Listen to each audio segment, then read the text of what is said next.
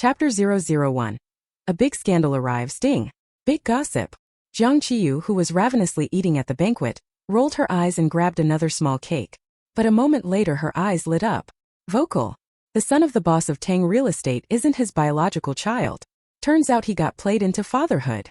The son isn't his, but... Holy crap, what a monstrous family scandal. The son calls him dad. But he should actually be the one calling the son younger brother? No wonder when he got suspicious and took the boy for a paternity test it came back negative. You have to admit.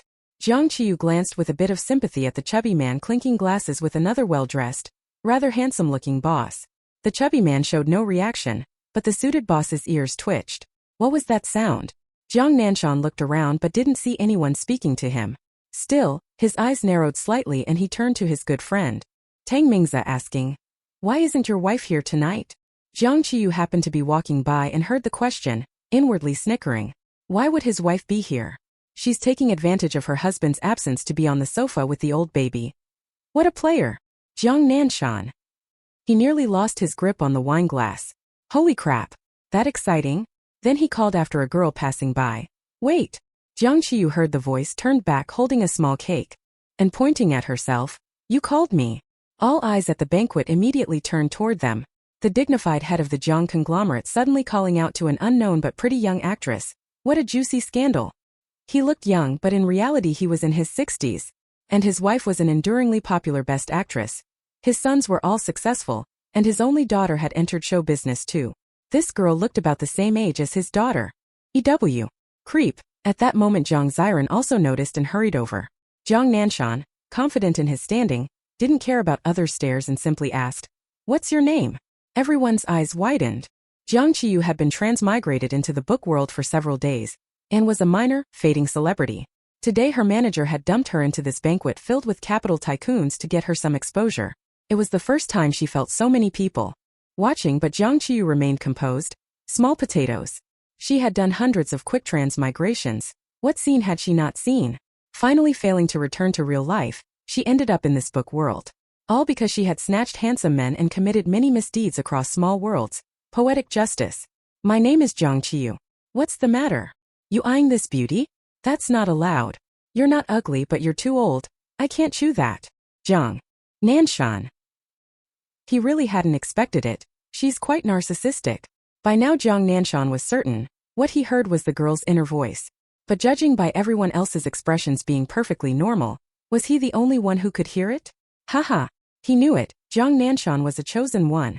The chubby boss Tang Mingzi also wore a look of relish, bumped Jiang Nanshan's arm and whispered, "Tone it down." Then his smile widened. "Oh no. Bad news, your wife and daughter are both here." Tang Mingzi's tone was full of schadenfreude. After all, what could be more entertaining than watching a good friend get scolded by his wife? Jiang Nanshan rolled his eyes at Tang Mingzi, about to say something then stopped. There were too many people around. In the end he took out his phone and sent Tang Mingzi a WeChat message. "Don't get excited. You better go back and check on your wife. Your wife is on the couch at home with..." Ah. Not knowing whether the voice was real, Jiang Nanshan decided to verify it. Tang Mingzi saw the message and his eyes widened like copper bells. What did this mean? Could his wife be cheating at home? Impossible. Absolutely impossible. But when he looked at Jiang Nanshan, he found him completely serious, not joking. Tang Mingzi remembered the video call he just made to his wife that went unanswered. He shouted, tossed aside his wineglass and sprinted for the door. "Everyone. Jiang Qiyu. Damn. You scared the hell out of me." Why did Tang Mingzi suddenly go mad? His mental state is even worse than mine. What a character. But why is this handsome old man calling me? Does he really fancy me? If he's willing to be platonic with me and give me $1 million a month, I might consider it. Jiang Nanshan looked at the girl before him, roughly the same age as his daughter, and inexplicably felt she seemed familiar. But her thoughts were a little perverse. He was a gentleman. He smiled. "It's nothing, you." Before Jiang Nanshan could finish, a soft voice interrupted. "Daddy, I'm not feeling well." Jiang Nanshan's attention instantly shifted. Worried he grabbed Jiang Ziran's hand. "Come, let Daddy check. Where do you feel unwell?" At that moment veteran movie queen Su Renmin in high heels also walked over. Hearing Jiang Ziran she was immediately worried. "Mommy will check too." Everyone present knew how Jiang Nanshan and Su Renmin adored their younger daughter. Countless envious gazes instantly focused on Jiang Ziran. Jiang Qiyu was thus ignored. Jiang Ziran touched her forehead, but her eyes flicked faintly toward Jiang Qiyu, a chill flashing in them. Why is she here? Isn't it not yet time for the family recognition? Could the system have given her wrong information? Jiang Qiyu didn't care about being ignored. She finished the 2 small cakes in her hand and was about to grab 2 more. The system's voice sounded again. Ding! Big gossip incoming. Jiang Qiyu rolled her eyes and mentally scolded. You lousy system. Always leaking useless gossip all day. Before, the system with me had so many skills, a few could even directly tie handsome men to my bed. Can you do anything right? You need to work harder, level up, and catch up with my old system. The gossip system didn't expect to be berated so soon after booting up. It complained pitifully. I'm useful too.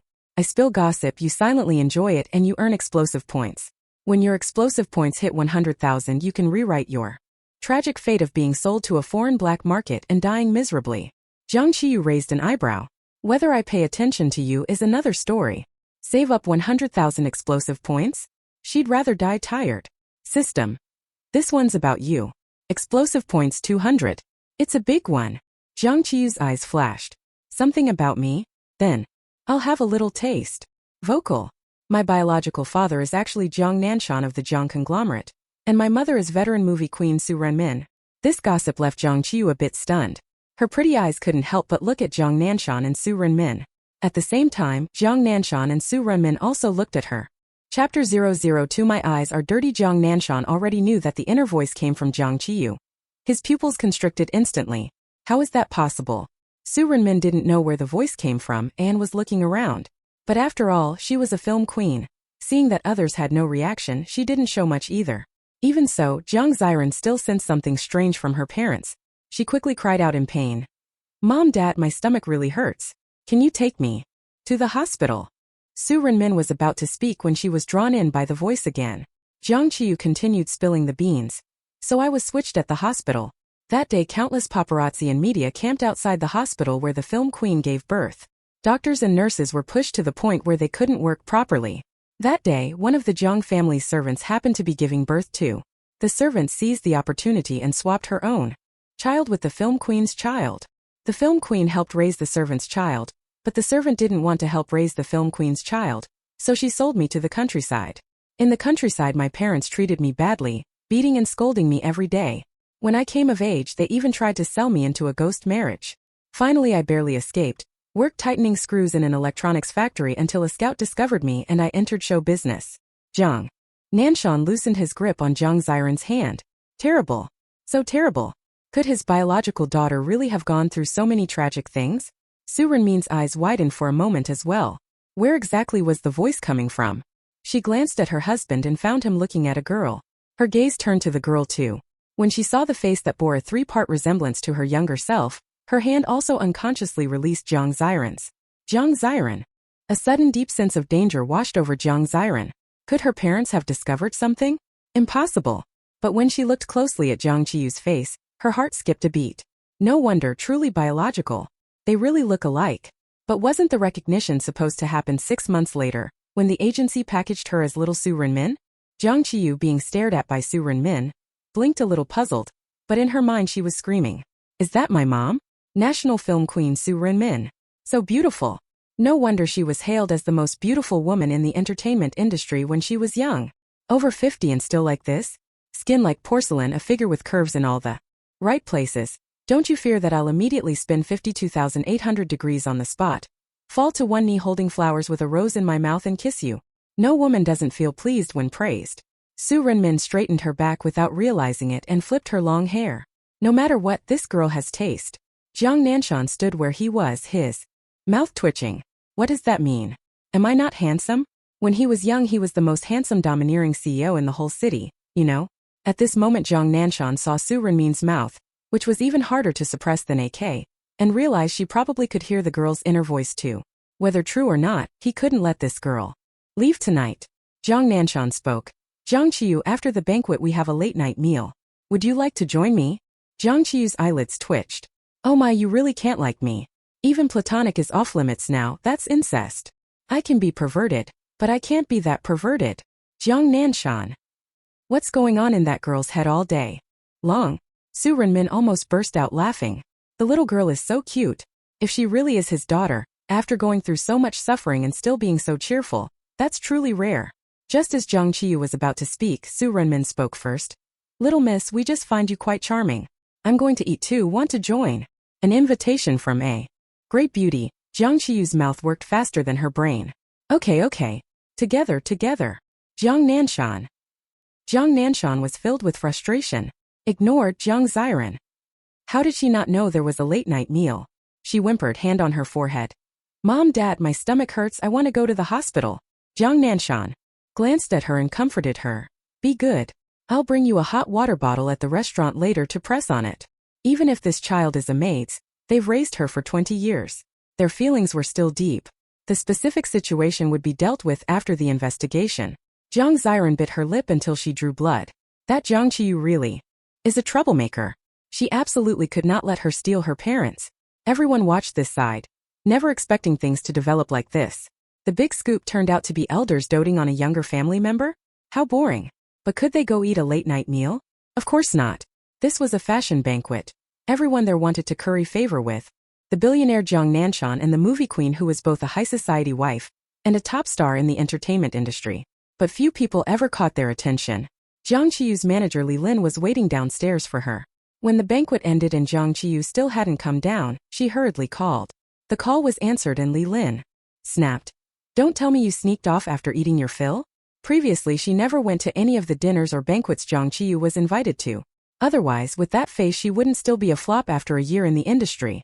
These past 2 days she'd wised up and gone. But only knowing how to eat. Really infuriating. Jiang Qiyu smiled. I'm not full yet. Linjia, I'm planning to go get some late-night food. Li Lin was speechless, angry. I asked you to come to eat, didn't I? At that moment, in the stretched Rolls-Royce, Jiang Nanshan sitting beside Jiang Qiyu took the phone from her hand. Hello, is this her manager? I'm Jiang Nanshan. I'm taking her to get late-night food now. The event.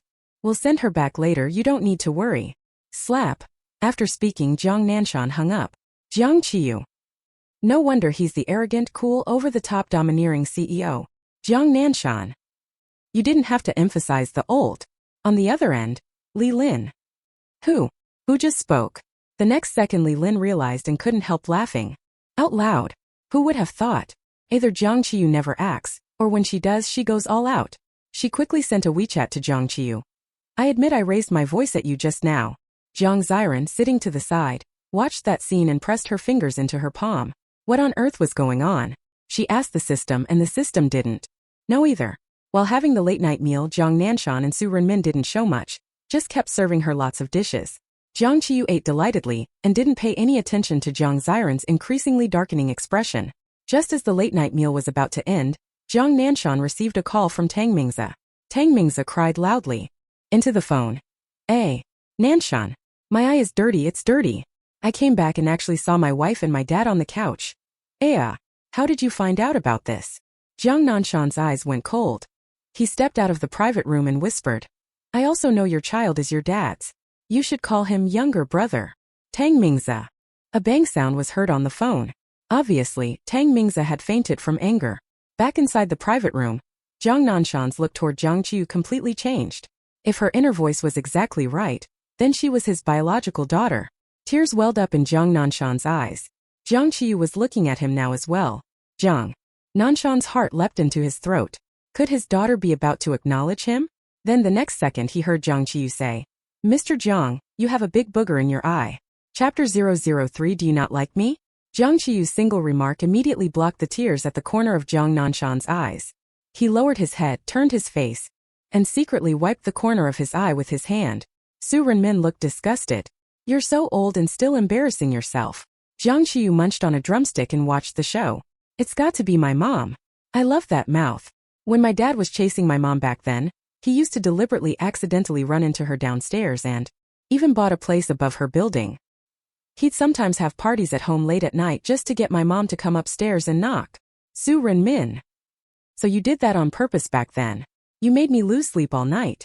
She gave Jiang Nanshan a vicious pinch on the thigh. Jiang Nanshan grimaced in pain and cried out inwardly. Don't tell more. But my mom was the top movie queen of the entertainment industry back then. She wouldn't fall for him. Unexpectedly, he pulled a dirty trick. He secretly used a friend's black dog to get my mom's white dog pregnant. Then he went and adopted the puppies. He ended up taking 5.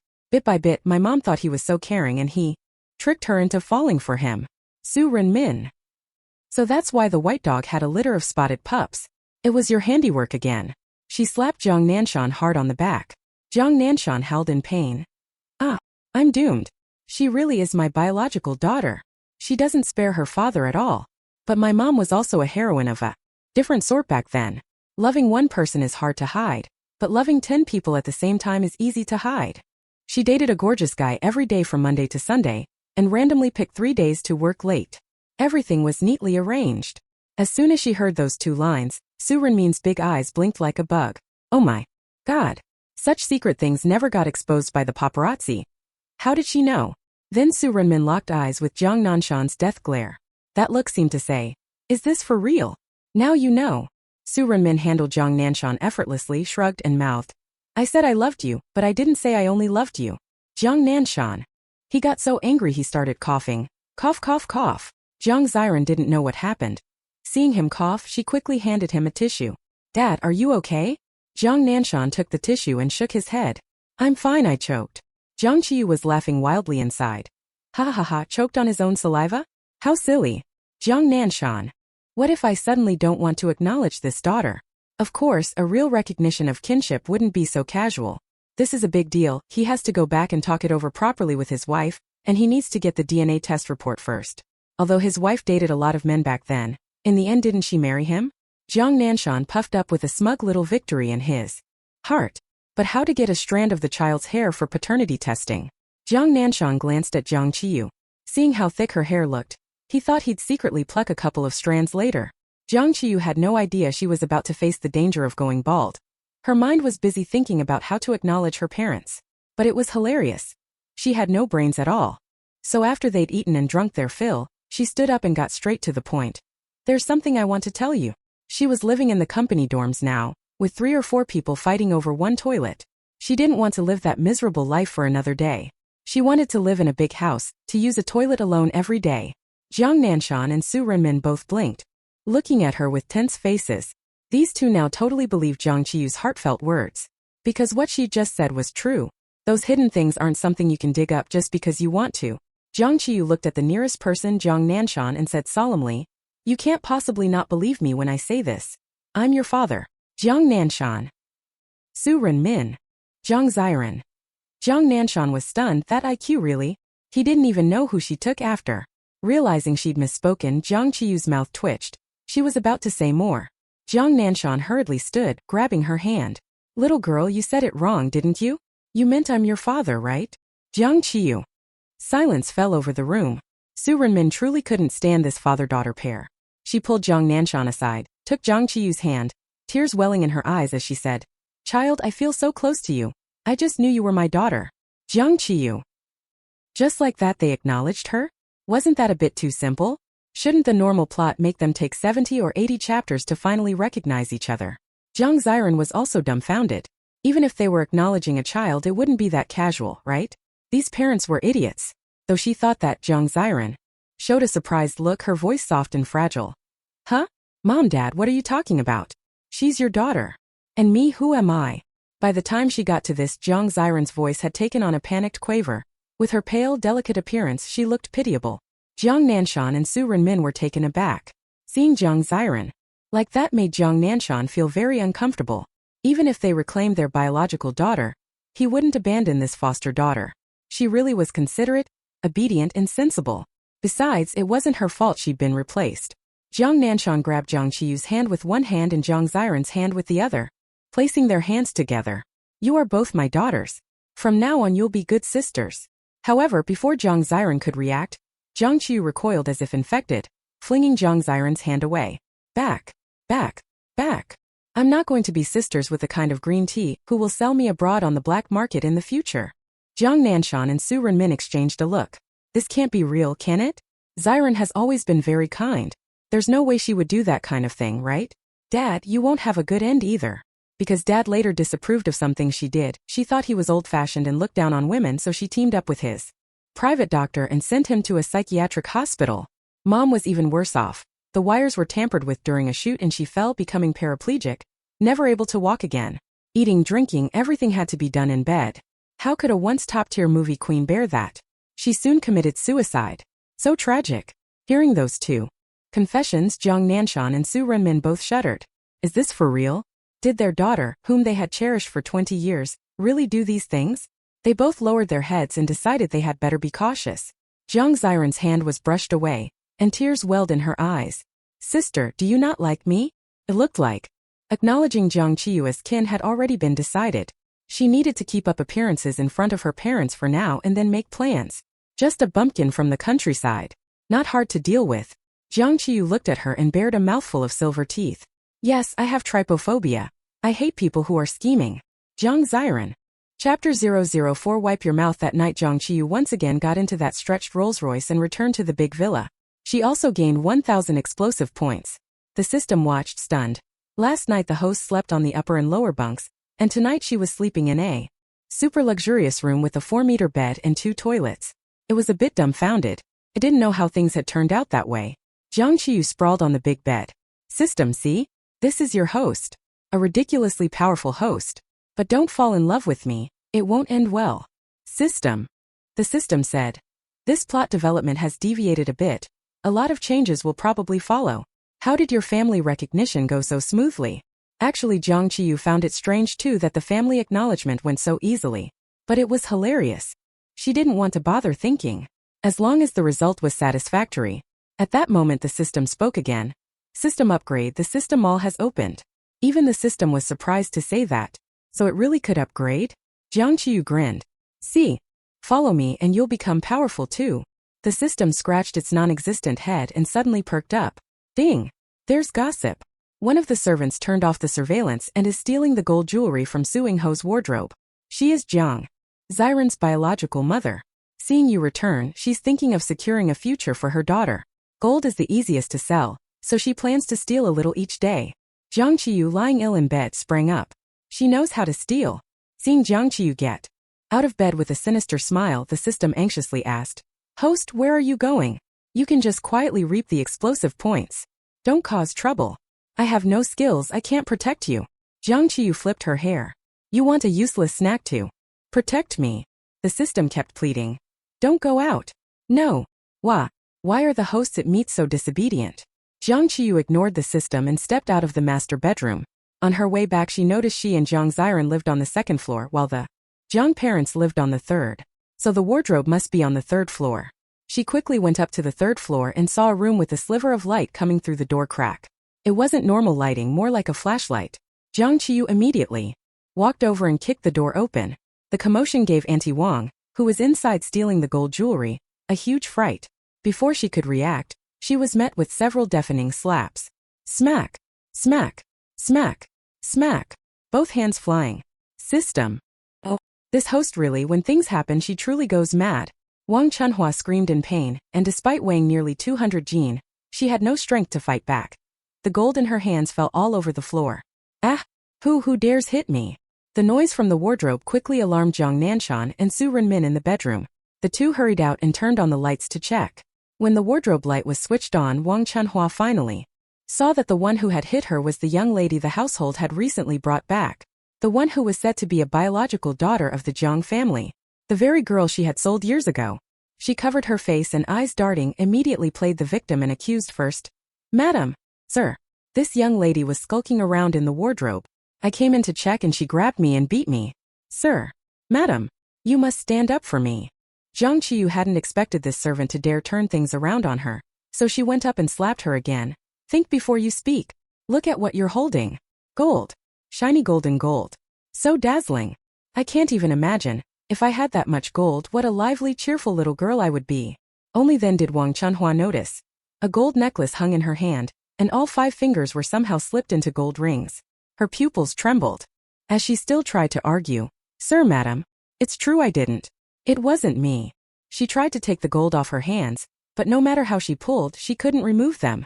Jiang Qiyu walked over, rummaged through her pockets, and pulled out a large handful of gold jewelry, showing it to Jiang Nanshan and Su Renmin, her eyes glittering. Look! She's stolen so much. The system reminded at that moment. Host, wipe your drool. Jiang Qiyu. In the living room, the housekeeper and Jiang Ziran also came over. Servant Wang Chunhua knelt on the floor, and on the table beside her lay a whole platter full of gold. All of it had been found on her. There were even 2 gold rings shoved into her bra. Wang Chunhua was stunned when Jiang Qiyu searched her. When did she ever put anything in her chest? Never. This is unreal.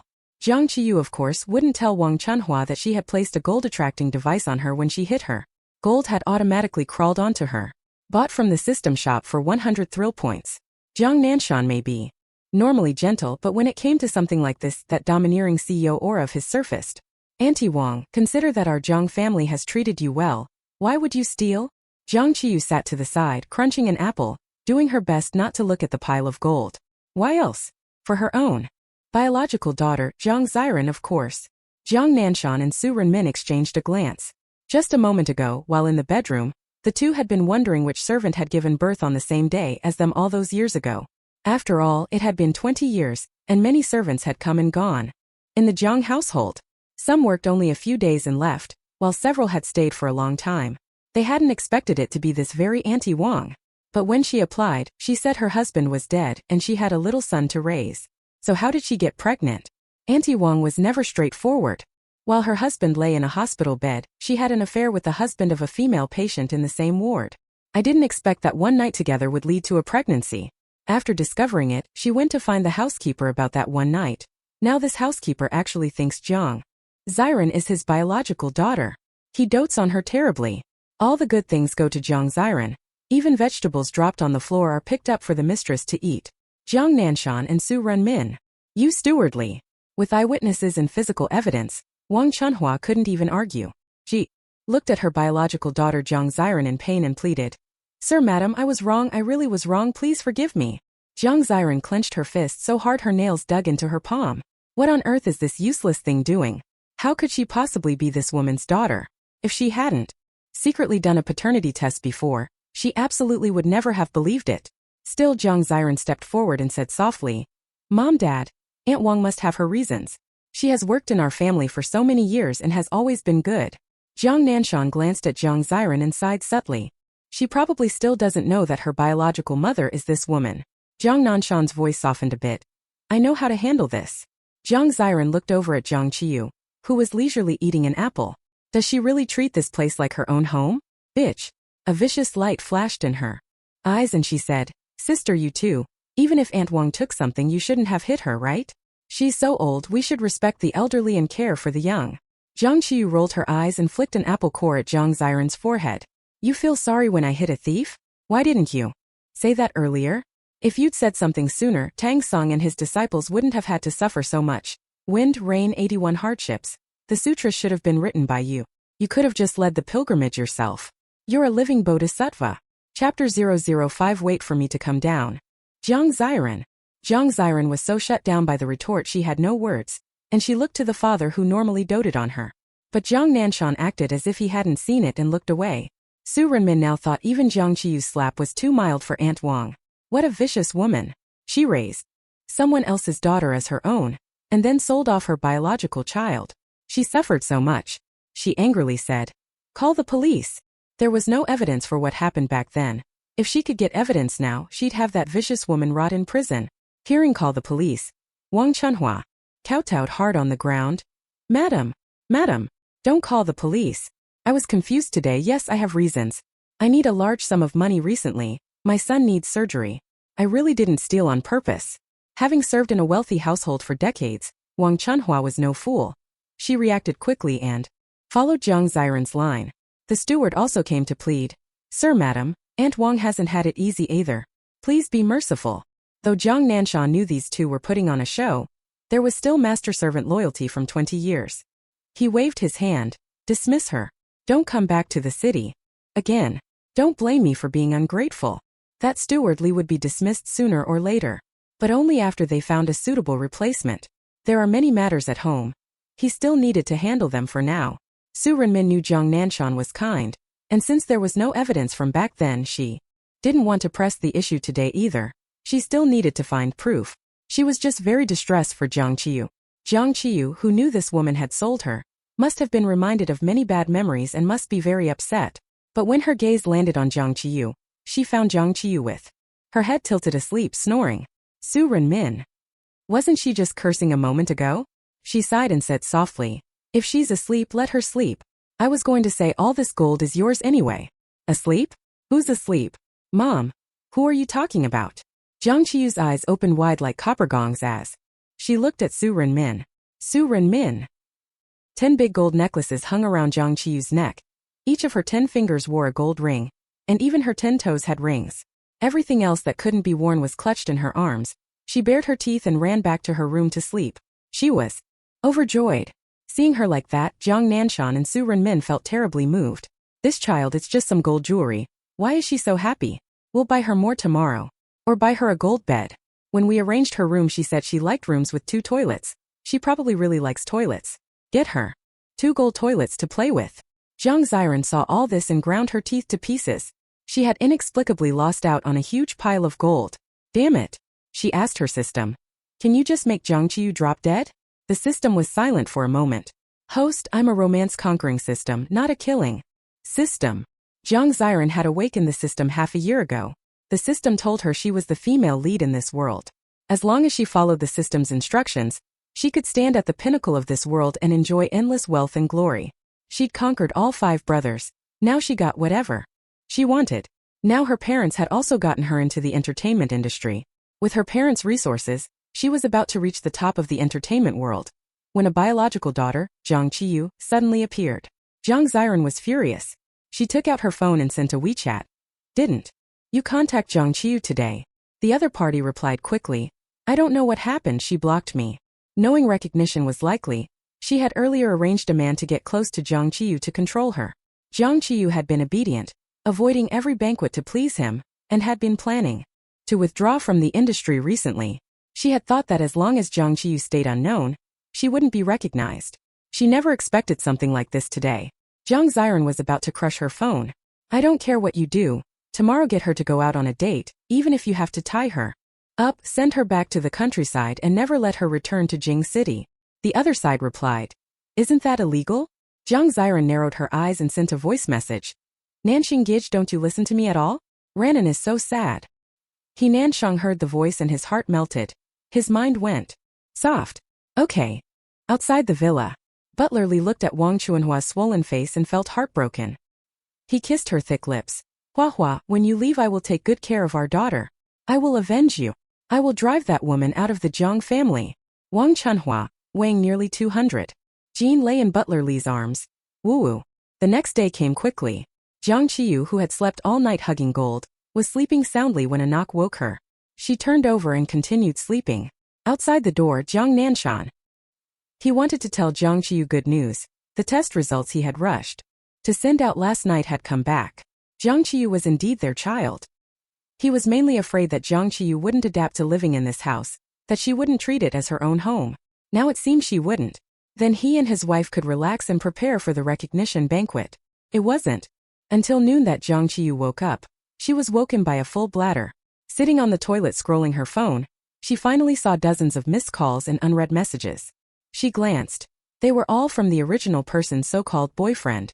She didn't even want to bother with them, but a call came in, and she accidentally answered. A man on the other end deliberately put on a husky voice. Baby, you finally picked up. Without feeling your love, I'm just a chicken. Jiang Qiyu frowned. What kind of chicken?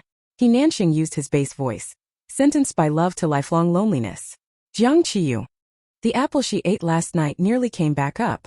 You're so greasy, I thought you meant oil-soaked chicken. What era is this? The original had actually been duped by these cheesy pickup lines into falling in love. From the original's memory, she knew he Nanxing liked saying these corny lines to her. The more she heard them, the more she got hooked, and she fell in love. What a passionate, exhilarating romance. One-sided the whole time. He Nanxing thought Jiang Qiyu was acting weird. Normally she should blush and smile at that line, right? She even blocked him yesterday. What on earth happened? Come. Out now, I'll take you to eat. I'm right under your dorm building. Jiang Qiyu stretched lazily. Okay, wait for me to come down. She hung up and at the same time blocked that number. He Nanxing waited for half an hour. He couldn't get through calling again. That was his last number. He had no choice but to call Jiang Ziran.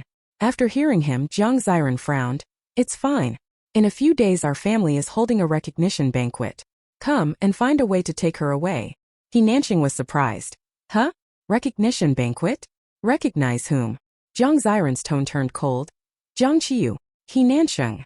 Chapter 006 already blocked. Dad. The Jiang family's recognition banquet was grand. Those who came were Jiang Nanshan's business friends and heavyweights from the entertainment industry. Ordinary people didn't meet the threshold.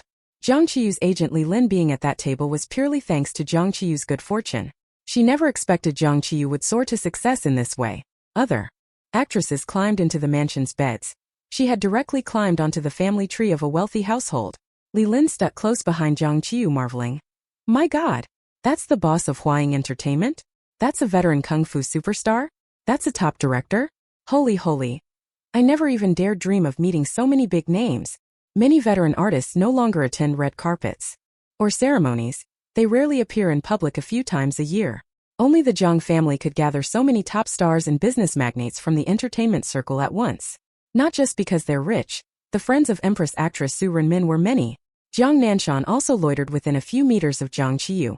He just wanted to hear Jiang Qiyu's true feelings and see which of the men had dated his wife when they were young. He planned to drink them under the table later. But Jiang Qiyu today had no interest in her mother's ex-boyfriends. Her whole mind was on the food. She even refused to go to the socializing event when Empress Su pulled her along. Vocal. This Australian giant crab. This fresh caviar. This deer antler. Delicious. Jiang Nanshan. After watching for a while, Jiang Nanshan gave up and picked up his phone to check messages. He sent WeChat messages to several of his sons, telling them to make time today to attend this family recognition banquet. But none of them replied. He didn't know what was going on. At that moment, a group chat named Du Chongxiao Mei Ranran was buzzing. It had been hastily created after they heard their parents had recognized their biological daughter.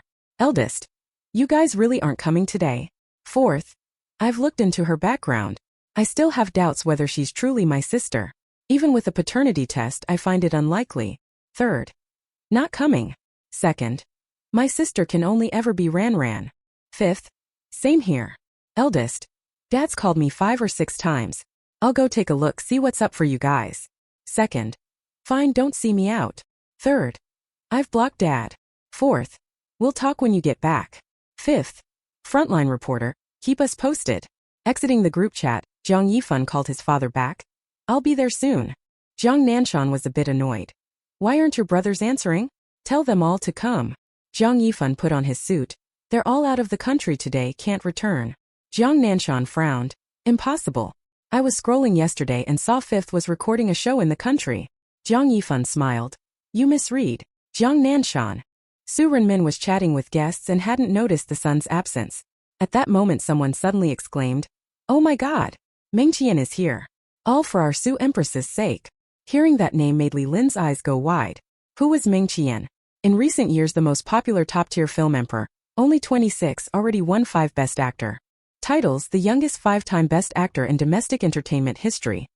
His demeanor was exceptionally cold. He rarely attended private events, avoided red carpets, and aside from award ceremonies could only be seen in cinemas. Li Lin slapped Jiang Qiyu on the back. My God! Your mom's connections really opened my eyes. Jiang Qiyu. That sounded like an insult, didn't it? Ding. Gossip. Meng Qian is the biggest villain in this book. Love-stricken but unattainable. A lunatic. Today is the heroine's first true encounter with him. The heroine will accidentally slip by the pool and push the big villain into the water. They'll both get wet, and the villain's heart will be struck. He'll fall in love with her. Jiang Qiyu frowned.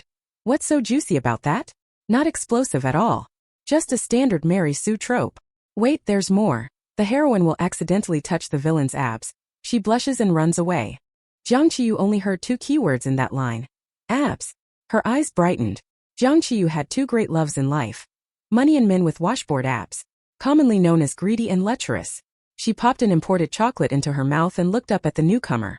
Eat the food and don't neglect the handsome man. The newcomer wore an all-white suit, tall with long legs. The white shirt buttoned to the top, cool and ascetic like a high mountain flower.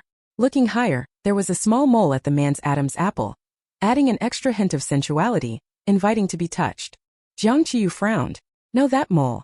Her gaze moved up, and she saw a man's face like the most perfect sculpture by God. A pair of affectionate peach blossom eyes, upturned at the corners, extraordinarily handsome. Jiang Qiyu squinted. Holy crap. The more she looked at this face, the more familiar it seemed. The system was still going on. But from then on the heroine becomes obsessed with the sensation of the big villain's abs under her hands, and later she'll often touch him intentionally or not, giving the big villain the illusion that the heroine likes him, and then she'll fall even more crazily in love. Jiang Qiyu didn't hear a word of that, because her brain had already matched this face to someone she knew. The pitiable male supporting character she had met in past quick trans worlds. She always adjusted those worlds, helped those poor guys grow strong, and in the end they'd fall in love with the heroine and help her, and then she would withdraw after her mission was complete. Sometimes he was an unfavored little prince in an ancient world, sometimes a bullied illegitimate son in a wealthy family, sometimes a half-beast ostracized as an outsider. Occasionally, when she thought progress was too slow, she'd have the system bind the pitiable guy over and give him a lesson. She never expected that in this book he'd done so well. He'd become the main villain. Felt like seeing someone familiar. When Meng Qian looked over, Jiang Qiyu subconsciously smiled toward him, flashing a mouthful of big black teeth. Meng Qian. When Su Renmin sent an invitation to Meng Qian, she hadn't been very hopeful he'd come. Seeing him now, a few gleams of delight appeared in her eyes. She knew her biggest wish was to have a son inherit her craft and become a much-praised film emperor in the entertainment circle. But her sons were useless, none had talent in that area, so she particularly liked Meng Qian. She thought if only he could become her son-in-law.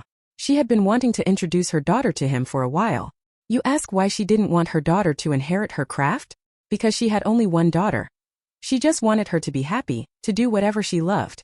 As she walked toward Meng Qian, Su Renmin tugged at Jiang Qiyu.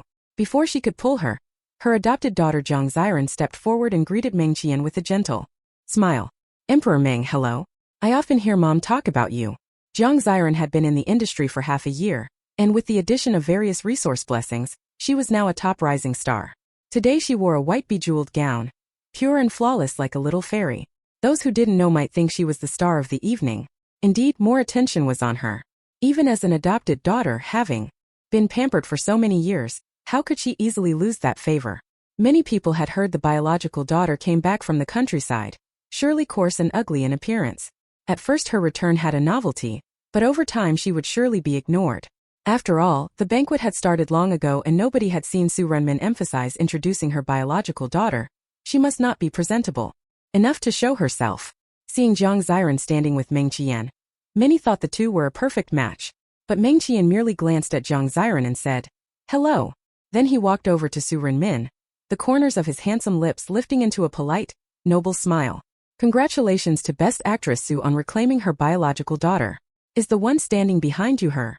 Chapter 007 I only have Ziran as a sister with Meng Qian's one sentence. Everyone's attention shifted to the true protagonist, Jiang Qiyu. Today Jiang Qiyu was dragged by Su Renmin to have her hair done. Her long hair was curled into big waves, and she wore a blue gown, bright and gorgeous like a sea sprite. If one didn't look at the two little chocolate cakes she was holding, everyone had just seen her. No one noticed her face, they only saw her wandering around eating, and assumed she was some poor relative from the Jiang family. Now many people realized that the Jiang family's biological daughter was not only not ugly, but breathtakingly beautiful. Her naturally vivid features bore some resemblance to Su Renmin in her youth, but overall, because she inherited Jiang Nanshan's excellent genes, she looked even better. Several of the men present had flashes of memories from their dates with Su Renmin long ago, and their hearts ached. Jiang Ziran was also pretty, but she had the delicate, demure beauty of a gentle, refined girl. Compared to the bright and grand Jiang Qiyu, she seemed much more petty. Her manners were also poised, she just liked to eat a bit. Su Renmin reached to take Jiang Qiyu's hand, but found both of her hands full of food, so she could only loop her arm through Jiang Qiyu's. Yes, Xiaomeng. Let me introduce you my biological daughter Jiang Qiyu. Those standing nearby began to praise. Director Su, look at that. You dominated the entertainment industry with your looks, and now your daughter's here to dominate too. She's really making it hard for other actresses to survive. That compliment was nothing if not high praise. Exactly. So beautiful. She looks so gentle and kind. What a good daughter. Congratulations. No one dislikes praise. Jiang Qiyu smiled with upturned eyes, becoming even more beautiful. For a moment, Meng Qian looked a little stunned. Everyone's praising me so nicely, keep it coming. I love hearing it. Don't just praise my face. Is my figure not good enough? My 1.8-meter legs. These 36D breasts. Even I can't help being tempted when I look. Su Renmin. Su Renmin was almost dying of laughter from her daughter. Could she say that out loud? Thankfully only she could hear that thought, and her husband wasn't nearby. Still so narcissistic, she liked it. She had her old flair. Jiang Ziran was pushed outside the circle, hands clenched into fists. Why should that be? She is the protagonist of this world. And Jiang Qiyu is just a supporting role. At that moment she saw someone walk in from the doorway, wearing a black suit, looking every bit the elite. Tears immediately welled in Jiang Ziran's eyes. Looking toward the crowd around Jiang Qiyu, her shoulders trembled slightly, as if she were crying. She put on the appearance of a neglected, isolated little pitty. As soon as Jiang Yifan came in, he saw the sister he had lived with for 20 years being treated like that, and his heart ached. He strode over and draped an arm around Jiang Ziran's shoulder. Ran. Jiang Ziran feigned surprise, then a tear slipped from her lash, her eyes red and pitiful. Her voice trembled slightly. Big brother, I feel so unnecessary. Should I leave home? Yes, I should leave. I'm an outsider. Hearing that, Jiang Yifan's heart broke. He wanted nothing more than to kick Jiang Qiyu out of the Jiang family immediately. He reached up and ruffled Jiang Ziran's hair. What are you saying? You'll always be the sister I love most. Tell me if you're wronged. Brother will make it right. Whoever moves out, it won't be you. I said it. Jiang Yifan now managed the investment company under the Jiang Group. A rare investment genius, he was something of a domineering CEO. The moment his aura emerged, Jiang Ziran felt much more relaxed. She threw herself into Jiang Yifan's arms and began to sob, though the corners of her mouth were upturned. Jiang Yifan glanced at Jiang Qiyu in the crowd, who was smiling radiantly. A look of disgust flashed in his eyes. He took Jiang Ziran's hand and went to find Jiang Nanshan. Jiang Nanshan was being pulled into a conversation by Tang Mingzi. Tang Mingzi kept asking him how he had found out that his wife was having an affair with his father. What could Jiang Nanshan say? He couldn't very well say he could hear his biological daughter's thoughts. So he said, I ran into a fortune teller that day. He said my forehead was shining, meaning a close friend would have a green hat on his head, and I thought of you. Never expected it to be true.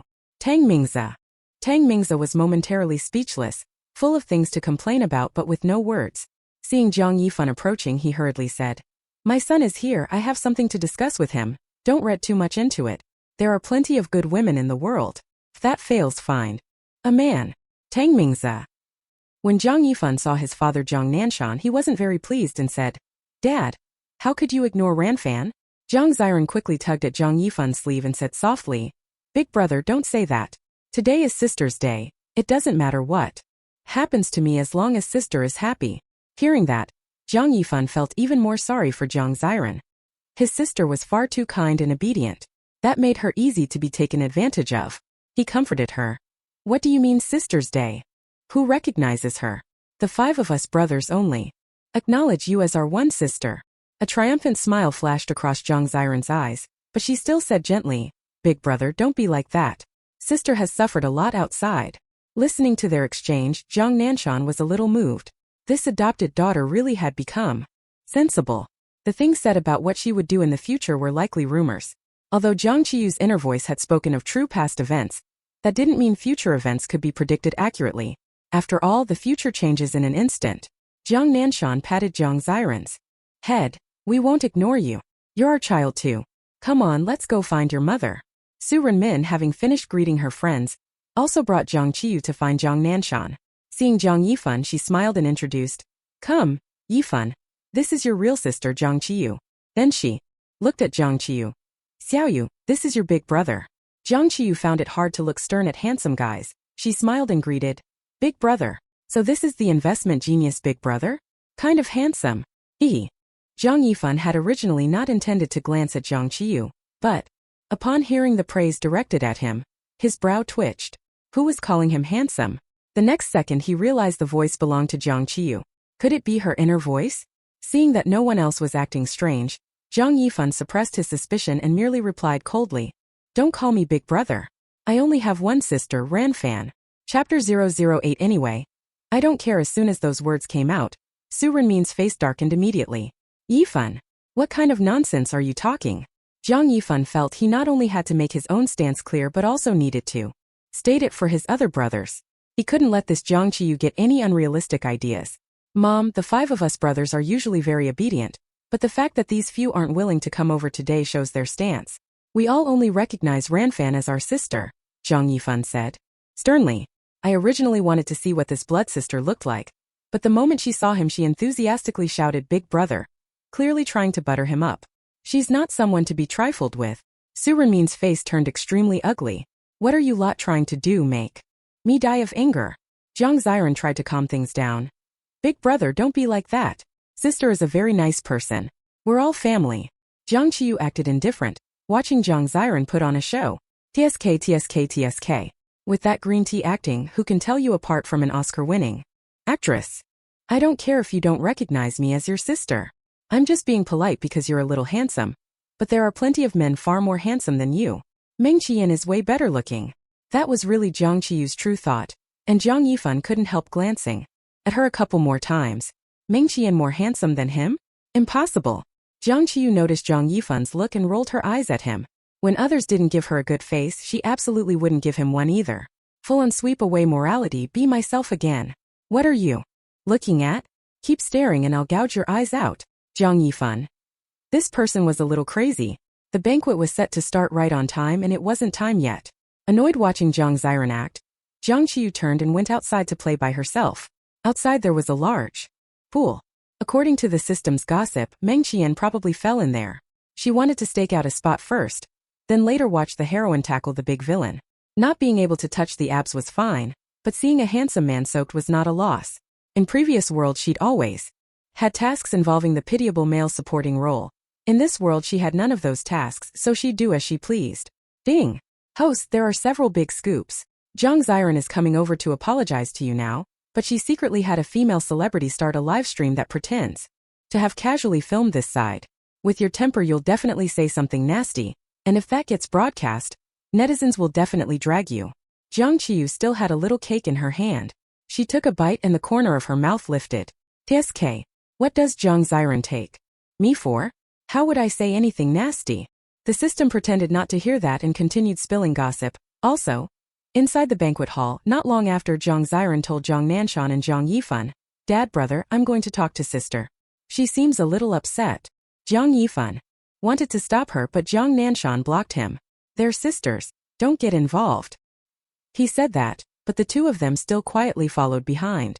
Both were a bit worried the delicate Jiang Ziran might get hurt. At this moment Su Renmin was being cornered by He Nansheng, who was taking the chance to talk to her.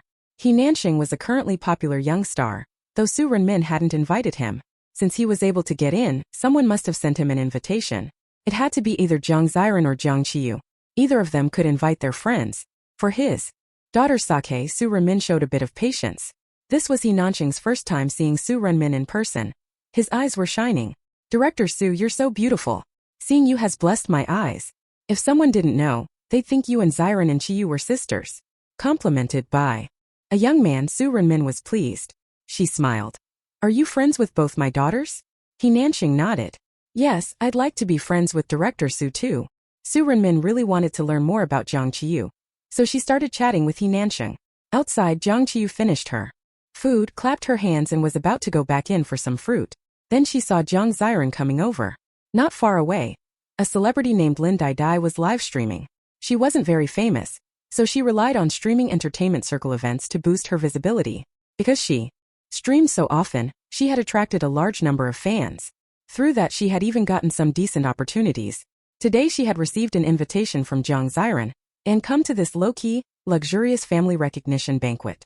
But she followed Jiang Ziran's instructions not to reveal exactly what event she was at and streamed quietly. Because viewers in her stream saw many big stars who were usually hard to see, her popularity was skyrocketing. It reached 200,000 viewers online. She had just tried to stream Meng Qiyan too, but there were too many people, and she couldn't squeeze in. She also didn't dare point her camera at Meng Qiyan. Meng Qiyan hated this kind of thing. A few paparazzi had been sent away because of him before. Mysterious background, low-key personality, crazy fans. She didn't dare provoke him. I'm really curious what kind of banquet this is. So many big shots. I'm a little scared this stream will hit trending. If it does, Dai will be drowning in cease and desist letters. Let's just watch quietly. This is Dai giving us a treat. Hey, isn't that Ziran's sister? So beautiful and gentle. Little fairy in a white dress. Who is that? The one in the blue dress? Kind of pretty, but I don't recognize her. Just a bottom tier nobody. Not worth mentioning. At that moment Lin Dai whispered. Her name is Jiang Qiyu. I think she's a distant relative of Jiang Ziran, also in the entertainment industry but pretty unknown. Actually, Lin Dai didn't know Jiang Qiyu. Jiang Ziran had taught her what to say. Jiang Ziran glanced at Lin Dai's camera being ready, then began to whisper apologies to Jiang Qiyu. Sis, I'm sorry, it's my fault. I'll talk to the brothers. I'll make them treat you better. Jiang Nanshan, trailing behind, heard this and felt very comforted. Jiang Yifan thought his sister was too kind to the point of making one ache.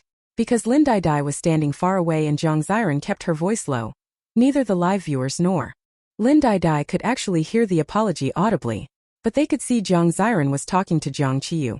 Then Jiang Nanshan, Jiang Yifan, and the 200,000 or 300,000 netizens saw Jiang Qiyu lift her foot and kick Jiang Ziran into the water. Jiang Nanshan and Jiang Yifan, their pupils dilated at the same time as they moved to rush over. They heard Jiang Qiyu's inner voice. Always pretending, really acting like some pure little fairy?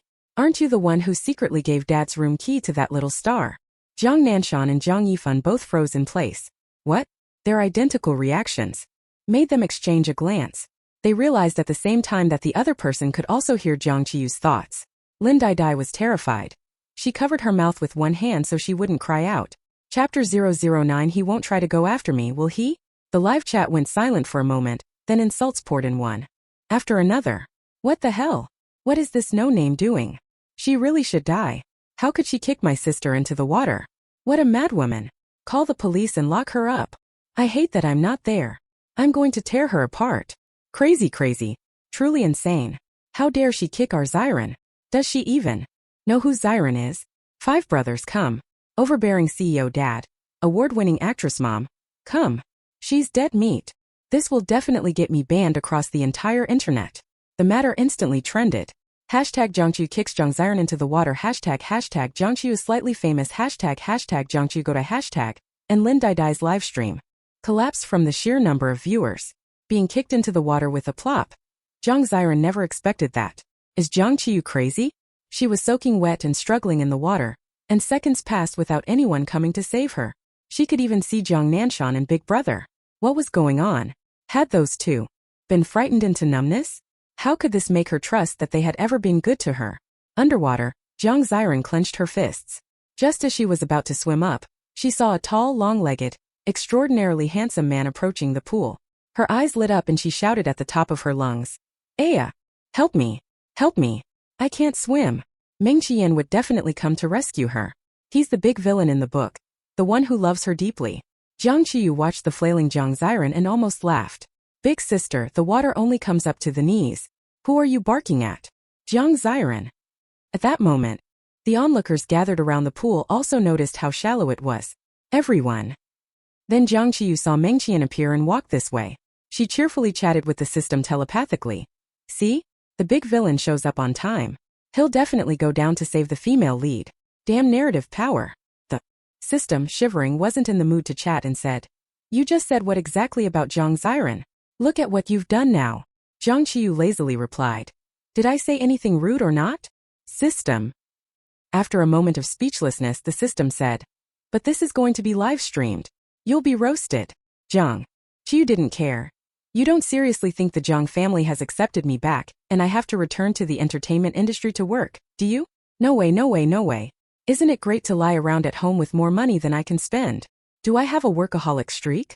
System, life isn't wilderness, it's about skipping work, skipping classes, and long-term goofing off, slacking, collapsing, and going mad. System. The system was working hard. After hearing that, tears streamed down uncontrollably. This job really didn't want to be done anymore. Couldn't do it even if it wanted to. Jiang Nanshan and Jiang Yifan were no longer in a hurry and stopped advancing. Jiang Nanshan, who managed the Jiang group day to day, was very busy. Each of his sons had their own affairs. After the banquet, he had to go out of town for a cooperation. He wouldn't be in the capital that night and would stay in a hotel. He immediately took out his phone and messaged his assistant. Check whether there's a little celebrity staying at the hotel. I'll be checking into tonight. The place he was going wasn't a big city and usually wouldn't host celebrities. That hotel was his family's, so it would be easy to check. By the pool, Meng Qiyan's appearance made many people's eyes widen. Even if the water was shallow, the film emperor might still go in to heroically save the beauty. After all, who wouldn't want to curry favor with the always pampered Jiang Ziran? A few men were eager to act, but Meng Qiyan remained unmoved and showed no intention of getting into the water. Instead he walked toward Jiang Qiyu, who was watching the spectacle from the side. All eyes focused once more. Could the film emperor be going to avenge Jiang Ziran? He was hard to read. Would he kick Jiang Qiyu into the water? Jiang Qiyu watched Meng Qian approach and felt a little nervous. He's not going to attack me, is he? No way. Jiang Qiyu blinked and saw Meng Qian's hand reach out as if to push her into the water. Her beautiful eyes narrowed. I'd rather betray the whole world than have the whole world betray me. The next second she took the initiative and shoved Meng Qian hard. Meng Qian, who had been reaching out with a tissue to wipe her mouth.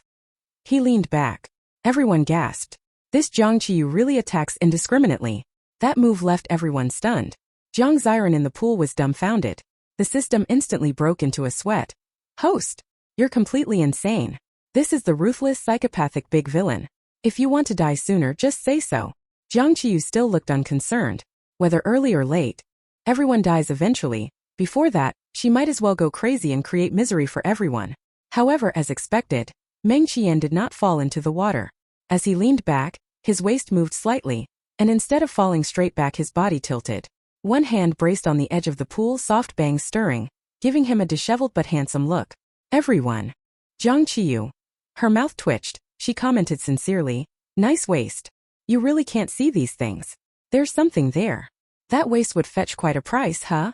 Not far off, Jiang Nanshan and Jiang Yifan. What on earth is her train of thought? Meng Qian stood, his long fingers smoothing his clothes, and once more offered the tissue. His voice was clear and warm. You have chocolate crumbs on the corner of your mouth. System. Jiang Qiyu. So the big villain wasn't trying to push her into the pool. Damn, this is awkward. Jiang Qiyu took the tissue and wiped the chocolate from her mouth corners, then said earnestly, You're actually a pretty decent person. Jiang Ziran in the water saw this and was so angry she wanted to curse. Luckily, just then someone rushed out shouting, Ran, are you okay? Following that person came the graceful Su Renmin. She asked, What happened? Jiang Ziran was pulled up by He Nansheng, tears streaming and shoulders trembling, but she still said, Mom, I'm fine. As long as sister is happy, I'm fine. Jiang Qiyu snorted, unwilling to explain. Su Renmin glanced between Jiang Ziran and Jiang Qiyu. If you say you're fine, then you're fine. Go change your clothes, we'll eat soon. Jiang Ziran. However, He Nansheng strode straight up to Jiang Qiyu and snapped, Jiang Qiyu, how could you do that? She's your sister. How did I raise you? That line made Jiang Qiyu burst out laughing. She swung her big hand and slapped it across He Nansheng's face.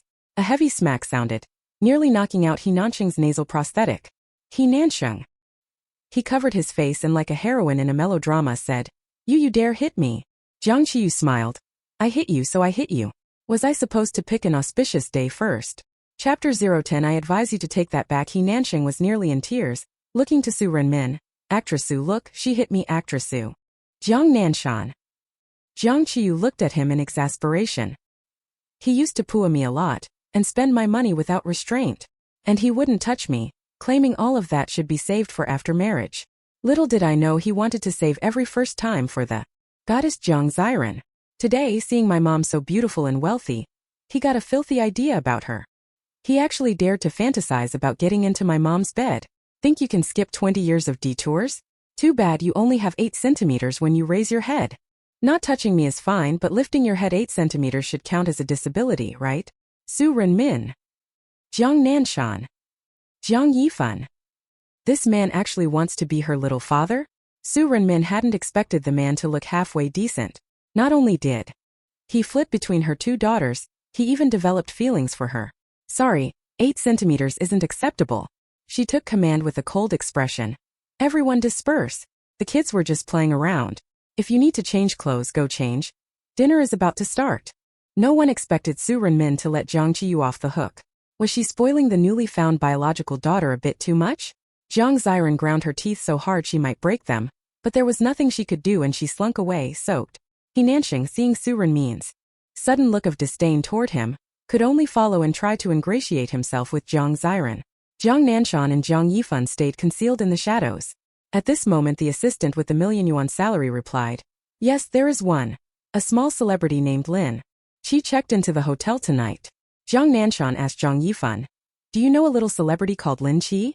Recently, because Jiang Ziran entered the entertainment industry, Jiang Yifan invested in many projects related to showbiz.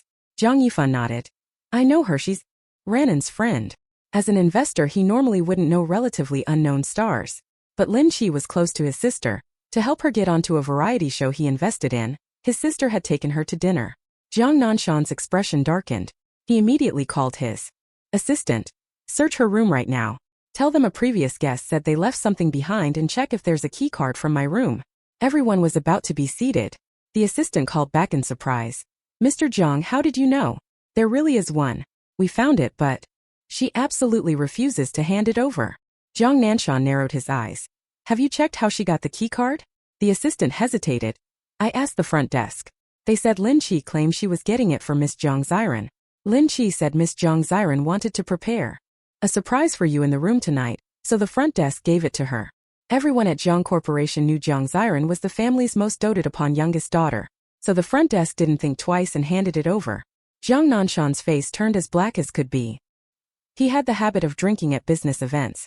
If a woman suddenly entered his room in the middle of the night, who knew what could happen? He couldn't understand. He treated his adopted daughter Jiang Ziran well enough.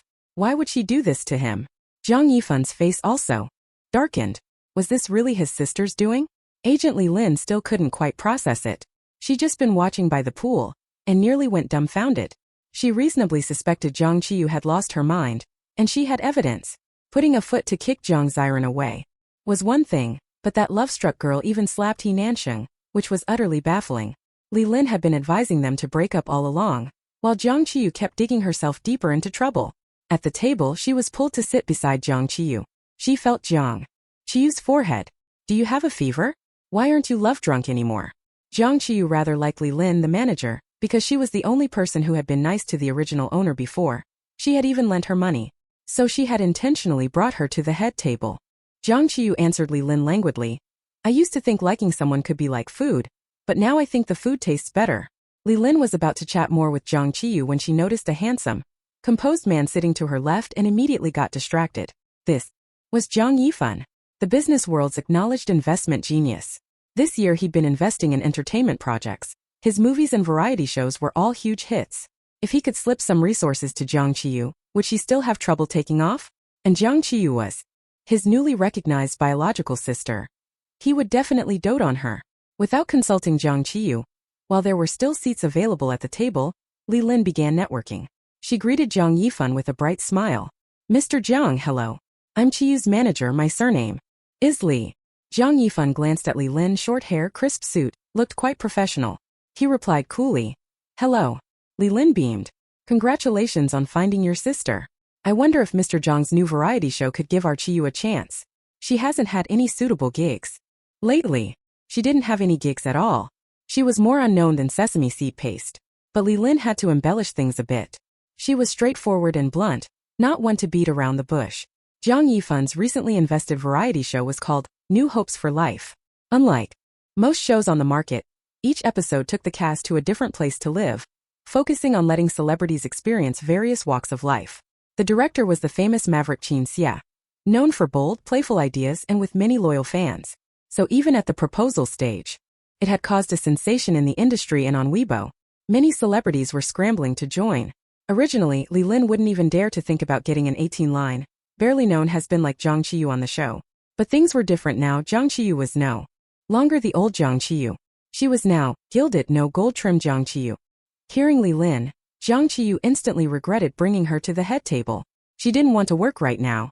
But Li Lin's asking was pointless anyway. Jiang Yifan hated her enough. Why would he give her resources?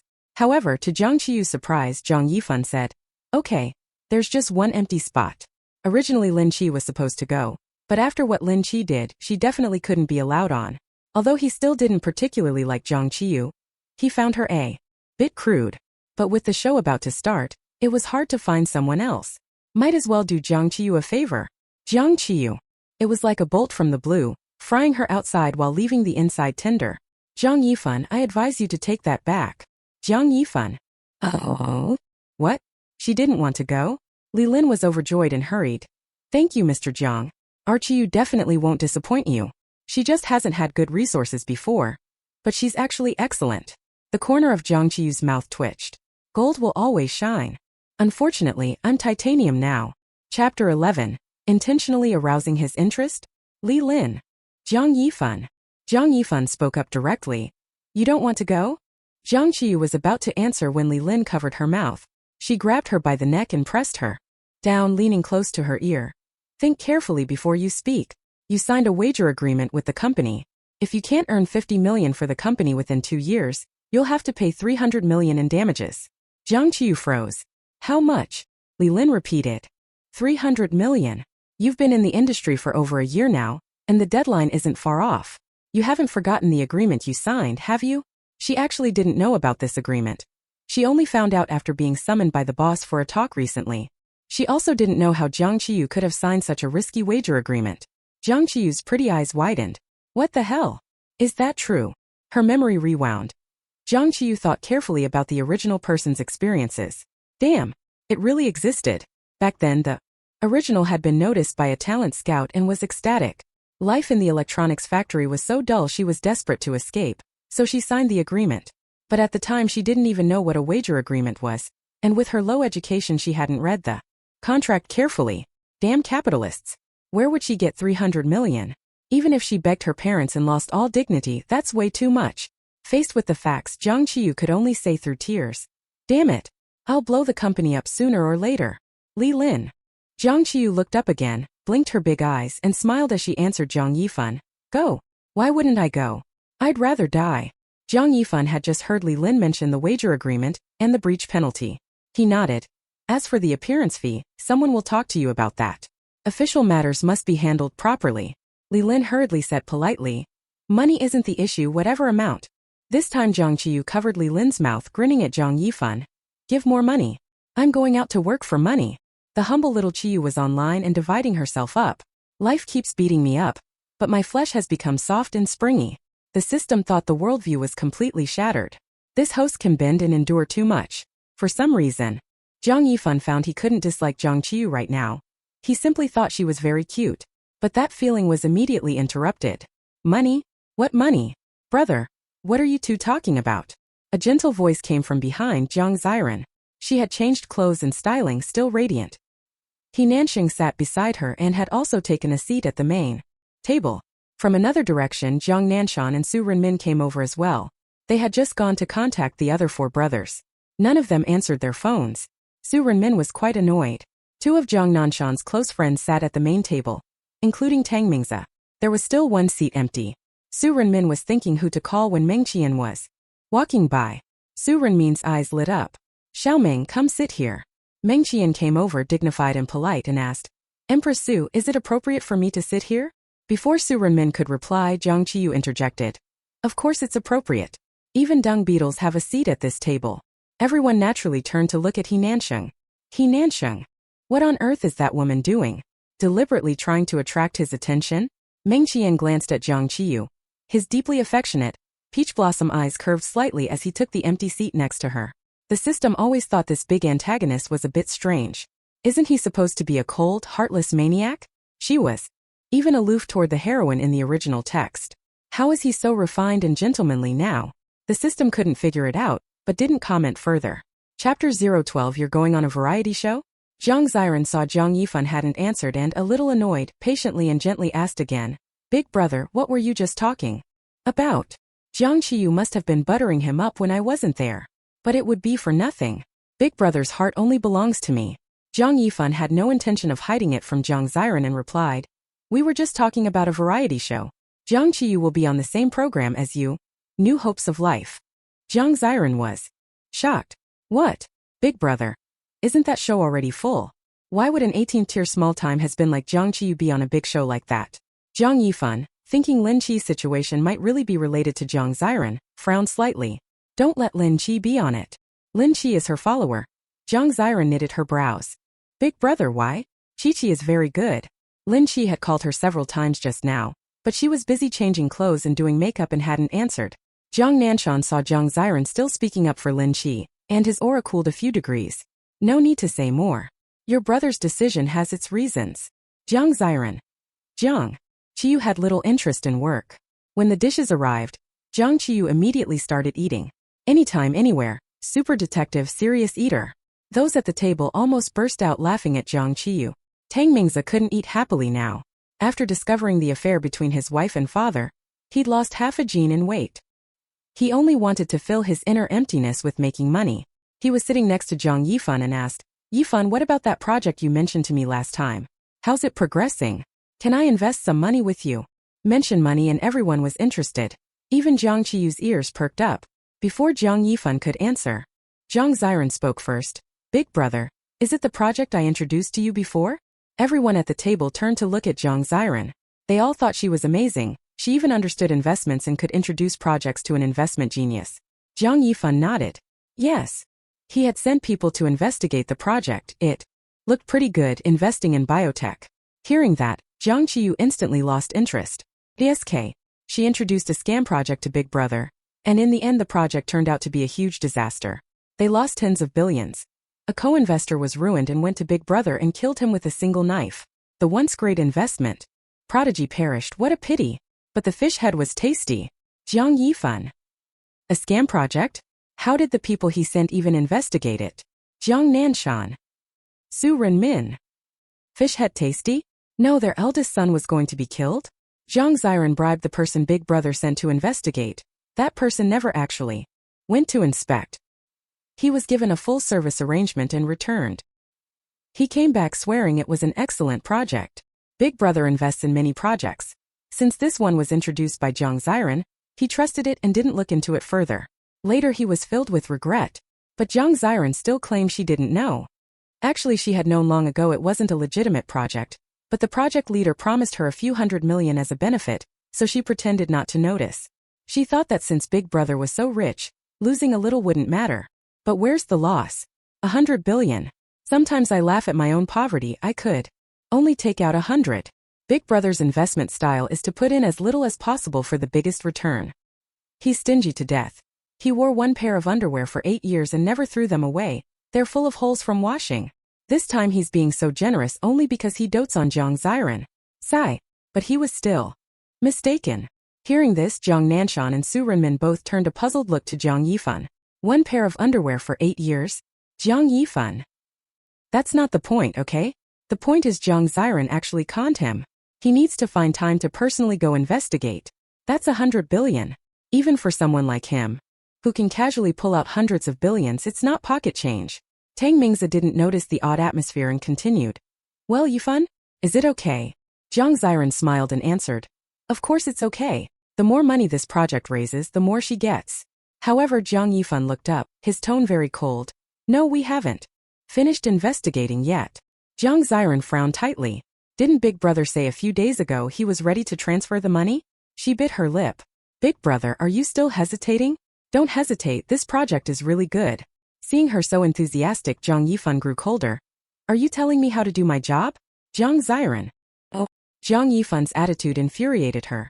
Her hand balled into a fist and she didn't notice her nails digging into her palm. Jiang Qiyu happily ate shrimp and watched the drama, unaware someone had already peeled the shrimp in her bowl. Ugh. The other brothers aren't any better. Jiang Yifan perked up. Su Renmin and Jiang Nanshan also pricked up their ears. But Jiang Qiyu didn't continue because a dish she particularly liked, Buddha jumps over the wall, arrived. The whole family. Tell us what's so bad about them, say it. But through the whole banquet Jiang Qiyu stopped gossiping, because she'd eaten 2 bowls of rice and was a bit dizzy from the carbs. Later Jiang Nanshan introduced her, took her to other tables for drinks, and she was kind of groggy. After the banquet ended, she still said to Jiang Nanshan, Dad, please stay with Mom tonight, don't go on the business trip.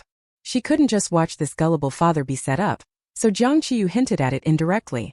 Jiang Nanshan was moved to pieces and nodded. All right, I'll swap in a gold bed and gold toilet seat for you, go rest. Jiang Qiyu was overjoyed and dashed off to see the gold toilet seat. She loved it. She just wondered if she could still poop on it. Jiang Yifan stood there a bit dazed. Why didn't his sister warn him? After returning home, Jiang Ziran took Lin Qi's call. Only then did she learn Lin Qi's room card had been confiscated. She had thought Jiang Nanshan was too good to Jiang Qiyu and wanted Lin Qi to climb into his bed to take photos to control him. She didn't expect to be discovered. How was she discovered? She couldn't fathom it. Lin Qi was useless now, so Jiang Ziran immediately blocked her. It's all because of Jiang Qiyu that everything slipped out of her control. Even Big Brother was harsh with her today. Once someone goes on a variety show, you can't let them go. He Nanxing would also be on the show New Hopes for Life. With Jiang Qiyu treating He Nanxing so poorly, If she goes on the show, she'll be torn apart by his fans. Once enough. Fans boycott Jiang Qiyu, she'll have to quit the show. Oh, and her fifth brother is going on the variety show too. He's the youngest, the easiest brother for her to manipulate. Jiang Qiyu is definitely doomed. That night, in a spacious flat, a cool, handsome man stood by the floor-to-ceiling window, his pretty peach blossom eyes full of endless obsession. He sent his manager a WeChat message. I want to join the variety show Life's New Expectations. The manager immediately called. What? President Meng, you want to join a variety show? Didn't you never participate in any shows? Meng Qian traced the glass with his jointed fingers, his voice cold. Arrange it. The manager didn't dare ask more. He knew Meng Qian's personality and could only obey. After all, Meng Qian was his boss. After hanging up, the man held his phone with translucent, knuckled fingers and murmured, Chi-Chi, I've finally waited for you. Chapter 13. How does this woman's mouth manage to turn every sentence into a scandal? Hey, Jiang Qiyu, wake up. An irritated male voice sounded. Jiang Qiyu turned over and tried to keep sleeping, but when she rolled, she hit her head on the car window. Hurt, so she gritted her teeth and finally opened her eyes, looking at the culprit, the director of Life's New Expectations, Qin Xia. Why are you waking me? Early ejaculation director, she said angrily. Who would blame her? She had flown into this small city yesterday and was pulled up first thing this morning to record the show. It felt like her coffin lid had been pried open. Qin Xia thought he had misheard and widened his eyes. What? What did you call me? Qin Xia wasn't very old, but he rose to fame early and was well known, so any celebrity on his show treated him with respect. No star who got into his production car had ever slept the whole way without even greeting him. Keep in mind, Jiang Qiyu was a little bit player, and the live broadcast had already started. Everyone else in the car was trying to get camera time and exposure, but she shut her eyes and wouldn't open them. Seeing this bit player annoys me. How did she even get onto this show? Dig up her financier. Whoever backs her will find out. Isn't she the crazy woman who shoved our Ziran sister into the pool that day? How is she still alive? Sleeping as soon as she gets on. What kind of diva act is this? Our popular Shu fan sister never did this. If it weren't for that face, I'd puke whenever I see her. Don't look at her. I'm just here for my Nansheng brother and Woohoo brother. Wait, did I hear wrong? What did Jiang Qiyu just call Director Qin? Wasn't it? Early ejaculation director. Is that what I think it is? Did she really just say that? Jiang Qiyu impatiently scratched her head. I called you early ejaculation director. So what? Every time he sleeps with his girlfriend, he ejaculates early. When told, he snaps back angrily. I'm not premature. I just don't want to waste time on you. So, his girlfriends last only a short while, less than 3 minutes, and he's all talk. Because Jiang Yifan only asked him to help look after Jiang Ziran and Jiang Woohoo, he figured Jiang Yifan didn't like him. As soon as he boarded the car, he was glaring at me, rolling his beautiful sleeping face's eyes 18 times at me. At that moment, Jiang Woohoo, who had been playing games in the back, tipped his baseball cap up. Who's talking? Who's the one with premature ejaculation? His gaze shifted to Qin Xia, then to Jiang Qiyu. It was as if he could hear the inner thoughts of this so-called biological sister. Not sure, listen again. At that moment, everyone in the car turned to look at Qin Xia. Qin Xia jumped up in the car, pointing at Jiang Qiyu angrily. What nonsense are you spouting? Huh? Jiang Qiyu shrugged. Tisk, look at you, you're flustered. You've been triggered. Qin Xia's face turned ashen as he looked at the others in the car. Don't listen to her, it didn't happen. I have plenty of time. Plenty of time. As long as 5 minutes. The more he explained, the more it sounded like a cover-up. Everyone in the car wore different expressions. It was entertaining. On the stream comments. Holy shit. I actually think what Jiang Qiyu said might be true. Look at Qin Xia's face. Ha ha ha ha, he definitely has premature ejaculation. I'm cracking up. Flowers wilt and bloom again. But if you've got pee, I'll have to leave. Wait, how does Jiang Qiyu know this? Has she slept with him? Or is it insider info? I lean toward insider info. I saw a gossip account say she's head over heels for he Nansheng. Jiang Qiyu. Not sleeping with him one bit. Soon, new hopes for life hit its first trending topic. Hashtag Jiang Qiyu exposes Qin's for hashtag Jiang Ziran smiled at Jiang Qiyu. How dare she expose the director's flaw? Just wait for the director to give her a hard time. He Nansheng had been slapped by Jiang Qiyu at the banquet last time and now found her irritating. He stood up and sternly scolded. Jiang Qiyu, what are you saying? How can you spread such sexual rumors about the director? Brother Nansheng is so righteous. Spreading sexual rumors is despicable. I can't believe some people actually believe it. Someone stood up to defend him. Qin Xia shot a grateful look their way. Then Jiang Qiyu laughed lazily. If it's a rumor he knows about himself, just like you, when you stand up you don't have 8 centimeters, only you know that, right? He Nansheng the short. He Nansheng. Qin Xia. Crazy. Insane. That lunatic is losing it again. For real? He Nansheng standing up is less than 8 centimeters for real. How does this sister keep dropping these juicy bits? Look. At He Nansheng's eyes he's totally shaken. Ha ha ha ha, how does Jiang Qiyu even know this? Maybe she spied on him? A bit pervy, but something she could do. He Nansheng never expected Jiang Qiyu to be this deranged. And he'd never slept with her. How would she know? Could she have planted a camera in his house? This woman really is head over heels for him. He snorted coldly. I know you like me and that you wanted to get my attention, but I'm destined to be a man you can't have. Qin Xia. Still, would Jiang Qiyu like someone whose erect length is only 8 centimeters? Fellow sufferers of fate. Qin Xia immediately saw that He Nansheng's heart was even weaker than his manhood. Jiang Qiyu was so amused she laughed. She rolled her eyes at him. No mirror at home? Always gotta pee, right? What does Jiang Qiyu mean? She's telling He Nansheng to look at how short he is while he pees. This sister is savage. When there's gossip she spills it. Are you all really buying this? I don't believe it. I've seen Brother Nansheng in swim trunks before. It was a sizable package. At that moment, New Hopes for Life had a second trending topic. Hashtag Jiang Qiyu celebrates short hashtag. He Nansheng clenched his teeth in anger, his face darkening. Qin Xia twitched at the corner of his mouth and had to change the subject. Jiang Qiyu, I meant. Well, don't sleep anymore. Getting up early is good for you. Jiang Qiyu yawned. If getting up early benefits me, I hope it's a Ferrari. Qin Xia. Qin Xia really couldn't continue talking with Jiang Qiyu. He now regretted waking her up. Once awake, Jiang Qiyu couldn't fall back asleep and asked Qin Xia. Director Zhao, where are we? Heading now. Qin Xia clenched his little fist. Qin. My surname is Qin. We're going to the airport to pick up the last guest. Then we'll head to the place where we'll be staying for this episode. New Expectations for Life announced a few days ago that a mysterious guest would join. Netizens had been guessing who it might be. Is it finally happening? I'm so excited. Who could it be? Anyway, everyone I like is already here.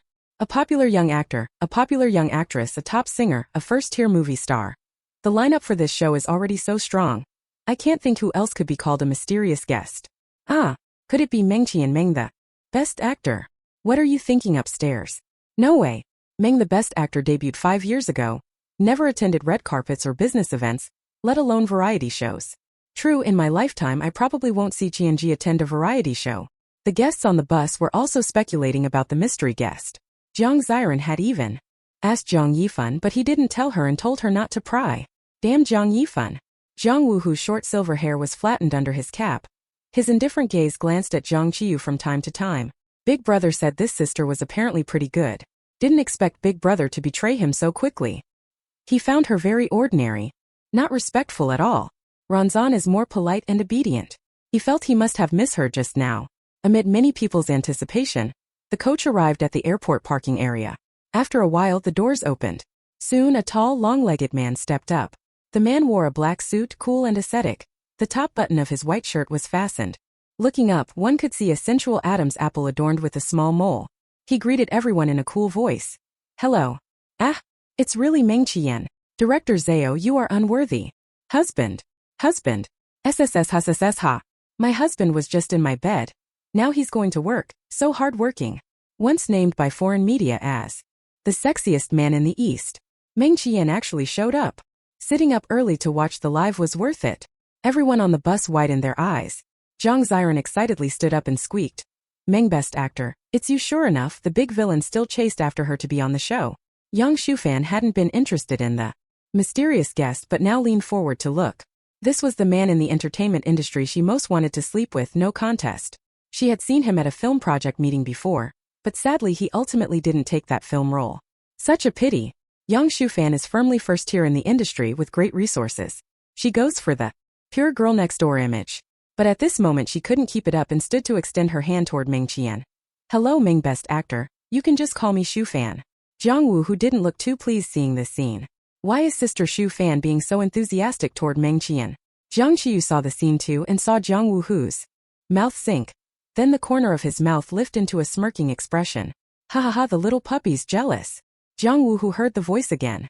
Little puppy, who are you calling that? Chapter 14. Her gaze is pretty good. Jiang Wu, who was still thinking who the little puppy referred to. Then another voice continued. Originally Yang Shufan wasn't supposed to be able to come on this variety show, but she saw it was going to blow up, so she went to get close to Jiang Yifan.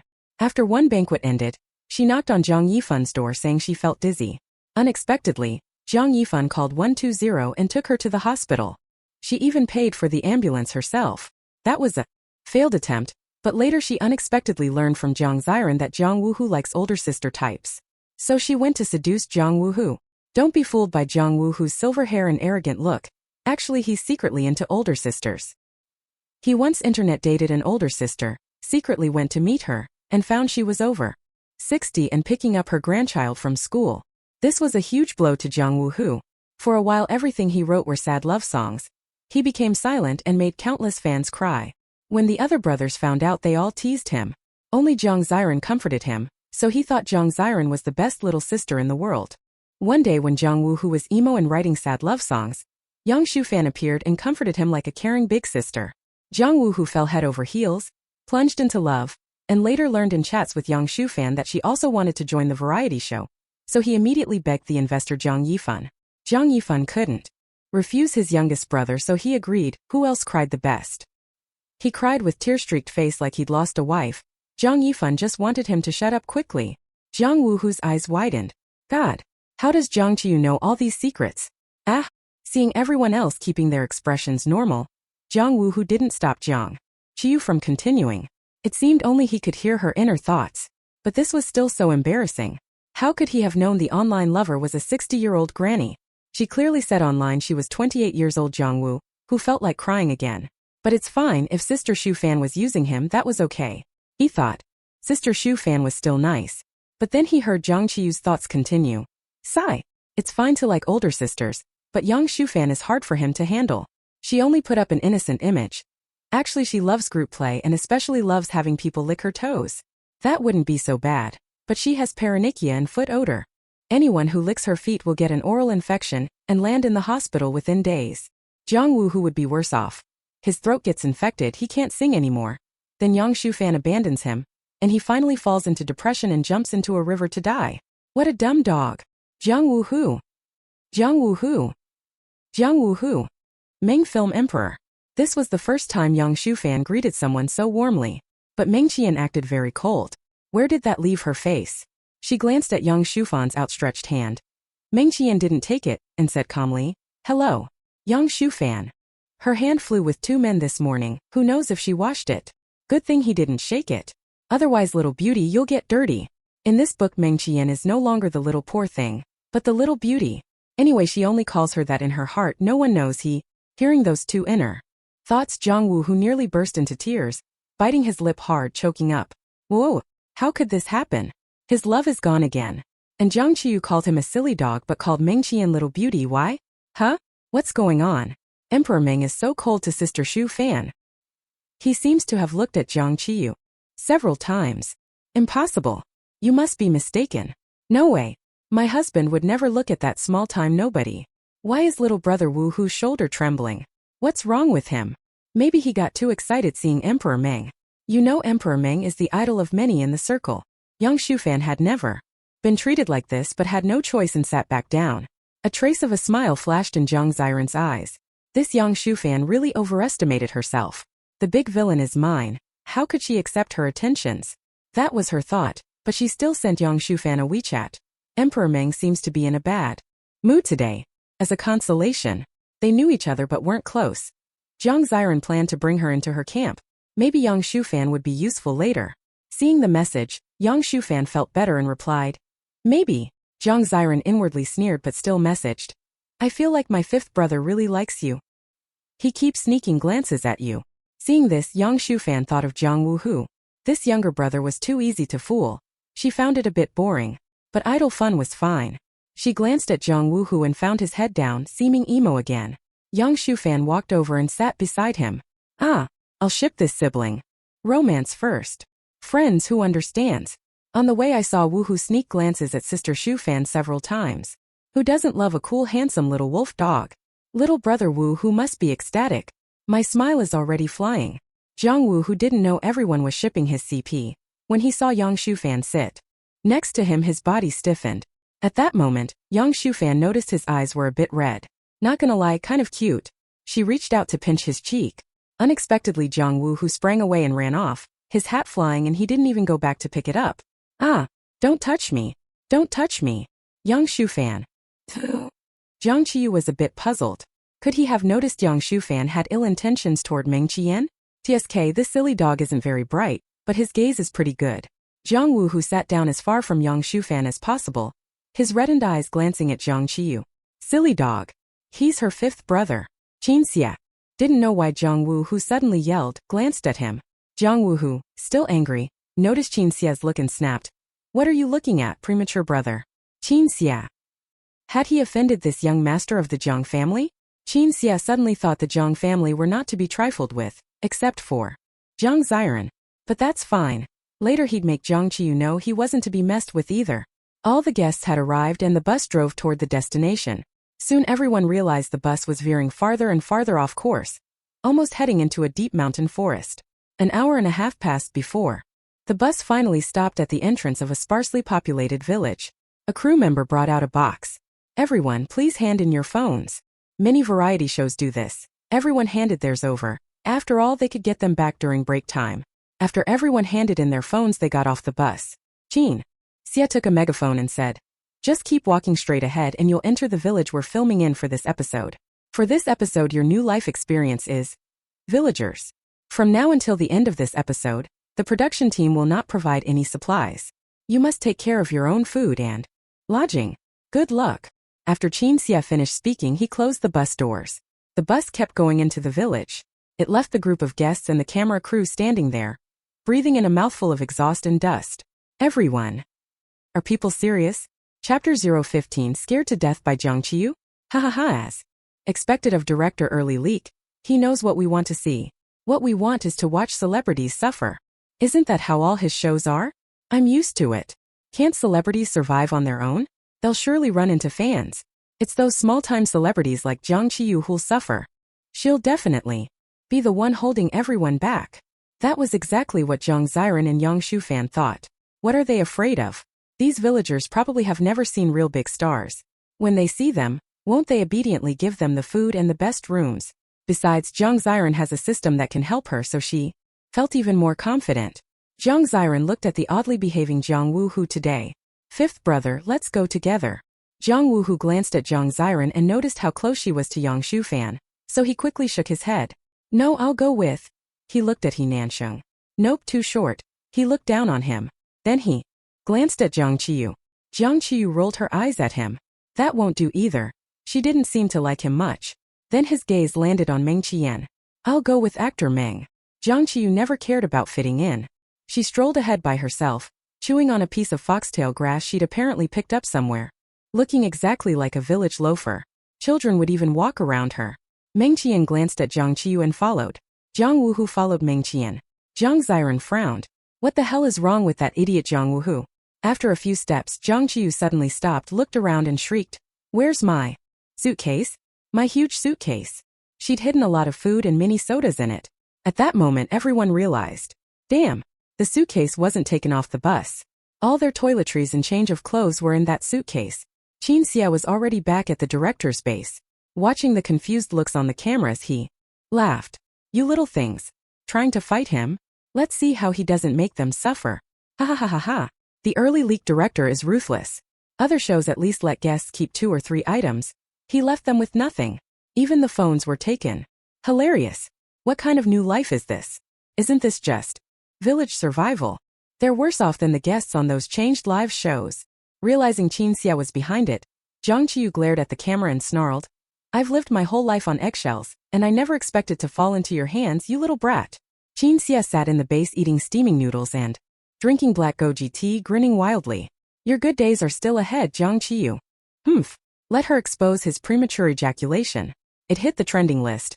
His mom had just called him, telling him to go see the old Chinese doctor. His face was ruined. Several ex-girlfriends even posted veiled digs at him on Weibo. Infuriating. There was nothing to be done, it had happened. People swore at him in private but had to accept it on the surface. Young Shufan was a little annoyed. She had a box of condoms in her suitcase. They'd be useless now. A rutted road stretched without end. After about half an hour's walk, they finally saw an old man sitting at the edge of a field. As they approached, they noticed a sign beside him. In this place you can earn village currency gold coins. Prices are roughly 1 bun per coin. Clearly, this was an NPC arranged by the production team. Everyone had been grabbed early that morning, and by now were starving, their chests pressing against their backs from hunger. Jiang Qiyu was so hungry she felt she could eat 2 pigs in one bite. She was about to ask what was going on when Jiang Ziran beat her to it. She asked in a coquettish voice, "Grandpa, may I ask how to earn these gold coins?" The old man wore a straw hat and acted indifferent, head down, ignoring Jiang Ziran. Jiang Ziran stood there awkwardly stunned. The system's voice rang in Jiang Qiyu's mind. Ding! Gossip incoming. Jiang Qiyu's eyes narrowed. Holy crap! This old Wang isn't simple at all. He slept with Aunt Zhang, then Aunt Li, and in the end even had a go with Aunt Li's husband. Out in the field, he overdid it today and fell asleep. He told all 3 women he only loved them. He's a double-plug old heartbreaker. His wife was completely fooled, thinking he went to water the field in the middle of the night. Jiang Wu, whose delicate face creased as he looked at the old Wang. Are the villagers that promiscuous? Jiang Qiyu smiled and walked over, shouting, "Hey, old dang, spill some coins." The old Wang jumped at the shout, opening his eyes and nearly falling off his little stool. Jiang Qiyu, that crazy woman. I'm stunned. How dare she call a decent old man old dang? Ha ha ha ha ha, but the old man ignores anyone who speaks nicely to him. Don't you know to respect the elderly and care for the young? Get her out of showbiz. These villagers aren't to be messed with. With that premature ejaculation director wanting to prank the contestants, things just got harder. The old man won't hit anyone, right? I believe. If the old man moves, the director definitely won't stop him. He'll applaud. Old Wang woke up, lifted his straw hat, remembering he'd taken a role today, and the director told him to improvise and make it as difficult as possible. He shot an annoyed look at Jiang Qiyu, then glanced at the people behind her and deliberately asked, "What are you people doing here?" Jiang Ziran wanted to perform more for the show and hurriedly answered, "Grandpa, we're celebrities here to film a program." Before she finished, the old man glared angrily, "Calling me grandpa? I'm only 65. In my prime. Call me big brother." Jiang Ziran. Jiang Qiyu shoved the obstructive Jiang Ziran aside. "Old dang. How exactly do you earn coins?" Old Wang flared his nostrils in anger. "Who did you call old dang? Have you no manners? Get out. Our village doesn't welcome you." Jiang Qiyu lounged back and swept a foxtail grass across the old man's face. "TSK, you still haven't washed the field mud off from last night. Hey, Aunt Li's here. Aunt Zhang's here too. The system has now given up on lying. Flat. The host's mouth just can't be controlled." The moment those 2 lines came out, old Wang's pupils widened and he quickly turned to look. But he saw nothing, only Jiang Qiyu's bell-like laughter in his ear. Good heavens! How did that girl know about last night? Old Wang was very concerned about face. If what he did was found out, wouldn't his face be completely ruined? So he lost his swagger and said weakly to Jiang Qiyu, You, look. For yourselves." Saying that, old Wang flipped over the sign that had been by his foot. Jiang Ziran, Yang Shufan, and he Nanxing were all stunned. What did Jiang Qiyu just say? What did she mean? How did this old man just give in like that? Scared silly by Jiang Qiyu's freakout? What do you mean, Li auntie, Zhang auntie? What's this about? I'm telling you, the village is so messy. My grandma always tells me gossip. Every time my pupils practically quake. I feel sure Jiang Qiyu knows this old man's dirt. What else does that dead girl Jiang Qiyu know? At this moment Jiang Qiyu didn't know that her exposing Qin Xia's premature ejaculation had been confirmed, overtly and covertly, by several of his ex-girlfriends. She'd successfully gained a wave of haters who loved to spectate. While everyone scolded her, they also gorged on the drama. Her dormant Weibo now had a full 1,000,000 followers. She'd only been in the circle a year and had 50,000. A few days ago, one shove that pushed Jiang Ziran into the water gained her 200,000 new haters. In other words, she gained 300,000 followers in just a few hours this morning. This made her agent Li Lin ecstatic. She always knew Jiang Qiyu could do it. If Jiang Qiyu's mental state could be a bit more stable, that would be even better. On the scene, everyone looked at that sign. A few crooked lines were written on it in black pen. Dig 1 plot of land, 3 gold coins. Harvest 1 mu of corn, 3 gold coins. Carry 1 load of manure, 3 gold coins. After reading it, everyone was stunned. Having glamorous celebrities do farm work might be one thing, but carrying manure, what's with that? Yet obviously among the 3 jobs, carrying manure seemed the most profitable. After all, digging a plot would certainly take several hours, and harvesting corn similarly. Jiang Ziran's eyes shifted as she looked at Jiang Qiyu. You grew up in the countryside, right? You should be good at carrying manure. Jiang Qiyu smiled faintly and modestly said, No, nothing. Your mouth is much better at spewing crap than mine. Chapter 016. Young people really have endless energy. Did they bless that dead girl Jiang Qiyu's mouth? Jiang Qiyu's insults are on another level. She insulted someone again. Did we offend her? We were just trying to warn Ziran kindly. Stop spraying crap upstairs. Did you just come out of the toilet full? I can't imagine the most sensual man in the East, Meng Qian, carrying manure. Ha ha ha ha. Can you imagine topstream cool singer Jiang Wuhu carrying manure? He must regret coming on this show. Jiang Wuhu wasn't regretting it. He grew up in a wealthy family and had always longed for rural life. Everything here felt novel to him. He even asked excitedly, Carry manure? Carry it where for? Jiang Qiyu looked at him and answered, To eat as dessert. Jiang Wuhu.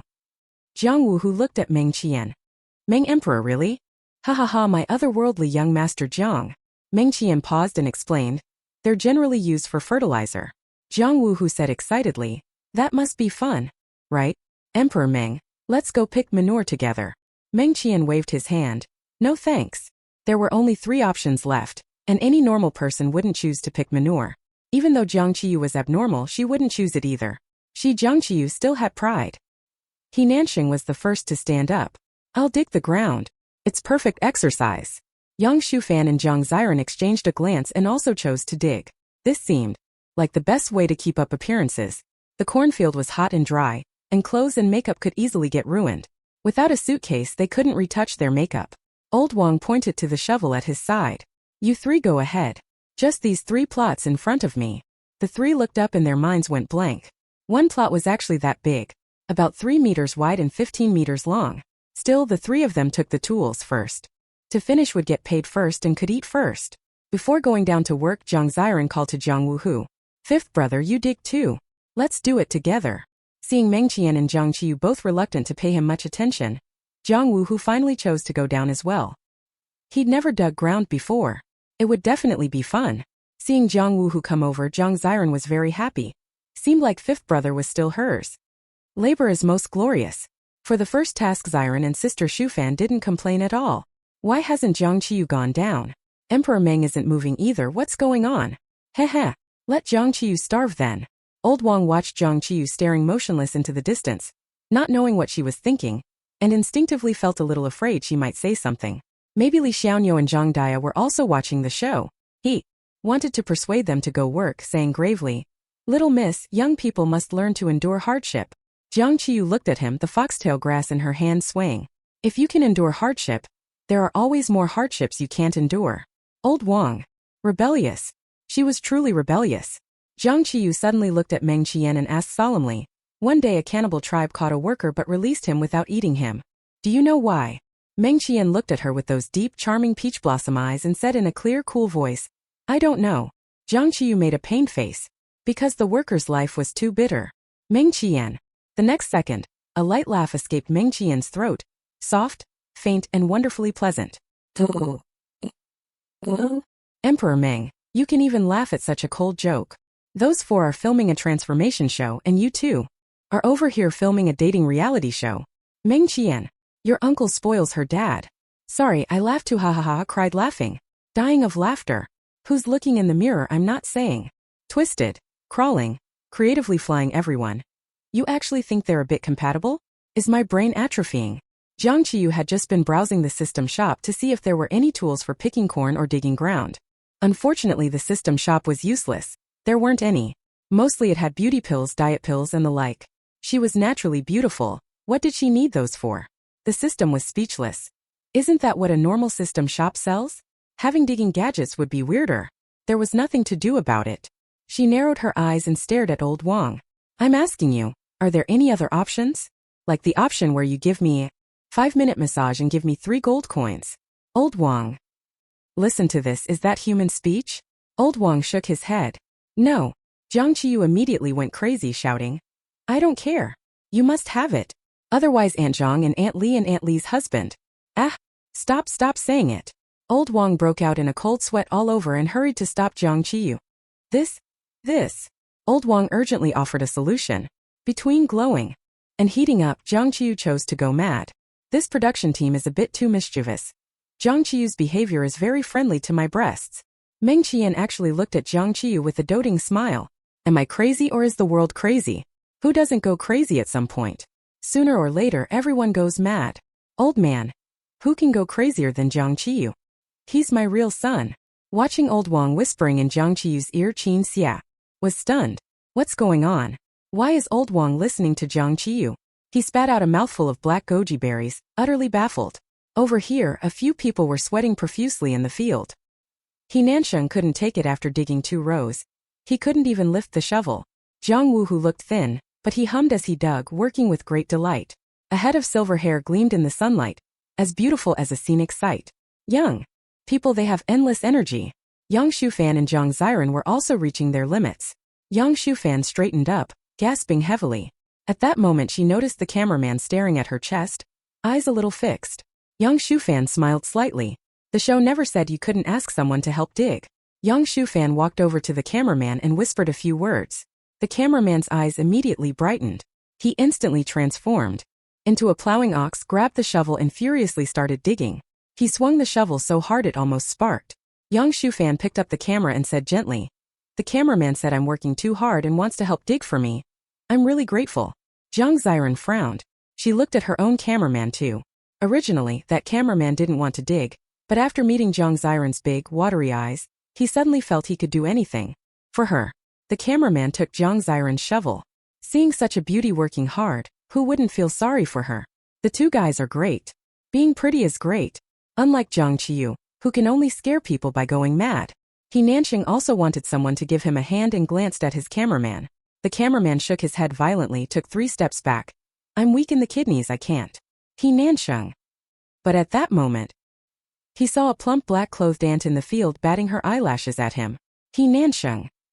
Jiang Ziran quickly noticed that Jiang Qiyu and Meng Qian were missing. She was puzzled when she suddenly heard a whooshing sound from afar. Soon, everyone saw Jiang Qiyu arrive driving a harvester. Sitting beside her was Meng Qian. The cold, handsome man was holding a hat to shield her from the sun.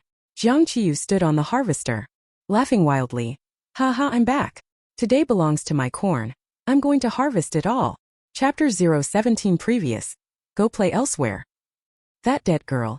I thought she eloped with Meng Qian. Where did she get a harvester? Could it be that the old man gave it to her? Damn. Look how worthless Meng Qian looks.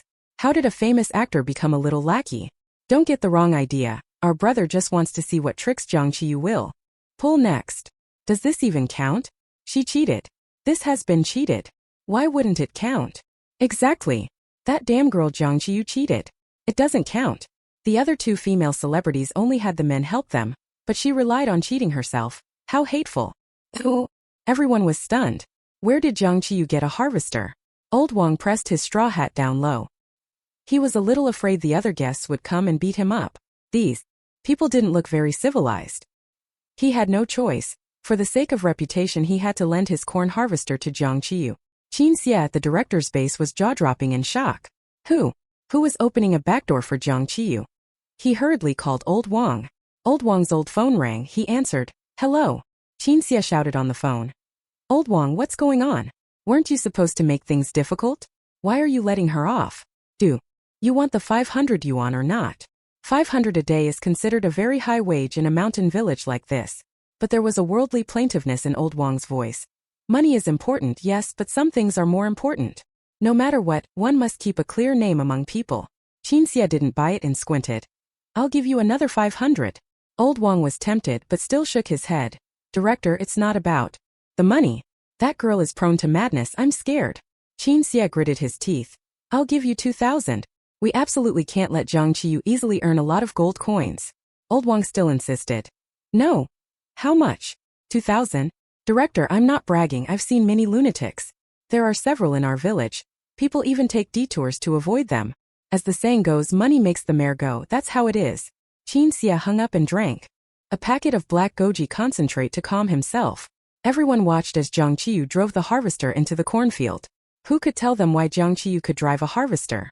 The system was curious. Host, where did you learn this skill? Jiang Qiyu replied lazily. Life's hard versatile skills. Where did she learn it? Of course in her past transmigration worlds. The afternoon sun was strong. The girl's pretty forehead beaded with sweat, looking lively and bright in the sunlight. Meng Qian sat beside her like a bodyguard, like a knight.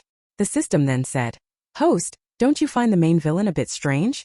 The harvester advanced steadily, a swath of corn stalks collapsing with a land-conquering momentum. No, she said. Hilarious. Jiang Qiyu hadn't noticed at all. Her mind was only on eating. The system stroked an imaginary chin. If he isn't clinging to the female lead, why is he clinging to you? Jiang Qiyu rolled her eyes. You're the system, you ask me? How would I know? System. Jiang Qiyu casually glanced at the main villain sitting next to her. Suddenly her eyes flashed. I know now. The system jolted. Why? Why? Jiang Qiyu was full of righteous indignation. Of course. He's the main villain. The kid is full of schemes. He wants to mooch my gold coins. Thank goodness I noticed in time. System. You know nothing, der. Could the big villain be that kind of person? Jiang Qiyu kept harvesting the corn, her pretty eyes flicking to Meng Qian again. In the sunlight, the girl's eyes glittered like gems. Meng Qian felt his heart race a little under her gaze. Then he heard Jiang Qiyu thinking, how can I get him to get down? He can't just come take my coins. Or pretend to accidentally kick him. Jiang Wu, who heard that thought, lifted his chin to look at Meng Qian, a schadenfreude smile appearing at the corner of his mouth. Good idea. Give him a kick. Make him stop being a tagalong. He should go dig the ground. If not, make him carry manure. Looking at his little arms and legs, he probably can't even dig. If he has to carry manure, he'll never get rolls again. He'll become pitiful. What to do then? After thinking it over, Jiang Qiyu leaned toward Meng Qian and whispered, Don't you want to work? Meng Qian actually could go dig, but he didn't trust Jiang Qiyu to run the harvester alone. He blinked. His long lashes fluttered like a butterfly's wings in the sun, very handsome. For no reason, Jiang Qiyu's heart softened. Such a delicate little beauty. It's unbearable. If he won't work, fine. Before Meng Qian could answer, Jiang Qiyu smiled and said, If you don't want to work, that's fine. I can split my coins with you. Jiang Wu who? He wants them too. Meng Qian's eyes flashed. In a magnetic voice he asked, You'd give me coins? Jiang Qiyu nodded. Yeah, but when you get the phone, give me 100 yuan per coin. How about that? Meng Qian. He stood there stunned for a moment. Seeing his expression, Jiang Qiyu instantly wondered, had she priced it too high? This person. She didn't say he couldn't bargain. She blinked. I'll take you as my friend. If that's too much, then 5. Done. Meng Qian's voice was clear and steady. Jiang Qiyu immediately grinned happily. Today I'm going to harvest all the corn in this village. Meng Qian's affectionate peach blossom eyes curved slightly. All right, my corn princess. My corn princess? So doting. I'm going crazy. Meng Qian, mom won't allow this. Someone wake me up. I'm really shipping them. She's so practical. 1 coin for 100 yuan. If it were me, it'd be at least 1,000. Take advantage of Meng Qian's love-struck brain. Make him bankrupt. The aloof, celibate film emperor versus the goofy, crazed, small-time celeb. Who's shipping them, I'm not saying. Anyway, not me. Jiang Qiyu doesn't even look interested in men. Soon, #cornprincess trended. It placed second. Right after Meng Qian appears on New Hopes for Life #. The group of people nearby digging were all stunned. They watched Jiang Qiyu finish harvesting an acre of corn in no time, whereas they'd been working hard for half an hour and hadn't dug even a tenth. Jiang Wu, whose eyes widened, and he shouted, Corn Princess, can I play too? He couldn't care that he didn't really like her before. The harvester looked way too fun. Jiang Qiyu waved her hand. No. Jiang Wu, who looked aggrieved. This little sister is so cold. Wah wah wah. Jiang Ziran ground her teeth until they almost broke. Damn, Jiang Qiyu actually managed to get a harvester. What on earth did she trade with? That old bastard? Young Shufan showed disdain. Looks like she bribed that old man? She can do that too. He Naoxing was speechless. How come he'd never noticed Jiang Qiyu was so clever before? Jiang Qiyu's plan was delightful. It was harvest season now. From a distance, the villages, cornfields stretched for hundreds of mu. If she finished harvesting them all today, wouldn't she be rich? No more worrying for the days to come. She could just relax until the show ended. The more she thought about it, the happier she got, and she laughed out loud. Ha ha ha. Hey, old dang. Why are you standing in front of my harvester? Go play somewhere else. Old Wang still wore his straw hat, but he had a loudspeaker. Just a reminder. You can harvest at most 2 mu of corn. You won't get extra pay for more. What? Like a bolt from the blue, Jiang Qiyu's eyes widened. Old Wang nodded. That's right. Rules are rules. He had already messaged Li Xiaonyo and Zhang Dia, and Zhang Dia's husband Wang Dachuan, telling them not to leave their homes for the next few days. A crazy woman had come to the village. As long as they stayed indoors, Jiang Qiyu couldn't contact them and her leverage would be gone. He was really clever. The system told Jiang Qiyu what old Wang had done. Furious, she jumped off the harvester. What is this? So I can only earn 6 gold coins? 6 coins only buy 6 buns. Not even enough to fill my teeth. The people nearby saw her deflated and almost laughed for a moment, but quickly stopped. At least Jiang Qiyu could buy 6 buns. They hadn't even seen the shadow of one. Chapter 018. Jiang Qiyu pulls the rug out from under them. Jiang Qiyu received 6 gold coins and faithfully gave Meng Qian 1 coin. With the rest she bought 5 fragrant meat buns. Because everyone had to act together, she couldn't leave yet. So she sat at the edge of the field eating buns and watched the others work. The scent of the meat buns drifted into the field on the breeze and nearly made the workers drool. Meng Qian looked at the coin in his hand and didn't buy a bun. He put it into his pocket. His knuckly hands unbuttoned the white shirt, picked up a nearby shovel and started digging. Teacher Baomi is so particular. Even the movie king shouldn't suffer because of her. Poor man, unlucky for life. I think Zhang Baomi understands that. That damned girl Jiang Qiyu has lost her given name. The movie king went to work in the field. Is he trying to earn coins to support Teacher Baomi? No way. The movie king didn't even eat. Who would have thought Jiang Qiyu only gave him 1 coin? The 5 meat buns barely filled her stomach. Jiang Qiyu picked up Old Wang's purple clay teapot used for brewing tea and started drinking water from it. Old Wang. Old Wang knew how to enjoy himself. He brought a reclining chair from home to watch the guests work. He brewed another pot of tea, took a single teacup and drank. He purposely brought only 1 cup. So no one could share his tea. Unless they didn't mind his saliva, that is. Unexpectedly, Jiang Qiyu pulled a bold move. She used his purple clay teapot as a teacup. It was completely unforeseen. After finishing the tea, she felt much better. Then her gaze fell on Old Wang's reclining chair. Old Wang's eyes widened and he pressed his body tightly against the lounge chair. Don't even think about it. I would never give you the chair. Jiang Qiyu no longer had anything to use to threaten him, so he wasn't afraid. But unexpectedly, Jiang Qiyu, who had been fine a moment ago, suddenly rolled her eyes and fell straight to the ground, as if she had fainted. Old Wang was startled. Oh my, could she have heat stroke? After all, these people were pampered little celebrities who weren't used to being exposed like this. The director may have put him in a tough spot, but he wouldn't stand by and watch someone die. This action also frightened the viewers in the live stream. And Qin Xia. Although it wasn't loudly announced, Qin Xia knew Jiang Qiyu was a biological daughter of the Jiang family, and the investor in this variety show was Jiang Entertainment. If something really happened to Jiang Qiyu, he'd be in serious trouble too. He was frantic and hurriedly called Old Wang. Meng Qian, who was digging, saw this and reflexively dropped the shovel, striding over. Jiang Ziran and Yang Shufan were resting at the edge of the field because the cameraman was helping them work. Jiang Ziran sneered. Pathetic. Fainting is perfect. Hurry up and get sent to the hospital and quit the show. But even thinking that, she still stood and somewhat alarmed called out, Sister, what's wrong? Many people knew Jiang Qiyu was Jiang Ziran's distant elder sister. He Nanxing also put down his shovel and walked over. Would they need him to do mouth-to-mouth? He had to consider that. Old Wang's old phone rang, but he didn't even have time to answer. He hurriedly stood from the lounge chair and panicked went to check on Jiang Qiyu. But at that moment Jiang Qiyu, who had been slumped on the ground, sat up startlingly. With one leap she jumped from sitting on the ground onto Old Wang's lounge chair. Then she lay down, closed her eyes, grabbed the big hat that fans had given Meng Qian earlier when he took the harvester, and pulled it over her face. She slept very peacefully. The whole move was seamless, smoother than a dove. Chocolate. Old Wang. Meng Qian. Qin Xia. The others. Are you kidding me? Keep acting. Who can act better than you? Living daddy. For a moment I suspected it, but I just saw her body twitch and I really believed it. Jiang Qiyu, you little death girl. From now on we're sworn enemies. Look how worried Meng Qian was, like he flashed away. Isn't this acting Oscar-worthy? Oscar, come apologize to me. Others pretend to be crazy.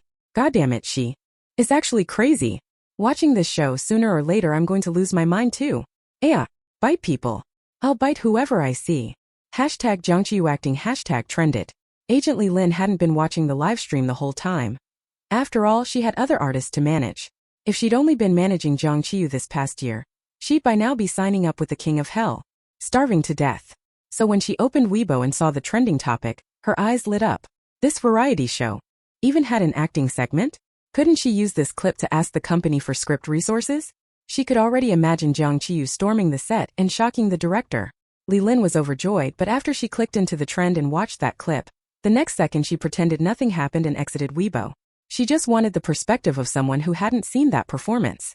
Su Renmin was still very busy now. She was getting her makeup done backstage at a business event. With nothing to do, she was scrolling Weibo and came across that clip. She smiled with relief. As expected of my daughter. Such great acting.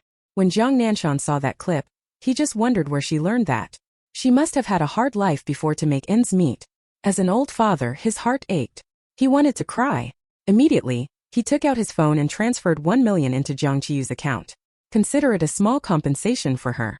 However, the other brothers who saw the clip all thought Jiang Qiyu was too shameful. Luckily, they all denied that Jiang Qiyu was their sister. Otherwise, they wouldn't be able to hold their heads up ever again. Jiang Wu, who actually found Jiang Qiyu quite entertaining on the scene. But Jiang Ziran walked over to his side and whispered, "Fifth brother. I think sister is being a bit mean. That old man is pretty pitiful too, so old." Jiang Wu, who said nothing and kept digging. He's got to fight for his meat bun. Jiang Qiyu didn't care at all what others thought of her. Her motto was to forget personal dignity and enjoy a life of shamelessness. When she woke up, she found the others were still working. She clicked her tongue twice and complained, "It's just one patch of land. Is it that hard to dig?" He Nansheng was digging at the edge and heard her snapping. "Easier said than done. You come down and try digging." Jiang Qiyu bared her teeth. "Ugh, hard pass." He Nansheng. Taunting doesn't work on her now? Old Wang sat on the ground sighing from time to time.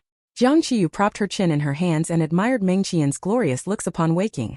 The man wore only a white shirt, 2 buttons undone, revealing a stretch of pale, elegant collarbone. A bead of sweat slid down his jawline, passing over a small bewitching mole on his sexy Adam's apple, full of sexual tension. There was a feeling as if he'd just finished some kind of exertion. He had finished digging a patch and was walking over from the other side, sunlight falling on his shoulders, his damp fringe glinting, looking like a character stepped out of a comic. Even in the field, it didn't affect his nobility and ascetic aura at all. Handsome. Really handsome. Jiang Qiyu sighed. Old Wang tilted his chin. "I know I'm handsome. The little girl has poor character, but her taste is pretty good." Jiang Qiyu. Jiang Qiyu expressionless. "Old Wang, your urine is matte, right?" Old Wang. Jiang Qiyu rolled her eyes at Old Wang and casually asked, "Is there only a restriction on harvesting corn here? What about digging and carrying manure? This kind of hard labor can only be done by people." Old Wang wasn't worried Jiang Qiyu could get any tools. He answered, "No restrictions on digging or carrying manure." Jiang Qiyu rubbed her chin, about to say something else. The sunlight in front of her was blocked. She looked up. She heard Meng Qian's low magnetic voice. "Come, I'll take you to buy buns." Chapter 019 Professional Cameraman Jiang Beimi at your service. When the other guests were only eating their first bun, Jiang Qiyu had already eaten her 7th. Don't even talk about how delicious it was. Meng Qian earned 3 gold coins, 2 of which he used to buy her sauerkraut buns. Tired of meat buns, time for a change of flavor. Damn, with this best actor, won't he get played like a dog by Jiang Beimi in the future? Unacceptable. Actor Meng so tall only ate 1 vegetable bun. My heart aches. Jiang Beimi. That was close, almost fell in love. Jiang Ziran and Yang Shufan immediately turned green with envy. Although they hadn't done any work either, the cameraman had done it all. They had waited a long time. Mainly, why was Jiang Qiyu favored by Meng Qian? Jiang Ziran couldn't take it and asked her system, "What's going on? Why did the plot change so much?" The system answered, "Maybe the big villain is using another method to get your attention." Jiang Ziran bit into a meat bun in annoyance. "Sure." The system added, "It could also be because your first encounter plot didn't play out, so the villain didn't form an emotional link with you. Find a chance to reenact that day's events and it should work." Although Jiang Ziran hated the system's second explanation, she had no choice. Then find a chance. She was determined to steal the villain back. Breakfast was finally dealt with, but by then it was already evening. There wasn't even time to worry about dinner now. They had to figure out where to stay for the night. The group finally entered the village. There were quite a few villagers, mostly old men and women, and a few scattered children. But there was no market to be seen, only endless fields and villagers' homes. Yang Shufan regretted coming on this variety show. The conditions were too harsh. When did she ever stay anywhere but five-star hotels? Seeing her pale face, Jiang Ziran took her arm reassuringly. Shufan, it's okay. The two of us can find a place to stay. These people must know us. He Nanqing was exhausted, covered in dust but confident. Yeah, there are lots of aunties over there. If we go and say who we are, someone will definitely let us stay. Villagers raise chickens, ducks, and geese. At night we can eat whatever we want. These three are famous, no need to worry. Looks like only Jiang Beimi is the least known one. No doubt Emperor Meng will be with her. How did that brat get Emperor Meng to notice her? Maybe his eyes are bad. The three of them strode confidently toward a tree where villagers were gathered and chatting. Jiang Wu, who wanted to go too, but seeing Meng Qian not move, he asked, "Shall we go?" Meng Qian glanced at the girl whose face was covered by a big hat and said in a dandan tone, "Let's see what's happening first." Jiang Qiyu didn't go over. She found a wooden stump and sat down. Wow, this is the village's FBI. Wonder if they know about old Wang's business. Some people were playing chess, some were chatting, and some were eating from bowls. The three stopped there with 3 cameramen. 2 of the cameramen were dusty and grimy, like they'd just come back from digging coal in Africa. They expected to be noticed quickly, but the villagers were indifferent as if they didn't see them. The 3 felt awkward. He Nanqing rubbed his nose and spoke first. "Hello, we're celebrities here to film a show." At that, the villagers looked up. A woman eating said, "You're celebrities? Do celebrities look this ugly now?" He Nanqing. Jiang Ziran stepped forward with a sweet smile. "You must know me and Sister Shufan, right? We'd like to borrow a place to stay for one night and have something to eat." She said it as if it were perfectly reasonable, as if they owed it to her. The eating woman looked them over and shook her head. "Don't know you. Jiang Ziran." She didn't believe it. She grabbed young Shufan. "Impossible. Take another look. Sister Shufan must know them, right? She's been in a lot of films." Hearing that, everyone started scrutinizing her seriously. Sure enough, a middle-aged man frowned and said, "She does look a bit familiar." Young Shufan straightened her back, eyes haughty, wearing the expression of, "I knew someone would recognize me." Then the middle-aged man continued, "Did you star in Jin Pingju?" Young Shufan's face changed drastically. "You're talking nonsense." "I never did." Everyone could tell he meant an erotic film. Jiang Qiyu looked over here and started enjoying the gossip again. Young Shufan really did film Jin Pingju. It was her debut. She thought those films paid well and would more easily attract pervy directors. She didn't expect that path to actually work out for her. That film of hers was also recalled. It's probably because this place is so remote they didn't get the news. Jiang Wu felt his young mind had been corrupted. Young Shufan grew extremely guilty and grabbed Jiang Ziran, moving forward. Forget it, we won't stay the night. We'll think of another plan." Why are they walking so fast? I guess this is a checkpoint set by the director. That middle-aged man is disgusting. How could our Shufan sister have been in that kind of film? These people have no taste. They don't recognize any of these big stars. Since the earlier people didn't recognize them, Jiang Qiyu wasn't foolish enough to ask if they knew her either. She walked up with Meng Qian and Jiang Wuhu following behind. Just then an auntie exclaimed excitedly, I know this one, I know him. Isn't he Meng Qian?" Jiang Qiyu halted, instantly wearing a cold, sinister smile.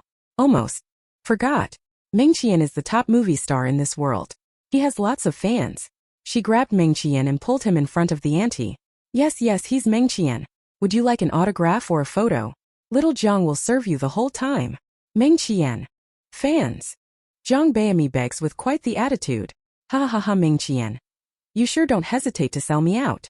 Meng Qian, my wife grabbed me, blushing. This world has finally become the crazy place I imagined.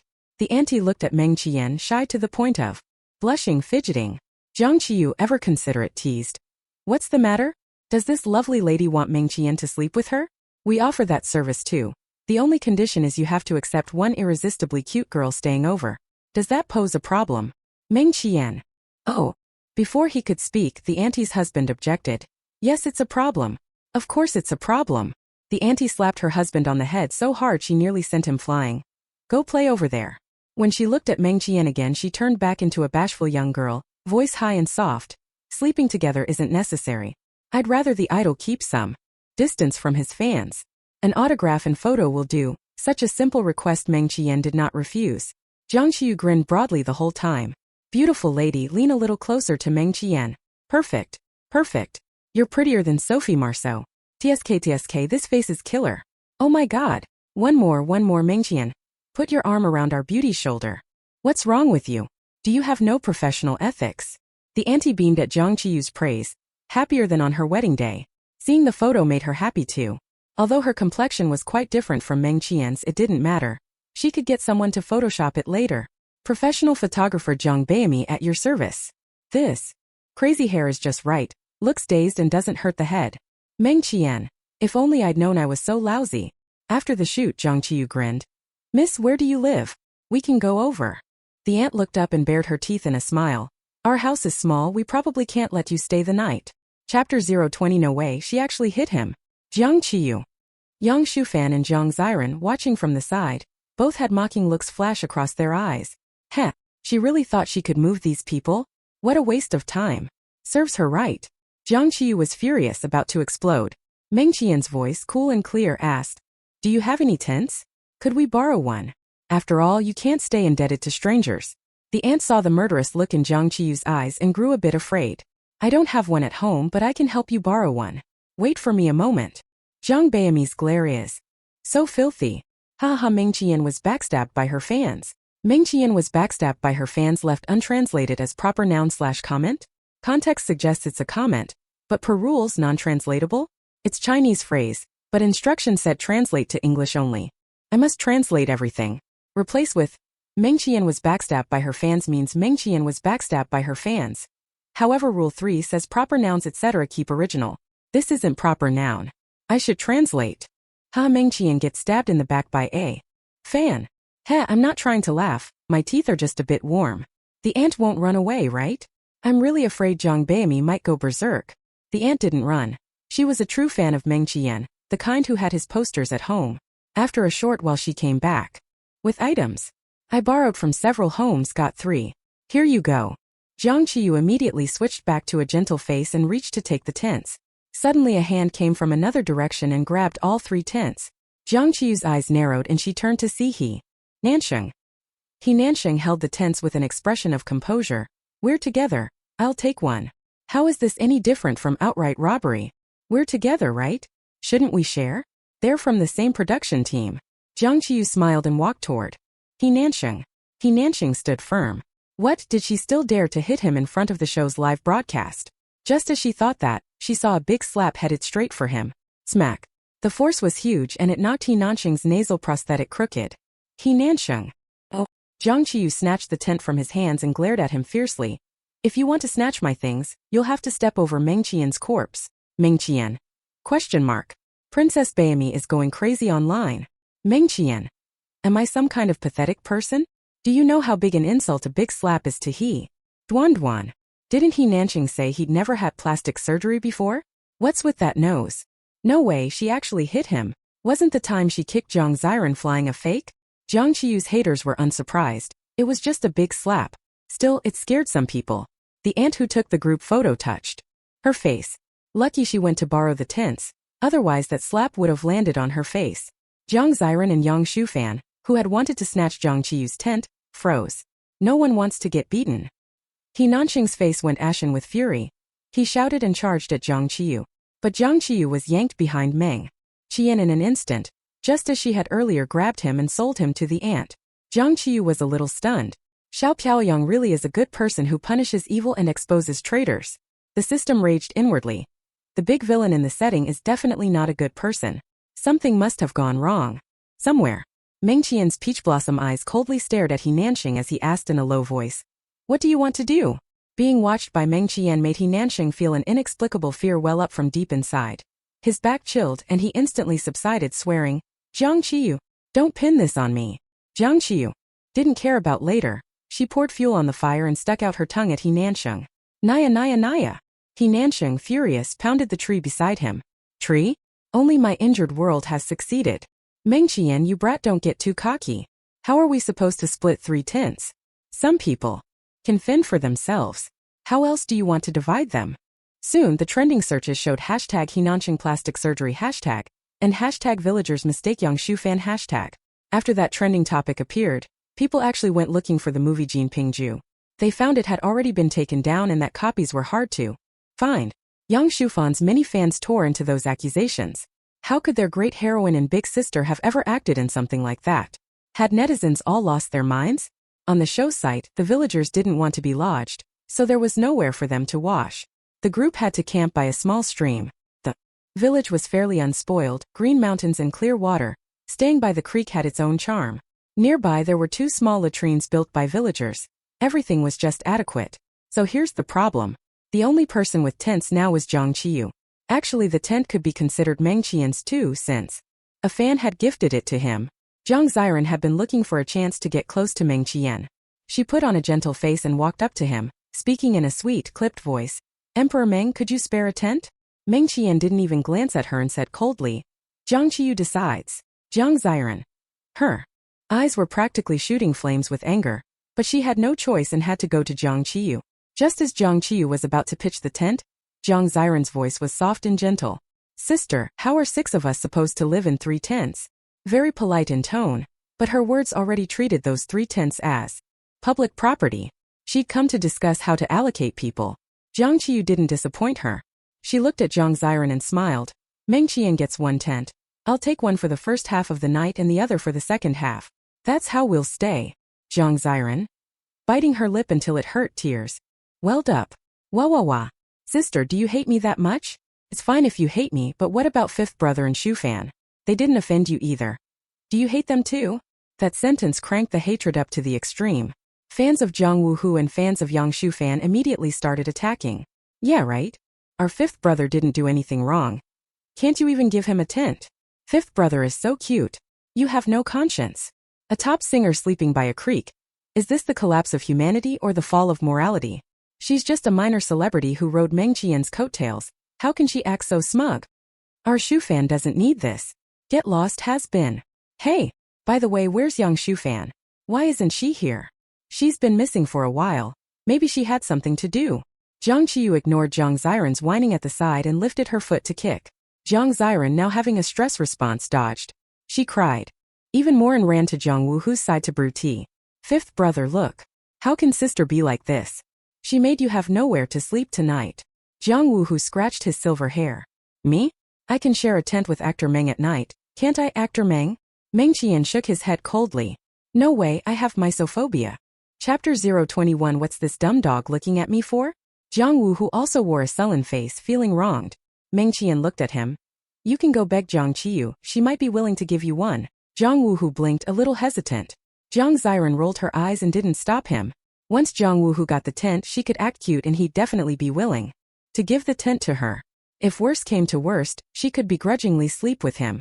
After all, she and Jiang Wuhu were blood siblings. After observing him all day, Jiang Wuhu found that his younger sister Jiang Qiyu was very different from how he had imagined.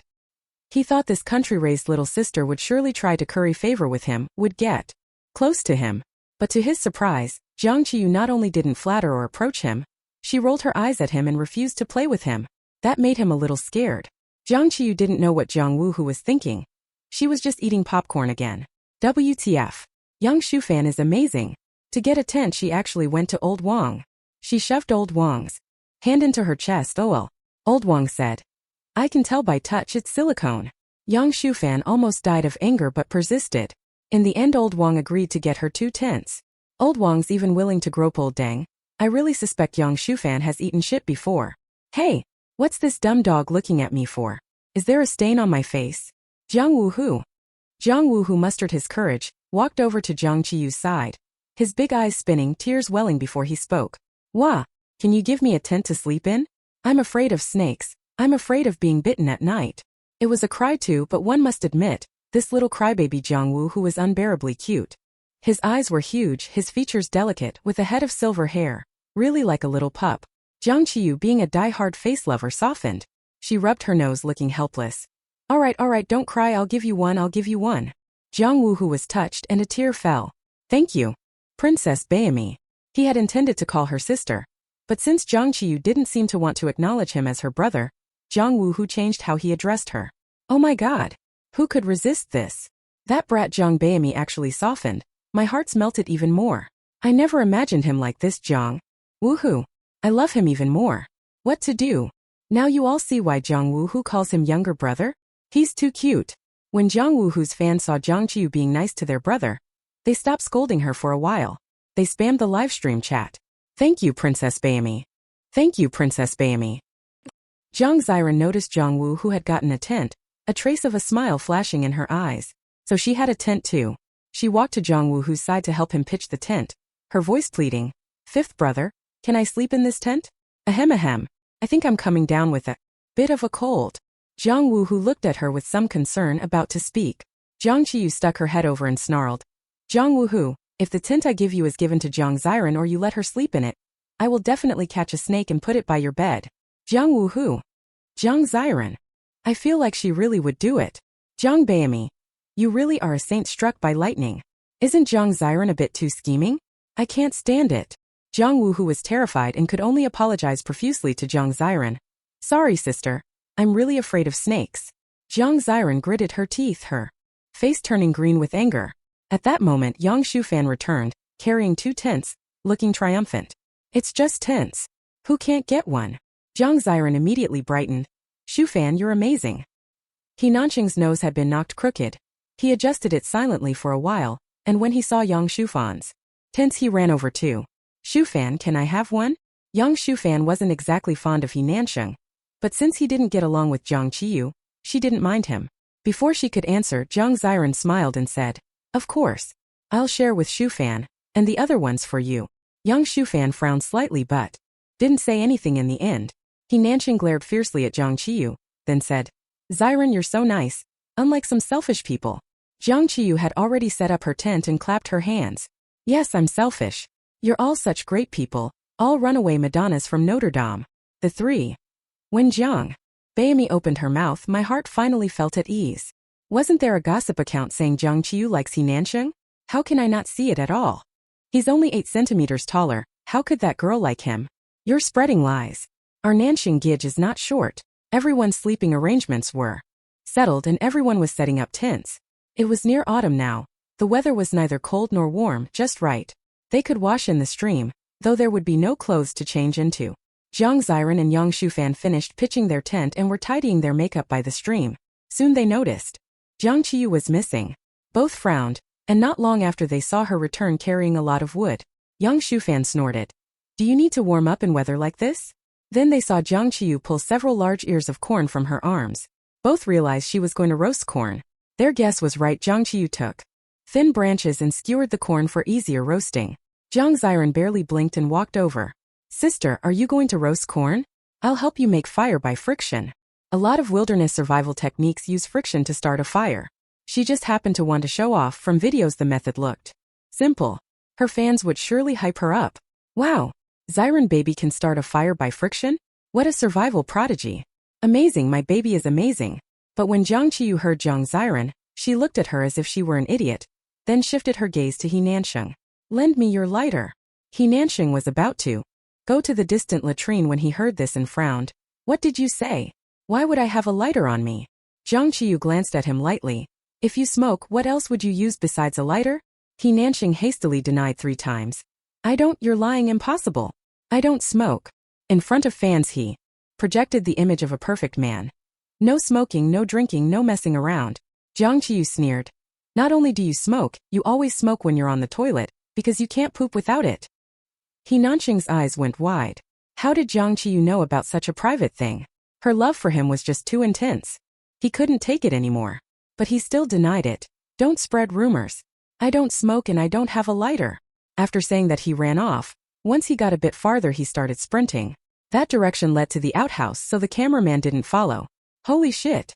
He looks exactly like my dad. My dad is just like that. But he's been smoking for 20 years. He said he couldn't smoke, didn't he? I don't believe it. Nanqing said he quit. Jiang Qiyu really knows how to make up stories. First they say our brother is short, then they beat him, and now they say he smokes. Jiang Qiyu just wants what she can't have. So she's trying to ruin him. What a vicious woman. "Teacher Corn, use mine." The cameraman behind Jiang Qiyu held out a lighter. Because there were several people with the surname Jiang present, the cameraman had pondered and still called Jiang Qiyu Teacher Corn. It sounded friendly and familiar. Jiang Qiyu's mouth twitched. She almost denied the title, but when she saw the ear of corn in her hand, she let it go. "Thanks," she said politely. The cameraman was thrilled. Teacher Corn even says thank you. What a rare sight. He flicked the lighter on and Jiang Ziran had no place to act. She stood there mortified.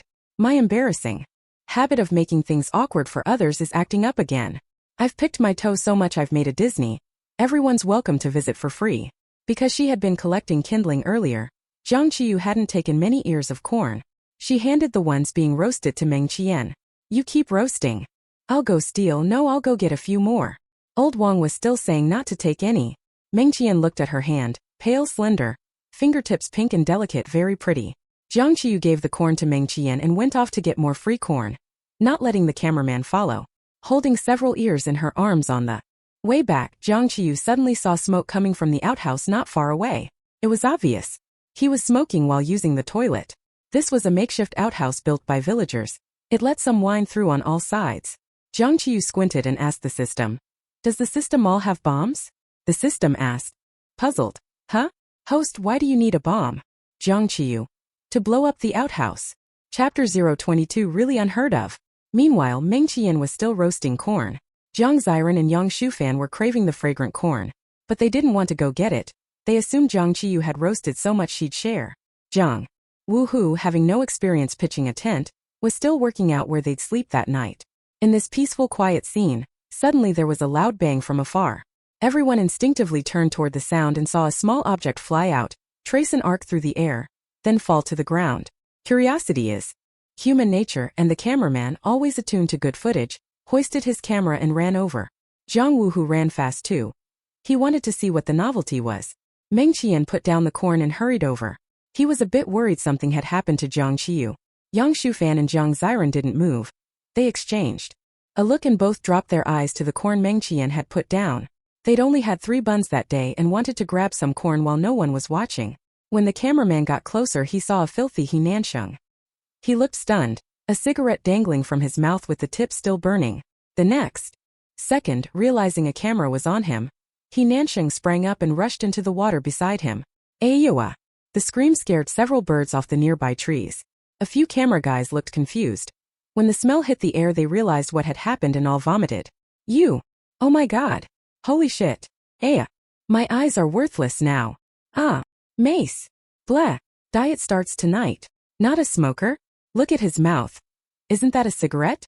It got blasted away and he's still smoking. Fans, come out and see. Ha ha ha ha ha, disgusting, but I'm dying laughing. Today's merit is gone. Buddha knows my smile is natural. Wait, how did the latrine explode? Who did this? It couldn't be Jiang Beimi she went to steal. No, she went to get the corn. Did he Duan pull out a bomb? At that moment Jiang Qiyu ran over from far away, looking innocent. What's going on? EW. It stinks. She said it with a look of disdain and ran off as if this had nothing to do with her. The system was utterly shocked and couldn't recover for a long time. Crazy. This host is really insane. Never had the system seen a host spend hundreds of explosive points just to buy a small bomb to blow up a cesspit. Is that something a normal person would do? Luckily the little bomb made by the system didn't cause much harm to people. Jiang Qiyu didn't overthink it. She enjoyed it and that was enough. On the way she met Jiang Woohoo running over. Jiang Woohoo asked, "What happened over there?" Jiang Qiyu blinked. "I don't think it's anything. Looks like a kid was setting off firecrackers." Jiang Woohoo's eyes lit up. "I have to go see." Jiang Qiyu hesitated but said nothing. She saw Meng Qian walking over too and warned him, "Don't go, it's filthy over there." Seeing Jiang Qiyu was fine, Meng Qian breathed a sigh of relief and obediently went back with her. All the camera guys ran off. Only the follow shoot that belonged to He Nansheng remained, but he couldn't escape. He could only pinch his nose and stand farther away. He Nansheng dove into the water and buried his head, not wanting to come up. If he'd done something wrong, let the police arrest him. He didn't want this social death. How did this happen? He just went to the toilet and the cesspit exploded. What on earth? Luckily he hadn't pulled his pants down, only squatting and smoking. Otherwise he would have been fully exposed. From the footage, netizens could only see something floating on the water, and the water bubbling. Is he going to kill himself? Honestly, I'd be more afraid he'd drink that water than kill himself. It's not a big deal. Just smoking and plastic surgery will forgive you. Brother, don't be reckless. Don't call him brother. Call him stinky smoking shorty. I'll say it again, our brother is not short. Not short. He Nansheng is definitely not going to die. It already happened. It was an accident and there was nothing he could do. Luckily he was by the water and could wash clean. Washed clean, he's still a hero. Unable to hold his breath any longer, He Nansheng lifted his head from the water and stylishly slicked his hair back. Then his hand slipped. He Nansheng. From that day on, he and dry toilets were sworn enemies. The camera guy vomited again. Mom, I want to go home. I don't want to work. I don't want to work at all. When Jiang Wuhu ran over, he smelled a powerful stench and asked in confusion. He Nansheng, what are you doing? Did you see kids setting off firecrackers? Why does it smell so bad? Did you fart? He Nansheng. Premature director, is this your script? Don't go too far. Aren't my eyes real? Qin Xie nearly died of anger when he saw that comment. No way. He couldn't have written such a crazy script. He half suspected Jiang Qiyu had done it, but had no proof and thought it unlikely. He Nansheng washed for a long time and finally was almost done, swimming up out of the water. His entire outfit was soaked. The suit pants clung to him, and at that moment everyone could see there was almost no bulge there. I'm not trying to look. I just want to see whether that brat Zhang Beimi was lying. I humbly ask, are you sure he has one? His previous swimsuit photos weren't like this. He must have padded it then. You sneaky he Duan. You do something like pad. A fake JJ. Honestly, having that little is worse than none. Soon it trended. Hashtag life's new expectations, cesspit exploded hashtag he Nansheng smokes, had plastic surgery, and it's small hashtag better to have none than that little hashtag. He Nansheng didn't yet know his earlier disguise had been seen through. He was still pumping up his followers. Don't panic when anything happens, the world is uncertain. Let's encourage each other, fans. He Nansheng's Weibo originally had 9 million followers. 2 million unfollowed rapidly. Big fans and fan account managers abandoned ship and deleted accounts. His agency was stunned. Losing 2 million followers in a day, unheard of. And how did every flaw he had get called out by Jiang Qiyu? His company did emergency PR, but it had little effect. This time his public image completely collapsed. Meanwhile, Jiang Qiyu returned to where she had been grilling corn. She noticed there had been 5 ears of corn and now only 3 remained. She narrowed her eyes at Meng Qian. Did you steal the corn? Meng Qian shook his head. I didn't. Jiang Qiyu's sword-like gaze swung to Jiang Ziran and Yang Shufan. Both shivered. They both averted their eyes guiltily and started walking away. After they'd gone a bit, Jiang Ziran whispered, Shufanjia, let's rinse our mouths. I'm afraid that crazy Jiang Qiyu will look at our teeth later. Eating corn tends to get food stuck in your teeth. But she had to admit the grilled corn smelled really good. Yang Shufan thought her suggestion made sense. They threw the corn husks away but couldn't resist Jiang Qiyu's craziness. The two walked to the riverside, cupped water and began rinsing their mouths. They rinsed several times, looked at each other's teeth and finally relaxed. With that, Jiang Qiyu had no choice. Yang Shufan suddenly frowned. Why does this water taste weird? Kind of smelly. What's up with that? Jiang Ziran also felt it. Maybe the water here just tastes like that, it's fine. Jiang Qiyu could easily tell from their expressions that they had stolen her grilled corn. But seeing their actions, she instantly lost interest. That water must taste great. Chapter 023 TSK. A bargain for the next girlfriend. About Jiang Ziran and Yang Shufan rinsing their mouths, I mainly want to talk about 6 points. I'll add 3 more. Jiang Qiyu is so mean. She saw it. This side was downstream of that side and didn't warn us. You brat, how could you not even keep an eye on the corn? You let those 2 women steal it. Useless. They didn't steal. Nonsense. They just wanted to clean their teeth. Is wanting to be clean a crime? Jiang Wuhu came back a little disappointed. He had been looking forward to playing with the kids and setting off firecrackers. He saw Meng Qian and Jiang Qiyu roasting corn.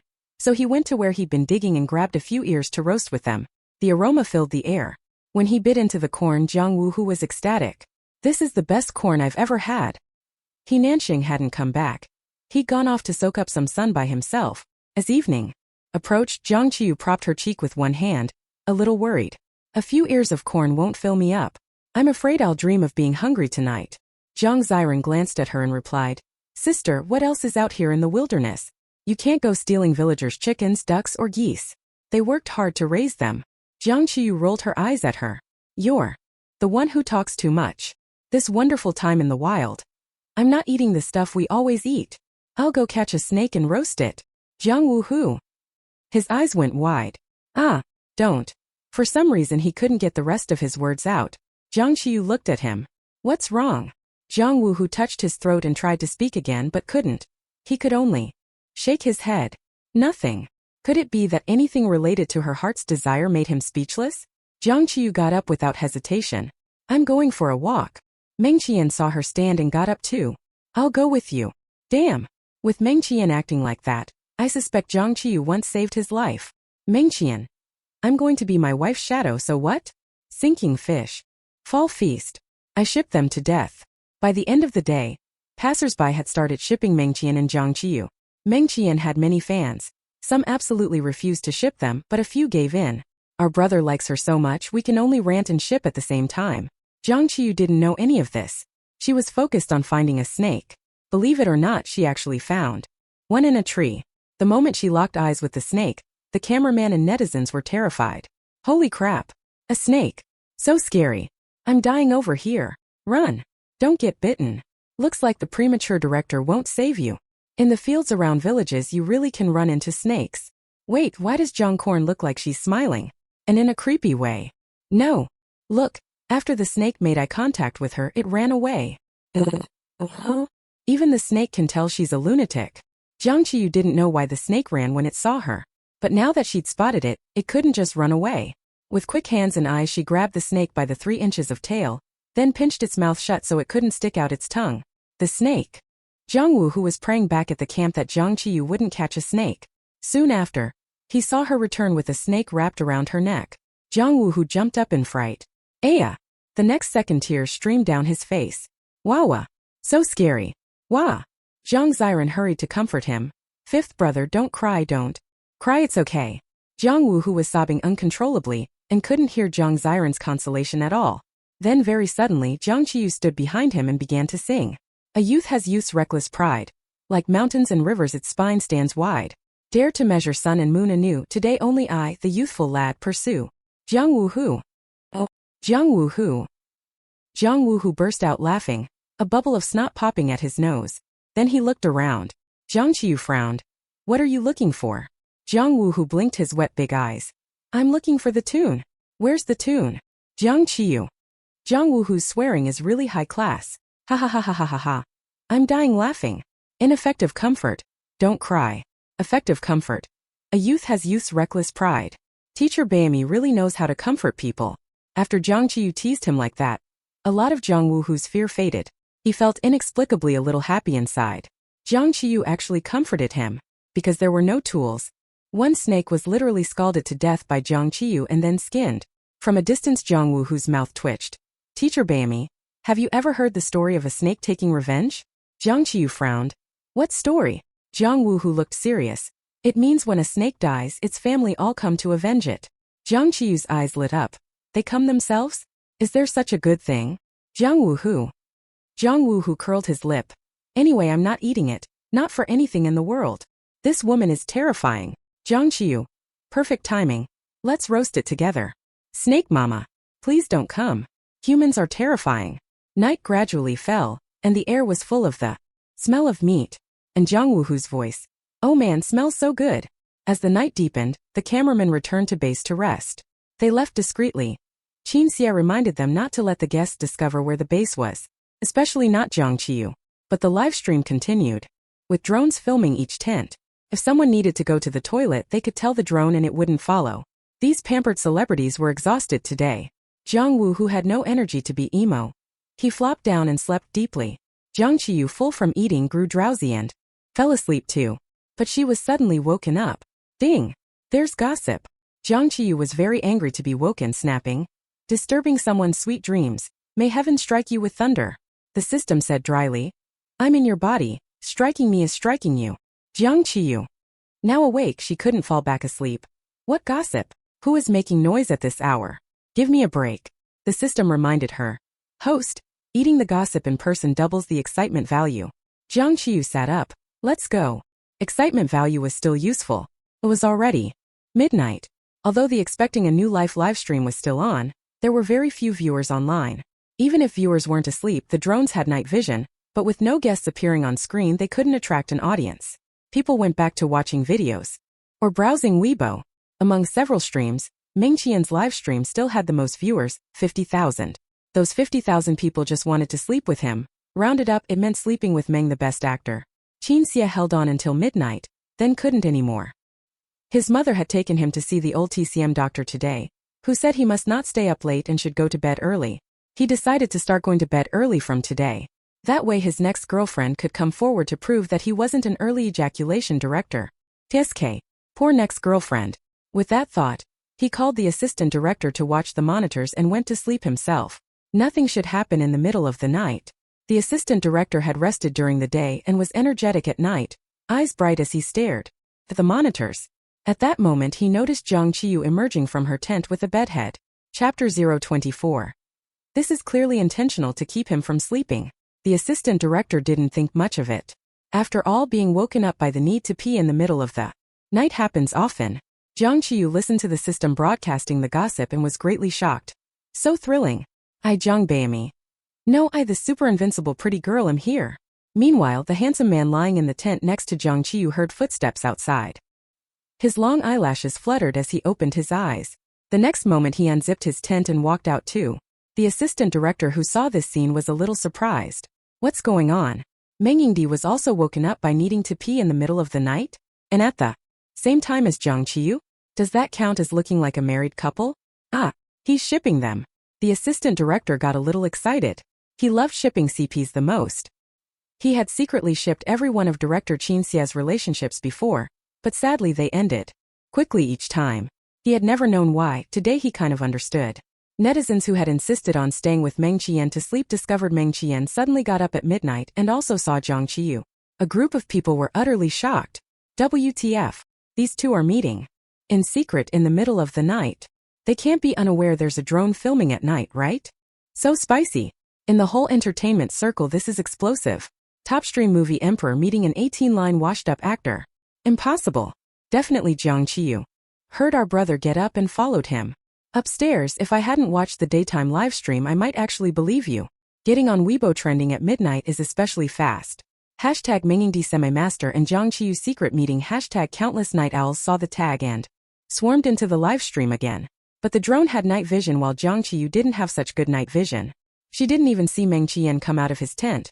Following the system's prompt she walked forward and walked straight into Meng Qiyan's arms. Jiang Qiyu was startled and about to scream when a warm large palm covered her mouth. It's me. A low, pleasant voice came from above, perhaps because he had just woken. It had a slight huskiness that was a little intoxicating. Ah, my ears are pregnant in the middle of the night. With that voice Jiang Qiyu will die in bed. They're hugging. How is this different from a DOI? Jiang Bayami? The voice was familiar. Jiang Qiyu withdrew her outstretched fist. So it's the pretty guy. Getting up at midnight to pee? Meng Qiyan looked a little puzzled and asked, why are you up at night? Jiang Qiyu hesitated, blinked and said, taking a walk. Ate a bit much tonight trying to digest. She couldn't very well say she was out to gawk at gossip. Meng Qiyan went along cheerfully. Me too, let's go together. Jiang Qiyu. Please. Two people ran into each other? Who are you kidding? I don't buy it. Strolling together in the middle of the night deep in the mountains, you call that a walk? The assistant director made a donkey bray on camera. Night shift is awesome. He loves the night shift. Jiang Qiyu had no choice and took Meng Qiyan with her. Netizens quickly noticed the two were walking deeper into the woods, but they hardly spoke the whole way and didn't hold hands. There was something vaguely ambiguous between them, but you could also say it was perfectly innocent. Jiang Qiyu kept peering around as if she were looking for something. The mountain village was very quiet at night. This area was forested, and everyone could only hear the crunch of leaves under their feet. Rather than calling this a rendezvous, I think they're grave robbers. Trying to flirt with teacher Bayami? Not happening. While netizens were heatedly debating what the two were up to, suddenly a strange noise was heard, accompanied by voices. Just lick it. Hurry and lick it. Everyone online instantly perked up. The assistant director's eyes widened. Holy shit. Those sounds anyone with life experience would know them. I'm going. Did these two stumble on villagers having an affair? As expected of our teacher Bayami. Wherever she goes there's drama. Can you really hear that in the live stream? I don't know, but that voice sounds familiar. Soon a man's voice was heard. Okay, lick. Fan, I'll do whatever you tell me to do. It's just licking your foot, right? Coming. Slurp. You. Then the woman's voice. What are you doing? Do you think my feet are smelly? The man tried to appease her. No way. How could Fanfan's feet be smelly? They smell nice, ugh. You. Meng Qiyan. The chat froze for a moment, then exploded the next second. Yang Shufan? Could it be Yang Shufan? Who is she fooling around with? Holy shit. She's a top actress. Calling her the #1 female star wouldn't be an exaggeration. Always been that pure jade-like girl. Can't believe someone's licking her feet. But her feet smell really bad. Look how the guy's reacting. Is this what I want to see? This is exactly what I want to see. No way. It can't be our Shufan sister. Just a coincidence. Still saying coincidence? Name coincidence and voice coincidence too. All I want to know is who that guy is. Somebody tell me. This was the first time Jiang Qiyu had seen anything like it. She was so excited she strode forward. Meng Qian wanted to pull her back. This was nothing good to watch. But he couldn't stop her, not at all. Yang Shufan was in the middle of her excitement when she suddenly heard footsteps and saw a shadow running this way. She screamed. What is that? Someone's here. Run. The scare completely ruined the man. He went soft on the spot. He hurriedly pulled up his pants and ran off. This cameraman is such garbage. He has a wife and kids but is messing around with Yang Shufan. But this was an exchange between Yang Shufan and him. He digs for her, she sleeps with him. Can't be helped. Any man would be unable to refuse a woman practically handing herself over. Yang Shufan, whether from experience or something else, ran very fast. The drone was following Jiang Qiyu and couldn't film the person ahead. Her fans began to argue back. It's not our Shufan. Our Shufan is a pure maiden. Definitely not. You can't spread dirty rumors. Shufan has worked hard to get where she is. We fans swear to protect her reputation. Don't be led astray by Jiang Qiyu. She's a truly malicious woman. Jiang Beimi. I didn't say anything, I was just taking a walk. Who's responsible for my ears getting dirty? Jiang Qiyu, seeing the person run, was too lazy to chase. She asked the system. Does this count as witnessing the drama in person? System. Not really. You must at least see one of the principals with your own eyes. Jiang Qiyu was annoyed. You should have said that earlier, you blockhead. Meng Qian had just caught up and was about to speak when he saw Jiang Qiyu wildly running forward, waving her arms and legs like a monkey. She ran while laughing. Ha ha ha ha, I'm coming. Her maniacal laughter echoed through the woods and scared off a flock of birds. Meng Qian. Yang Shufan had screamed and was instantly in floods of tears. Aya! Don't chase me. Don't chase me. When it comes to going crazy, Jiang Beimi's the champion. She gets me. Let's see if some people's fans still act stubborn later. Yang Shufan. Stop chasing me, I don't have cough syrup. The assistant director stood frozen in front of the screen. What a massive scoop this was. He hurriedly called Qin Xia. Qin Xia had just fallen asleep and was woken up, his voice eerie. You'd better have a reason for waking me at this hour. The assistant director, panicking and staring at the monitor, said. Bad news, director. Something huge. Jiang Qiyu is chasing Yang Shufan through the woods. Qin Xia's brow tightened. Why was Jiang Qiyu going crazy in the middle of the night? Was she not sleeping? But this wasn't that big a deal, he yawned. They're exercising. It's fine as long as they're happy. Assistant director. No, it's that Yang Shufan was caught having sex in the woods and Jiang Qiyu stumbled upon her. Then, what? Qin Xia sat up in bed and, still in his pajamas, ran toward the monitoring room. Damn it. How could this happen? Damn them.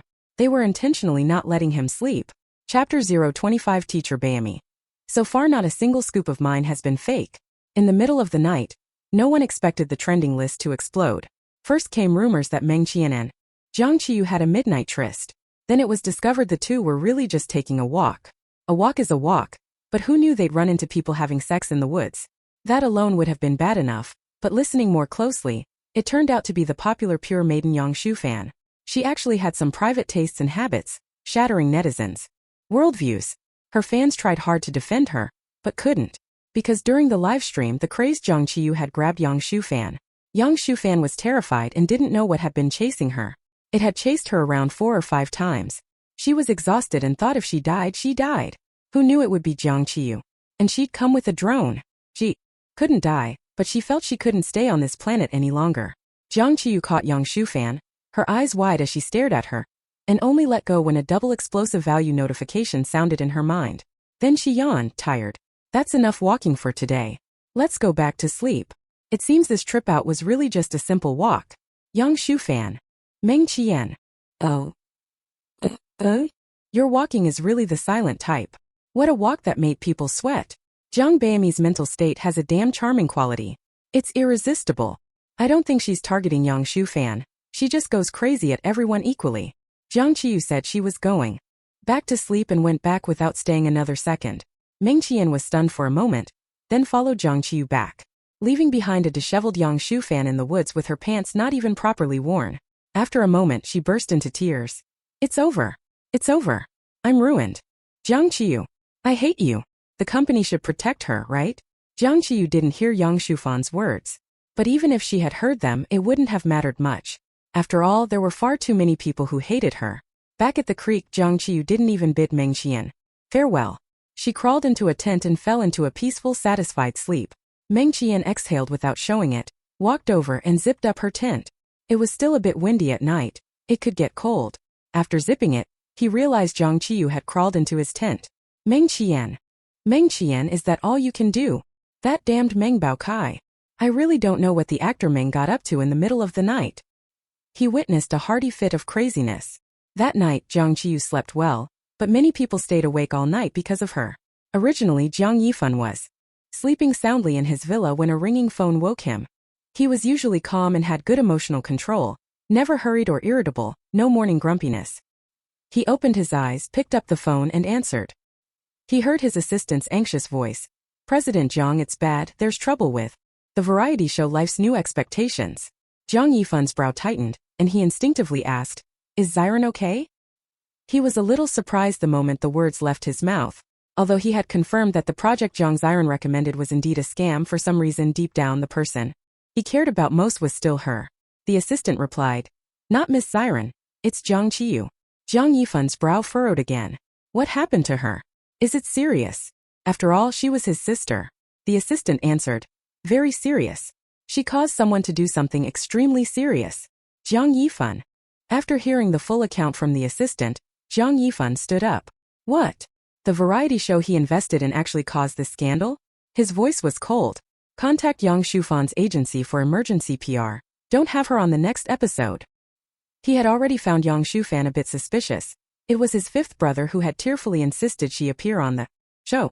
They claimed they loved each other and could never be apart. Love my foot. He should see through it now, right? For such an emergency, Qin Xia would certainly put the bigger picture first, find Yang Shufan, and hand her the phone so she could communicate with the company. Qin Xia was now completely awake and almost wanted to go mad. 3 a.m. Yang Shufan's studio issued an urgent statement. We're truly sorry for introducing Shufan's boyfriend in this way. What was meant to be a private couple's joke caused embarrassment to everyone. From now on, Sister Shufan will certainly speak and act with caution. I beg everyone to supervise her. She has already deeply reflected on herself. See you at tomorrow's live stream. Oh, I see. So that's Sister Shufan's boyfriend. Then it's nothing. Isn't Jiang Qiyu invading someone's privacy here? Sue her. We will always protect our sister. The brother-in-law must be handsome. Calling an affair a boyfriend pretty bold. I'll give this PR move full marks. Putting aside everything else, it's true she had someone lick her feet and her feet smelled, right? Such a pure jade girl, too pure.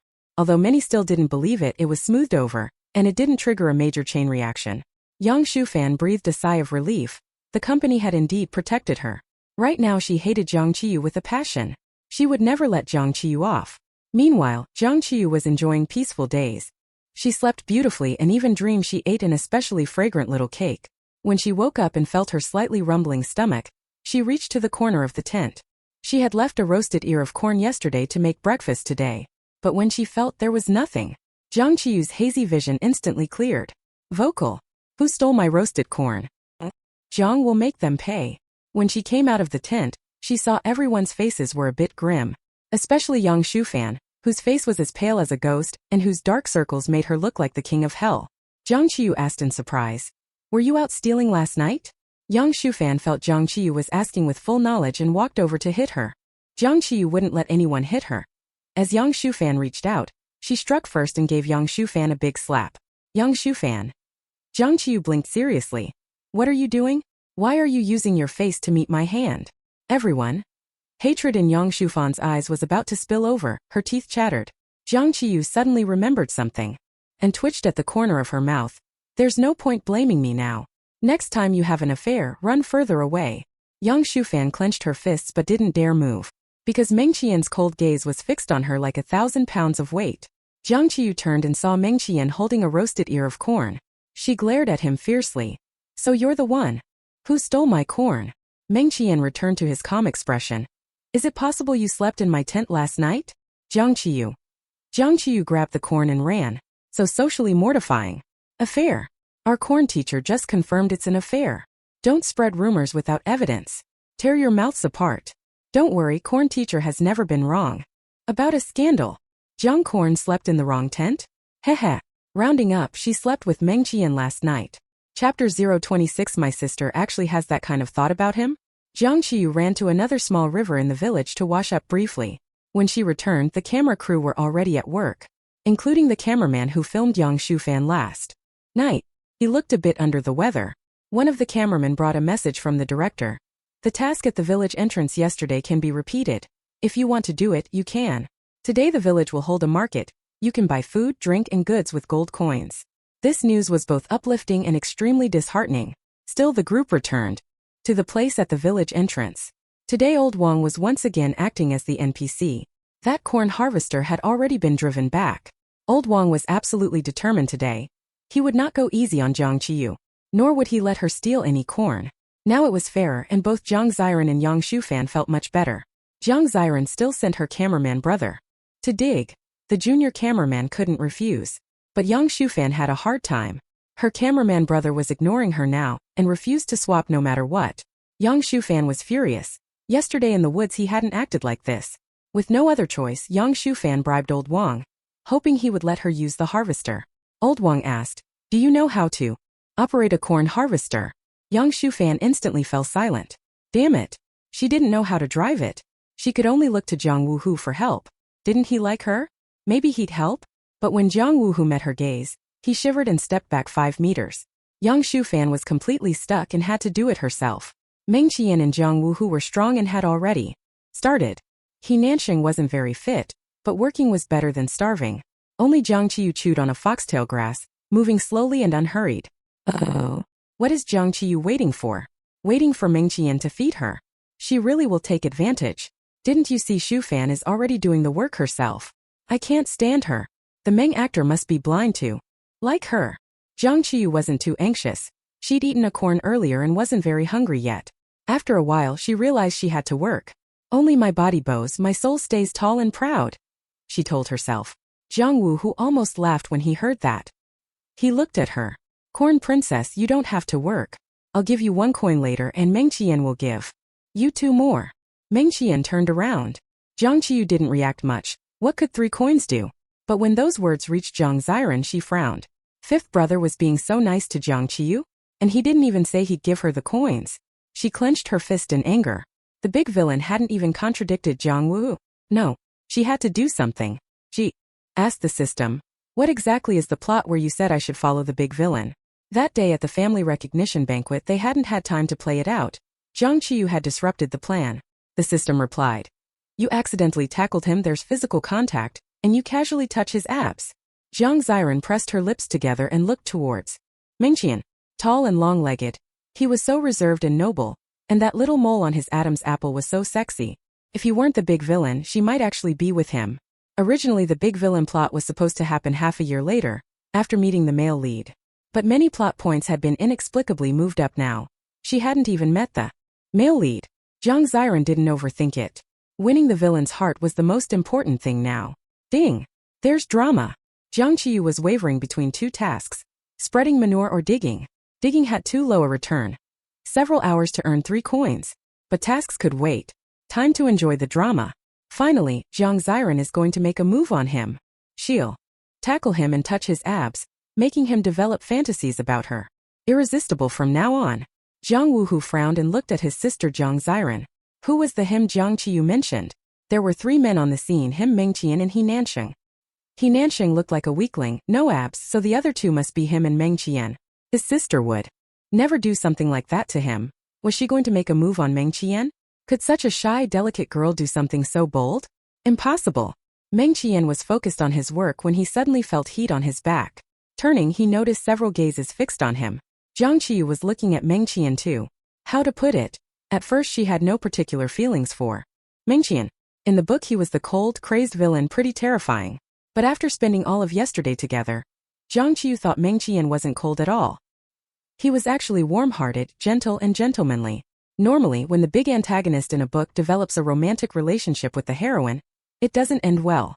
The usually hard-hearted Jiang Qiyu suddenly felt a pang of pity. Her eyes flicked as she opened the system shop. The system cried out in alarm. Host, what are you planning to do again? You'd better not meddle in the heroine and the villain's business. It's not good for you. Jiang Qiyu ignored the system and bought a little prop. In an instant she lost all interest in work. There's a show. Why miss it? Just thinking about throwing herself at Meng Qian made Jiang Ziran's heart pound. She stood up and walked in Meng Qian's direction. She planned to get close, pretend to stumble and fall right onto him. Jiang Wuhu's gaze was fixed on Jiang Ziran, and soon he realized she wasn't walking toward Meng Qian. She was walking toward him. Jiang Wuhu. Impossible. How could this be? His sister harboring that kind of idea? Though not blood-related, it still felt ethically wrong. As he opened his mouth to stop Jiang Ziran, he found she wasn't actually looking at him. Her eyes passed him and landed on someone else. Jiang Wuhu turned and saw He Nanxing standing behind him. He breathed a sigh of relief. As long as she didn't like him, liking that ridiculously short guy, He Nanxing was acceptable. He Nanxing had just reached the end of the field and was about to take a break when he saw Jiang Ziran walking toward him. He Nanxing was ecstatic. The goddess had finally noticed him. Had she come to wipe his sweat because she felt sorry for him? His face flushed red with excitement. Although he'd said many sweet things to Jiang Qiyu, he was still a pure, innocent young man. Just as he opened his mouth to speak, Jiang Ziran suddenly tripped with her left foot over her right and lunged forward. He Nanxing was startled and watched, wide-eyed, as Jiang Ziran fell into the arms of old Wang, who was standing at the head of the field thinking about life, pinning him to the ground. She directly pressed old Wang underneath her. He Nanxing. Jiang Wuhu. Old Wang. Jiang Qiyu's system screamed. Host, you're too perverse. Is face changing supposed to be used like this? Jiang Qiyu's smile turned progressively creepy. Old Wang was well into his 60s and had seen it all, but he had never experienced two female stars throwing themselves into his arms at the same time. That one at least put up some kind of demand, but this one just pounced without a peep. And there are so many people here. And what is she groping around for with her hands? Old Wang knitted his brows, shoved Jiang Ziran away, stood up with his arms crossed over his chest and said speechlessly, Young girl, what are you doing? How can you touch my chest? Jiang Ziran was pushed and rolled on the ground before she finally came to her senses a bit. What's going on? Why does Meng Yingdi's voice sound so hoarse? When she looked up and saw old Wang's face, it was like being struck by lightning. Her pupils dilated and she couldn't find her voice for a moment. You. Old Wang still had his arms folded over his chest, afraid she would attack him again, and earnestly said, Even though I know I'm the most handsome man in these 10 li around here, the age gap is too big. It's not suitable. Jiang Ziran. I'm completely shocked like a Thomas spiral. Jiang Ziran finally caught Jiang Qiyu's craziness. What kind of taste does she have? Old Wang could be her dad. If you like that type, you should have said earlier. My grandpa is still around and up early with his low pension. Sister Ziran, what's wrong with you? Were you hexed? Jiang Ziran tackling an old man is 100% hilarious. Jiang Ziran touching an old man's chest is 1,000,000% hilarious. The old man calling himself the most handsome is 100,000,000,000% hilarious. Looks like stars really have a lot of pressure. Everyone has their own secret little quirk. Jiang Wuhu glanced at old Wang, then at Jiang Ziran. He had calculated everything and never expected it to be old Wang. He couldn't accept this either. Old Wang was so old, still with both plugs, his private life not at all decent. How could his sister fall for him? Everyone stared at Jiang Ziran. She was so embarrassed she wanted to sink into the ground. She had been looking at Meng Qian. How did it become this damn old man? At this moment Jiang Qiyu sauntered over, a grass tail in his mouth, smiling cheekily. Sister, have something nice to eat. Jiang Ziran, furious, grabbed a handful of dirt and hurled it at Jiang Qiyu. Jiang Qiyu sidestepped nimbly, and the dirt all landed on old Wang. Old Wang! Old Wang shouted righteously. Is this hatred born of love? I said it isn't possible, so it isn't possible. Jiang Ziran. Jiang Ziran was on the verge of a breakdown and asked her system. What on earth is happening? The system didn't know either and could only say, Host, you might have encountered some dirty thing.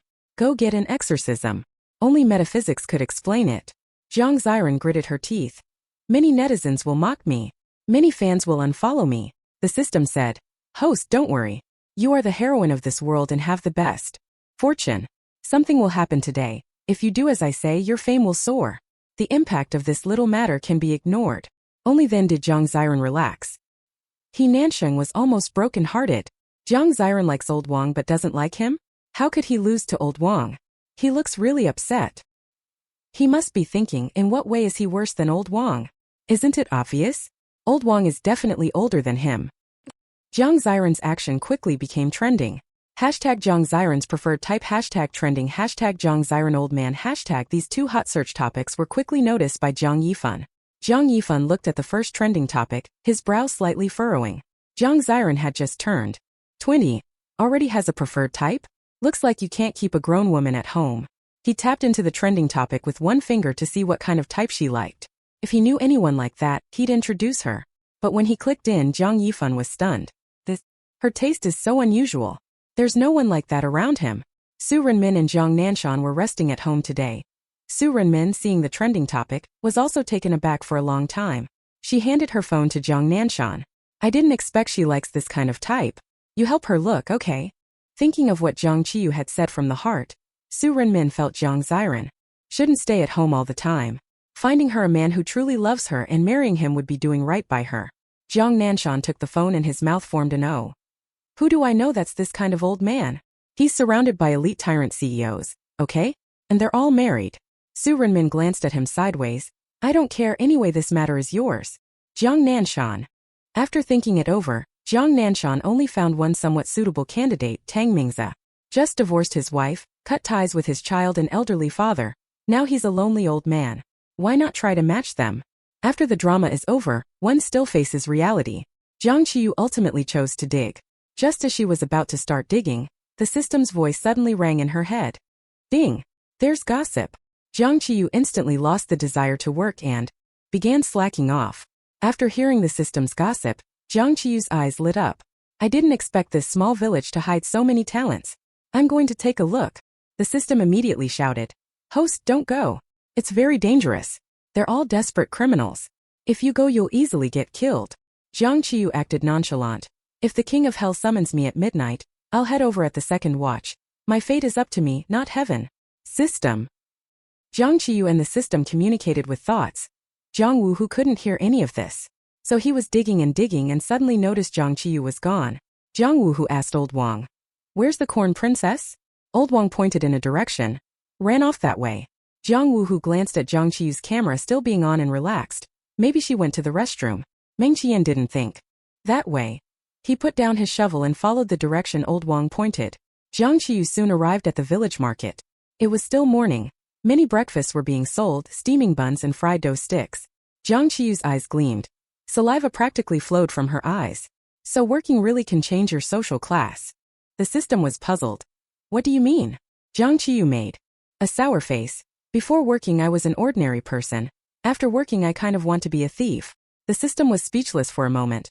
Then go back to work. No one here is going to bring you food just because you're standing around. Jiang Qiyu walked toward a stall selling spicy soup. Who said that? Besides, I've never seen what drug makers look like. What's wrong with me taking a look? The system said there was a hidden drug-making factory in the village, and 3 criminals were drinking spicy soup at the market. Chapter 028 Mengqian retracts a Mengqian. Jiang Qiyu's mouth curled into a perverse smile as her eyes scanned for suspected criminals. Soon her gaze locked onto 3 rough-looking big men. She didn't approach them directly.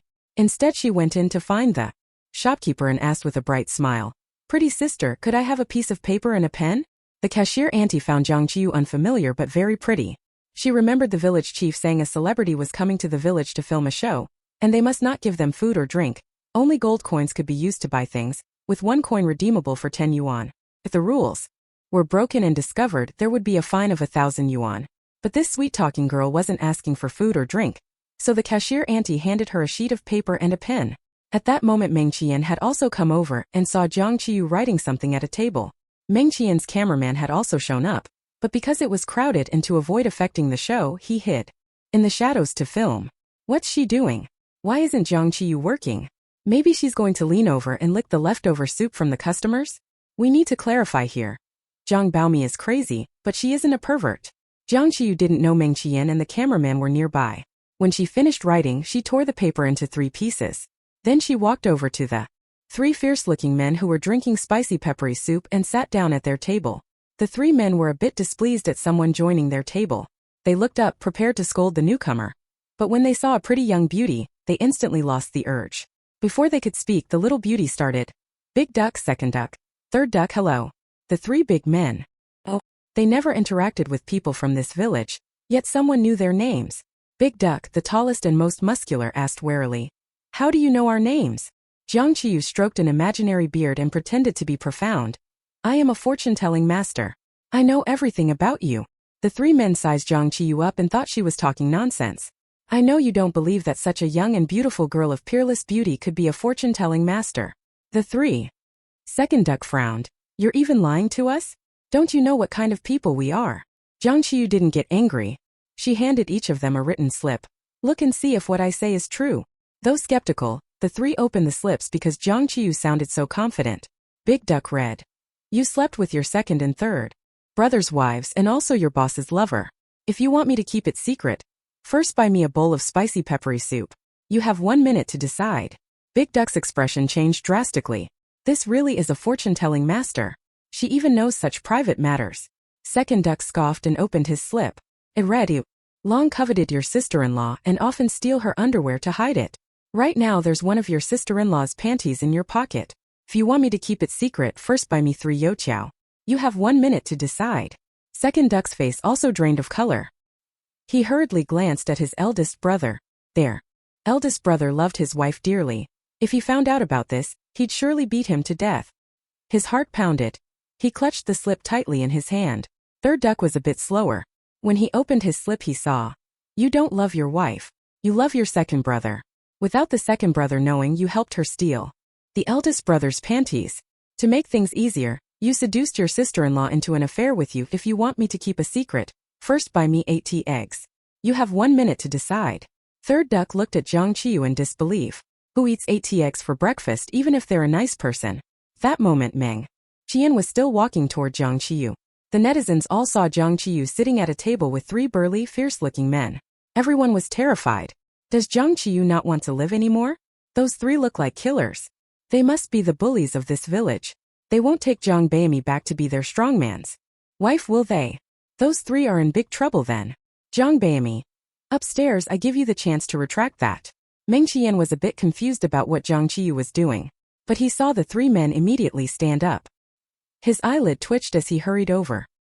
He hadn't reached them yet when his hand reached out, intending to place Jiang Qiyu behind him. However, the next second, the 3 hulks simultaneously cupped their fists respectfully. Sorry we offended you just now. May we ask the master's honorable surname? Meng Qian, hand halfway out. He quickly withdrew his hand, smoothly turned, and sat down in the seat next to Jiang Qiyu, as if nothing had happened. Ha ha ha ha. Meng Qian makes a quick retreat. I'm rolling on the floor laughing. Really, I never noticed Emperor Meng has a bit of a knack for comedy. Wait, what's with those 3? Why are they so respectful to Jiang Baimi?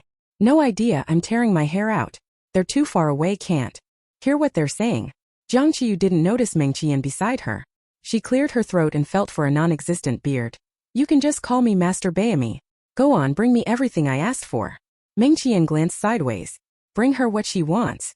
What is it? Soon he saw the 3 men go up to order. 1 bowl of spicy pepper soup.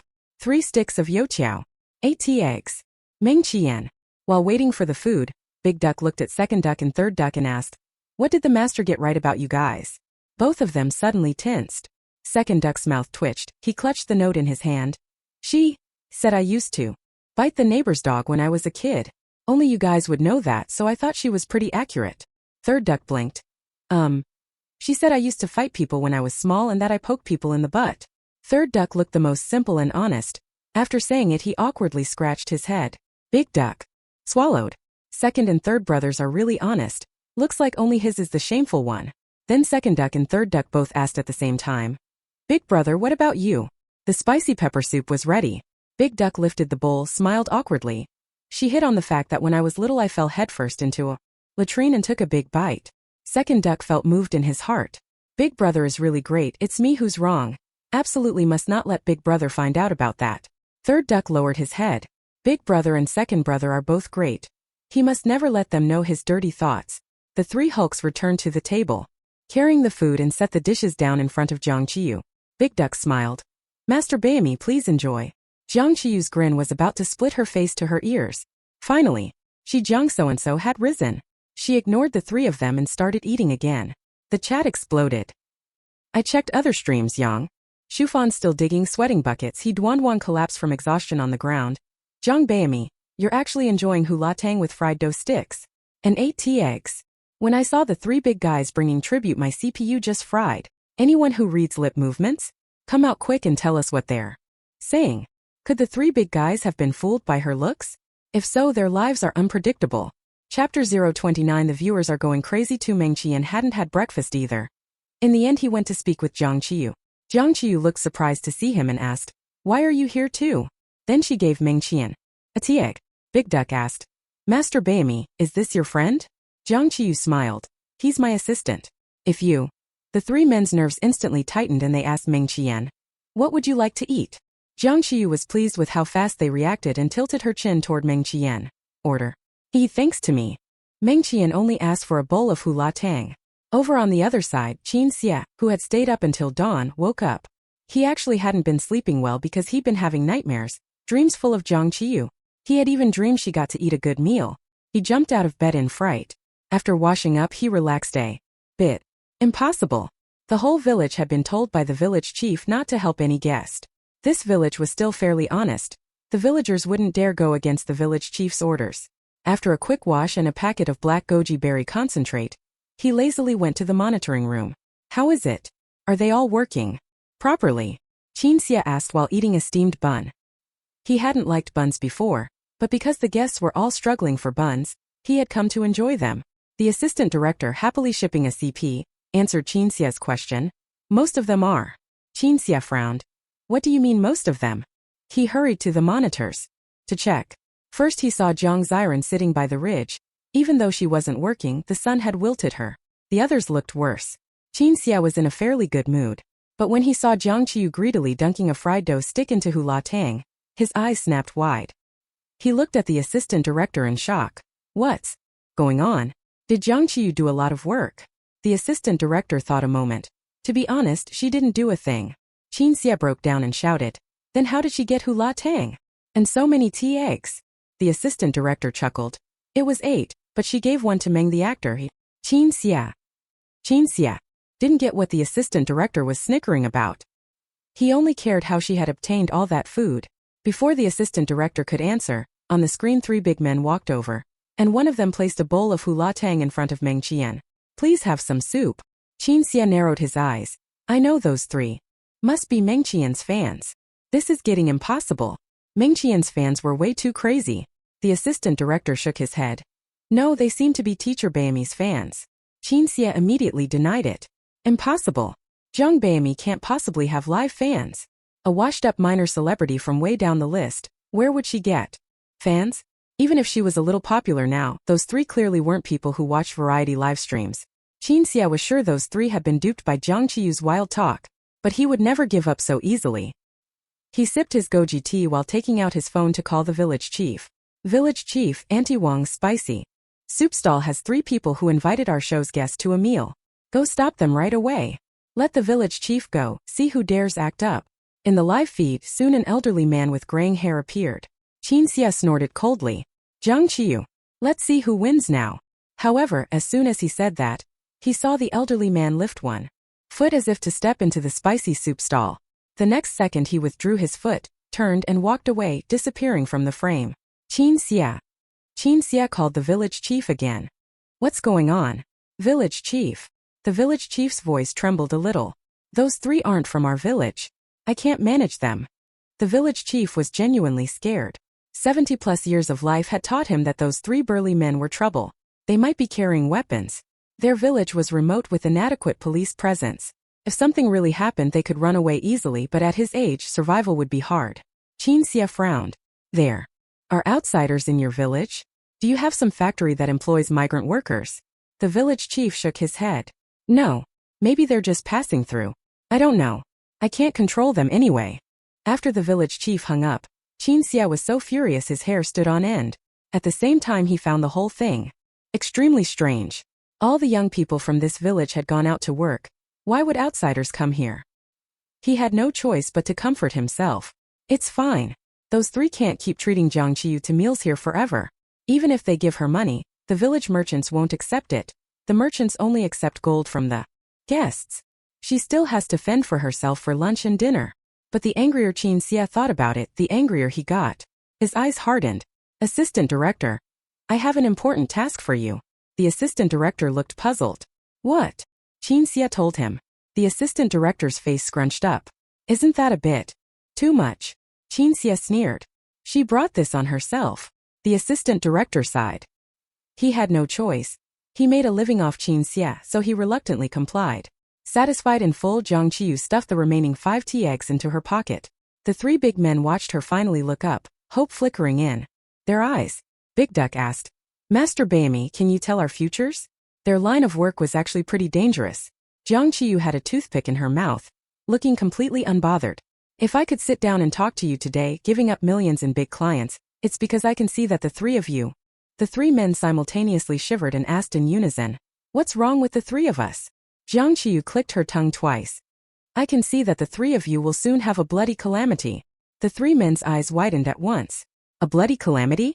They were still young and didn't want to die so soon. Big Duck urgently asked, then Master Baimi, can you help us avert it? Money isn't the problem, we have money.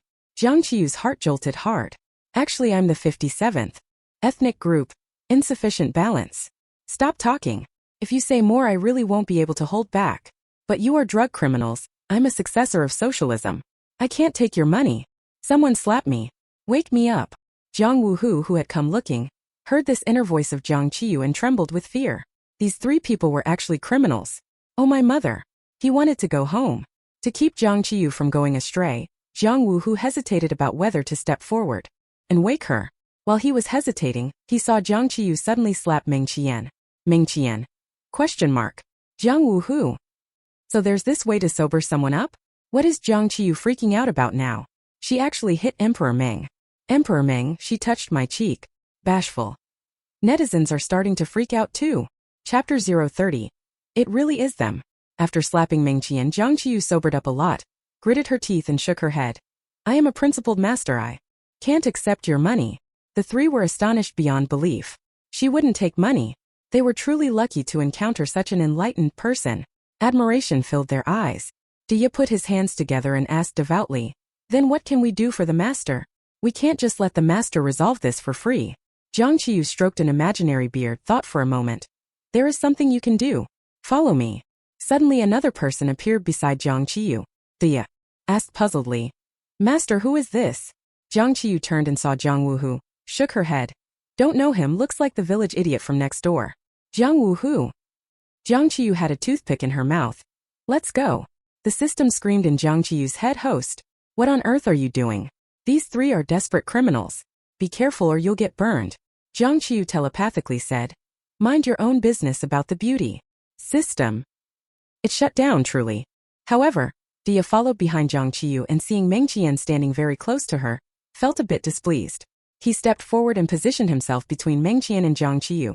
With a serious face he said to Meng Qian, step back a little, don't disturb our master's Dao heart. This man looked like a male fox spirit. Meng Qian. Where is Jiang Qiyu taking those 3 big guys? What are they up to? Damn. These 5 men following her really do look like bodyguards. Mrs. Out. Bystander step aside. Mrs. Out, bystander step aside. This scene was edited and uploaded by many netizens, becoming a viral meme.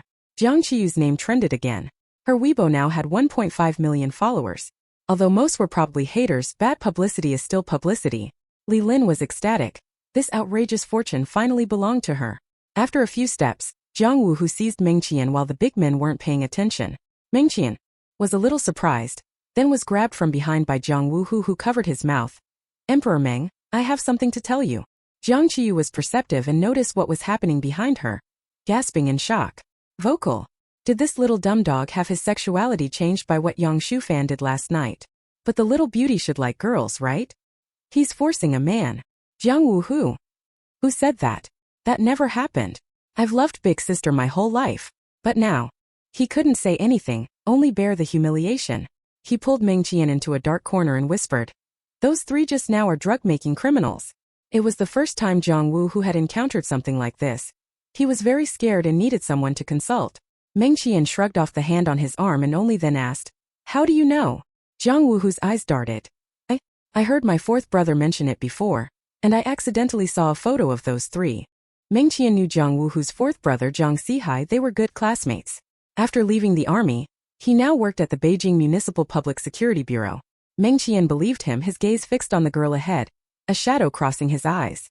Does she know? She should, right?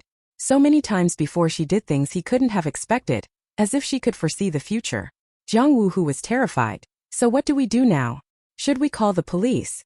Calling the police right away was the correct move, but he didn't have a phone on him. Borrowing one wouldn't be hard. Then Meng Qian thought further. If they're making drugs, there should be a lair. Catching these three alone wouldn't help. If they couldn't take down the whole operation at once, it would only make them more cautious, and they'd move elsewhere to continue.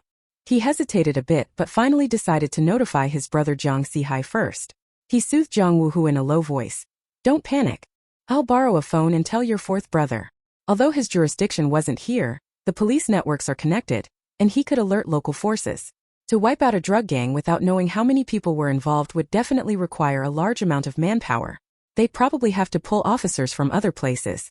With all the procedures it would take time, so they had to hold these three for now. This was probably what Jiang Qiyu was thinking too, but she hadn't found a chance to notify the police. Meng Qian called out to Jiang Qiyu. You all go back first, I'm going to the restroom. Jiang Wuhu grabbed Meng Qian's arm again. I'll go too. Jiang Qiyu showed no expression and kept walking. Big Duck, however, complained. Two guys going to the restroom together. Jiang Qiyu scoffed. Mind your own business. They're a couple. Big Duck was stunned. He had thought that sly-looking guy had designs on the master. Looks like he overthought it. Meng Qian and Jiang Wuhu returned to the market. A middle-aged auntie approached. Meng Qian looked at her with his deep, affectionate peach blossom eyes and politely asked, Ma'am, may I borrow your phone? Mine's dead. The auntie, never having seen such a handsome man call her ma'am, was overjoyed, her mind going blank. Okay. Meng Qian took the phone. Afraid of causing panic if he made a call, he chose to send Jiang Zihai a text. There's a drug manufacturing factory in Sansa village. I've detained 3 criminals. Quickly check my live stream. Meng Qian. Jiang Zihai was on duty at the station. Seeing the message, he laughed and immediately replied. I'm Qin Shi Huang. Hit me with 200,000 to resurrect me, and when I revive I'll make you Grand Marshal of the escort banner. Scammers these days are too brazen even bothering him. He traced that phone number right away. Thinking that, he received another message. Zhang Fugui. Hurry up. Jiang Zihai saw it and touched his crew cut. This scammer even knew his childhood name? No, not many people knew that nickname. Could it really be Meng Qian? He was still a little incredulous. Isn't Meng Qian a best actor? Why would he care about drug-making criminals? Is it really you? Jiang Zihai was half doubtful. The other side replied quickly. When you were 16 you had hemorrhoids. I accompanied you to get them removed. Jiang Zihai. Seeing that, his brows knit tightly. It really was him. Only Meng Qian knew about that. His brothers and sister didn't. He grew serious. Okay. Is this your new number? Meng, don't contact me. Just keep an eye on things. If something happens I'll get in touch again. After deleting all the messages, Meng Qian handed the phone back to the aunt. Thank you. The aunt smiled like a blooming flower. No, but can I take a photo with you? She had looked closely just now and realized this was none other than the great actor Meng Qian. Meng Qian politely. Sure. Beijing City Public Security Bureau. Jiang Zihai reported the matter to his captain. The captain ran a facial search and found that these 3 truly were fugitives wanted for arrest. Whether or not they were making drugs, these 3 had to be caught. A flicker of delight passed through Jiang Zihai's dark eyes. If he could catch these 3 this time, the captain position would surely be his. Because the current captain was about to retire. The captain summoned all officers to leave for Sansan village immediately, and contacted the local police station there. They were unfamiliar with the area and would definitely need the local police to cooperate. They also hoped the locals cooperated so the main credit would go to their team. Of course, provided everyone's safety was ensured. In the car, everyone except the driver had their phones out watching the live stream. Female officer Nan Huan looked excited. May's teacher. I watched May's teacher all night after work yesterday. Last night's chase through the woods was so thrilling. The captain glanced at her. No wonder your dark circles are so bad today. Nan Huan laughed sheepishly. I indulged myself a bit last night. Tonight I definitely won't watch so late. Jiang Zihai handed his phone to Nan Huan. Who are you calling May's teacher? Is that even a surname? Nan Huan smiled and pointed at Jiang Qiyu on the screen. It's not a surname, it's an honorific. See her? Strutting ahead like some big shot. Jiang Zihai's brows tightened. That looked like the sister their family had just brought back? His eldest brother had posted a photo in the group. It was a family photo from the reunion. It included Ranan and Jiang Qiyu. The captain also glanced and said, "She's in serious danger now, so close to those 3 fugitives." Nanhuan. "Yeah, it's pretty dangerous. Those 3 are dangerous." Jiang Zihai. "Captain." The captain said sternly, "Don't joke around. These aren't ordinary people. Those 3 used to run security at a bar, and were connected to a murder stemming from a drug deal. 5 people died at the scene. Look at their bulging waists. They might be carrying weapons." Hearing how serious it was, Nanhuan's heart tightened. "Then why are they following our maze?" "Teacher." The captain shook his head. "I don't know that. Maybe that girl is being held by those 3. Nanhuan. Teacher Bayami kept baring his big teeth. "That can't be possible, right?" Jiang Zihai had darker skin and a crew cut. When he wasn't smiling, he looked cool and roguish. He said, "My brother Mengqian is beside me. He's good with his hands. Don't worry too much." Then he saw Jiang Wuhu appear in the frame. Immediately he felt even less at ease. Right, if Jiang Wuhu is here, then Ran must be here too? For a moment Jiang Zihai's anxiety spiked. He urged the teammate driving up front, "Old Jiang, drive faster." Jiang Qiyu didn't know her every move was being watched by the police right now. The 3 ducks followed her to the place where she did her daily tasks. Old Wang too saw Jiang Qiyu come back with 3 fierce-looking big men and was so frightened his legs went weak. Could it be that Jiang Qiyu, unable to threaten, had switched to violence? Jiang Qiyu was quickly noticed by Jiang Ziran as well. Jiang Ziran saw the 3 men following behind. Heroine was frightened, her eyes widening. "System, what's going on? Could these 3 be the criminal brothers you mentioned?" The system had told her that a criminal gang was hidden in this village. When she finished her digging task and went to the market to buy things, she would encounter the gang's 3 criminal brothers. The 3 brothers would drool over her beauty and then bind her and abduct her. In the end, using her wit, she would play them off, successfully call the police, and all the criminals would be arrested. She would receive praise across the internet and suddenly become famous, gaining a large number of fans. The system was surprised when it saw them too. It really is them. Jiang Ziran narrowed her eyes. It seems Jiang Qiyu doesn't know they're criminals. She's unlucky. I'm not going to tell her, and I won't save her.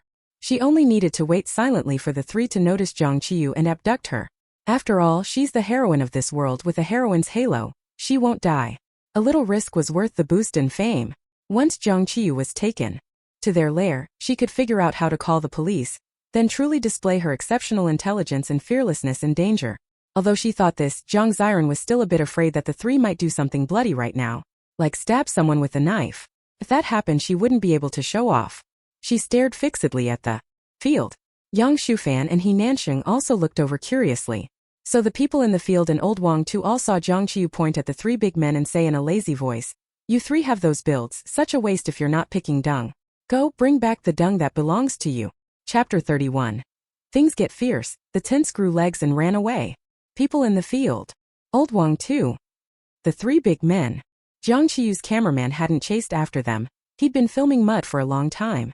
Now seeing people return, he ran over and happened to capture this scene. Viewers in the livestream were stunned. What? I must have misheard.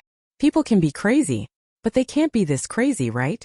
Better to have those 3 fierce guys gut the premature ejaculation director than make them pick dung realistically. Premature ejaculation director.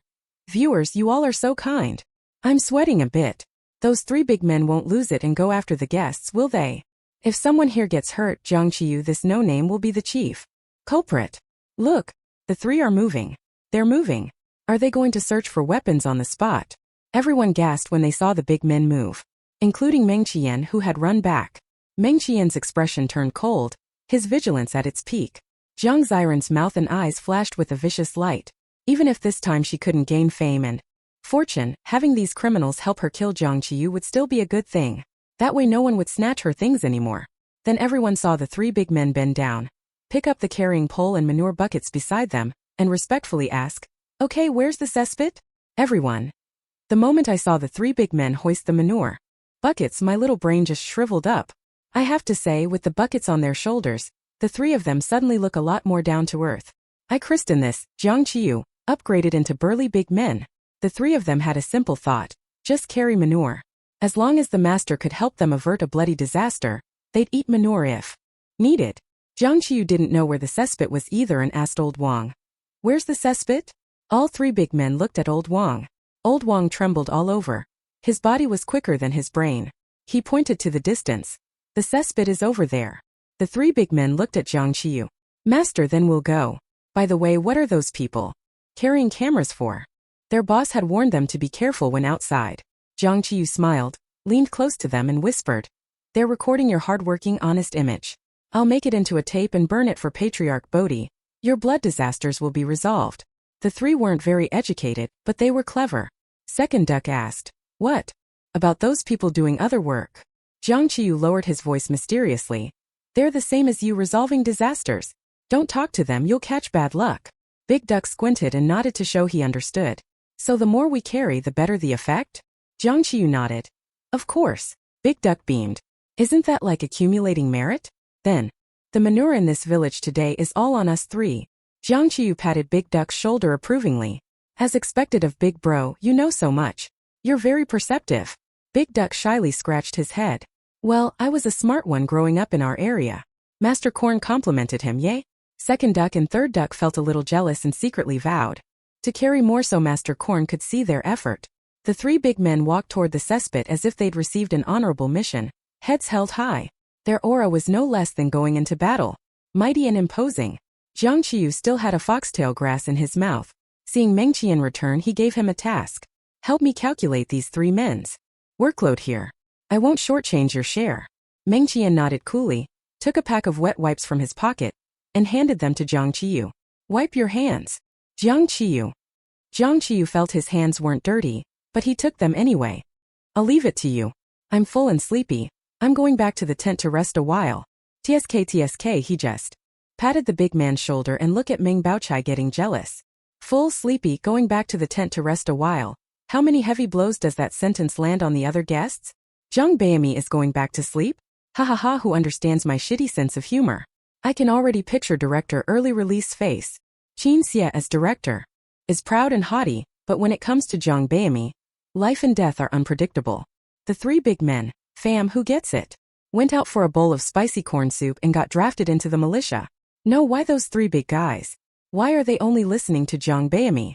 That question was destined to have no answer. Jiang Ziran stood frozen, barely able to speak. Qin Xie also scratched his head in bewilderment.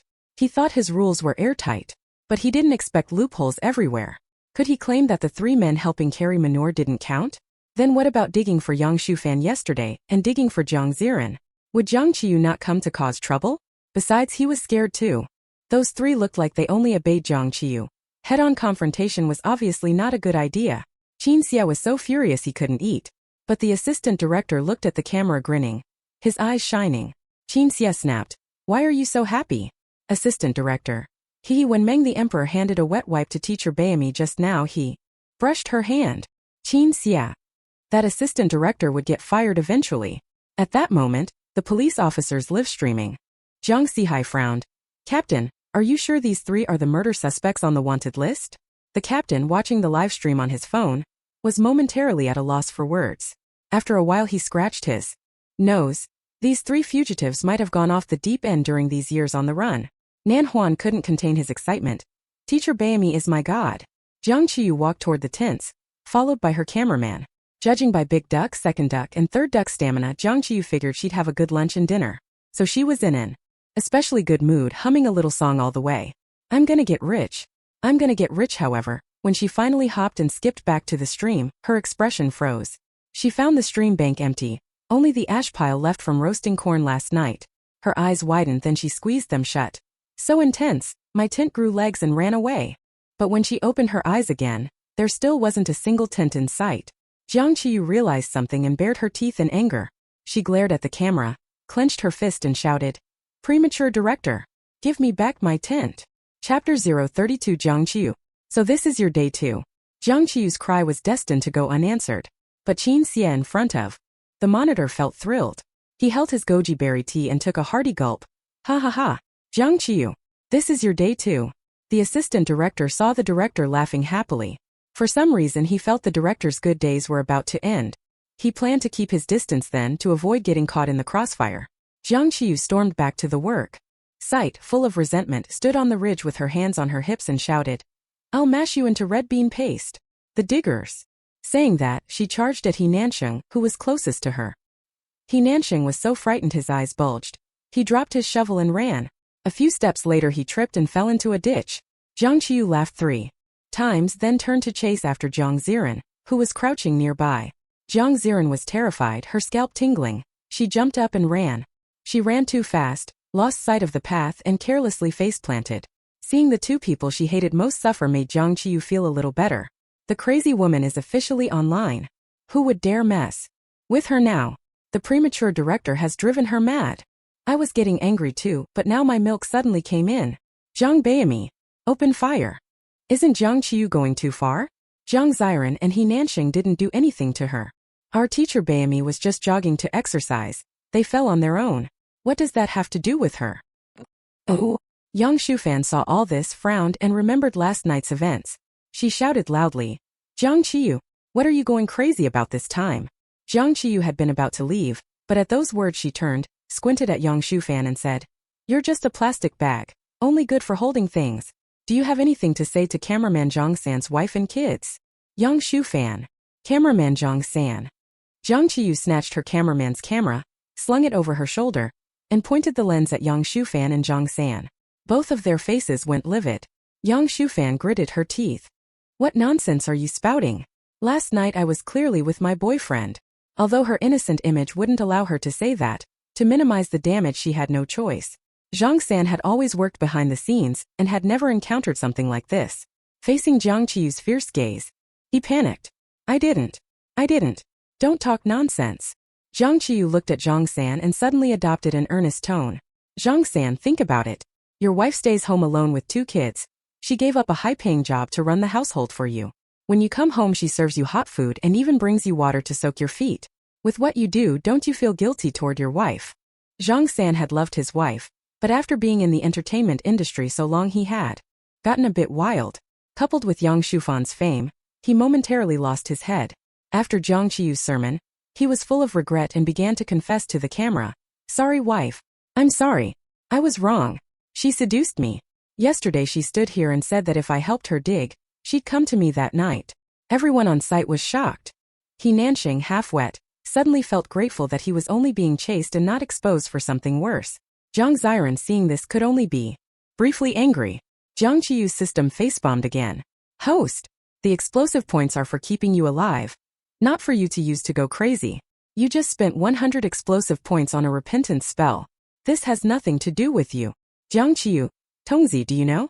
An expert once said, if when you're young you enjoy fine wine, handsome men, and a little madness, then when you're old you'll have no regrets." System. Which expert said that? Jiang Qiyu. Me Jiang Zhuanjia. System. Case solved. It really was an affair. And with the cameraman. If it wasn't an affair, then Yang Shufan must be the mistress. Innocent queen? Ugh. Support Beimi. She'll never collapse because she is the collapse itself. Variety show judge Zhang Beimi. Soon hashtag Yang Shufan cheating was trending. Following it was hashtag variety judge teacher Beimi. Yang Shufan froze where she stood. She even suspected the cameraman had conspired with Jiang Qiyu to frame her. She kept shaking her head.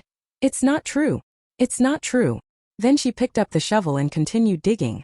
She absolutely couldn't leave the show. Yesterday her manager told her that no matter what she had to finish this episode. Otherwise she really wouldn't be able to clear her name. Cameraman Zhang San regretted it so much that he fell to the ground and cried. Qin Xie in front of the monitor. Qin Xie watched the show trend on Weibo because of the scandal and shook with anger. This isn't the effect he wanted. This would make people think their production team was some unprofessional bunch. But they were very professional. Thinking that, his phone suddenly rang. An unknown number. Qin Xie answered. "Hello." A very serious voice came through.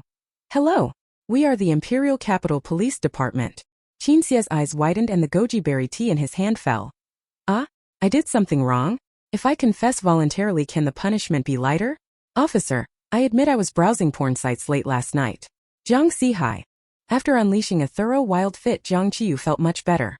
She plucked a foxtail grass, held it in her mouth and walked toward the edge of the fields. Jiang Wuhu, seeing her mood lift, went over to ask, "Teacher Maze, what's wrong?" Jiang Qiyu shrugged. "The premature director took our tent away. We have nowhere to sleep tonight." Everyone heard that. So Jiang Qiyu had gone mad because of the premature director. He Nanxing and Jiang Ziran's hatred toward Qin Xie? 100. Yang Shufan was worst off, she was at 1000. Jiang Wuhu sneered. What director? I'll tell Big Brother to replace the director when we get back. Hearing that, Jiang Qiyu was delighted. She bumped Jiang Wuhu with her shoulder. Good. Good brother for life. Jiang Wuhu.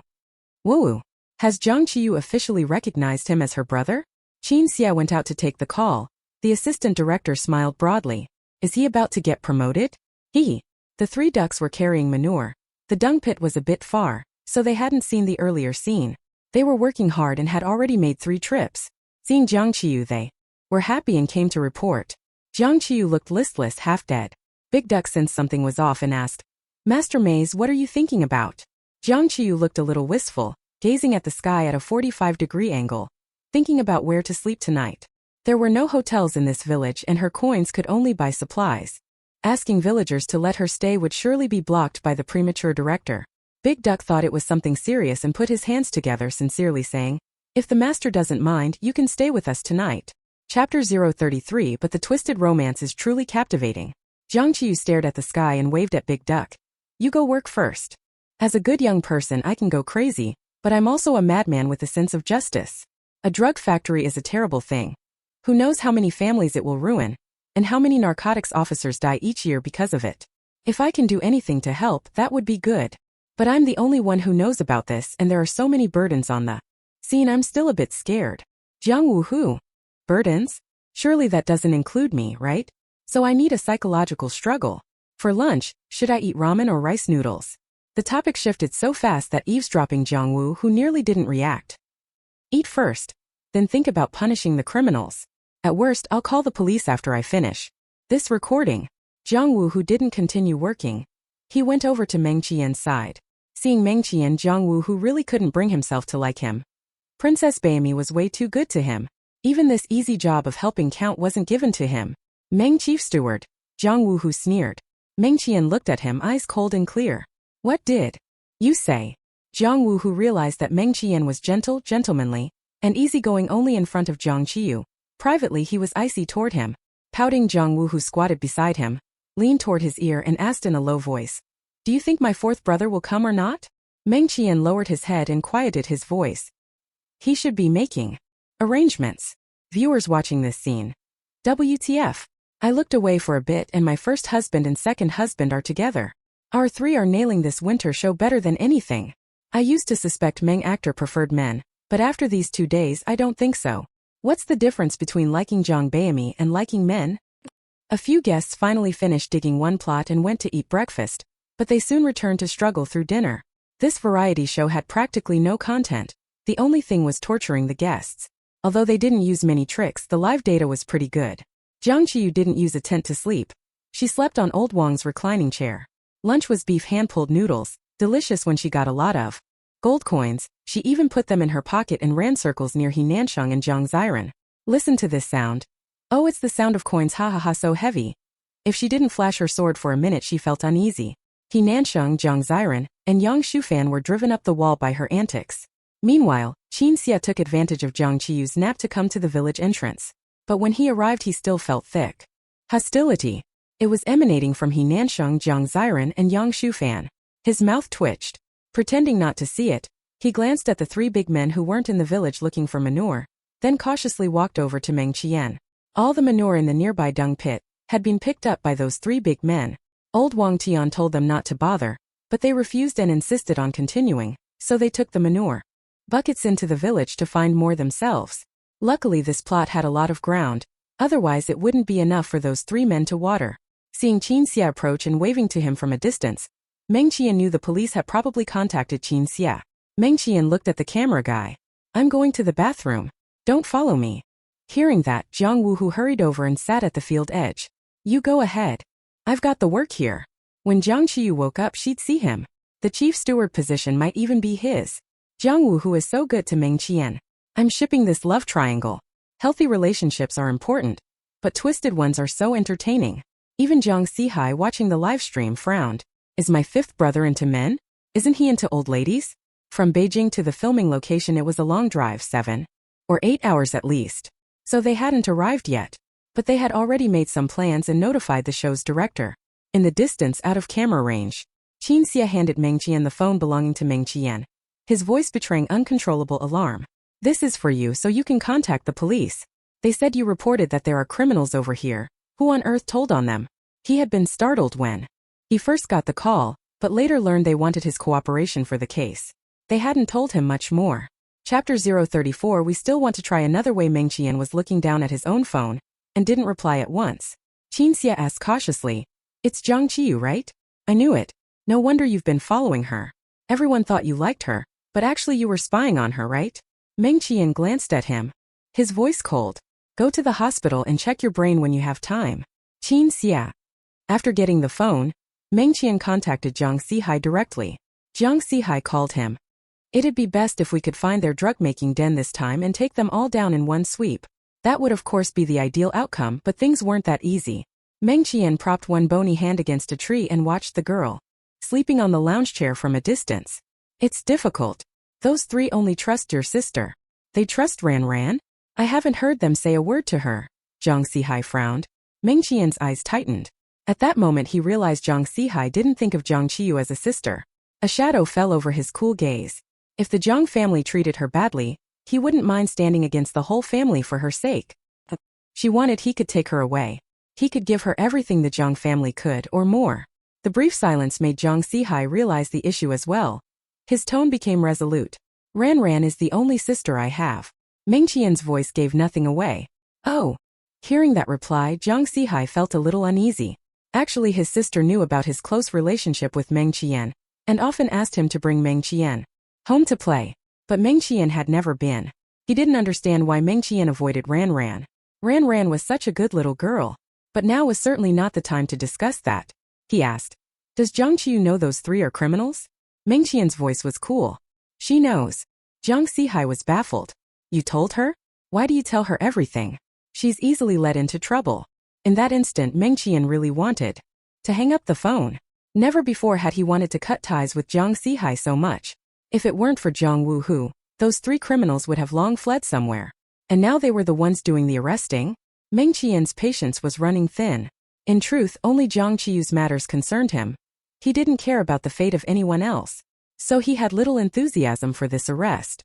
If he weren't worried Jiang Wuhu might bungle things and possibly endanger Jiang Qiyu, he wouldn't bother at all. Seeing Meng Qian fall silent again, Jiang Zihai rubbed his temples and continued. "This morning I heard those three say they wanted Jiang Qiyu to go live with them. That's a good chance." "No. Too dangerous." Meng Qian refused coldly. In the car, the captain also spoke. "Right, it's too dangerous. We should think of another way." Jiang Zihai really wanted to claim credit now and advance a step. Among the brothers, his achievements were the smallest. His sister might think less of him compared to the others. Jiang Zihai shook his head. "It's not dangerous. When we get there we'll swap out those cameramen. We'll follow closely and protect all of you. We won't let anything happen to you. If something happens, you can't afford it." Meng Qian's voice grew colder like ice. Jiang Zihai had no choice but to relent. "All right, let's do that for now. We'll think more. Keep."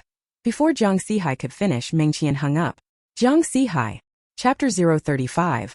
"There's something I want to confess to you." The sun was setting. Many people in the village discovered while going to the toilet that the feces in their latrines had disappeared. Luckily it wasn't anything precious, so they didn't pay much attention. Ding! There's gossip. The mechanical voice woke Jiang Qiyu from sleep. She rubbed her eyes, saw the breathtaking sunset, and an idea popped into her head. She sent a thought to the system. "Did you know? The platypus can lay eggs and produce milk. It's one of the few creatures in nature capable of making its own egg tarts." System. "Host, what are you trying to say?" Jiang Qiyu. "I woke up craving egg tarts. Isn't life just about eating egg tarts and getting some fries?" System. Ignoring Jiang Qiyu's words, the system began to report fresh gossip. "Host, the police are coming." Jiang Qiyu jumped in alarm and leapt off the deck chair. "The cops are here. Run." Just as she was about to step out, she remembered she wasn't in the underworld meddling world anymore. Muscle memory, she had a condition reflex. Old Wang had been sitting on the ground all day and finally saw Jiang Qiyu rise from the chair. He was almost moved to tears. But just as he was about to sit back down, Jiang Qiyu sat back in the chair. Old Wang. Old Wang was full of regret. He wanted to punch himself. Why had he moved that deck chair over that day? Host, what did you remember? Jiang Qiyu adopted a world-weary expression. Back in the day I was Gao Qiyu, the famous name in Haisher. All started when I sold fish at the market. The system cut off her nonsense. Jiang Zihai is bringing several police officers to replace all the cameramen soon. They're trying to find a chance to arrest or tail these 3 criminals. Jiang Qiyu asked in confusion, how does he know those 3 are criminals? System. That's normal. Those 3 are wanted. Jiang Zihai cares about Jiang Ziran, saw it on the livestream, so it's not surprising. Jiang Qiyu's eyes lit up. Wanted? Why didn't you say that earlier? System exasperated. I said it a long time ago. Jiang Qiyu rubbed her chin. I didn't mean that. Don't wanted criminals usually have rewards? Do the 3 of them have bounties? The system checked and replied. Yes. Jiang Qiyu clenched her fists in anger. She should have thought to report them earlier. Then she could have gotten that money. She felt like she'd missed out on 100 million. She asked painfully. How much is the bounty on each of them? System. Big duck $3, middle duck $2, little duck $1. Jiang Qiyu immediately felt better. Never mind then. Being wanted men worth only 3 ducks each, what a failure. They probably feel sad about it late at night too, right? Because the team leader and Meng Qian both preferred to be cautious, they decided to wait until the 3 returned and then follow them from behind. They should be able to find their hideout that way. Even if they didn't go back to the factory tonight, staking out for a few more days would bring an opportunity. If they made a move, they'd arrest them on the spot. Jiang Zihai was very worried about Jiang Ziran's safety, so as soon as he arrived he took the opportunity while the 3 others were away to switch out all the cameras with a few of his brothers. Changing camera crews is a common occurrence on shows, so it didn't attract attention. Although the camera operators were all wearing hats this time, nobody paid it any mind. The camera Jiang Zihai swapped out was the one on Jiang Ziran. Seeing his sister with her face streaked with dirt, Jiang Zihai's heart ached. He really didn't know what kind of variety show his big brother had invested in. It was so grueling. Ziran had been pampered since childhood. She'd never endured anything like this. While thinking that, he heard Jiang Ziran speaking to him. Hey! Jiang Zihai felt a thrill of joy. He was all made up and wearing a hat. Had his sister really recognized him? He looked up, about to warn her not to make a fuss. But he saw Jiang Ziran's face twisted in disgust as she said, Do you even know how to film? Why are you pointing the camera so close to my nose? If you can't do it, don't do it. Jiang Zihai. He was a bit stunned by her words. In his impression, Ziran was an especially gentle, kind, and sensible girl. How could she say something like that? He quickly figured it out. Girls care about their looks, that was his mistake. He hurriedly stepped back and gave Jiang Ziran an apologetic look. Jiang Ziran really has a bad temper. Isn't it the camera guy's job to film her? Female stars all have image concerns, right? Isn't that normal? Reality shows reveal people's flaws the most, especially under such harsh conditions. Jiang Ziran was hot and irritated. She'd been digging all day and hadn't eaten anything good. The production only provided some plain water. But Jiang Qiyu had been sleeping and eating all along, and she was insanely jealous. Right now there was a bottle of ice cola by Jiang Qiyu's feet. Jiang Wu, who had volunteered to buy it for her. Jiang Ziran's envy flared to the extreme. Jiang Zihai followed her gaze and saw Jiang Qiyu lying there at ease. Lazy and greedy. Jiang Zihai didn't want to look any longer, and was about to turn away when he heard a voice. Jiang Zihai is a good person and a good cop, but his head isn't very clear. Later he covered up Jiang Ziran's criminal acts, and was suspended by the police for investigation. After being suspended he was in a bad mood, went drinking, and happened to run into a criminal he once arrested. That criminal beat him and blinded one of his eyes, and he eventually died in gloom. Jiang Zihai frowned. Who was speaking? How would Ziran commit a crime? What nonsense was this person spouting? Soon Jiang Zihai realized the voice sounded like Jiang Qiyu's. Could he hear Jiang Qiyu's inner thoughts? Having been a police officer for several years, Jiang Zihai kept his expression steady and didn't react. Ha. When he was little he lost a tooth and accidentally swallowed it. A few days later he pulled it out in his stool. He thought it was interesting, cleaned the tooth and swallowed it again. He did that over and played with it the whole summer. Jiang Zihai. How did Jiang Qiyu know about this?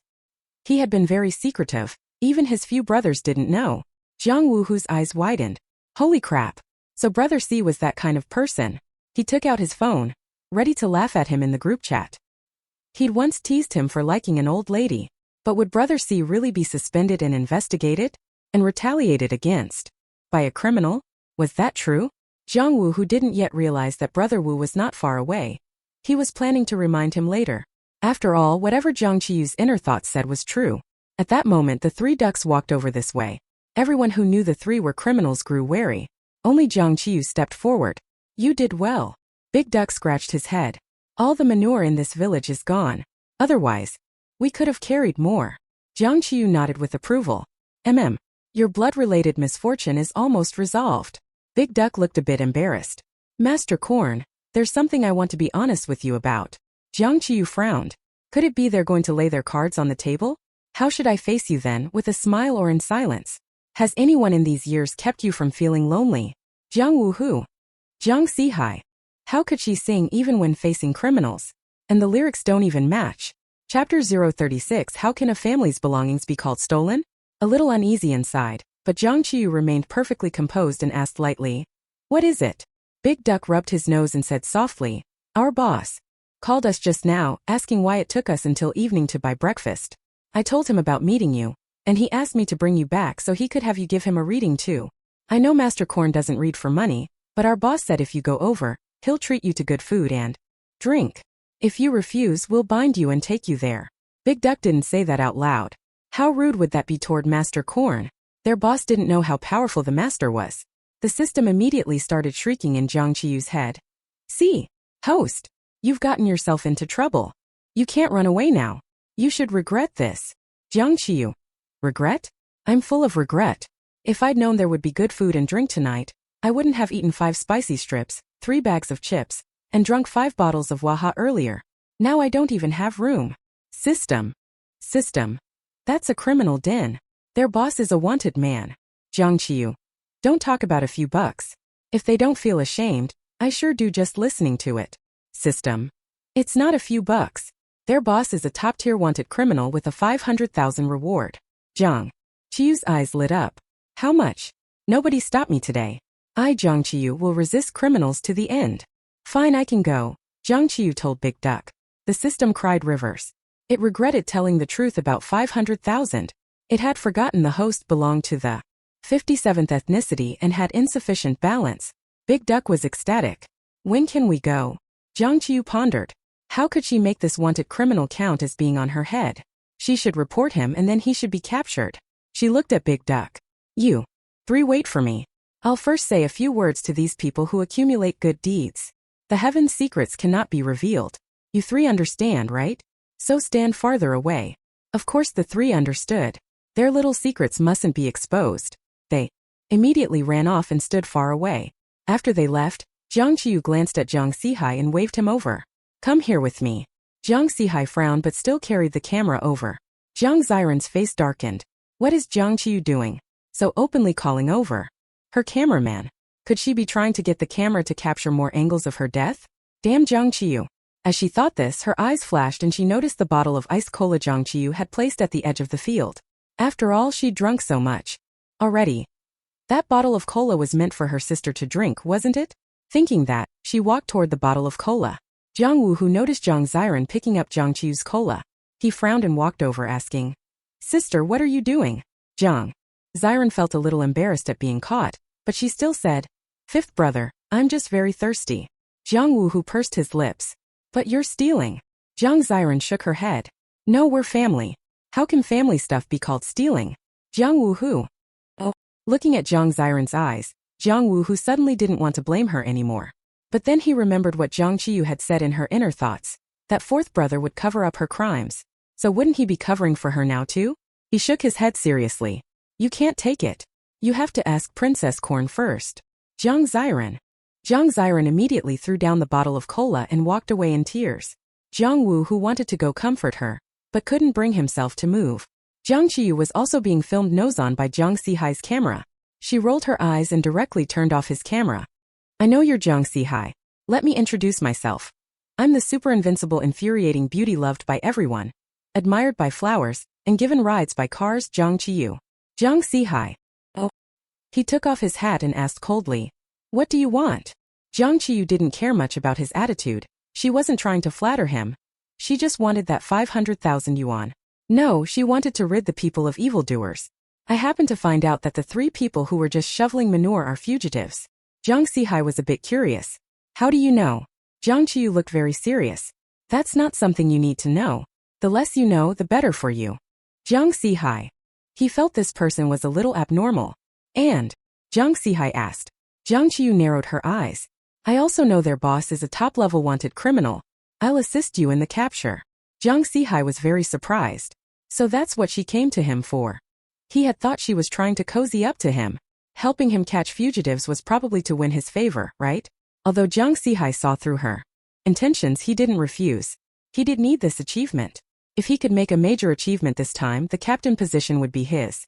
Just as Jiang Ziran was about to speak, a voice came from behind. I object. Chapter 037 TSK. Jiang Fuguwei must be sweating profusely. Jiang Qiyu and Jiang Ziran simultaneously looked up in shock. I almost thought I was being snatched at a wedding. Jiang Ziran. Oh. Meng Qian walked over, his expression pale. Too dangerous. Jiang Qiyu. Jiang Qiyu frowned. Fuguwei. Seeking danger for glory. But she didn't finish the last 3 words. Jiang Ziran's eyes widened. You know my nickname too? Meng Qian, why do you say everything? Jiang Qiyu. Meng Qian glanced coldly at Jiang Ziran, then looked at Jiang Qiyu and gently persuaded. We should film the show normally. Leave these matters to the police. Jiang Qiyu shook her head and said righteously. No. As a model youth of the 21st century, I must do my part to punish villains and rid the world of evil. Meng Qian, seeing her insistence, said. Then I'll go too. Jiang Qiyu. Jiang Qiyu mentally told the system. I reasonably suspect the big villain heard Big Duck's words and wants to freeload. System. Silence is tonight's Kongqiao. No one can understand the collapse inside it. To be safe, Jiang Ziran and the others have already blocked discussion about this show in that area. At the same time, Qin Xia appeared and announced to the camera. Tonight we'll split up. Jiang Qiyu and Meng Qian will go on a secret mission. The rest will come back to camp with me to complete other tasks. Their secret mission won't be live-streamed. We'll edit it into the main footage later. Please look forward to it. If we can't watch Teacher Bayami tonight, my life will be utterly dull. Director early release, you really know how to arrange secret missions. Teacher, why isn't our Zihan going? Jiang Wu, who also wanted to go, but he had just recognized Jiang Ziran. So it must be serious, probably to catch criminals. Then he decided not to go. He would cheer for Princess Bayami and 5th brother at the camp. Just as they were about to split up, Jiang Ziran suddenly raised her hand. Director, I want to go on the secret mission too. Qin Xia. Qin Xia looked at Jiang Ziran. Jiang Ziran couldn't be exposed yet. He could only whisper. Not everyone is suitable to go. His sister should have been able to tell from his voice. But Jiang Ziran didn't notice. She pointed at Jiang Ziran and scolded. Who the hell do you think you are?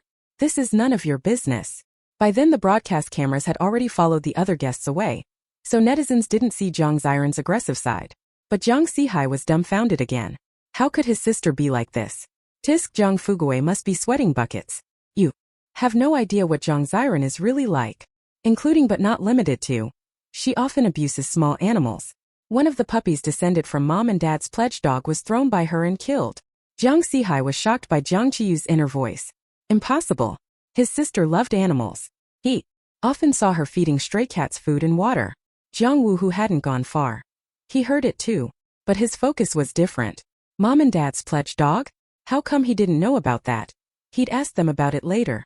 And that kitten you used to raise, she also broke its leg with a kick because she has a weird habit of liking the smell of cat feces, and it has to be freshly dropped, warm.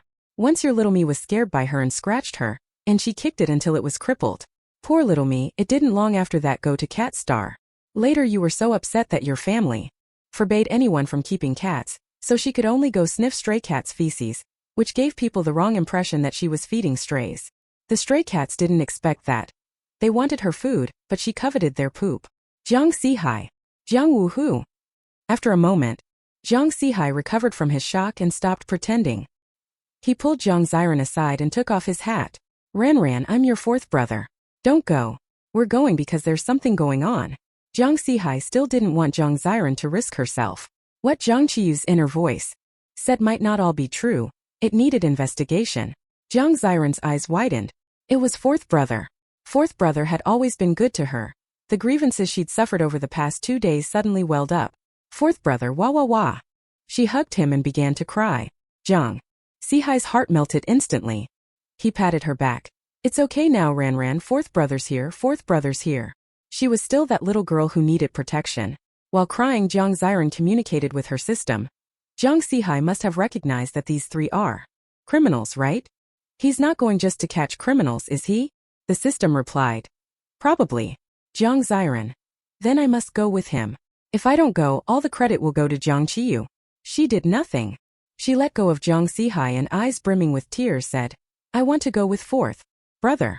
I'm worried about you, fourth brother. Ran wants to protect you. Jiang Zihai was moved again. Anyway, there were plenty of undercover cops following this time. Having one more Ran wouldn't matter. He was confident he could protect her. All right, then you must listen to fourth brother. Don't run off. Stay with me at all times. Jiang Ziran nodded happily. Don't worry, fourth brother. Ran will behave. Having to bring a burden, Jiang Fugue, are you out of your mind? If something happens later, don't blame me. Jiang Zihai glanced at Jiang Qiyu and said awkwardly, It's fine, keep your mindset relaxed. Jiang Qiyu frowned. What vegetables need scallions? Jiang Zihai. Qin Xia was very cooperative when he met the police. He turned to leave. Jiang Qiyu's voice floated in his ear. Premature director, when you sleep at night, snore quietly. You're keeping everyone in your room awake. Qin Xia. He always slept alone at night. What nonsense was Jiang Qiyu spouting? Qin Xia didn't take the remark to heart. Assuming Jiang Qiyu was mad again. The police and Jiang Ziran couldn't openly follow Jiang Qiyu. They could only trail him secretly. Qin Xia shamelessly added a camera, carrying a miniature camera with him. He wanted some footage. If they actually caught criminals, this would be a hot topic. As a director, he couldn't miss it. Only Meng Qian followed Jiang Qiyu openly. Everyone else spread out, those who needed to hide hid. Jiang Qiyu put tiny earpieces in and waved at the three ducks. The three of them came over and Jiang Qiyu asked, Can I bring my assistant with me? They looked at Meng Qian and nodded. Of course. The two of them followed the three ducks farther than expected. Jiang Qiyu got tired of walking. Seeing her, Big Duck kindly asked, Master Corn, do you need me to carry you?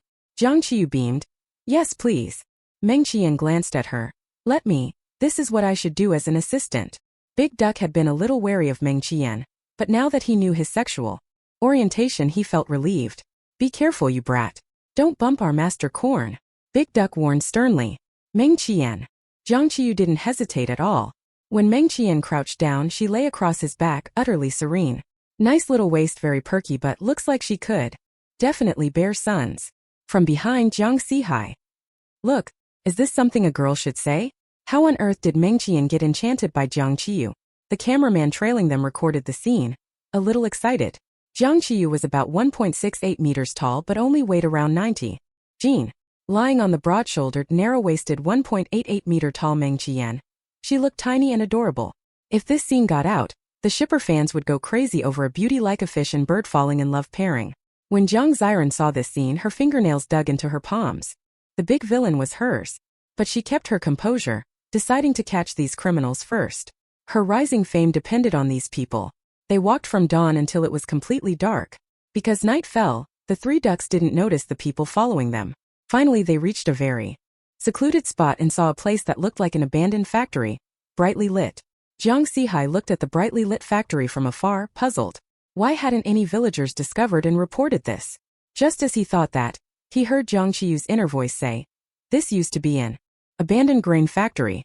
These criminals fled here and came up with a plan to fake ghosts and spirits. Their boss would lead by wearing a white dress, letting his hair down, and drifting around this area at night to scare the villagers passing by. Many people were seriously frightened. Word spread quickly, and after a while, no one dared come near here.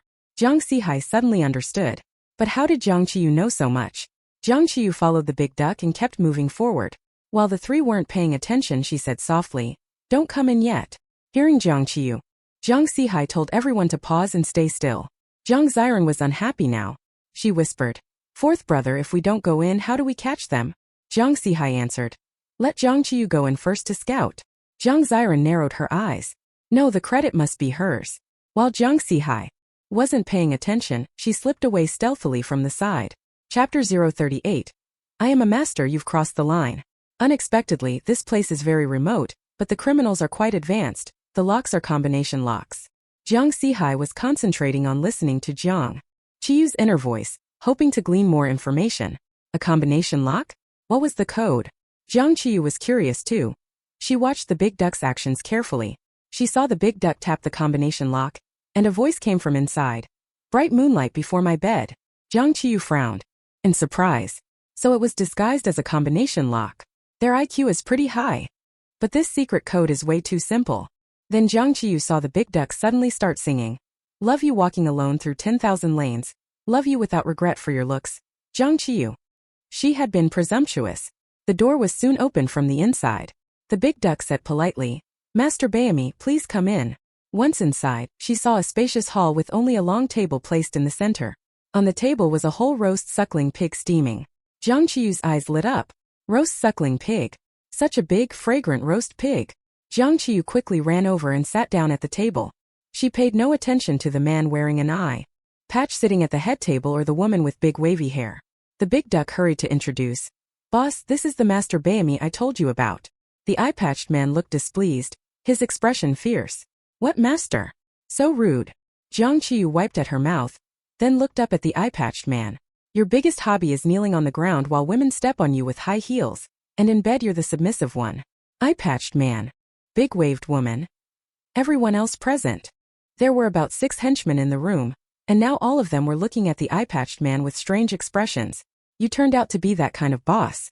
Only 3 ducks were very calm. Master Corn could calculate much more than that.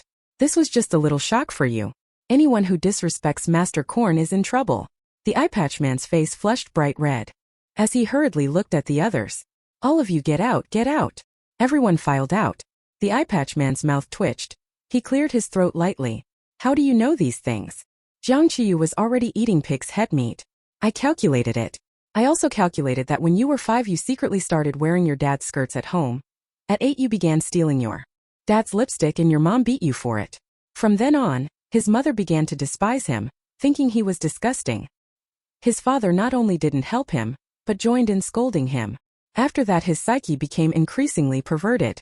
At 15, he set his parents' house on fire, and from then on he went down a criminal path. The big waved-haired woman looked at the eye patch man in shock. I didn't expect you to be this slutty since childhood. The eye patch man's face reddened. He stood up immediately. Master, it was my rudeness just now. Jiang Qiyu gave him a cold look. Is that apology sincere? The eye patch man chuckled. Whatever you want is fine. I can accompany you for a night. Jiang Qiyu. She eyed him. I'm the master, you crossed the line. Just steam the king crab you keep in your room and that will do. The eye patch man. He stammered. That's my pet little emperor, I've raised it for a year, I'm attached to it. Master, could you eat something else? Jiang Qiyu pinched her finger. That king crab will affect your fortune. The eye patch man immediately waved his hand. Someone go steam the king crab in my room. There was roast suckling pig, there was steamed king crab. And Jiang Qiyu ate while describing the taste in her head. This roast suckling pig has a perfect balance of fat and lean. Aroma overflowing, skin crispy and meat tender. Super delicious. The king crab's meat is fresh, tender and juicy, delicate in texture. Every bite is filled with the taste of the sea. Delicious, delicious. Jiang Zihai had only eaten 1 breakfast today and nearly drooled. He swallowed and murmured. After you finish, feel around the interior layout for us so we can plan the deployment. Now that they knew the den's location, it was better not to alarm the enemy yet. Jiang Qiyu listened to Jiang Zihai and planned to look around inside after finishing her meal. Ding. Gossip. Jiang Qiyu frowned. Vocal. Jiang Ziran actually went in? I think she's gone mad. Losing her mind like Wu Zetian without a husband. Chapter 039. Can he sign up? Hearing that thought, Jiang Zihai finally turned back. Ran truly was gone. His mind buzzed. But as he was about to rush in, the captain grabbed him. What are you doing? He said anxiously. My sister went in, I have to rescue her. The captain frowned. If you go in now it's not only dangerous, you'll also alert them. Let Jiang Qiyu think of a way, she's clever. Jiang Zihai was frantic. What could she possibly come up with? Still, for the greater good he had to hold back. He told Jiang Qiyu, I just found out Ran went in. Think of a way to ensure her safety. Jiang Qiyu, pretending to pick something up, answered softly. I can't guarantee it. Jiang Zihai. He was like an ant on a hot pan. Okay, if you can ensure her safety, I'll grant you one request, anything. Wasn't what she wanted just some attention from her brothers? He could reluctantly help her out. Jiang Qiyu's heart stirred. Don't look down on Jiang Zihai because police pay isn't high. His monthly pocket money alone is $1 million. He'd saved up a big sum to buy Jiang Ziran a dress she's liked for a long time for her birthday next month. What kind of dress costs millions? Will wearing it make her ascend the throne? Jiang Qiyu didn't quite understand, but the corner of her mouth lifted. This was Jiang Zihai's own idea. Don't blame her for being blunt. She pretended to nibble a crab leg and whispered, "Deal." The blindfolded man had no appetite. He was waiting for Jiang Qiyu to finish so she could calculate his future fortune. His eyelids had been twitching lately. He had a feeling something bad was going to happen. He'd heard she was good at resolving such things and wanted her help. He spoke devoutly, "Master." Jiang Qiyu raised a finger, shut her eyes dramatically and said, "Don't speak, I suddenly sense something." Meanwhile, Jiang Ziran slipped in through a window at the back of the factory under cover of darkness. She stood, surveyed the interior, and a mocking smile tugged at her lips. Jiang Qiyu was useless. She'd been inside for ages with no movement. Maybe she'd been caught. Looked like she had to rely on herself. As long as she could find evidence of their crimes, the credit would still be hers. After climbing in, she hadn't seen a soul or any danger at all. Jiang Ziran was pleased. She truly was the heroine of this world. Her luck was explosive. Thinking that, the next second a sack was thrown over her head. She was about to scream when a blunt blow knocked her out. Over in what could be called the living room, the blindfolded man found himself utterly impressed with Jiang Qiyu. She was over here and could already tell someone had climbed in through the back window. 2 henchmen had brought someone over. The person was now dumped on the floor. Jiang Qiyu recognized the 2 henchmen as one she hadn't seen before. There should be at least 8 henchmen here, including the blindfolded man and the wavy-haired woman. There's a minimum of 10 people. The blindfolded man frowned and asked, "Master, what is this woman here for?" They wouldn't have been discovered, would they? By now Jiang Ziran had come to and only saw darkness in front of her. She struggled and cried out, "Let me go! Let me go!" Jiang Qiyu walked to the sack, kicked Jiang Ziran, then said lightly, "How to put this, you're a bad peach blossom." The blindfolded man was startled. "Huh?" The big waved-haired woman knit her brows and stared at the person on the ground. Jiang Qiyu sat back down, sipping peach blossom wine, and said, "This afternoon didn't you go to the market, eat something bad and see a doctor?" The blindfolded man nodded. "Yes, something like that." Jiang Qiyu pointed at the person on the floor. "She also went to see a doctor. She saw you outside and fell in love at first sight. She followed you here, didn't dare come in during the day, and only under cover of night dared to come in. She planned to crawl into your bed tonight." Jiang Ziran was kicked in the face, bit her tongue, and the pain made tears stream down her face. Now, hearing Jiang Qiyu slander her out loud, she nearly fainted from anger. She struggled even harder. The blindfolded man was about to speak when he saw his lover stand up, walk to the sack, crouch and pull it off. She looked at the person on the floor and asked, very seriously, "What did you see in someone so ugly?" The blindfolded man also glanced at the person. They had asymmetrical faces and were indeed ugly, then hurriedly shook his head. "Baby, I didn't fall for her. It was one-sided, she likes me." The big wave guy ignored him and slapped Jiang Ziran. "I ask you, what do you see in someone so ugly?" Jiang Ziran. "The eye patch man." Jiang Qiyu nearly burst out laughing, but kept professional and said calmly, "She's mute. Don't be fooled by this boss's usual swagger. He's actually very afraid of this lover. Because he can't show his face now, it's this lover who helps him sell the goods. The eye patch man actually all know she has a thing with Big Duck, but they dare not speak up. He even suggested a threesome, but the lover refused, because the lover doesn't want to share Big Duck. Don't underestimate Big Duck. He may be dumb, but he's great at his job and his service is excellent. Everyone praises him. Those who've used him all say he's good. Really wish Big Duck would open a class so those who aren't up to it could learn." Jiang Zihai.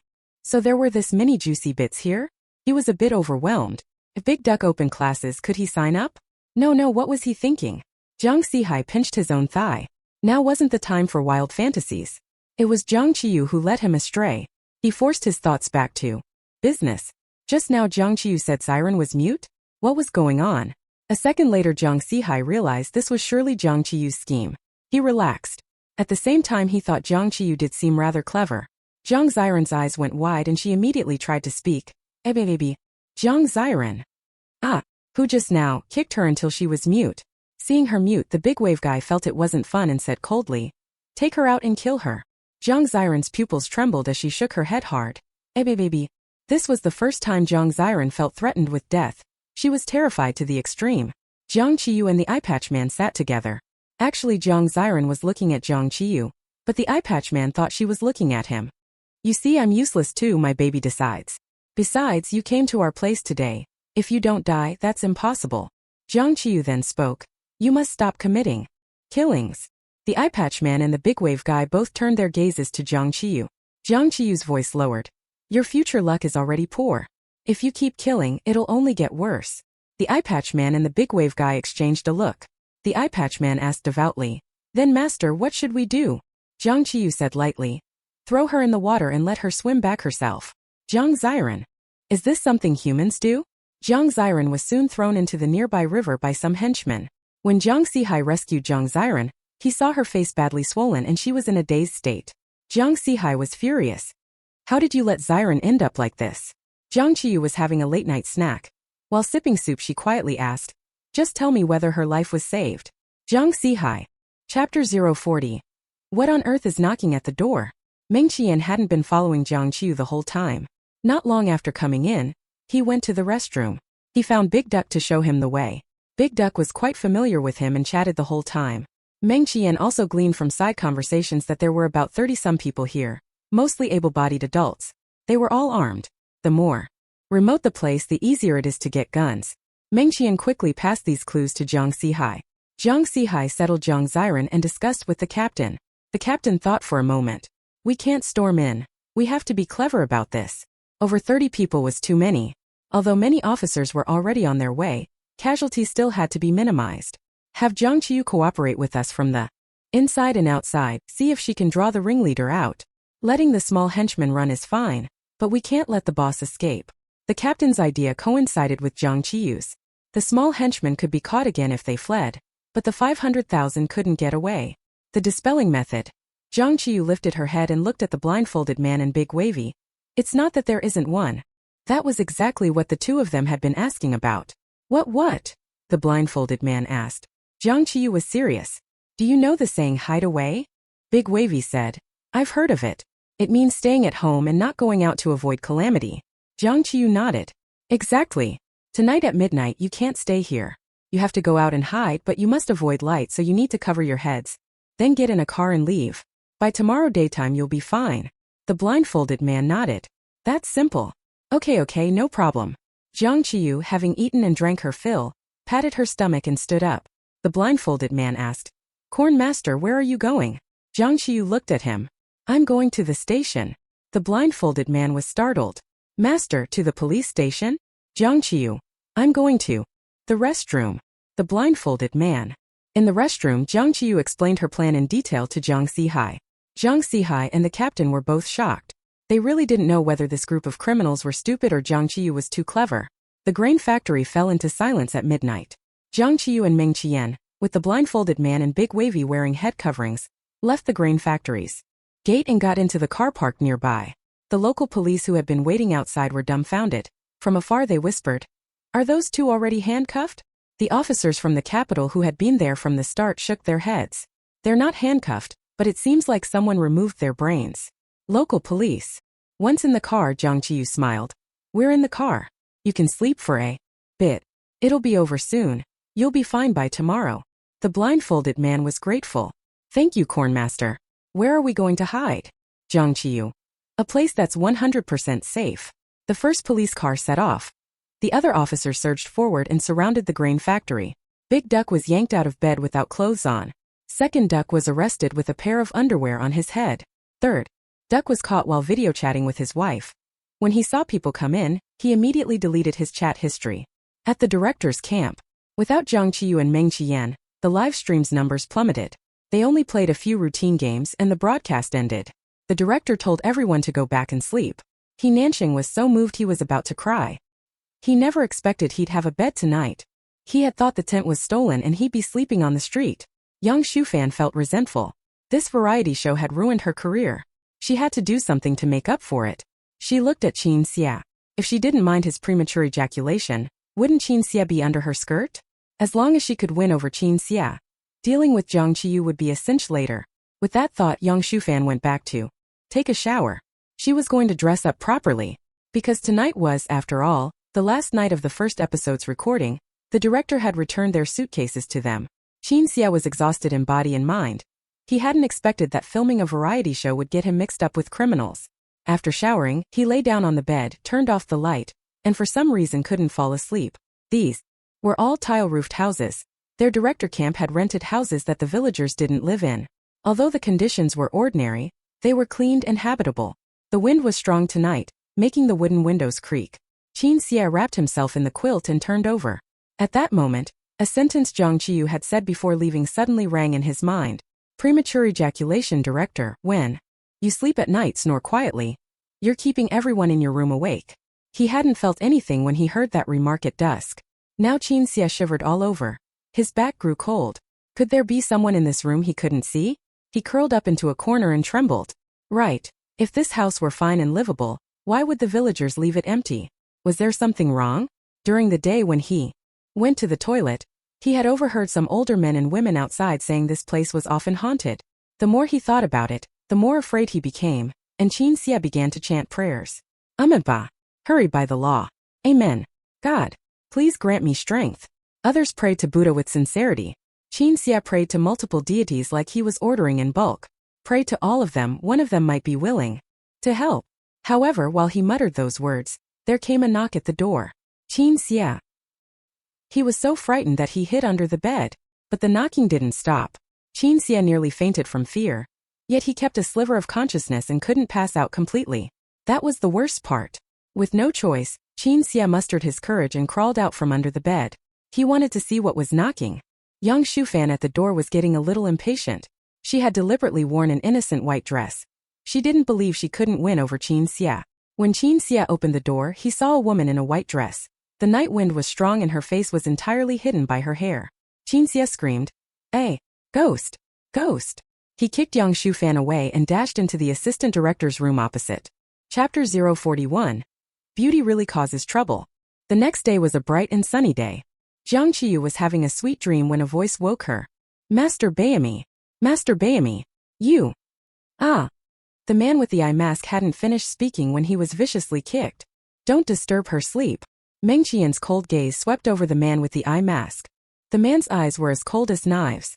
The eye-masked man had roamed the Jianghu for so many years and had seen many perverted devils, but even he was frightened by the look in front of him. The two policemen behind the eye-masked man were also somewhat startled. Meng the film emperor was a bit terrifying. Jiang Qiyu opened her eyes and saw the man with the eye patch and big wavy being escorted by two policemen. Meng Qian had his back to her. The man was tall with long legs, broad shoulders and a slim waist. Sunlight fell on his superior shoulders, making him strikingly eye-catching. Waking up to see a handsome man with a perky butt, who can understand this kind of happiness? Jiang Zihai, who had just gotten out of the car. Jiang Qiyu stretched lazily. Are we here? When Meng Qian heard the voice and turned around, his deep, peach blossom eyes softened with affection. We're here. The man with the blindfold couldn't take it anymore and shouted. Master Korn, I trusted you so much in vain. Family, does anyone understand this? Being a wanted criminal, waking up to find yourself in a police station. Is there anything more terrifying than this? Jiang Qiyu got out of the car, walked up to the man with the eye mask, and wore an unhappy expression. What you said isn't right. I predicted you'd end up in jail, so I sent you here early to save you a lot of detours. How can you not be grateful to me? Man with eye mask. Big Waves Debolang wore a resigned look. I knew it. What pretty women say can't be trusted. Jiang Qiyu blinked. Sister still speaks more nicely. Look how fierce he is to me. Big Wavy glared at the eye patch man. Watch your language next time. Eye patch man. This isn't some fortune-telling master at all.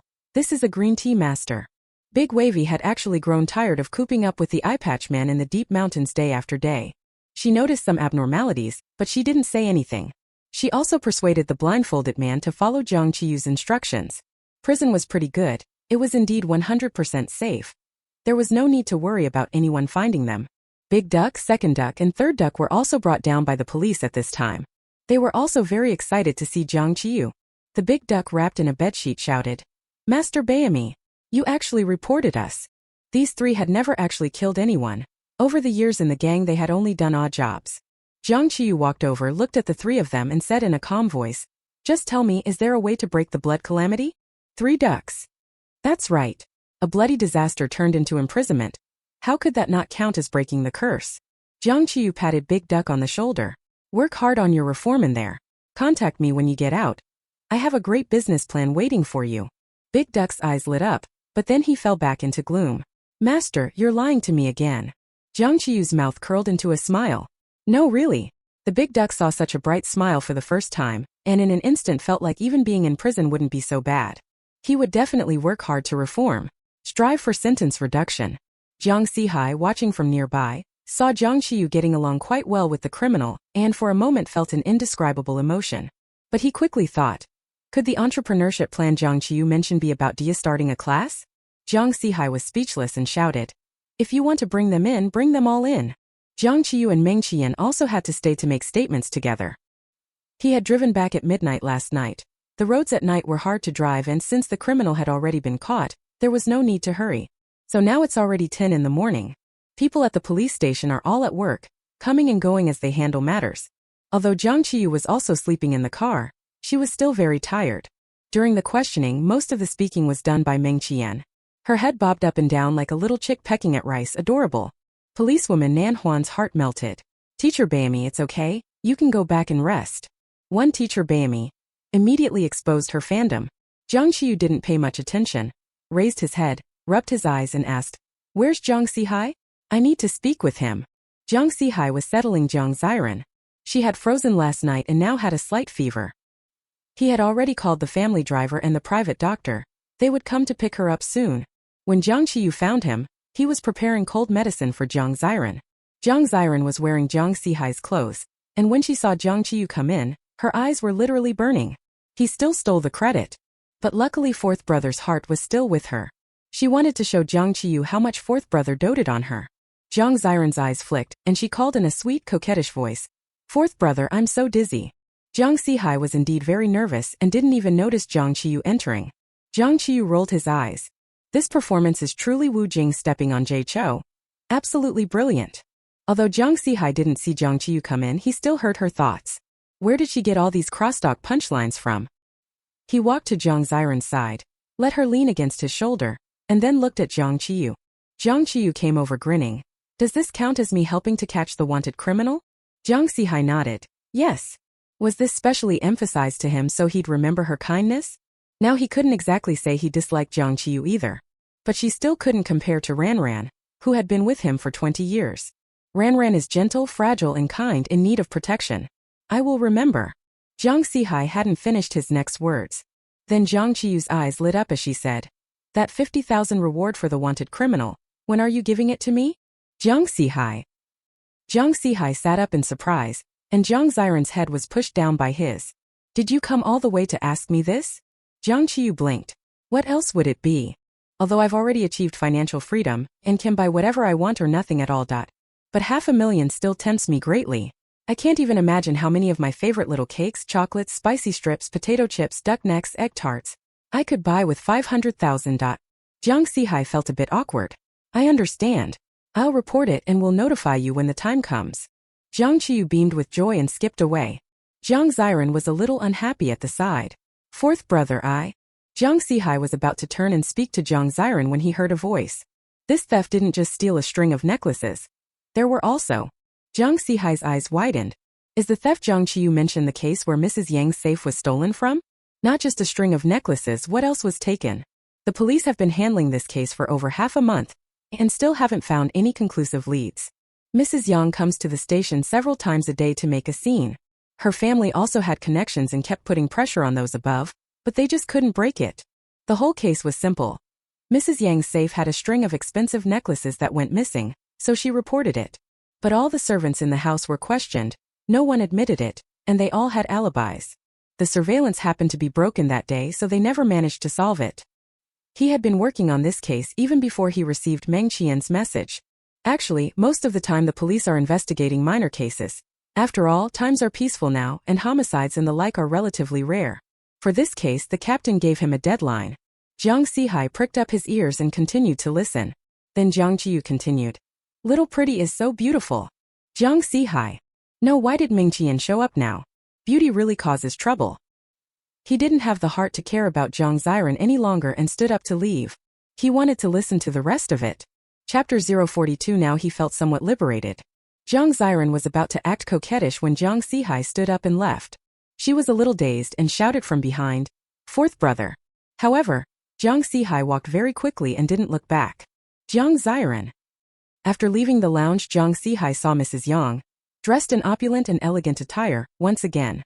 Mrs. Yang saw him come out and immediately walked over in high heels. "Officer Jiang, how's my case going? I came to see you yesterday, but you weren't here." She comes to ask several times every day. Sometimes Jiang Zihai really feels like calling the police. At first he couldn't quite understand it. For Mrs. Yang, someone who could lose hundreds of thousands in a single mahjong game, is a single necklace really that important? Now he felt somewhat enlightened. What if it wasn't just the necklace she lost, but something else she cared about more? As long as he knew what that thing was, he could start analyzing from there. The case will definitely speed up. Ask Mrs. Yang directly. She certainly won't say. Otherwise she wouldn't have chosen to hide it in the first place. Jiang Zihai's gaze searched for Jiang Qiyu's figure. "Mrs. Yang, I'm a bit pressed for time right now. I'll tell you later." He saw Jiang Qiyu walking out with Meng Qian. Jiang Zihai chased after him. "Jiang!" But before he could finish his words, he was stopped by two other men. "Fourth young master, where is Miss Ziran? Where is she?" The Jiang family's steward and private doctor arrived. Jiang Zihai, eager to solve the case, pointed back. "In that room, you go there." However, after he finished pointing and turned his head, Jiang Qiyu and Meng Qian had already disappeared. They had probably left. Jiang Zihai scratched his crew cut, feeling a bit irritated. But when he saw Jiang Ziran being led away by the driver with a weak look on her face, her eyes glistening with tears as she looked at him, Jiang Zihai suddenly felt a pang of guilt. How could he have ignored Ranran's fever? Ruan is the most important, isn't she? In the past, this question rarely surfaced in his mind. Even if it did, he would have firmly chosen yes. But now he suddenly hesitated a little. Die. That afternoon, the Jing City Police issued a notice about the incident in which a criminal was encountered during the recording of New Hopes for Life. They clarified Jiang Qiyu's contribution to the matter and gave her high praise. They also made brief mention of Meng Qian's performance. The trending search exploded in an instant. Hashtag Jiang Qiyu cleverly dismantles a drug-making gang. Hashtag blows up. Hashtag New Hopes for Life secret mission. Hashtag Jiang Qiyu completely reforms 3 criminals. Hashtag Meng Qian benefited from Jiang Qiyu's fame. Hashtag. These trending searches, my socks, my coat, my brain has become a jujube. I'm really looking forward to the edited version of this episode. I want to see Teacher Korn battle the criminals. It's really hard to imagine that the 3 manure-stealing gang are actually criminals. Let me sum up what the Jingshi police mean. Jiang Beimi is brave, resourceful, clever, and beautiful. Meng Qian is also a good person. Damn it. Jiang Beimi dared to mess with me? I always thought she was going crazy. Heh. Could it be a script? Upstairs, a brain is a good thing. Hope you have one too. We Ranran were involved too. Why isn't Ranran's name on it? Did the police miss it? Many of Jiang Ziran's fans were dissatisfied. A lot of people privately messaged the Jing City Police's official Weibo, reminding them not to leave out Jiang Ziran's name. The one operating this account was exactly Nan Huan.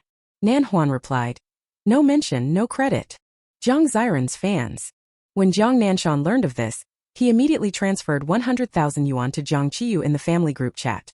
"A small reward for my daughter. Awesome." Jiang Qiyu was lying on the golden bed at home playing with her phone. Seeing this transfer, she happily hooped around the house. "Thanks, Dad. Dad is the best." Su Renmin was also in the group and transferred 100,000 to Jiang Qiyu. Do fewer dangerous things from now on, but this time was still awesome. Jiang Qiyu smiled so broadly she could hardly close her mouth. "Thank you, Mom. The most beautiful mom in the world." After the Jiang family's boys came of age, they all moved out and had their own places. They only get together during festivals or when there's something going on. Jiang Wuhu returned with the production team. He saw the messages in the group as soon as he got off the plane and, following the trend, transferred 100,000 to Jiang Qiyu. When Jiang Qiyu saw there was money again, she accepted it without a second thought. On closer inspection, it was sent by Jiang Wuhu. She was a bit puzzled but still replied in the group, "Thanks." Jiang Wuhu. Wawa, don't I get even one compliment? Both Dad and Mom have them. But his thoughts soon shifted. He messaged in the group, "I'm going home tomorrow and will bring a gift for Mom and Dad. Stay tuned." Jiang Nanshan was a bit surprised. "Really?" Su Renmin also asked, "What is it?" Jiang Wuhu is being coy. "Not saying it now, but I'm sure you'll be happy when you see it."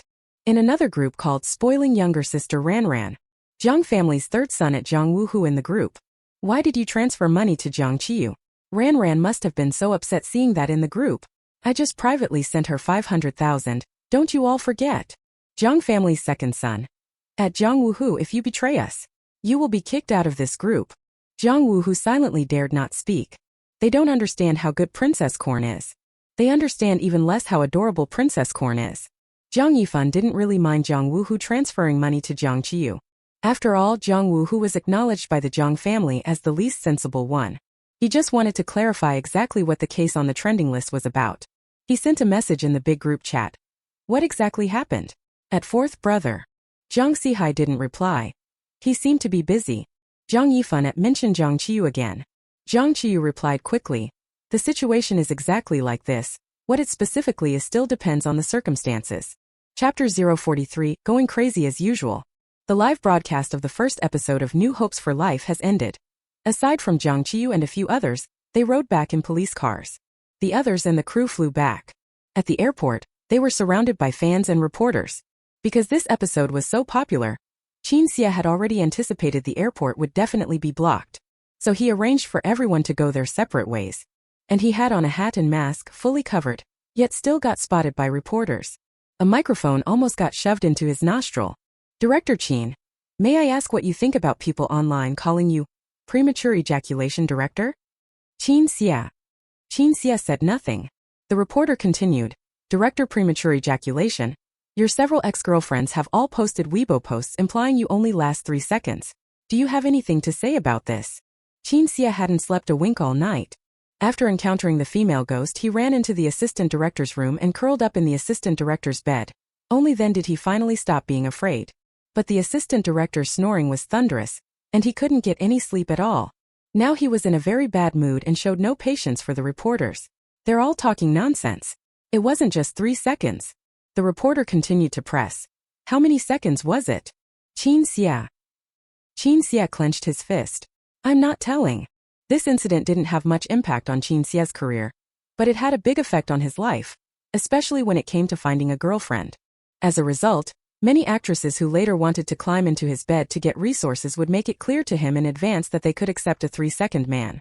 Qin Xie went into a bout of shutdown. In addition, He Nanxing was also blocked. He was a popular young star, often met by fans at the airport. He was used to it and even enjoyed hearing people call his name there. But this time the airport was filled with a different sound. He's short. Super short. He's short. Get plastic surgery. He's short. Poop smoke. He Nanxing. Damn it. Today's crowd is all haters. Since the show started, his Weibo followers have dropped from 8 million straight down to 5 million. The fan leaders and the fangirl admin have all fled. He covered his ears, bowed his head, and escorted by his assistant, bolted outward without daring to look up. Actually, not all of those who came were He Nanxing's haters. A large portion were fans of Jiang Qiyu.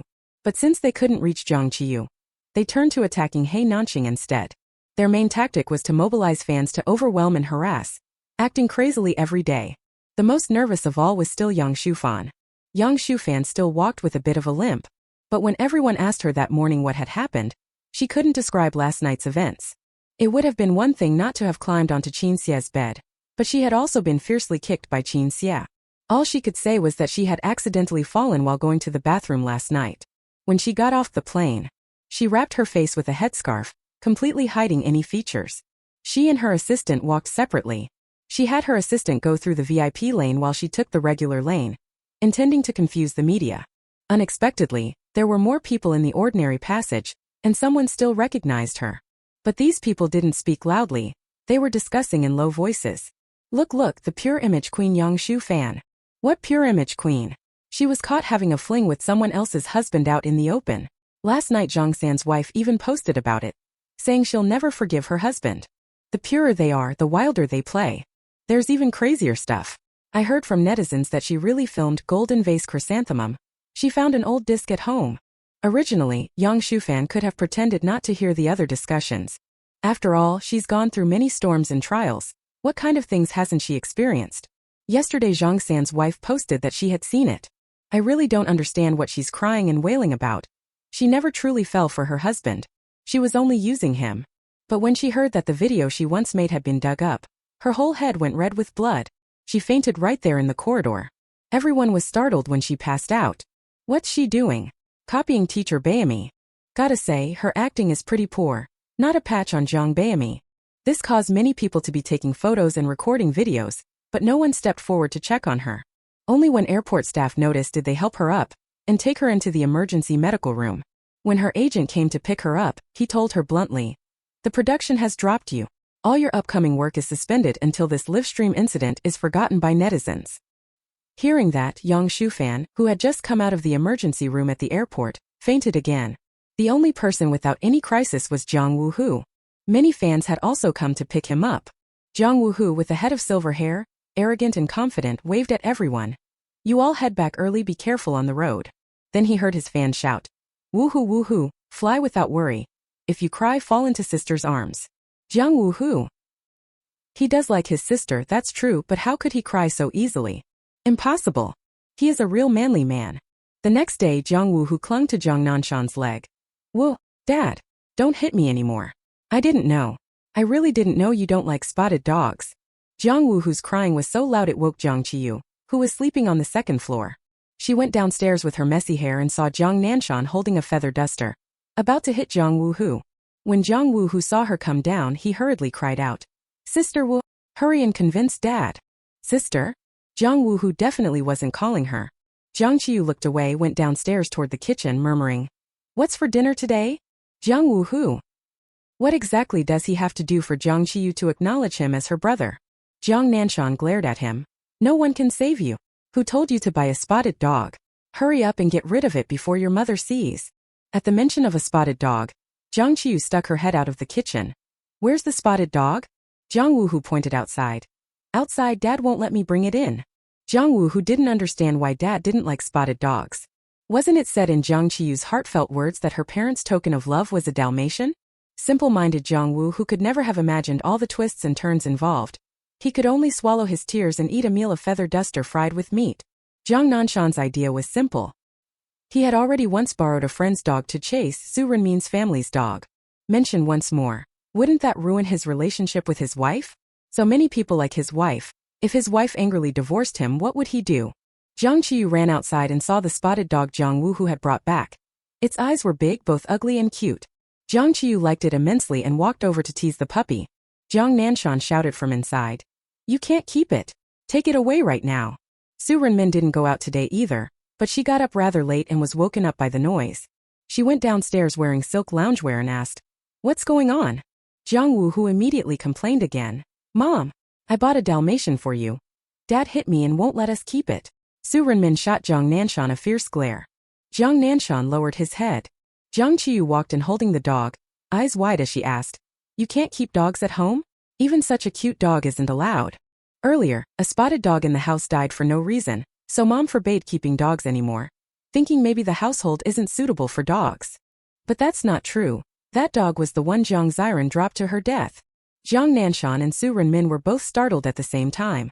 Jiang Yifan, who had just entered the villa courtyard, also frowned. A moment later, Su Renmin smiled and said, "You can keep it. If you like it, keep it. Give him a name." Jiang Qiyu stroked the puppy's head. "Look at all those spots on him, let's call him Das Hun. Dalmatian." Several people. Jiang Wuhu wiped the tears from the corner of his eye and asked, "Why that name?" Jiang Qiyu grinned, baring his teeth. "When we take the dog out for a walk, it'll be smooth sailing all the way." Chapter 044. If I Had Money. When Jiang Ziran went downstairs, she saw Jiang Qiyu, her two older brothers, and their parents chatting and laughing. Obviously everyone knew she still had a fever, but no one went to check on her. Jiang Ziran bit her lip in anger. After this episode aired, not only did she not gain followers, she actually lost some. And Jiang Qiyu's Weibo already has a full 5 million followers. It took her nearly half a year to reach 5 million, while Jiang Qiyu did it in 3 days. How could she not be angry?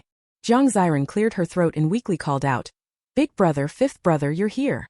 Jiang Yifan looked up and saw how pale Jiang Ziran's face was, feeling a bit hurt. "Ranfan, is your fever any better?" Jiang Ziran held onto the stairs as she went down. "A little, thanks for your concern, big brother." Cough cough cough. Old Sao wearing a bra. Jiang Ziran, you really have tricks upon tricks. The makeup on your face is almost thicker than the wall. It only fools someone like Jiang Yifan who never wears makeup. You weren't the one who went clubbing with friends last night? You even had a few brothers transfer you consolation money and hired 2 male models. Waved your hand and spent $1 million just like that. Jiang Yifan. Jiang Yifan really thought Jiang Ziran was being a bit too extravagant with money this time. In this regard, Jiang Qiyu was still better. Those are only 2 male models? If I had money, I'd have at least 8. My damned feminine virtues are being held up entirely by poverty. Jiang Yifan. 6 of one, half a dozen of the other. Jiang Nanshan was not the least bit surprised to hear Jiang Qiyu's thoughts. Compared to her mother, she still fell a little short.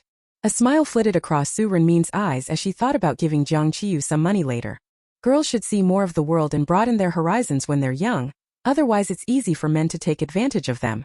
Seeing the caring expression on Jiang Yifan's face vanish quickly, and no one else even asked her, Jiang Ziran clenched her fist inwardly. It's all that bitch Jiang Qiyu's fault for snatching her family away. She covertly glanced at Jiang Qiyu with hostility. As soon as Jiang Ziran got off, Dashan immediately chased after her and bit at her. Jiang Ziran's face was as black as night. She nearly couldn't hold back and almost kicked Dashan flying. Jiang Qiyu quickly took Dashan into her lap and stroked its head. Don't be afraid, don't be afraid. I'm here. No demons or monsters can hurt you. Jiang Ziran. Who are you calling demons and monsters? Jiang Yifan and Jiang Wu, who stayed home for lunch, and Jiang Zihai also called home to say he'd be back later to eat. But he'd be returning a bit late, so they didn't need to wait. At the dining table, the whole family was seated. Jiang Qiyu held Dashan, feeling somewhat moved. The Jiang family's genes really are excellent. The Jiang family has 5 sons in total. So far she has only not met the second and third sons, who are twins. They probably aren't that ugly either. When the whole family eats together, the Jiangs are no exception and will talk about marriage. Now all the pressure fell on Jiang Yifan, because he was the oldest, 30 this year. Su Renmin picked a chopstick of chives for him and asked with concern, "Have you been dating anyone recently?" This was also why Jiang Yifan grew less and less inclined to come home for meals as he got older. He, a celebrated genius in the investment world, still worries about getting married? His mother has been working too little lately. He must invest in a film so his mother can join the crew. Su Renmin was truly anxious.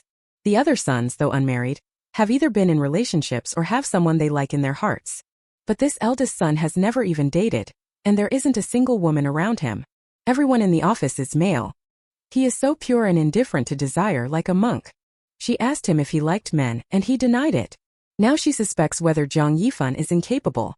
My mom would probably suspect that big brother has some kind of problem. Actually, there's nothing wrong. The first time he slept with someone, the other person got pregnant that night. Now the child is already over 5 years old. It's funny when you think about it. At first they intended to make him take responsibility, but then they thought of his holes-ridden underwear and his pilled thermal underwear and gave up. Jiang Nanshan and Su Renmin. So they were grandparents all along? Next time they go to Jiang Yifan's house, they must throw away his holy underwear and those pilled thermal tops and bottoms. No, throw away all his old clothes. Replace them with new ones. Jiang Yifan's pupils also widened sharply. He has a child. How could that be possible? Slept with someone for a night back then? Jiang Yifan's memory rewinded, recalling a New Year college reunion one year when a group of people drank together. He indeed got carried away with a female classmate and slept together in a moment of passion. But she insisted nothing had happened, and she went abroad not long after. What a cold and aloof person. He actually lied to him. He wasn't dressed well and had deliberately hidden his family background, but did he look like someone very poor? Jiang Wu, who was also quite shocked. So big brother, usually so serious and rigid, could have a one-night stand? Actually, that girl did contact Jiang Yifan after the child was born, chatting with him on WeChat to probe his current situation. Unexpectedly, after not even 2 days of chatting, Jiang Yifan actually asked her to lend him money. The girl decisively blocked him and never contacted him again. In other stories, the pampered wife runs away with the baby because she's afraid of the husband. In Jiang Yifan's case, the pampered wife runs away because she's afraid of him being supported by her. Afraid he'll live off her. Jiang Nanshan and Su Renmin are furious. Why is Jiang Yifan still borrowing money from girls? He's not wrong at all about not having a wife. Jiang Yifan felt wronged. When he borrowed money from Lung Ruoro, it wasn't really about the money. He borrowed 9855, a very romantic number. A suggestion from fourth brother. Chapter 045. Persuade with reason. Smiling with delight. Following Jiang Zihai's suggestion, Jiang Yifan asked that girl to lend him 9,855. He said he'd repay it over 100 years, 365 days a year, 0.27 per day, 0.13 in the morning, 0.14 in the afternoon, every day becomes 1314. Ha ha ha ha ha ha, I can't take it anymore. How on earth did Jiang Zihai, that big straight man, think of that? At that time Jiang Yifan even asked Jiang Zihai, saying he definitely couldn't live another 100 years. Jiang Ziran said. Big brother, you don't get it. You don't finish repaying this life. You can continue in the next life. How romantic. This made Jiang Yifan very excited. He borrowed money from someone. The other sent a question mark. Nervous, he replied. I'll pay you back in the next life. Big bro. If not blocking you, then who would I block? These two really are a pair. One dares to teach, the other dares to learn. One acts, the other keeps silent. Innocent warrior Jiang Yifan fell to the ground as commanded. His head almost dipped into the bowl. Jiang Qiyu knew about such detailed things no matter what. So embarrassing. Su Renmin's words carried a slightly different meaning. Could it be that Big Brother has a crush on that girl? Jiang Wuhu was excited, his eyes shining as he eagerly stared at his eldest brother. He wanted to hear more juicy gossip.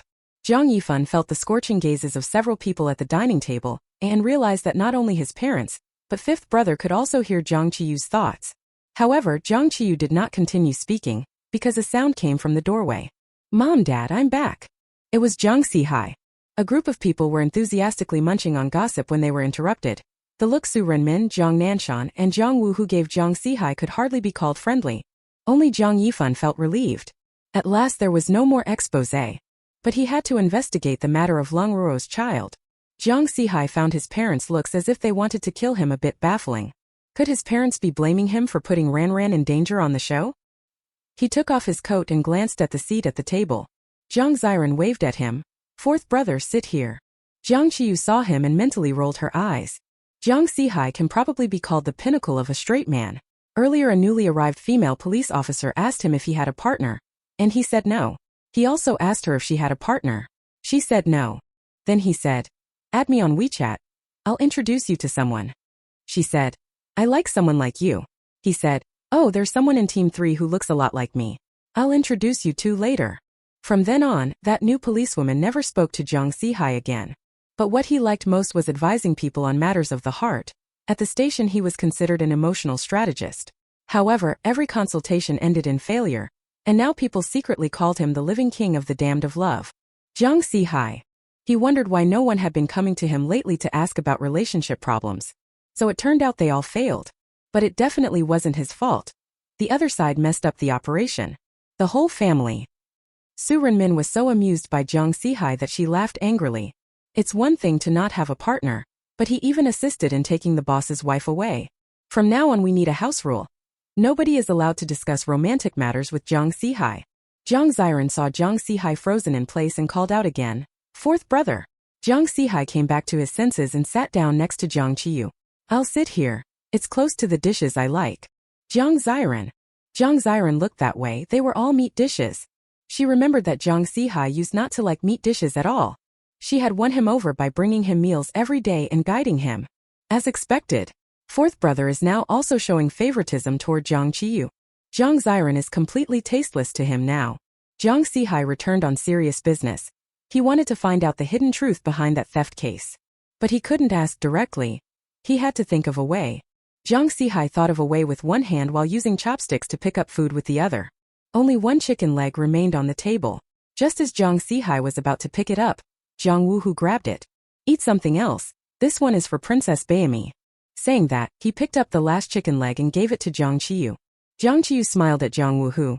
Thank you. Jiang Wuhu blinked and asked hopefully, Corn Princess, are we close now? Jiang Qiyu nodded. How to put it? If one day you croak, I'll definitely watch the ads to revive you. Don't say 30 seconds, even 60 seconds I'll watch because we're tight. Jiang Wuhu. Su Renmin watched the interaction between the two of them and smiled with relief. At least Wuhu puts my mind at ease. He didn't do something as foolish as fourth, nor was he as stingy as eldest. Su Renmin looked at Jiang Nanshan. Don't hit him again in the future. As parents, we should persuade with reason. Jiang Nanshan was about to nod. Ha ha ha. Jiang Wu, who has done so many exasperating things. The image of Guanyin Bodhisattva that was kept in that little room on the villa roof was swapped by him for an Ultraman picture back when he was in elementary school. Because that little room is rather dim, Mom went to burn incense on the 1st and 15th of each lunar month, and for over a decade she never noticed. She unknowingly worshipped Ultraman for more than 10 years. Ha ha ha ha ha ha ha. Jiang Wuhu. Su Renmin. Su Renmin's face immediately turned green. She grabbed the feather duster beside her and was about to hit Jiang Wuhu. Jiang Wuhu screamed in fright. Aya! Mom! Didn't you say you'd use reason to persuade people? Su Renmin smiled. Yes. I'll persuade with reason, by using physics on you. Jiang Wu-hu. Wah. Princess Corn. I hate you for 5 seconds. Jiang Qiyu was eating a chicken leg, a little puzzled, and asked Jiang Nanshan. Dad, what mistake did Jiang Wu-hu make this time? Jiang Nanshan said calmly. He just used his right hand to pick up food. Jiang Qiyu. Jiang Nanshan smiled. It's okay, keep eating, use whichever hand you want. Only then did Jiang Qiyu relax and continue eating. Clearly the other family members had grown accustomed to Jiang Wu-hu getting beaten. Jiang Yifan and Jiang Zihai remained indifferent.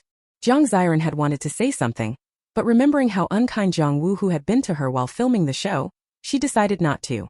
Jiang Zihai picked up a chopstick of greens and put them into his bowl, opening the conversation.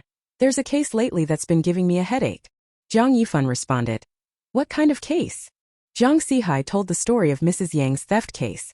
But Jiang Qiyu showed no reaction, because she was full and a bit lightheaded from the meal, drowsy and only wanting to take a nap. Jiang Zihai had no choice but to ask Jiang Qiyu. You also took part in apprehending a criminal once. What do you think about this theft case? Jiang Qiyu blinked, stroked Dashuan's dog head, and in a slightly languid voice said, In my view, the thief was either male or female, either someone familiar or a stranger, either a local or someone from out of town, and the items weren't stolen until they were stolen. Chapter 046 I'm not being superstitious. Jiang Zihai. Nonsense literature was something Jiang Qiyu had thoroughly mastered.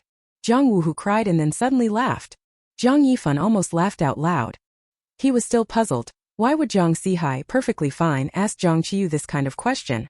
Could it be that he could also hear Jiang Qiyu's inner thoughts? The answer was yes. He probably still heard some clues in Jiang Qiyu's inner voice, but not the whole thing. Having failed to spy any information, Jiang Zihai felt a bit down. Jiang Ziran didn't know the situation, but she comforted Jiang Zihai. Fourth brother, when you come home to eat, don't think about work. Jiang Zihai didn't ask anymore. Jiang Qiyu and Jiang Nanshan greeted Su Renmin, then went back to take a nap. Jiang Yifan called the special assistant and asked him to investigate Leng Ruoro. He stayed at home. He planned to leave after dinner. Maybe he could still hear something more about that child from Jiang Qiyu's inner thoughts. Leng Ruoro must have hidden the child very well. Jiang Zihai hadn't left either. He still hadn't obtained his intelligence. Jiang Wu-hu stayed purely to gawk. In the afternoon, Su Renmin specially went out to commission a bodhisattva portrait and replaced the Ultraman on the top floor. The more Su Renmin looked at that golden glowing Ultraman picture, the angrier he became, and he beat Jiang Wu-hu again. Jiang Qiyu didn't know any of this while she was sleeping, and she had no idea her 3 brothers were all waiting for her. Jiang Ziran didn't go out in the afternoon either. She felt that her 3 brothers were finally here and she wanted to win their favor. But she clearly felt her brother's attitude toward her was very cold, not nearly as close as before. Jiang Ziran was furious and spoke to the system. Check these brothers' affection levels. The system replied. Jiang Yifan. Affection level 50%. Jiang Zihai. Affection level 50%. Jiang Wu-hu. Affection level 50%. She couldn't check her parents' favorability and didn't feel it necessary to. Just 2 old geezers. Seeing that everyone's favorability had dropped by nearly half, Jiang Ziran frowned. What on earth happened? She clearly hadn't done anything. Could it be that it fell off simply because she didn't do it? Jiang Ziran spent the whole afternoon massaging her eldest brother's shoulders and making an afternoon tea for Jiang Zihai. She introduced several older sisters from the industry to Jiang Wu-hu. Finally evening came. All 3 of them have had their favorability increase, each reaching around 80. Jiang Ziran smiled. Jiang Qiyu can't beat her. She is the female lead of this world. Thinking of something, she said to the system. Check the favorability of the main villain Meng Qian. System. Minus 50%. Jiang Ziran. Although she hadn't done anything to increase the big villain's favor, she also hadn't offended the big villain, right? How strange.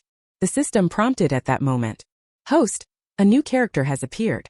Please go and pursue them in advance. It will be greatly beneficial to you later. Jiang Ziran glanced at the other party's information, and a smile curved at the corner of her mouth. Die. I want to get rich, I want to get rich. The phone suddenly rang, pulling Jiang Qiyu out of her sleep. She reached for the phone, yawned, and said irritably, Who is it? Li Lin's voice came through the phone, even more brusque than hers. It's me. Why didn't you reply to the WeChat I sent? When she heard the agent's voice, Jiang Qiyu's attitude softened. This lousy phone. What messages need me to reply in person? Sister Lin. I'll definitely buy a phone that can auto-reply on WeChat from now on. Li Lin. Li Lin was speechless for a moment, then got to the point. Your performance on the variety show was average.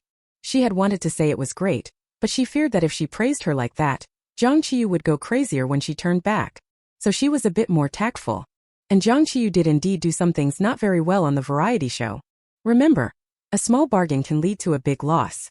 If those few criminals hadn't had decent tempers, Jiang Qiyu would have been the unlucky one for treating them to a meal. Jiang Qiyu smiled and said, "You once told me that suffering losses is a blessing, didn't you?" Li Lin. "Yes, Jiang Qiyu. Given that suffering losses is a blessing, and that seeking small gains brings big losses, therefore it follows that seeking small gains brings great blessings." Li Lin. Li Lin nearly got persuaded by Jiang Qiyu. She gave up trying to educate her. "The company gave you a few film audition resources. Come to the office tomorrow and see which one you want to go for." Jiang Qiyu's eyes widened. "I can choose films now? Ha ha ha ha ha.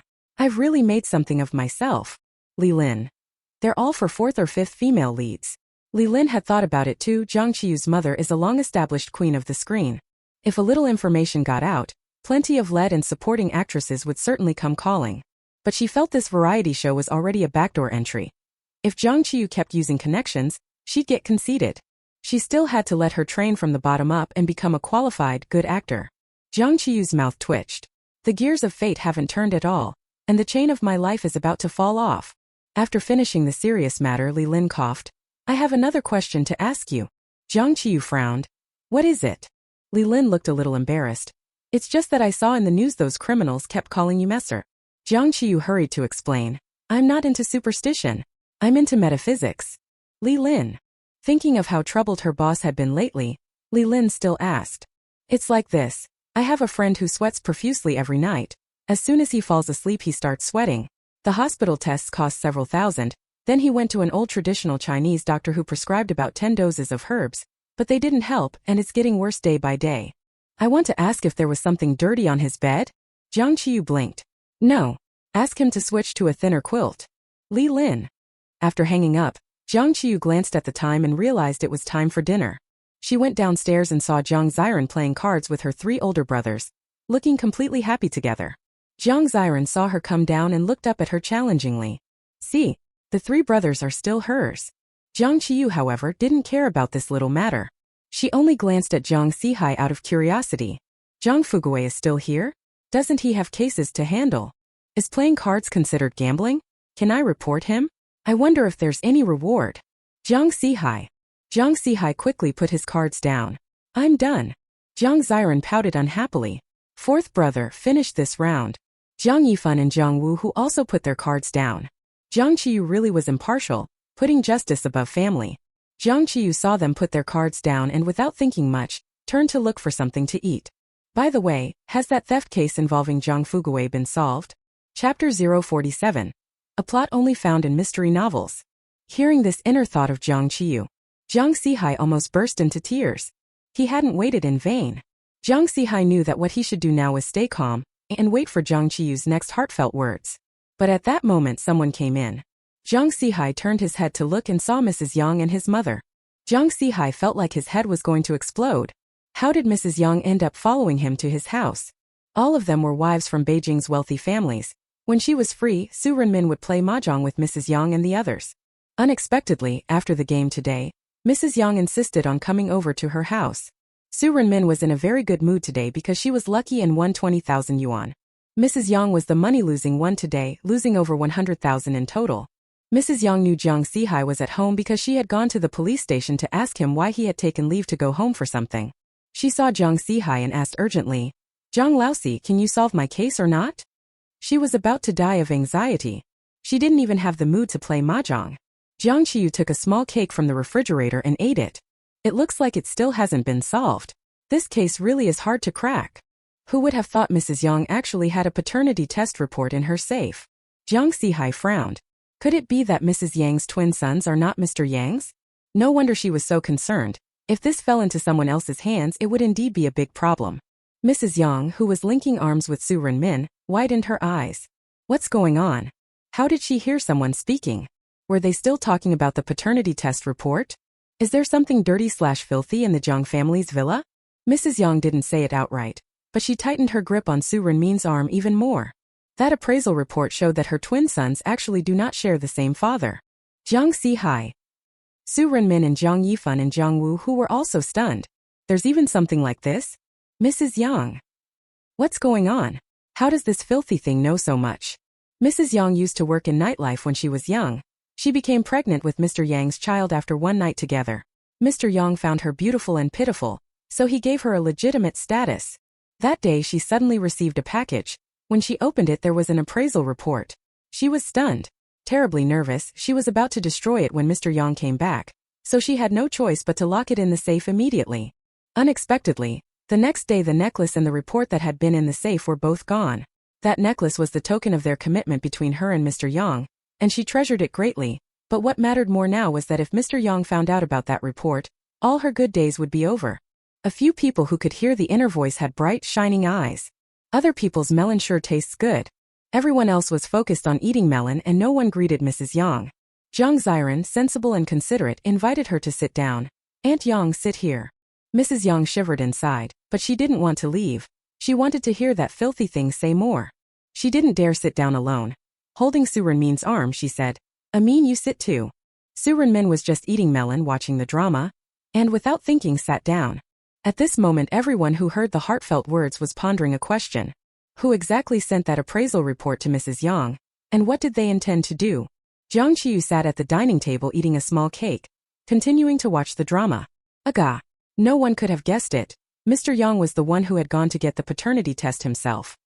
He found that one of the two sons looked a lot like him, while the other didn't resemble him at all, so he grew suspicious.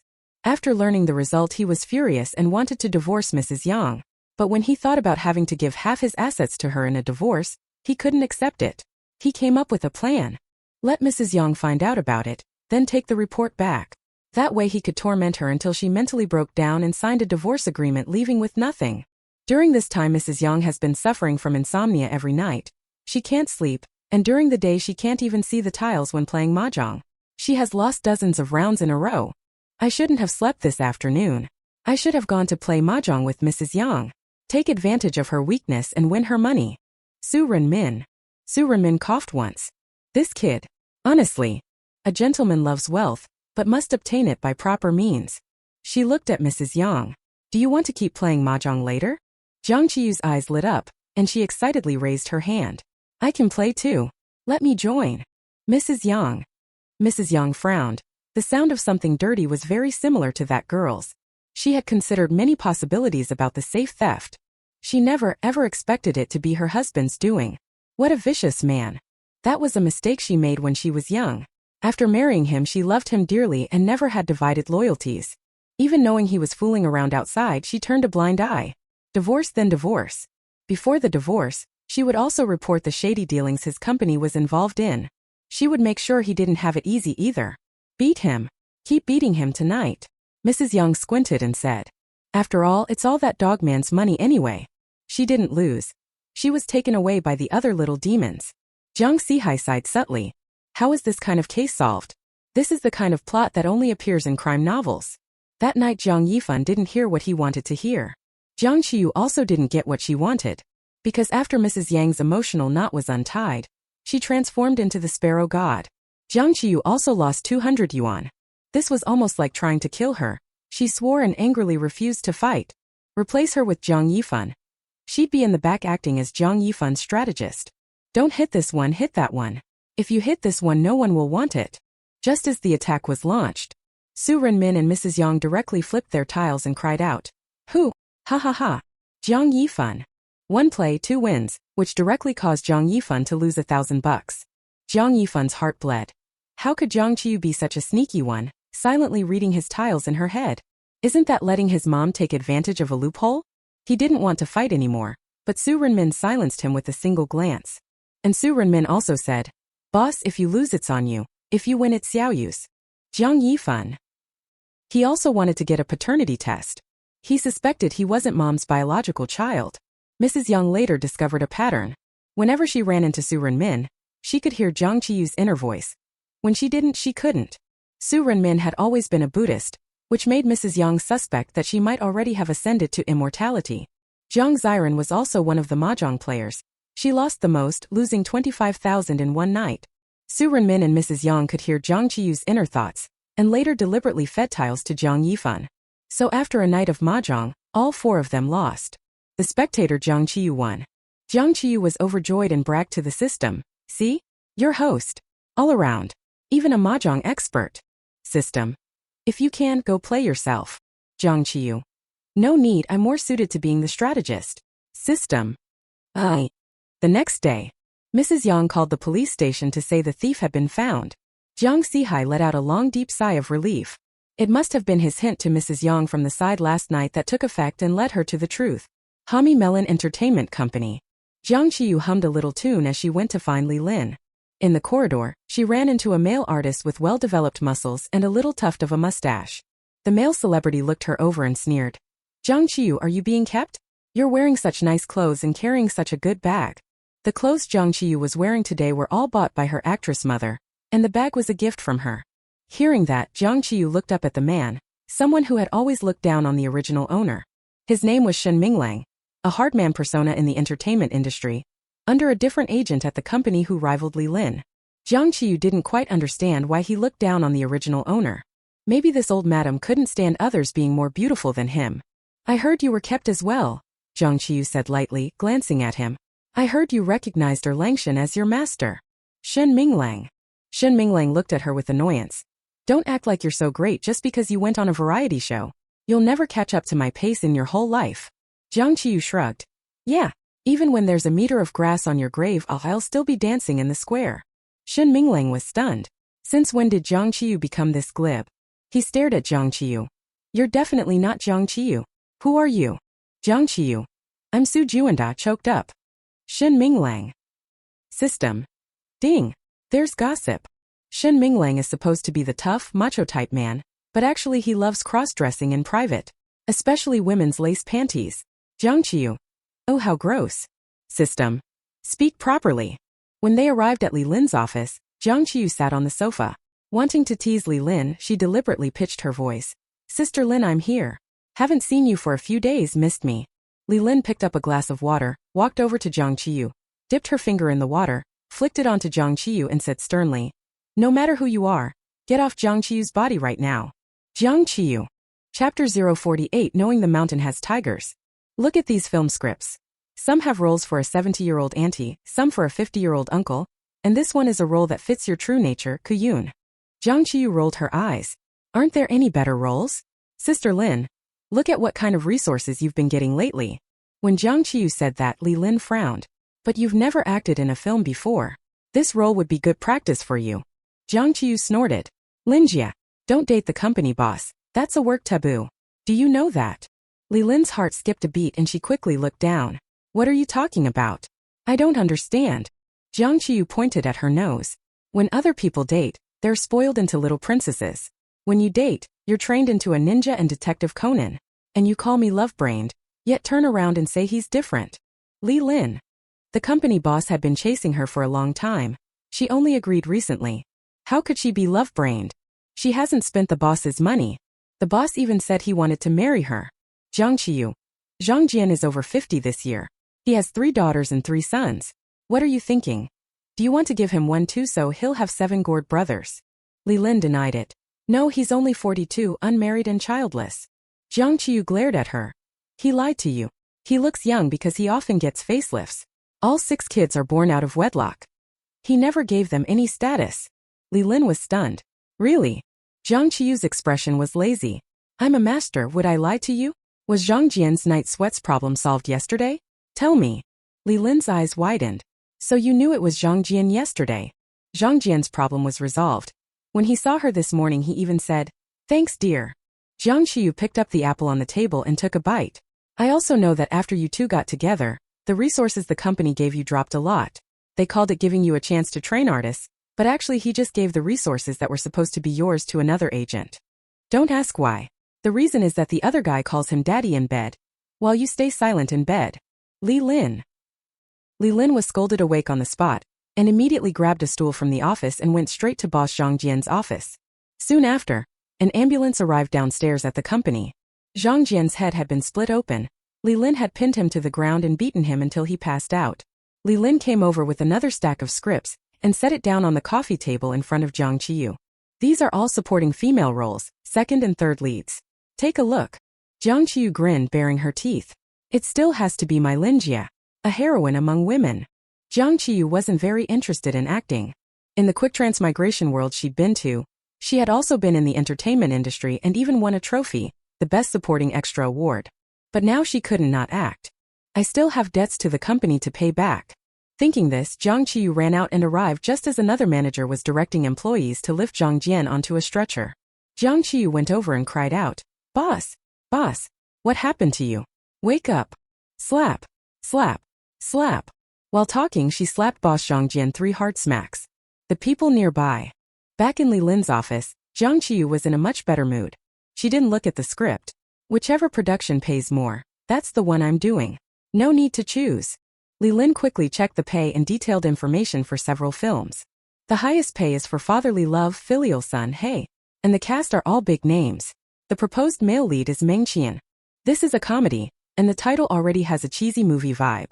Meng Qian has been doing serious dramas all these years. He probably wouldn't participate. The director is Wang Jiawei. Then it's a done deal. Definitely a lousy movie, since netizens call him a rotten film factory. It won't give you any boost. I heard the director is hard to get along with and there's an audition you might not pass. Why not pick another one? Jiang Qiyu didn't hesitate. This is the one. I know the mountain has tigers, yet I still go to the mountain. 2 days later, at the audition site for fatherly kindness and filial piety, Jiang Ziran was talking with a very elegant beauty. The beauty was also holding the hand of a chubby little boy. Jiang Ziran smiled and said, "Ruo, for the audition later, Xiaobao will definitely pass. I've already spoken to the director." Leng Ruo smiled gratefully at Jiang Ziran. "Thank you so much." As soon as Jiang Qiyu came in, she saw this scene. Her brow lifted slightly. "Want you to greet him? Xiaobao was originally the one Wang Jiawei liked. You're just trying to take credit. But Xiaobao is so cute. I really want to sit on him until he's dead." Leng Ruo and Leng Xiaobao frowned at the same time. Who is speaking? Chapter 049. The audition is gone, right? Haha. Leng Ruo and Leng Xiaobao looked around. No one was seen speaking. Only an extremely beautiful-looking girl entered the audition hall. Leng Ruo recognized her, Jiang Qiyu. She'd been very popular these past few days. Weibo was full of topics about her. She seemed to be related to Jiang Ziran, but the two didn't get along well. Jiang Ziran saw both of them look in the same direction, and she also looked up. When she saw Jiang Qiyu, a cold light burst in Jiang Ziran's eyes. Why did she come too?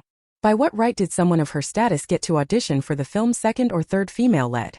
It must have been that old couple who helped. Jiang Ziran's eyes flicked. "Ruo, let's go sit over there." Leng Ruo felt she must have misheard, so she didn't think much of it and followed Jiang Ziran. She had originally been living abroad with her little baby, but this year her mother fell ill and her father didn't care. She could only bring the child back to the country and while she was at it, take care of her mother. She saw an online notice recruiting a little boy actor, so she sent Xiaobao's information over. She didn't expect to actually receive an audition notice. Then she ran into Jiang Ziran again, outside Xiaobao's kindergarten. She already quite liked Jiang Ziran, so they started chatting. Jiang Ziran said that although Xiaobao received an audition notice, she might not necessarily pass. But she was also involved in the production, was very familiar with the director, and could vouch for her to help Xiaobao pass the audition smoothly. She was overjoyed and felt she had met a good person, because she really needed the money. Mother was seriously ill and Xiaobao was still small, just the time when money was needed. She had thought about going to find Xiaobao's biological father, but he was so poor. She didn't want to risk losing everything, so she gave up. Leng Xiaobao didn't think it was auditory hallucination anymore. He stared at Jiang Qiyu. This strange aunt was terrifying. She wanted to sit on him to death. He's only 5 years old, still an underage Ultraman. Seeing a few empty seats, the three of them sat down. At that moment, the assistant director came over.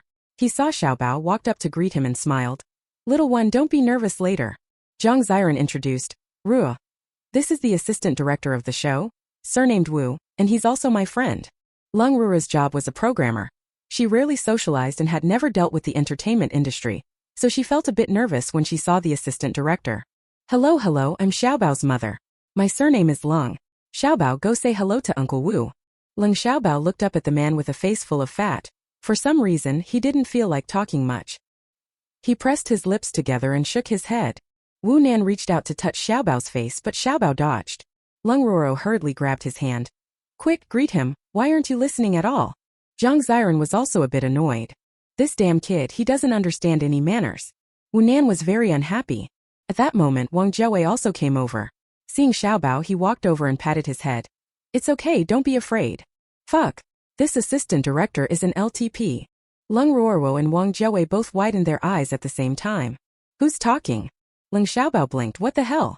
Who farted? The ones who auditioned a few days ago almost fell for him. Thankfully those parents were very vigilant.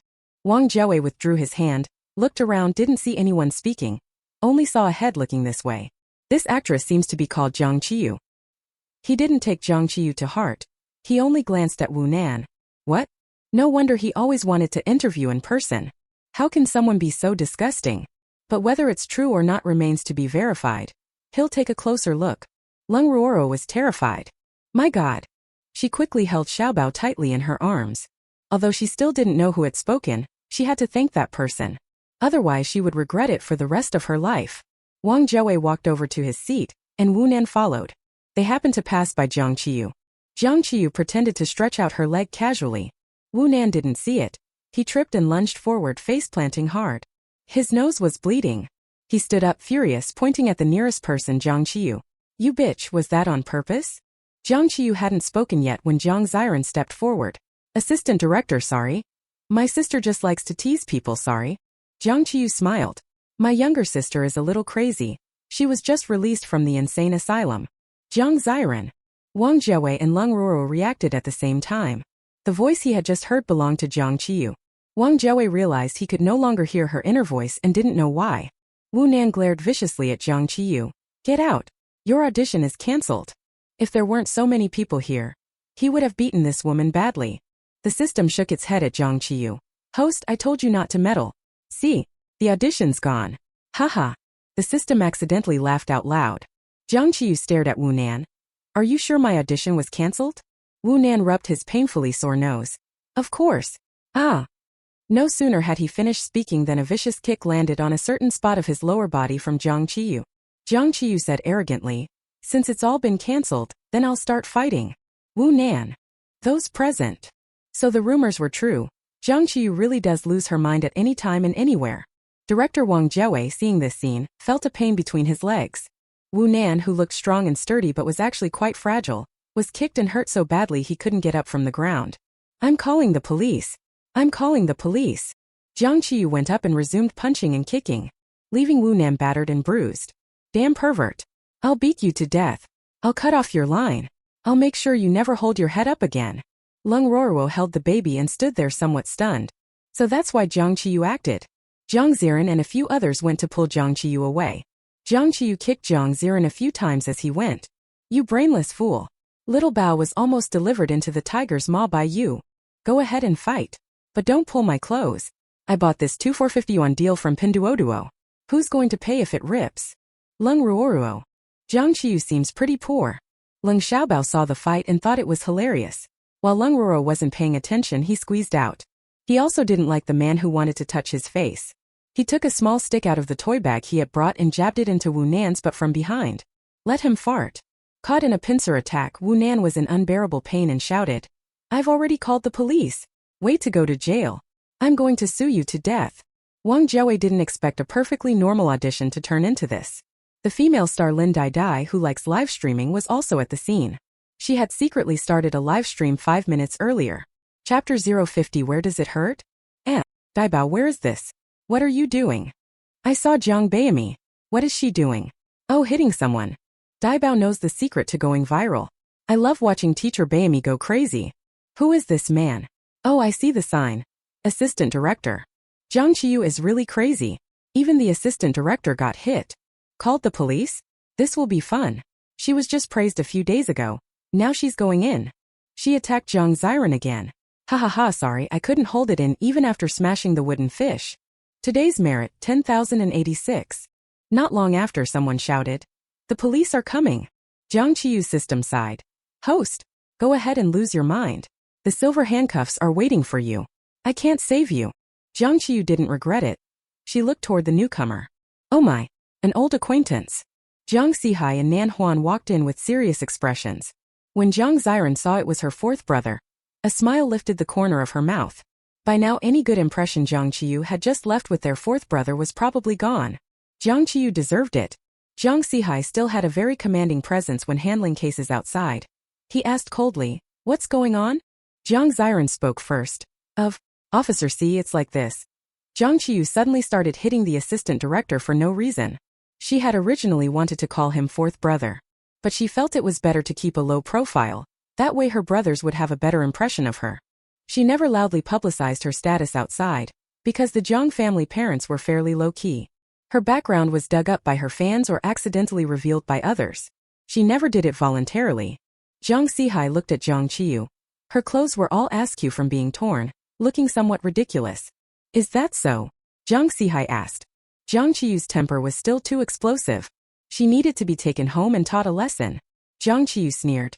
"No, I didn't beat him for no reason." Jiang Ziran frowned and asked.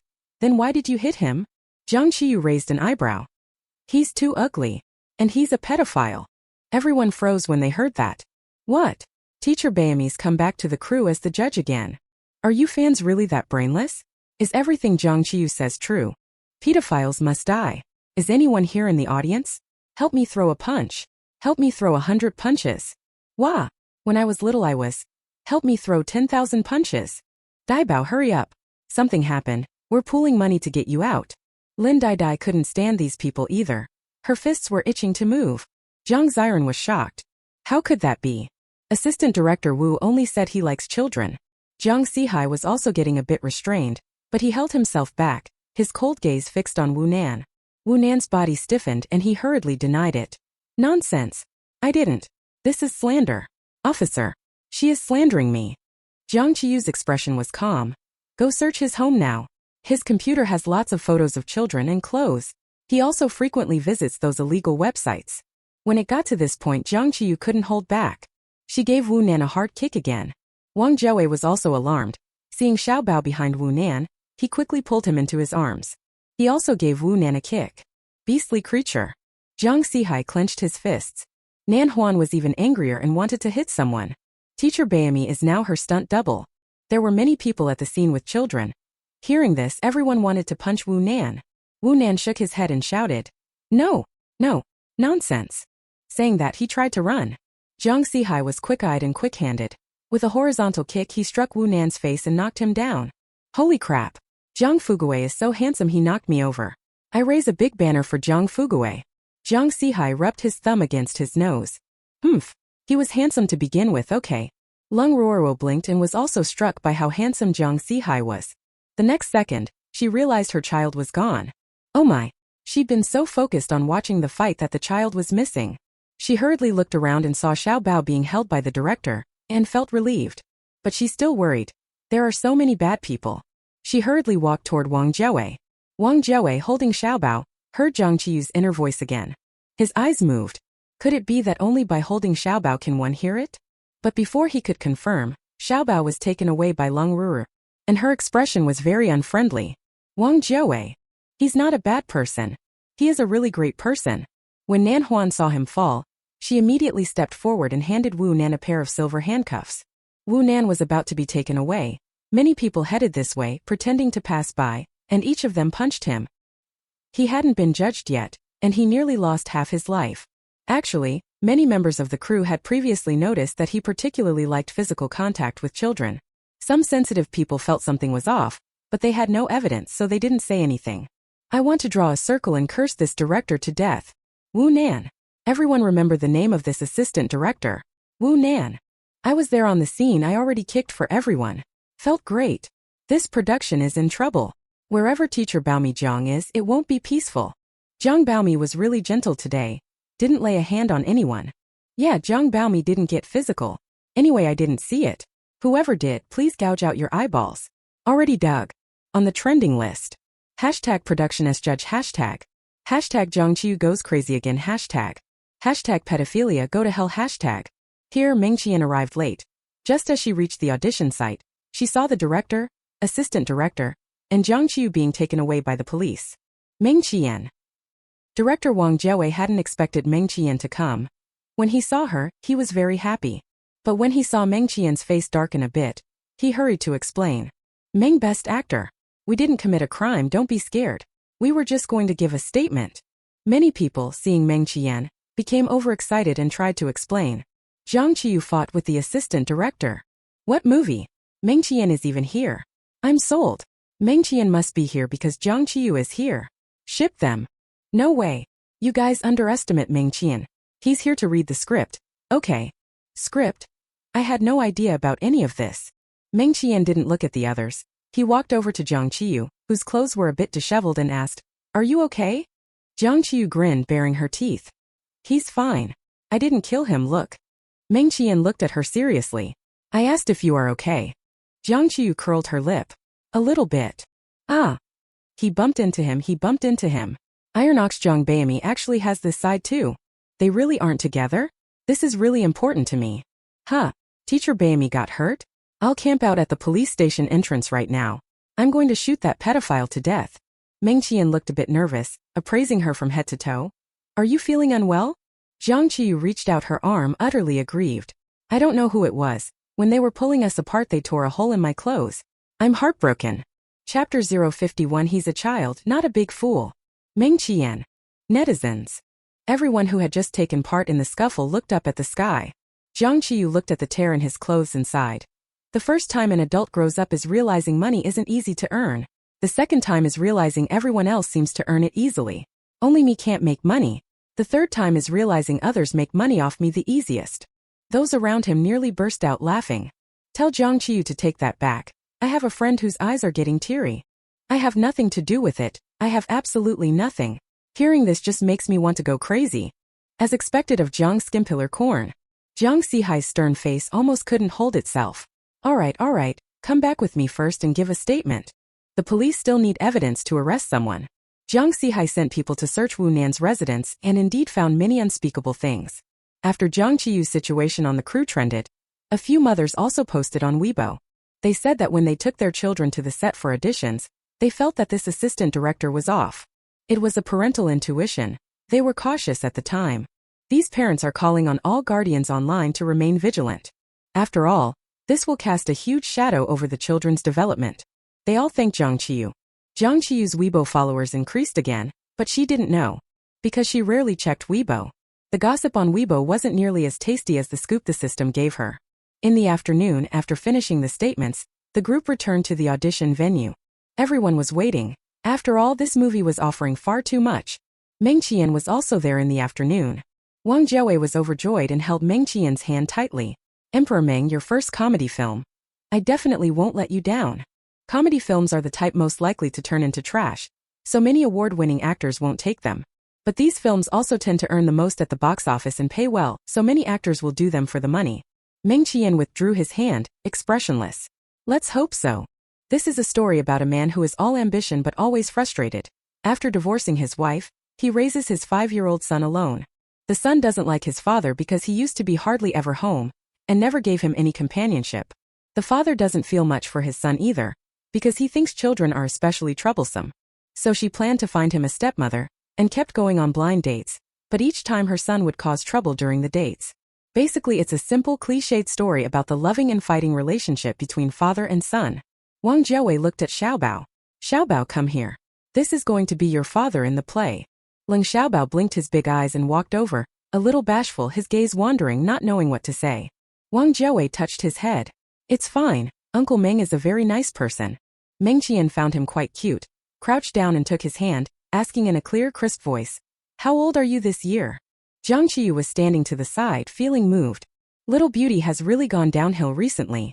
She even took this lousy film. Wang Jiawei. It's confirmed.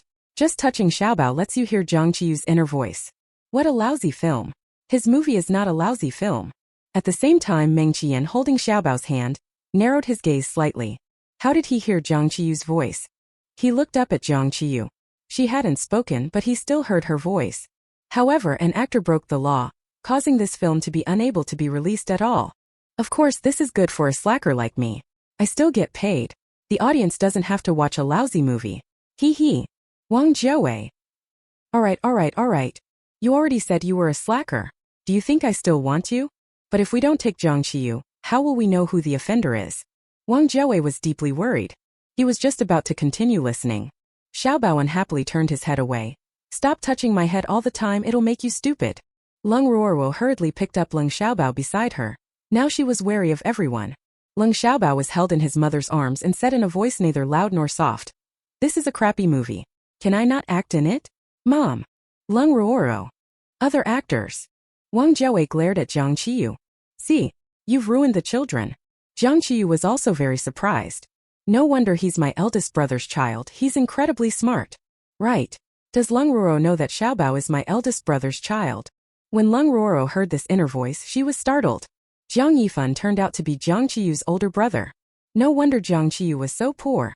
She must not let Jiang Qiyu tell Jiang Yifan about this. She was a little afraid Jiang Yifan would cling to her or take the child back. She had to find an opportunity to talk to Jiang Qiyu. Jiang Ziran frowned, looking at Leng Xiaobao with displeasure. "You're just a kid, don't talk nonsense.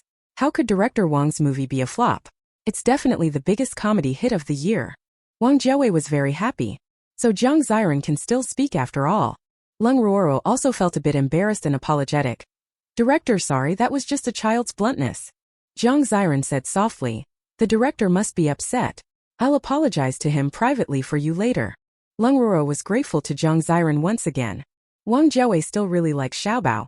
He can't find a younger actor more suitable than him, mainly because his looks are just too good. Even if Xiaobao pees in his cup, he'll just have to take it. Leng Ruoruo frowned. Jiang Qiyu's heartfelt words were completely the opposite of what Jiang Ziran meant. Did Jiang Ziran say those things on purpose? Leng Xiaobao pouted.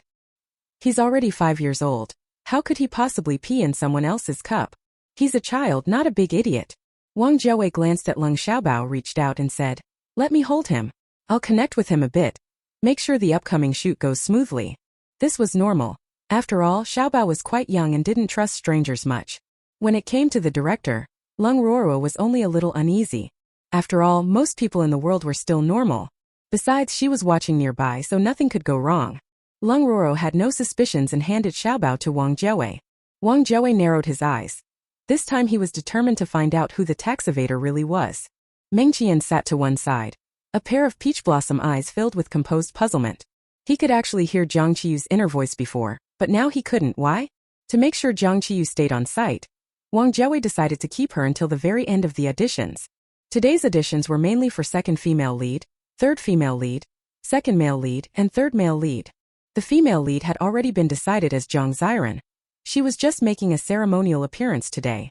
Wang Jiawei thought that Suing Ho's daughter, as the female lead, would be a major highlight in the film's promotion. After learning that the male lead was Meng Qian, Jiang Ziran felt as if she were soaring on clouds. Her very first film was a collaboration with the top box office male actor. She truly was the female lead of this world. Once she completely gains control over Leng Ruoruo, she can have Zhang Yifan invest in a big female-led film for her. Her rise to the top of the entertainment industry will be just around the corner. She realized that even though her eldest brother's favor toward her has increased, when she previously brought up that major project to him, he still refused. So the system told her to win over Leng Ruoruo. Then Leng Ruoruo could whisper in his ear, and everything would still be under her control. For now she hasn't told Leng Ruoruo that her eldest brother is Xiaobao's father. She wants to create the right moment for Leng Ruoruo to find out, and for her eldest brother to find out as well. That way both sides will be pleasantly surprised and will think their reconciliation was all her doing. That will make her position in their hearts become indispensable. Jiang Ziran was cued by Wang Jiawei to go up and go through the motions. Wang Jiawei smiled as he watched Jiang Ziran in a white dress, looking demure, gentle, and serene. He was very pleased. The female lead of this drama is the male lead's first love. The two went through some things and in the end, after twists and turns, they got back together. How touching, how romantic. Jiang Qiyu grumbled inwardly. The whole plot is like a middle-aged man's big dream. You couldn't write this kind of trash without 10 years and a stroke. But don't look down on Lao Wang for making bad films. He's actually kind-hearted and likes to take in stray cats on set. Jiang Ziran is doing well as the female lead. She just happens to get to smell some fresh cat poop. Wang Jiawei's hand holding the cup trembled. What the hell? What is Jiang Qiyu talking about? Chapter 052. Pretty girl, what are you doing? Jiang Ziran's acting can't be said to be non-existent. It's just that she's perfectly suited to performing in lousy comedies. But when Wang Jiawei looks at her now, he can't help but want to bite. Such a fine beauty. How could she have a thing for sniffing cat poop? But then again, who doesn't have some peculiar tastes? Besides, her fetish didn't hurt anyone. She hadn't even harmed a cat. He couldn't be discriminatory. Wang Jiawei tried his best to persuade himself. On stage, Jiang Ziran finished performing a scene and smiled as she waited for the director's comments. Wang Jiawei's mouth twitched. Not bad, ugh. Jiang Ziran. The assistant beside him saw Wang Jiawei about to vomit and hurriedly patted his back. Director, are you okay? What's up with old Wang? Pregnant? Wang Jiawei was so angry he wanted to roll his eyes. If he wasn't mistaken, he was a man. Wang Jiawei's assistant, Lin Lu, suddenly heard this inexplicable remark. He looked at Wang Jiawei in shock. His boss turned out to be a woman hiding her true identity? My God, what a huge scoop. As a part-time clickbait writer in the entertainment industry, he finally had material tonight. Shocking. A certain infamous bad film director is actually a woman disguised as a man. And she's already pregnant. The child is actually his. Lin Lu had settled on the headline before he realized belatedly where the voice he'd heard came from.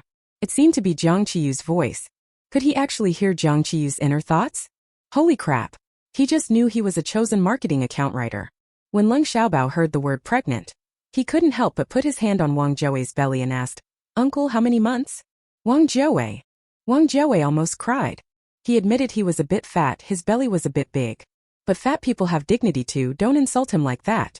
Jiang Ziran saw the director's expression was bad and felt a bit nervous, asking, Director, my performance.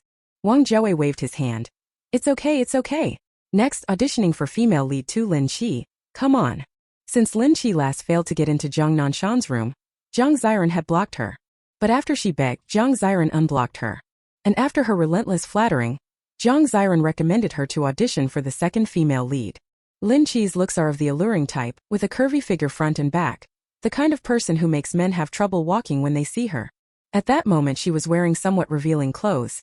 When she walked to the center, she even deliberately tugged her clothes down a bit. When Wang Jiawei saw this, he immediately covered Leng Xiaobao's eyes. Xiaobao is still young. He can't see these things. But his age is just right. Sex and desire are natural. The assistant Lin Lu also froze a bit, his hand resting on the director's shoulder. That body. Not just men. I'm getting a little tempted too. Wang Jiawei and Lin Lu nodded knowingly. See, sometimes women can be more lustful than men. If only she didn't have AIDS. Wang Jiawei and Lin Lu. Neither of them paid any attention to Lin Qi's performance. Their heads were buzzing. Luckily. To be honest, if Lin Qi made the first move, none of them might have been able to resist. Jiang Qiyu is like their reborn parent. Lin Lu was only disappointed for a moment, because this was another celestial material. He's going to become famous. Instead of staying behind Wang Jiawei, Lin Lu sat aside. Sitting and watching the drama is even more enjoyable. After Lin Qi finished performing, a few others also went up. At that moment, Lin Lu realized he couldn't hear anything at all, and the director's expression could only be described as a paint bucket. Red, orange, yellow, green, cyan, blue, purple. It was brilliant. The director could still hear it, he couldn't hear it. Why? He stood up again, stood behind the director and still couldn't hear. He put his hand on the director's shoulder. This Zhao Jingyan is really disgusting. He shoved an eel up his butt before, then went to the emergency room and insisted the eel crawled in by itself while he was on the toilet. The colorectal doctors were so grossed out they laughed. Lin Lu.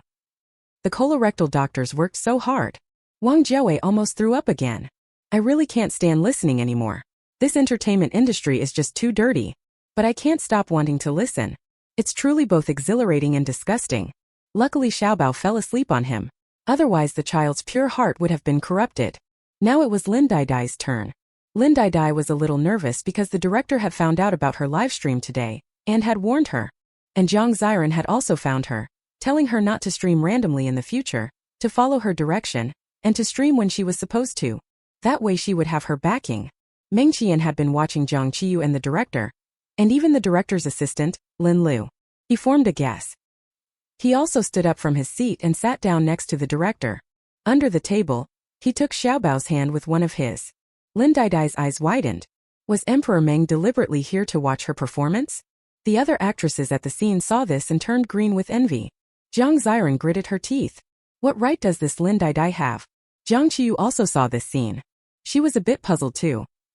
Little beauty, what are you doing? Why are you going over to sit like that? Could it be that he likes Lin Daidai?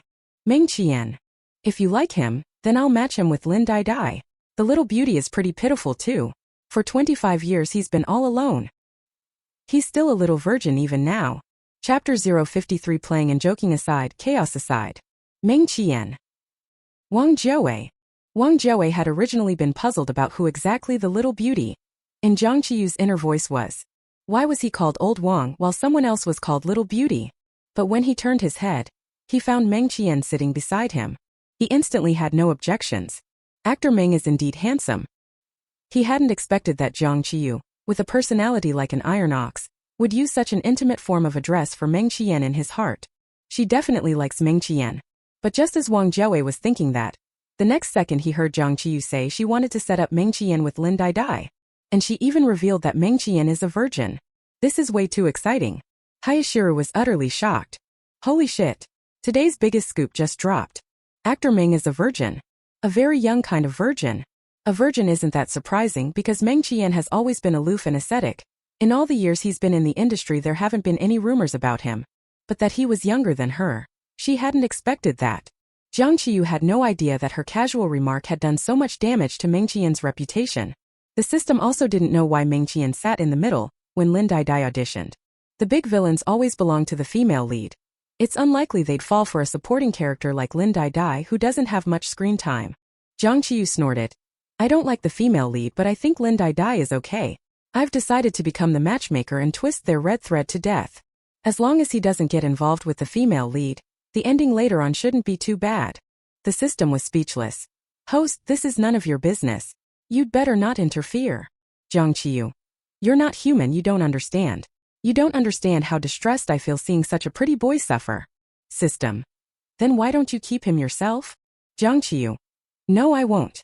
Play is play, teasing is teasing, but watching other people fall in love is still more delightful. Meng Qian's deep eyes slightly froze. I knew it. It has something to do with Xiao Bao. It seems the director and his assistant noticed too. Because the two of them were now looking at him with expressions that were 3 parts astonishment and 7 parts sympathy. Wang Jiawei and Lin Lu felt Meng Qian's cold gaze and hurriedly lowered their heads, no longer looking at him. This Lin Dai is pretty good. She just really wants fame. Obsessed with being popular. She'll stop at nothing for fame. She even goes as far as... Wang Jiawei and Lin Lu both pricked up their ears at the same time. This is definitely another big juicy bit of gossip. Gotta eat this up. Xiao Piaoyang frowned, looking utterly speechless. What's wrong? Could it be that he also noticed old Wang's scalp practically frothing with green? Wang Jiawei. Wang Jiawei. How could his head possibly be green enough to be bubbling? Jiang Qiyu is simply talking nonsense. Meng Qian and Lin Lu just stared as Wang Jiawei's face went dark, nearly bursting out laughing. However, Jiang Qiyu didn't continue speaking. No way. How could the little beauty know so much? What's it like to have the gossip you were enjoying turn back on you? Meng Qian and Wang Jiawei both felt it deeply. Only Lin Lu remained relatively calm.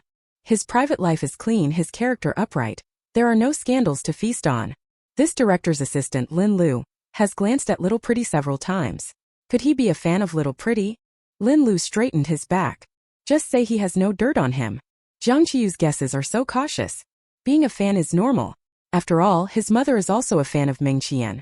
Because she's been following Meng Qian for so long. His father got jealous and wanted to divorce his mother. They're causing a scene right now. Lin Lu managed to fend off his own gossip. Couldn't fend off his parents' gossip. So awkward. No wonder mom has been staying with him lately. Turns out the old couple are quarreling about divorce. When he goes back he has to strongly persuade his mom. Don't be too infatuated with Meng Qian. He's a little virgin. All 3 of them were stripped bare. But only Wang Jiawei's scandal was only half revealed. Wang Jiawei was frantic. Did his little girlfriend really cheat? Impossible. She treated him unbelievably well, even personally cooking meals and bringing them to his workplace every day, and waiting for him at home at night. When would she have time to cheat? This rumor is absolutely a misreport. Lin Dai was acting out a prepared scene, and Jiang Qiyu's thoughts were pulled back again. Seeing that Jiang Qiyu had stopped snacking on gossip, Wang Jiawei's thoughts returned to the audition. Right. How far would Lin Dai go in her pursuit of fame? What unscrupulous methods had she resorted to? This was about whether he should have Lin Dai at all. Her acting was decent, but if her character was awful, he would have to think carefully. Especially if she did something illegal, then you must stay far away. You can't let her single-handedly destroy the hard work of everyone in the crew. This film is his last chance to reverse his reputation. Unfortunately, Jiang Qiyu didn't continue speaking. Wang Jiawei looked over in puzzlement. He noticed Jiang Qiyu with her head tilted, asleep. Wang Jiawei. Wasn't she just snacking on melon seeds a moment ago? This is how she managed to switch seamlessly between snacking on gossip and sleeping. Lin Dai stood in the middle, extremely nervous, and had already flubbed several of her prepared lines. She didn't know what it was about her that caught actor Meng's attention, but she had done it. She was one of only 2 women who made actor Meng behave abnormally. The first is Jiang Qiyu. Thinking of Jiang Qiyu, Lin Dai glanced in her direction. Could Jiang Qiyu have gone mad over Meng Qian falling for someone else? At the thought of Jiang Qiyu going crazy, Lin Dai suddenly felt that being liked by Meng Qian wasn't such a good thing after all. But luckily Jiang Qiyu fell asleep and didn't see it. Seeing her tilting her head like that, Lin Dai suddenly thought she was kind of cute. Pulling her gaze back, Lin Dai stood up straight, waiting for Wang Jiawei's comment. Wang Jiawei scratched his head and called out, "Jiang Qiyu." Lin Dai's body went rigid. "Director, what are you doing? Do you have to wake Jiang Qiyu? She's scared." When the director called Jiang Qiyu, everyone looked that way. A mocking smile appeared at the corner of Jiang Ziran's mouth. She could even fall asleep at an audition. As if the director would pick her. She still sat with Lung Ruoro and said in a voice neither too loud nor too soft, "My sister is just too rude." Lung Ruoro looked at her and felt that Jiang Ziran always spoke ill of others in private, which also seemed quite rude. Everyone heard what Jiang Ziran said. At that moment Jiang Qiyu also happened to wake up. Everyone's curiosity flared. Oh ho, these 2 are definitely going to tear into each other. Jiang Qiyu doesn't let things go, and now that she's in the right she's even more ferocious. A bystander who enjoyed stirring up trouble said to Jiang Qiyu, "Just now Jiang Ziran insulted you." However, what nobody expected was this. Jiang Qiyu said indifferently, "I don't care about people insulting me behind my back, because I insult far more people behind their backs." Everyone. You're actually pretty honest. Wang Jiawei almost laughed out loud but held it in and asked, "What do you think of Lin Dai's performance?" Everyone widened their eyes. Did the director also catch the madness? Actually letting someone with no acting skills or credits judge another person's performance. Jiang Qiyu glanced at Lin Dai. "I'll watch it while I sleep." Wang Jiawei. Wang Jiawei ruthlessly complained, "What a terrible joke. Say it properly." Jiang Qiyu scratched her head, also not quite understanding what the director was doing. She thought for a moment and said seriously, "Her performance is much better than Jiang Ziran's." Jiang Ziran. Lin Dai is still relatively serious about her work. Otherwise she wouldn't have chased fame. She would even listen to the immortal and go to the seaside to release lives. But between releasing sea fish and river fish, she chose to release fish tofu. Chapter 054. What are you doing again? The 3 who heard the inner voice. At the same time the first burst of laughter for the day rang out. Wang Jiawei snorted and laughed. Ha! Lin Lu tried to hold back his laughter, pinching Wang Jiawei's shoulder, but in the end couldn't suppress it. Ha ha ha! Even the cool and indifferent Meng Qian couldn't help a faint laugh escaping his throat. It sounded absolutely lovely. Releasing fish-shaped tofu? Which swaggering charlatan immortal came up with this scheme? The others didn't know what the 3 were laughing about. Could it be that they thought what Jiang Qiyu said was right? Although they didn't understand, there were still many people on the scene who knew how the world worked. Many people began laughing along. Jiang Ziran. Jiang Ziran's teeth almost bit through. Damn it. So many people were mocking her. Even Lin Qi was laughing. Lin Qi quickly felt Jiang Ziran's poisonous glare and closed her mouth. Amid all the laughter, Lin Dai felt a little lost, blinked, and was very happy.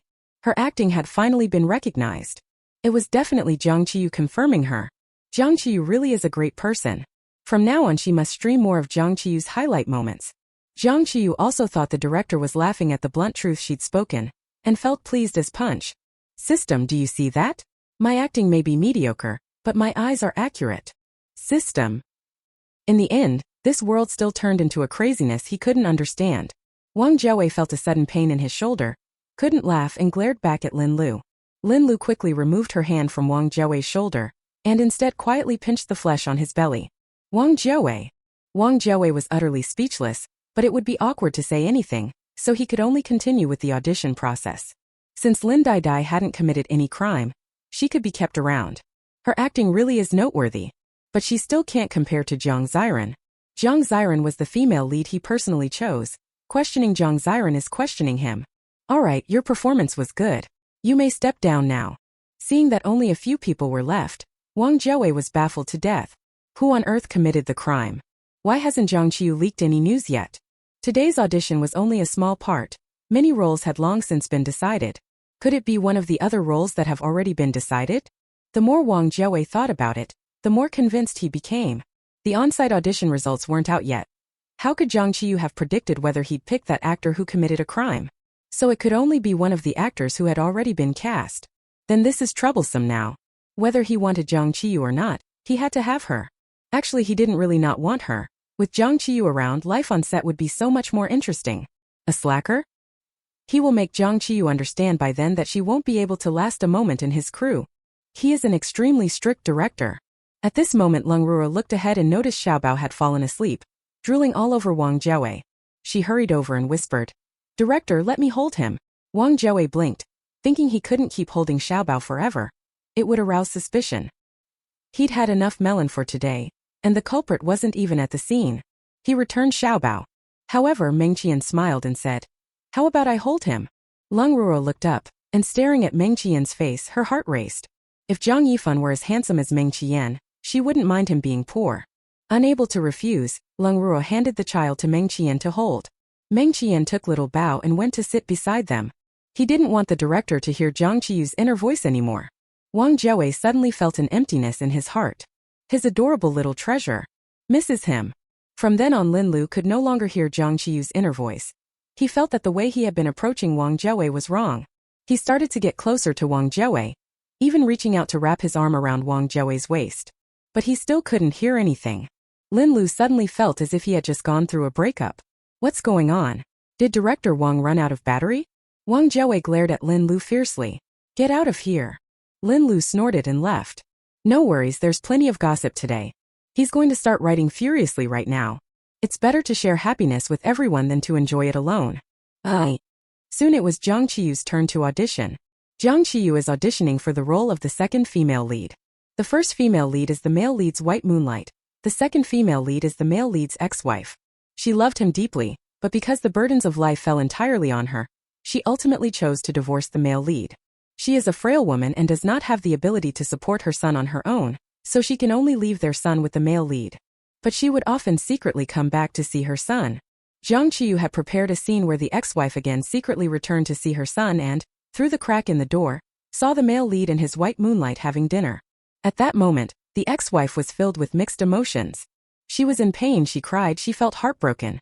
Because back then she knew the male lead loved his white moonlight, but still thought she could move him. So when he hit rock bottom, she chose to take advantage of the opportunity and marry him. Now she felt like a joke. According to the original script, this scene's emotions are pretty complex and a bit difficult. Jiang Qiyu stepped forward and said which scene she was going to audition. Jiang Ziran immediately raised her hand. Director, let me and Emperor Meng act opposite her. She remembered this scene. She had physical contact with the male lead. They held hands. The strategy tips the system gave her said that physical contact can increase affection points. She was going to try it right now. Lost to Jiang Qiyu, and then lost to Lin Dai Dai. This made her all the more determined to prove herself. Meng Qian was about to refuse when Wang Jiawei agreed. Alright, best actor Meng, take a scene, hold the baby for me. Haven't held him in so long. I missed him to death. Meng Qian. Leng Ruo. Jiang Qiyu of course also knew what would happen between Jiang Ziran and Meng Qian in this part of the plot. She crossed her arms over her chest, pouted, and started stomping her feet. Wang Jiawei. The system was also extremely puzzled and asked, Host, what are you doing this time? Jiang Qiyu. Pouting to make the director guess. Chapter 055 I don't believe it. System. The system really wanted to light 3 candles for the director. Wang Jiawei held little Bao, hair damp with sweat. What are you doing? Hurry up and get ready. Jiang Qiyu said nothing and kept stomping her foot. Wang Jiawei. Wang Jiawei also used the internet. He could tell that Jiang Qiyu was silently sulking. But he didn't quite understand what she was sulking about. Could it be that she didn't want actor Meng to act alongside her? If she simply disliked actor Meng, that would be one thing, but she actually hated him? But he was the director and couldn't be bullied by an actor. He took a step back and spoke up. Hurry up and get ready. Don't waste time. No one dared get too close to Jiang Qiyu, afraid she'd kick them flying. The system almost couldn't hold back its laughter. Host directors have their principles too. I think he's a good director. Zhao Jingyan, who stuffed eels up his butt, didn't like Jiang Qiyu at all and thought she was too rough, murmuring softly, failed celebrities just like to make trouble. Jiang Qiyu was already angry. When she heard that, she walked over to Zhao Jingyan and delivered a kick. Zhao Jingmian fell off the bench to the ground, landing in a crouch on his butt. His butt had just had surgery a few days ago and hadn't healed yet, and this made him grimace in pain. Jiang Qiyu glared at him fiercely. A toad judging humans, do you even qualify? Zhao Jingmian. Those present noticed a pattern. Whenever Jiang Qiyu started attacking or beating someone, that person inevitably had big scandals. Everyone's eyes immediately lit up, staring at Zhao Jingmian. Zhao Jingmian had always been lukewarm within the circle. This was the first time he felt everyone's gaze fixed on him, giving him a feeling like sitting on pins and needles.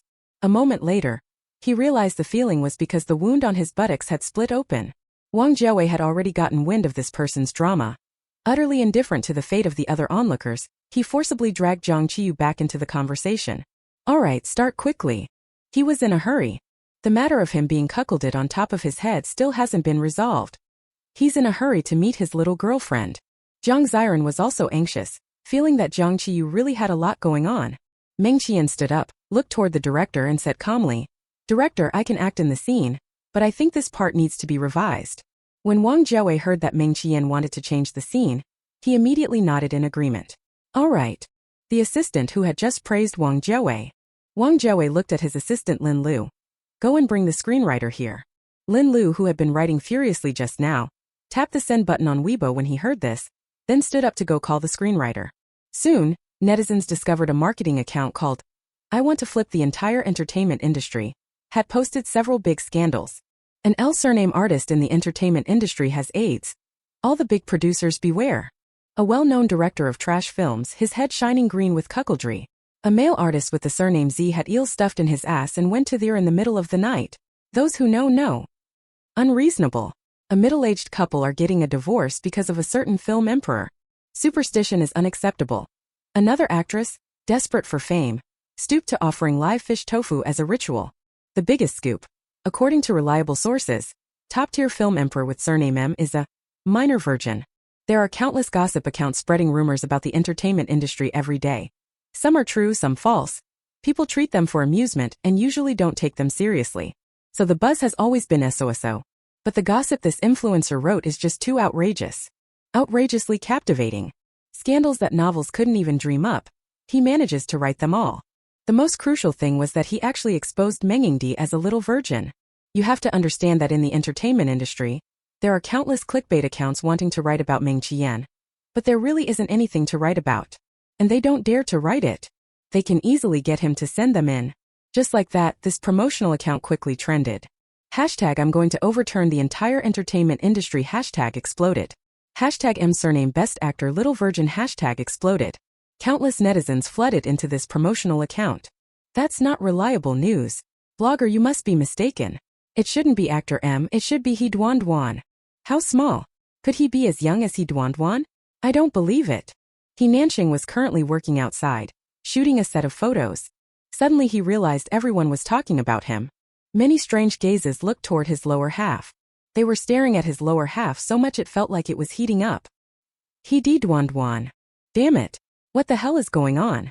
Jiang Qiyu brought him up again? Damn Jiang Qiyu. She just can't stop thinking about him. The netizens here were like squirrels in a melon patch, jumping up and down. AIDS? Who is it? That's kind of scary. There are too many female celebrities with surnames starting with L. I was so scared I ate 3 more packs of fish tofu. The entertainment industry is getting way too wild these days. Huangshan. I should have stayed in the mud. These rumors are obviously fake. If they're true, I'll streak through Harbin for 3 days. Upstairs I screenshotted it. Harbin welcomes you. I refuse to accept that Meng Yingdi is an inexperienced virgin. Blogger, please delete the Weibo post, or else I will cry for you to see. Wah! Teacher Bayami's happiness is gone. Lin Lu went to call the screenwriter. Everyone was waiting. Someone at the audition site also checked Weibo and immediately saw the trending topic. They all began whispering about it. Many eyes turned to Meng Qian. 30% surprise. 30% regret, 40% sympathy. Meng Qian. He frowned, opened his phone and saw a WeChat message from his agent. Someone online is spreading a rumor that you're an inexperienced virgin. How do you want me to handle it? These marketing accounts have no limits anymore. Calling you a virgin would be bad enough, but they even say you're small. Just sue them. Meng Qian massaged the bridge of his nose with his long fingers, clicked into Weibo to take a look, and his head hurt a little. Only 4 people knew about so much gossip. him Wang Zhou's assistant and Jiang Qiyu. He couldn't have posted it himself, Wang Zhou even less likely to expose himself, and Wang Zhou's assistant couldn't have exposed his parents. So there is only one truth. All of these were written by Jiang Qiyu herself for fun. Meng Qian sighed imperceptibly and replied to the agent, "No need." He would slowly let her know that he was not small at all. Meng Qian's manager was stunned. Could the gossip accounts be telling the truth? Oh my. No wonder Meng Qian never dated. It's because of low self-esteem. Seeing everyone holding their phones and whispering, Wang Zhou also took out his phone to look. At a glance my head went buzzing. That Jiang Qiyu. She actually sold the production's gossip to the gossip accounts. She's really willing to use any means for money. But luckily not his melon. Bad film director? Thanks for the invite, but I'm not talking about him. People with quick minds soon realized. Isn't this all about things that happened here? There are several artists with the surname L, but only one with the surname Z. Everyone's gaze turned to Zhao Jingyan, who had just hobbled back from the restroom. He only knocked over a stool, didn't he? How did he end up limping? There can only be one truth. He stuffed a yellow eel down his pants. Zhao Jingyan checked the wound in the restroom and had just returned when he noticed everyone avoiding him. Zhao Jingyan. Lin Lu soon came over with the screenwriter. The screenwriter sat beside the director with a beaming smile. "Director, what's the matter?" "So this is what that trashy screenwriter looks like." Seeing the screenwriter arrive, Jiang Qiyu immediately started ranting. Wang Zhou quickly reached out and grabbed Xiao Hua. He couldn't let him be scolded alone. They're all good brothers. If one gets blamed, they all take it together. Xiao Hua was grabbed by the director. Feeling a bit uncomfortable, she was about to pull away when she heard a voice. To write such a crappy plot, the screenwriter should be wanted on the spot. Look, the group most seriously injured by this plot isn't the audience or passersby. It's the zombies. After all, in this screenwriter's head you can't find a single thing to eat. Chapter 056. He got back up again. Xiao Hua was greatly shocked. Who's cursing him? He was just about to speak when Wang Zhou shot him a warning look and hissed, "Don't make a sound." Xiao Hua shut his mouth, but his eyes kept darting around. Who is it? Don't let him catch them. Otherwise don't blame him for writing him so miserable in the script. Jiang Qiyu was a bit hungry, too lazy to scold further, and looked at the director. "Let's start." Xiao Hua's eyes narrowed. That voice just now seemed to belong to that actress. Jiang Ziran glanced at the trending searches and looked a little pleased. The big villain actually turned out to be a virgin. He must have been saving himself pure for her. She stepped forward as well, eyes shining as she looked at Meng Qian. Meng Film Emperor. Meng Qian frowned, ignored her, and looked at the screenwriter. The scene where the ex-wife catches me eating with the white moonlight, I think that needs to be appropriately revised. What then is the dream of a screenwriter in the entertainment industry? Of course it's for Meng Qian to portray the characters they've written. Meng Qian's acting is transcendent. Whatever role she plays, she becomes that person. Xiao Hua was ecstatic. This outrageous fortune has finally come to him. He grinned. All right. We can change it. Emperor Meng, how would you like it changed? Meng Qian turned his head. Jiang Ziran was overjoyed. Was Meng Qian asking for her opinion? She was just about to open her mouth to speak. Meng Qian shifted his gaze and looked at Jiang Qiyu beside her. Jiang Ziran was furious to the point of losing her mind. What the hell does Jiang Qiyu understand? Do you have any ideas? Meng Qian asked, his deep, affectionate peach blossom eyes looking at Jiang Qiyu. Screenwriter Xiao Hua glanced at Jiang Qiyu, his eyes full of disdain. What does a washed-up, obscure actor know about a script? Would he listen to her? Jiang Qiyu really had worked as a scriptwriter in another world. She remembered that in that world, Meng Qian was a bit part actor. Always bullied, always having scenes cut. Always being bossed around. As a top screenwriter, she gave him more scenes, letting him shine in the film and become the most popular supporting actor of the year. More popular than all the leading actors. As for how things later developed for him, Jiang Qiyu didn't know. Because her mission was completed, she left that world. Jiang Qiyu's expression grew a few degrees more serious. First, I don't understand. The ex-husband and the white moonlight are having a meal. How could the door not be shut tight and still leave a gap? What's that for? To let someone peep. Xiao Hua raised his chin and said, it's a theatrical design. Otherwise, how would the ex-wife see that scene? Jiang Qiyu smiled. You really are a talent, one of those rare ones like 4 out of 1,000. Xiao Hua frowned slightly. Was that a compliment or an insult? Pfft. Someone in the audience laughed. Actually, many plot points are very unreasonable. A lot of parts are industrial saccharine. But they don't dare speak up. They can only act. Jiang Qiyu is their mouthpiece. After Xiao Hua realized what had happened, His face turned white with anger. How dare you speak to me like that?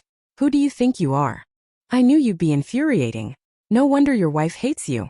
None of the 3 children are yours. Xiao Hua was about to continue talking about Jiang Qiyu when he heard that sentence. His eyes widened. How is that possible? Impossible. Wang Jiawei almost laughed out loud. Ha! So the one glowing green was screenwriter Qiao. Lin Lu inconspicuously munched on the melon from behind, eyes shining. Director Wang has been recharged again. He's back on his feet. Wang Jiawei stifled a laugh and patted Xiao Hua. You should listen more to the younger actor's ideas.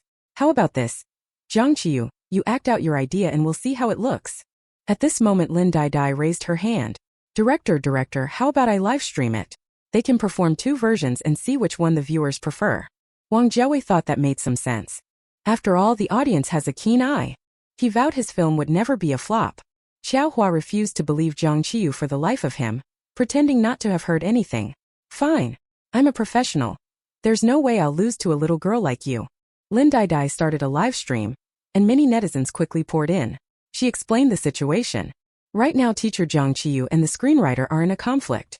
Everyone, help us decide which version of the plot is better. After the 2 performances, please vote. To boost excitement, Lin Dai had a bright idea. Voters will have a chance to receive a signed photo from one of our on-site actors. Winning audience members can freely choose whose. Wang Jiawei stepped in front of the camera and explained what this part of the plot was mainly meant to convey. Isn't this the bad film director Wang Jiawei? His hair does look a bit green on top. Meng Xiaochu is here too? Does that mean those rumors all came from this production team? Meng Qiyan. I won't say another word until my lawyer arrives. Fun. I'll definitely follow this production team. Forget the movie. It was awful. One in the first half made me fall asleep. Came out just wanting to swear. I checked Duban. This director's highest rated film is 2.5. Ha ha ha. Not at all. What does Jiang Qiyu know? Bringing up the script with the screenwriter? Ridiculous. Acting? And she's already criticizing the plot. No matter how bad it is, some no-name like her has no right to point fingers. See, our sister Ziran will totally crush her into nothing. Jiang Ziran glanced secretly at the live chat comments, a corner of her mouth lifting. This Lin Dai can be put to good use. She's actually pretty smart. I know it's time to have Jiang Qiyu make a fool of herself on the live stream. They set up a simple scene on site. Wang Jiawei said, let's perform our original version first. Several dishes sat on the table. Meng Qian and Jiang Ziran were having dinner. At that moment Jiang Qiyu appeared and stood outside the door, watching the 2 people inside like a peeping Tom. The emotion in her eyes quickly turned to disbelief, then glistened with tears. Although she said nothing, her emotions were more than evident. Wang Jiawei squinted. He didn't expect Jiang Qiyu's acting to actually be pretty good. This whole table of food can only be looked at and not eaten. So painful. That big pig's trotter looks delicious at a glance. Darkly crawling.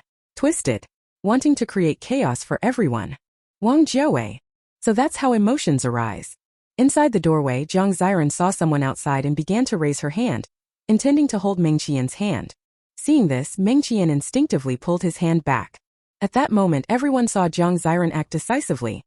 Grasp the large pig trotter on the table, interlock her fingers with the trotter, her face full of happy pride.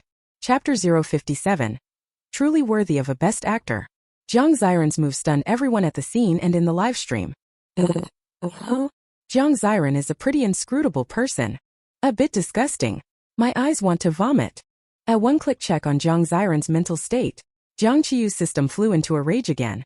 Host, how could you secretly go mad again? You're using an illusion spell again. The explosive value I painstakingly saved up is squandered by the host every time. It's now somewhat unwilling to live, but too afraid to die. Jiang Qiyu. Amen. Guazi, help me send that pig trotter off. I'll eat it properly in my next life. After being together for a long time, Jiang Qiyu gave the system a name. The system really didn't like that name. Don't call me Guazi. You can call me Guagua or Bosqua. Jiang Qiyu. Okay, Ziguazi. System. Guazi keenly noticed something. Host, don't you not want the female lead to join hands with the big villain? You're jealous. Jiang Qiyu. I'm jealous my ass. I just want to see Jiang Ziran make a fool of herself. She was just cursing me behind my back. Guazi didn't believe it. You just said there are more people you curse behind their backs. Jiang Qiyu. But I never said I wouldn't get my revenge. Guazi. Jiang Ziran's eyes were full of joy. She can't believe she's holding hands with the big villain and he isn't moved. But she didn't expect the villain's hand to look bony and yet feel soft and fleshy to the touch. She asked the system in her head. Check the big villain's favorability score. The system replied. Favorability. -200. Jiang Ziran's eyes widened. How is that possible? I was holding his hand with my fingers interlaced. Is your technique even useful or not? System. Of course it's useful, but look at who exactly you were interlacing fingers with. Only then did Jiang Ziran look down at her hand. It was a big pig's trotter. Everyone's gazes were now on her, their mouths twitching, clearly making faces of disgust. System. What on earth is going on? Go and find out. Jiang Ziran shouted in her mind. The system was puzzled too. Host, I told you last time you might be possessed. I told you to see a master, but you refused. Jiang Ziran gritted her teeth and let go of the pig's trotter. I'll go. I must find the time soon. I want to see what kind of evil thing this is. Wang Jiawei had originally been unnerved by Jiang Ziran's fondness for the smell of fresh cat poop. Seeing this again, he was really about to vomit. You. Wang Jiawei turned his head. Xiao Hua was a bit speechless too. Are you not following the plot? The plot calls for holding the male lead's hand. How did you end up obsessed with pig trotters? Jiang Ziran had something hard to put into words and could only say, let me do it again. Meng Qian stood up, his voice cold. No need, it's just a cliched plot. Let's perform the revised version. Meng Qian's words were decisive. Even Wang Jiawei didn't dare speak. Tell me how to act it. Meng Qian looked at Jiang Qiyu. After Jiang Ziran washed her hands, she could only listen to Jiang Qiyu. Jiang Qiyu issued a barrage of directions. Like this, and then like this. Jiang Ziran frowned tightly. I don't agree to change it this way. Jiang Qiyu gave a sidelong glance. Disagreement is invalid. Jiang Ziran looked at Wang Jiawei, wanting to seek help.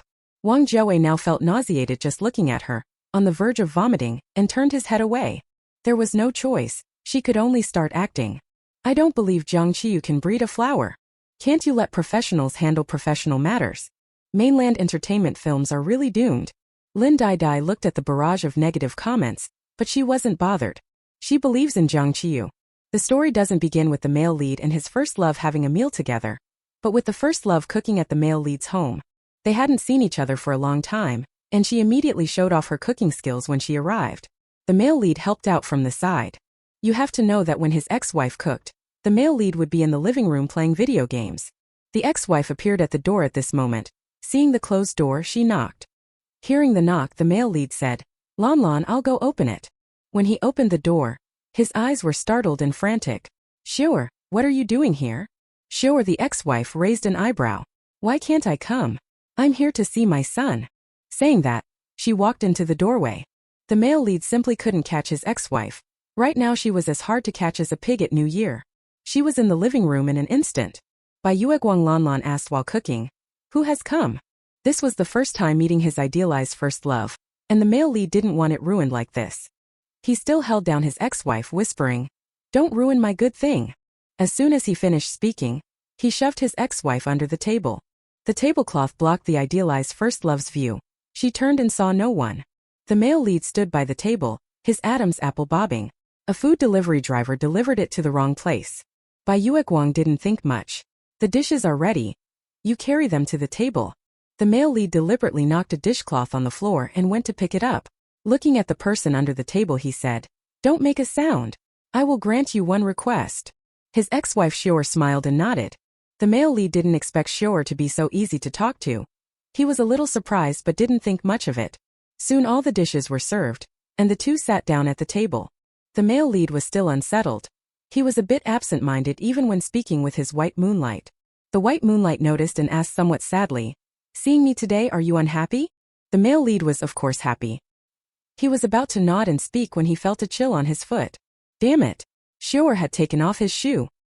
He'd been divorced for some time. Without his ex-wife around to keep him in line, he didn't like showering or washing his feet. Soon, a foul stench swept across the entire dining table. Male lead. White moonlight. Xior covered her nose under the table, wrapped a rag around her hand, pretended to be the male lead's foot, and rubbed it against the white moonlight's leg. The white moonlight's face went green and red. Don't do that. Don't. The male lead realized Xior was acting up. His head buzzed and he leapt up in a fury, overturning the dining table. The food spilled all over the white moonlight, and a big pig's trotter landed on top of her head. Jiang Ziran. Ha ha ha ha ha ha ha, if my ex-wife were like this, I'd be in love. This is hilarious. Is Emperor Meng's foot really that smelly? Jiang Qiyu wanted to vomit under the table several times. I admit it, this plot has caught my interest. White Moonlight family. Who understands? They're total goofballs. The people present were all amused by that bit of acting. Wang Jiawei nodded as well. Don't say it, seriously, don't say it. This really does have more comedic effect than that previous part. Xiao Hua looked a little embarrassed. Who would watch a plot like this? Everyone present raised their hands one after another. I'll watch. Xiao Hua. Xiao Hua looked at Meng Qian again. This script won't do. It will ruin our film emperor's image. Meng Qian put on his shoes and stood up. I'm an actor. Whatever image the role requires, that's the image I'll be. Jiang Qiyu crawled out from under the table and gave Meng Qian a thumbs up. As expected of the film emperor. Meng Qian's deep, affectionate peach blossom eyes curved into a smile. Then Jiang Qiyu continued. Your sock has a hole in it. Chapter 058. I took him out for a walk. Ha ha ha ha. Jiang Qiyu can get along with people. She really doesn't spare anyone's face. Such a beautiful woman, and she just has to have that mouth. My socks have holes too.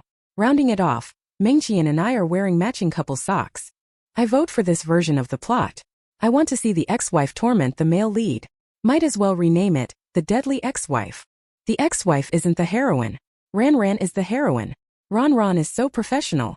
Her dedication is heartbreaking. Lin Dai Dai urged her followers to vote. The results came out quickly. Most people voted for the second version of the plot. Xiao Hua's face went pale. He thought to himself that he must teach Jiang Qiyu a lesson. He went back to revise her scenes overnight. He didn't linger any longer. He turned and left. As he walked away, he thought about Jiang Qiyu saying that his 3 children weren't biologically his, and he became even angrier. She tarnished his script and slandered his family. Jiang Ziran could see the hatred for Jiang Qiyu in Xiao Hua's eyes and felt somewhat pleased. Can a screenwriter afford to offend people casually? Jiang Qiyu is really a brainless idiot. Lin Dai smiled and said, our back-end will run a raffle and select 10 voters to receive our actors' autograph photos. Just fill in your requests in the back end. The live stream ended. Hashtag the fatal ex-wife hashtag trended.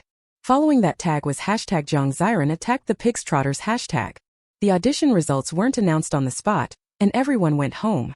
On her way back, Jiang Ziran checked the trending searches and nearly fainted from anger. She didn't know which netizen had even put together a compilation of her drinking He Duanduan's bathwater, fawning over old Wang, and now holding pig trotters hand in hand. Her fairy-like image has almost completely collapsed. She was so angry she started throwing things in the car, yelling at her assistant. Find me a master. I want to exorcise. The audition results came out not long after. Jiang Qiyu was notified to join the crew. This was Jiang Qiyu's first time shooting a film, and Li Lin personally came to see her off. Early in the morning, Jiang Qiyu was hauled out of bed. She yawned. Now I can empathize with animals. I finally understand why roosters have to crow in the morning. Li Lin gave her a big eye roll. Bored, Jiang Qiyu asked Li Lin, how are you and the boss doing now? The smile on Li Lin's face suddenly vanished. Zhang Jian has gone mad. He's now relentlessly after me. I don't know why. Jiang Qiyu conferred with Guazi for a moment then laughed. Because that day you swung a bench and hit him on the head, you moved him. No woman has ever treated him like that. You successfully piqued his interest. Li Lin. Li Lin got down to business. Be careful on set, keep a low profile. There's someone in your production who likes to spout nonsense and has been leaking things on Weibo. It's currently trending. Don't let yourself be exposed. He's even dared to leak stuff about Emperor Meng, and Emperor Meng hasn't come after him. His backing is unfathomable. Jiang Qiyu frowned. There's someone like that? She asked Guazi in her mind. Who is it? Guazi searched for a long time. I don't know. Jiang Qiyu sneered. Useless Guazi. I'll crack you someday. Guazi tried to run but couldn't escape. Li Lin didn't say much either. Just be more careful, don't do anything reckless. Today everyone from the crew had arrived. Wang Jiawei even went to an ear-cleaning shop to have his earwax removed. Also he could hear who the criminal was today, and quickly get them kicked out of the crew. At the opening ceremony, it was customary to offer incense. Meng Qian stood in the middle. Xiaobao stood beside him, then Wang Jiawei and then Jiang Ziran. Jiang Qiyu had originally planned to stand next to Jiang Ziran, but for some reason someone tugged her, and she ended up standing beside Meng Qian. They began to offer incense. Jiang Qiyu held the incense, closed her eyes, very devout. Actually my wish is very simple. A small house, a small car, a dog, and $1 billion in savings. Wang Jiawei. How much savings? No, they're not worshipping a Buddha. Meng Qian's eyes flickered slightly. The wish was indeed very simple. Little Bao was also holding an incense stick. Hearing Jiang Qiyu's inner thoughts, he mimicked him and said, "My wish is simple too. May Dad trip when he leaves the house. May instant noodles come without the seasoning packet. May drinking water make him choke. May there be no toilet paper when he needs to poop."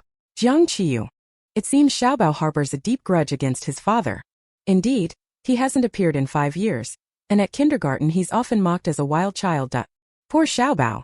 Meanwhile, on the other side, domineering CEO Zhang Yifan was in a meeting when he suddenly sneezed. He rubbed his nose. Could it be that Leng Ruo missed him? He had to quickly find out where she was now. After sighing, Jiang Qiyu pressed his lips together. She also wanted to tell Zhang Yifan, but earlier Leng Ruo had found her and begged her not to tell Zhang Yifan about this. She didn't think much and agreed. After all, it was their own business. Wang Jiawei was furious. Who was the scumbag who would abandon such an adorable child? He's really unbelievable. If he didn't already have a girlfriend, he'd want to be Xiaobao's dad. Lin Lu stood behind Wang Jiawei and squinted. He will help Xiaobao find his father. A title for an article had already formed in his mind. Rage. Single mother abandoned with her 5-year-old adorable child.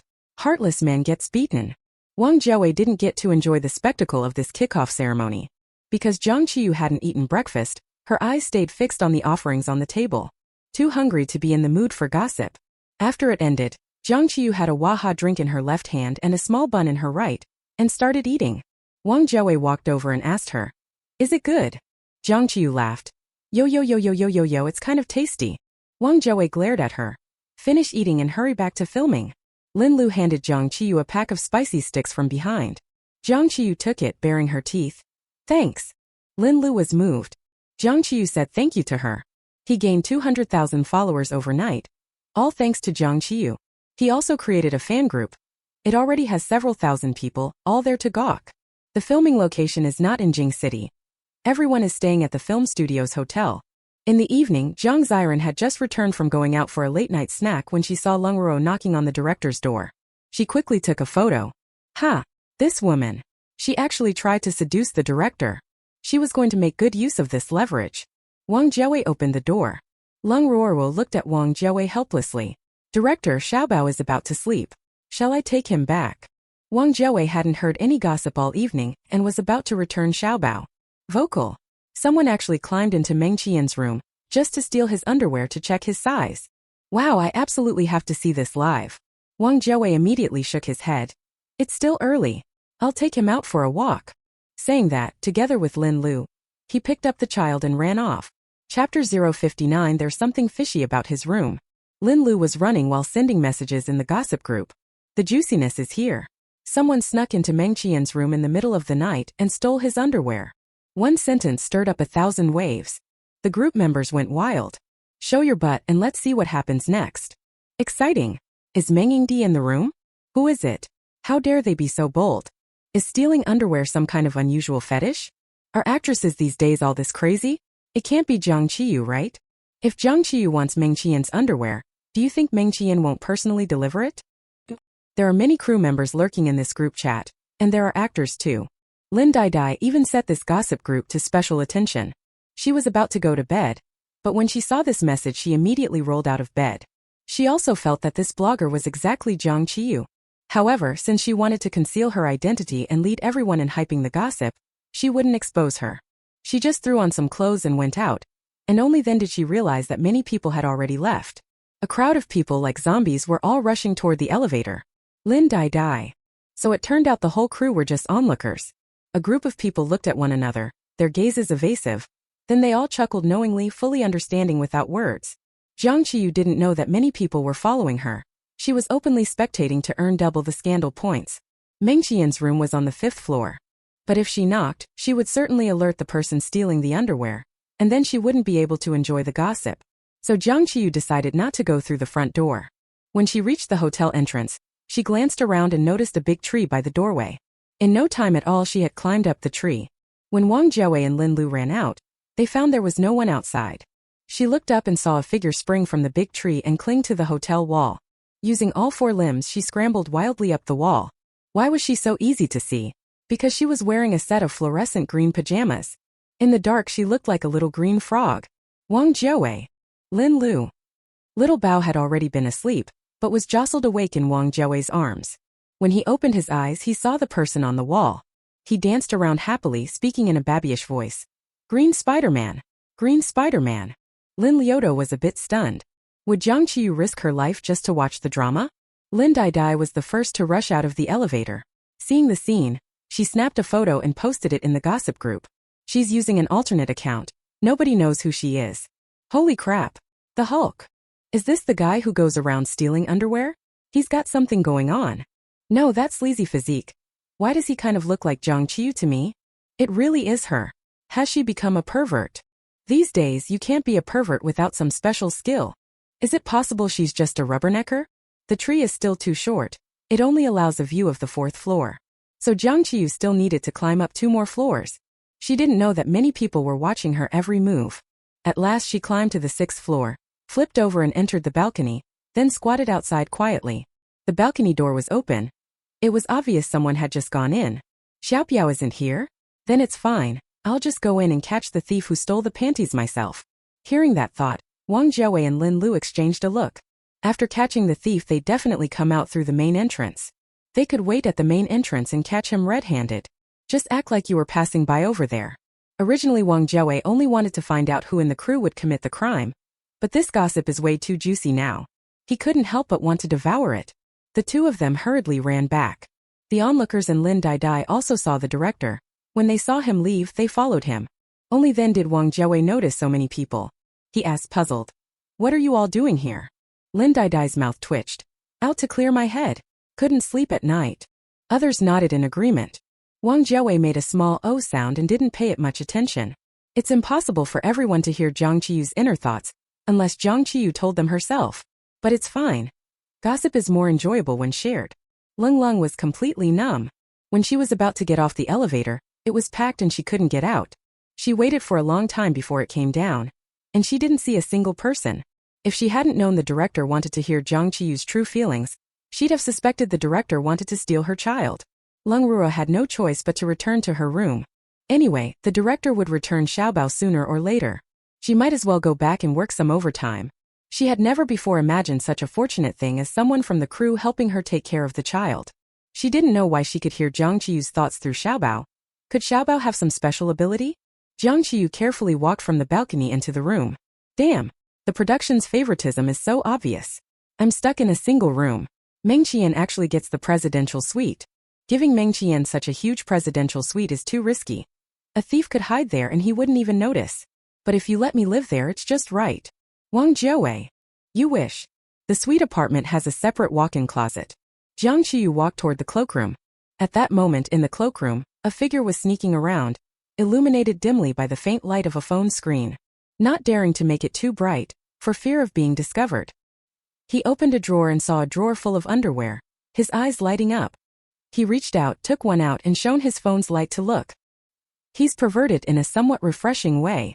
He's really just checking the size. Wang Jiawei and Lin Liuyi arrived on the 6th floor as quickly as they could, and just at that moment, they saw Meng Qian opening the hotel door. Meng Qian saw a large group of people, frowned and asked the director, "What are you all doing?" Wang Jiawei blinked. Going for a walk, going for a walk. They said they were going for a walk, but Wang Jiawei and the group were all marching in place. Meng Qian. In this film studio city, Meng Qian had many old friends, and someone invited him to a dinner that evening. Seeing the director's unusual behavior, Meng Qian understood immediately. There was something fishy in his room. His handsome eyes flickered slightly, and he gently opened the hotel door. Everyone's necks moved with his motion. Wang Jiawei wished he could turn into a giraffe and stick his head in first. Jiang Qiyu hadn't enjoyed a public spectacle like this for a long time and felt a little excited. She reached the cloakroom door and kicked it open with one foot. The people inside were startled. When they turned around they saw a streak of green light. He screamed in fright and even threw away the underwear in his hand. At that moment, Meng Qian and the onlookers who had heard the noise all rushed over. The lights snapped on. Then they saw Jiang Qiyu holding Meng Qian's underwear in her hand, baring her teeth and laughing. Chapter 060 is Sister. She hates me. Meng Qian. Onlookers. Jiang Qiyu. Jiang Qiyu looked at everyone's gossipy stares, then at the underwear in her hand. The smile on her face froze. Everyone dies once, but it can't be a social death. Jiang Qiyu quickly threw away the underwear in her hand and explained, "It wasn't me. I didn't steal your underwear. He threw it into my hand." She turned to look at the culprit who stole the underwear, walked over, grabbed his hair and pinned him to the ground while beating him. While hitting him, she asked Guazi, "Why didn't you warn me that Meng Qian was back?" Guazi was speechless. "I shouted until my voice cracked. You totally ignored me." Jiang Qiyu's big scolding slapped the thief's face against the ground again. "Served you right for being a thief. Served you right for being a thief." The thief cried out on the ground, utterly powerless to fight back. And there wasn't a single person to help him. Not only that, many people were lying on the ground just to get a clear look at his face. Ka. Someone was still taking pictures. Finally, someone got a clear look at the thief's face. "Writer Chow. It was you." Lin Lu lay on the ground in disbelief. The people present gave a gasp of amazement. Never would I have expected. It turned out to be a man. And a married man with children. Meng Qian really does go for both men and women. It's not a lie. Xiao Hua covered his face. "It's not me, it's not me." Another two-timer. "He's been coveting Meng Qian for a long time. He has lovers outside, both men and women. But his wife knows how to get revenge. After finding out, she went out and wildly looked for men too. 3 kids, 3 fathers. None of them is Xiao Hua anyway." Wang Jiawei and Lin Lu almost couldn't hold back their laughter. Lin Dai posted the photo in the group. It showed Jiang Qiyu straddling Xiao Hua and viciously beating him.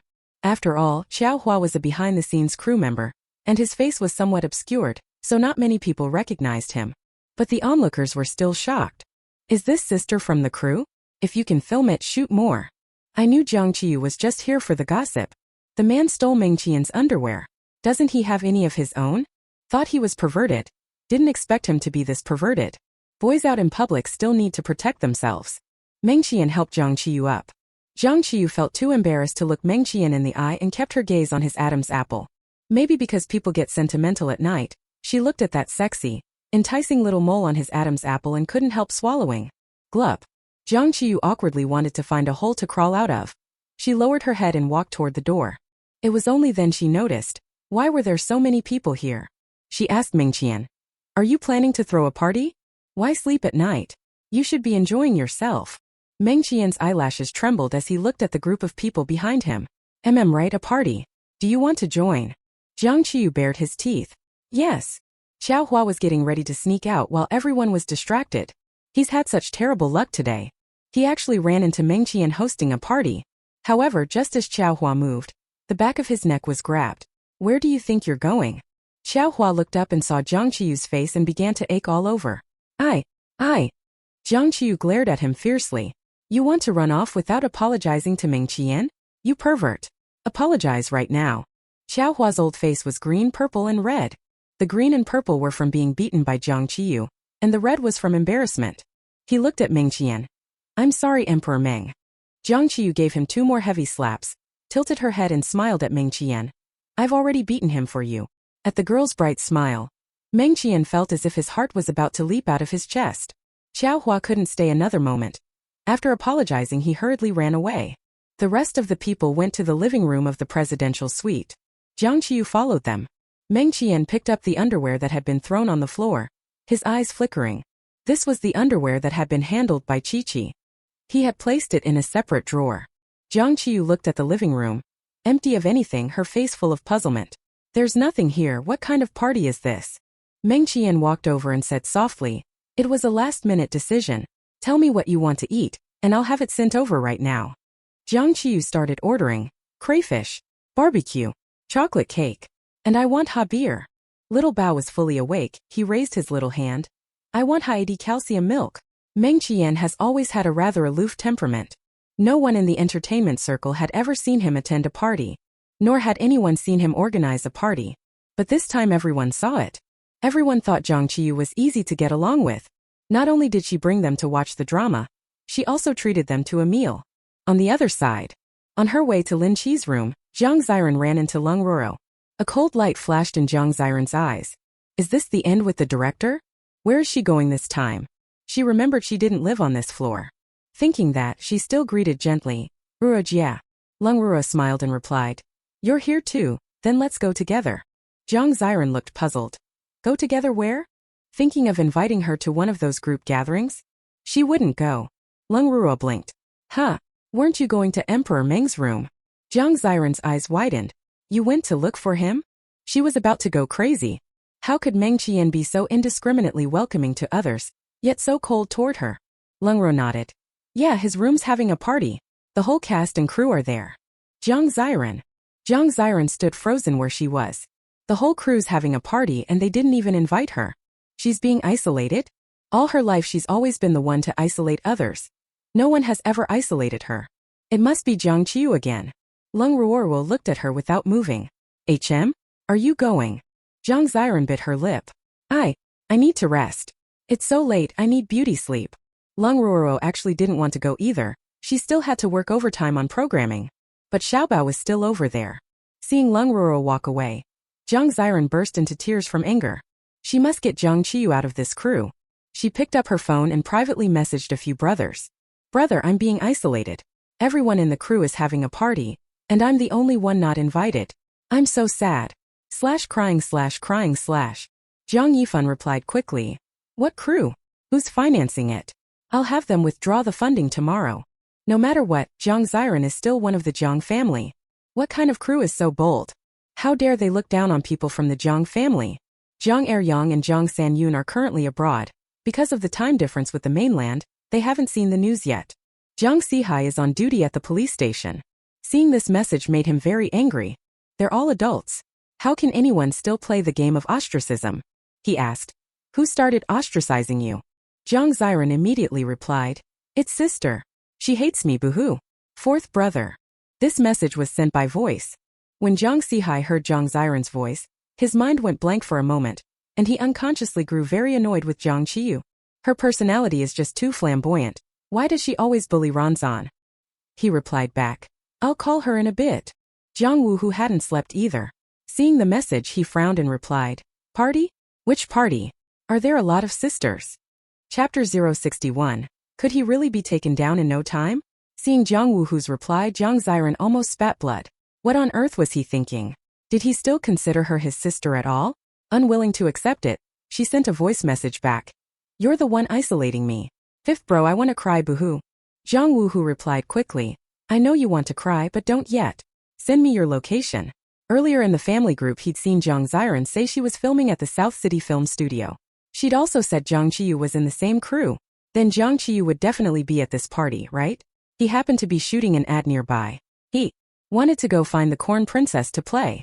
And while he was at it, meet some of his sister's friends. To get past his previous hang-ups, he decided to get to know more of his sisters. Jiang Ziran felt better after seeing the message.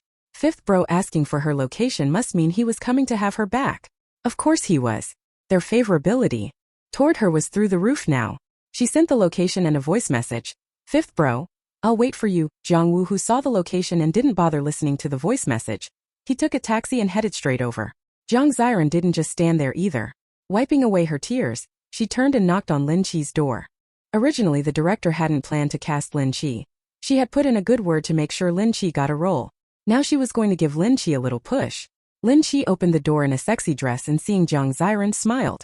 Ran, you're here. Jiang Ziran looked at her with no patience. You weren't invited to the party either? Of course it's that damn Jiang Qiyu who did it. Lin Qi had AIDS and hadn't told anyone. She needed money for treatment, but couldn't let people scorn her. To earn money, she had to do whatever Jiang Ziran said. What party? Lin Qi asked. Jiang Ziran couldn't be bothered to explain much. After surveying Lin Qi up and down, an idea formed in her head. Jiang Wuhu liked older women, right? Introducing Lin Qi to him would be perfect. Then Jiang Wuhu would listen to her about everything from then on. Jiang Ziran smiled and asked, do you have anything even more sexy to wear? That young man Jiang Wu had never seen a mature woman like Lin Qi before. He'd fall for her in no time. Because they were filming, the small hotel had been entirely booked by the crew. Most people were on set, so they weren't worried about disturbing others. Everyone ate, drank, played games, and laughed loudly. Normally at this hour, Xiaobao would be asleep, but today he was unusually energetic. Wang Jiawei still wanted to hear what was on his mind. Like a bodyguard, he hovered around Xiaobao. This made a lot of people in the crew suspicious. Could Xiaobao be the director's biological son? Once that idea took hold, it spread like wildfire. People watched the director closely and noticed his hand never left Xiaobao for a minute. He looked after him like he was a precious treasure. The New assistant director, surnamed by a lean man, took several photos and sent them out. At that moment, someone suggested playing Truth or Dare. This staple of parties drew everyone in. Jiang Qiyu joined in and they spun an empty beer bottle to choose the loser. The first spin landed on Wang Jiawei, and the drawn dare was to go to the window and shout 3 times, "I'm an idiot." Wang Jiawei's face went pale, but since the game had started, he had no choice. They watched as he walked to the window, everyone taking out their phones to record. Jiang Qiyu took out his phone too, and only then noticed several missed voice calls on his WeChat. Having drunk a few bottles of beer, Jiang Qiyu was a little tipsy. She didn't look closely at who had called and just redialed. "Move, demon, move. I'm Eagle. I'm Eagle, reply if you hear me. Reply if you hear me." Jiang Zihai answered the call and heard exactly that. He glanced at his phone under his eyelids to confirm the caller was indeed Jiang Qiyu, then said, "What are you talking about?" Jiang Qiyu frowned. "You're the one who isn't a thing. Jiang Zihai." He hadn't said anything to her yet, and she'd already called him names? Jiang Zihai was a little angry. "How can you, Jiang Qiyu?" "I can. Who are you? Which big idiot are you? What do you want? Say something." Just as Jiang Zihai was about to speak, the call was hung up. Jiang Zihai nearly exploded with anger and called back immediately. His first words were, "Jiang Qiyu, I'm your 4th brother." Jiang Qiyu opened her mouth to curse, but upon hearing that, she stopped. "Oh, 4th brother. Right, 4th brother, you promised to grant me one request before. Did you call to ask what my request is?" Request? His memory flashed back to the last time in Sansan village, when Jiang Ziran rashly walked into a criminal den. To make Jiang Qiyu guard Jiang Ziran's safety, he had indeed promised to grant her one request. Even if it involved Jiang Qiyu, Jiang Zihai knew he should be honest and keep his word. He patiently asked, "Have you decided what you want?" Jiang Qiyu beamed. "My request is simple. Transfer 3 million into my account." Jiang Zihai's eyes widened. "How much? 3 million? That was all his savings." He had been careless with money before, liking to buy motorcycles to collect at home. In the past few months he'd started saving, all for Ziran's birthday next month, to buy her a dress. Having just given money to Jiang Ziran, how could he still have funds to buy Ziran a dress? "That's too much," Jiang Zihai said awkwardly. Jiang Qiyu scoffed. "So in 4th brother's eyes, Ziran's life isn't even worth 3 million. I'm going to tell Ziran right now." Hearing that, Jiang Zihai panicked a little. Okay, I'll give it to you." Jiang Qiyu grinned and said, "I'll send you the card number. Transfer it quickly." "I'm hanging up." Jiang Zihai puckered his lips, ran his hand over his crew cut, and felt a bit of heartache. But he still transferred the money to the card number Jiang Qiyu sent. The bank texted him. Balance, 3.06 yuan.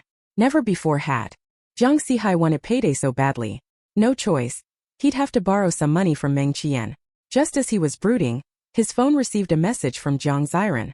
"4th brother, don't say sister is too harsh. Okay? I think she definitely won't do it next time." Reading that, Jiang Zihai froze all over. Then he remembered why he'd called. Jiang Qiyu. What had he been saying? He hadn't said a word and had ended up out 3 million. At that moment, the nearly 1.8-meter tall man felt his eyes go red. No way, he had to scold Jiang Qiyu a bit. With that thought, he dialed Jiang Qiyu's voice call again. But as soon as he called, it was automatically disconnected. She was on another call. Jiang Zihai. De. On the other end, Jiang Qiyu was on a voice call with Jiang Wuhu. "Corn Princess, I'm here to play. Which room are you in?" Jiang Qiyu. 666. Jiang Wuhu frowned. "I know I'm awesome, but I'm asking what your room number is?" Jiang Qiyu rolled her eyes. "The room number is 666. Jiang Wuhu. Oh, so she wasn't praising him.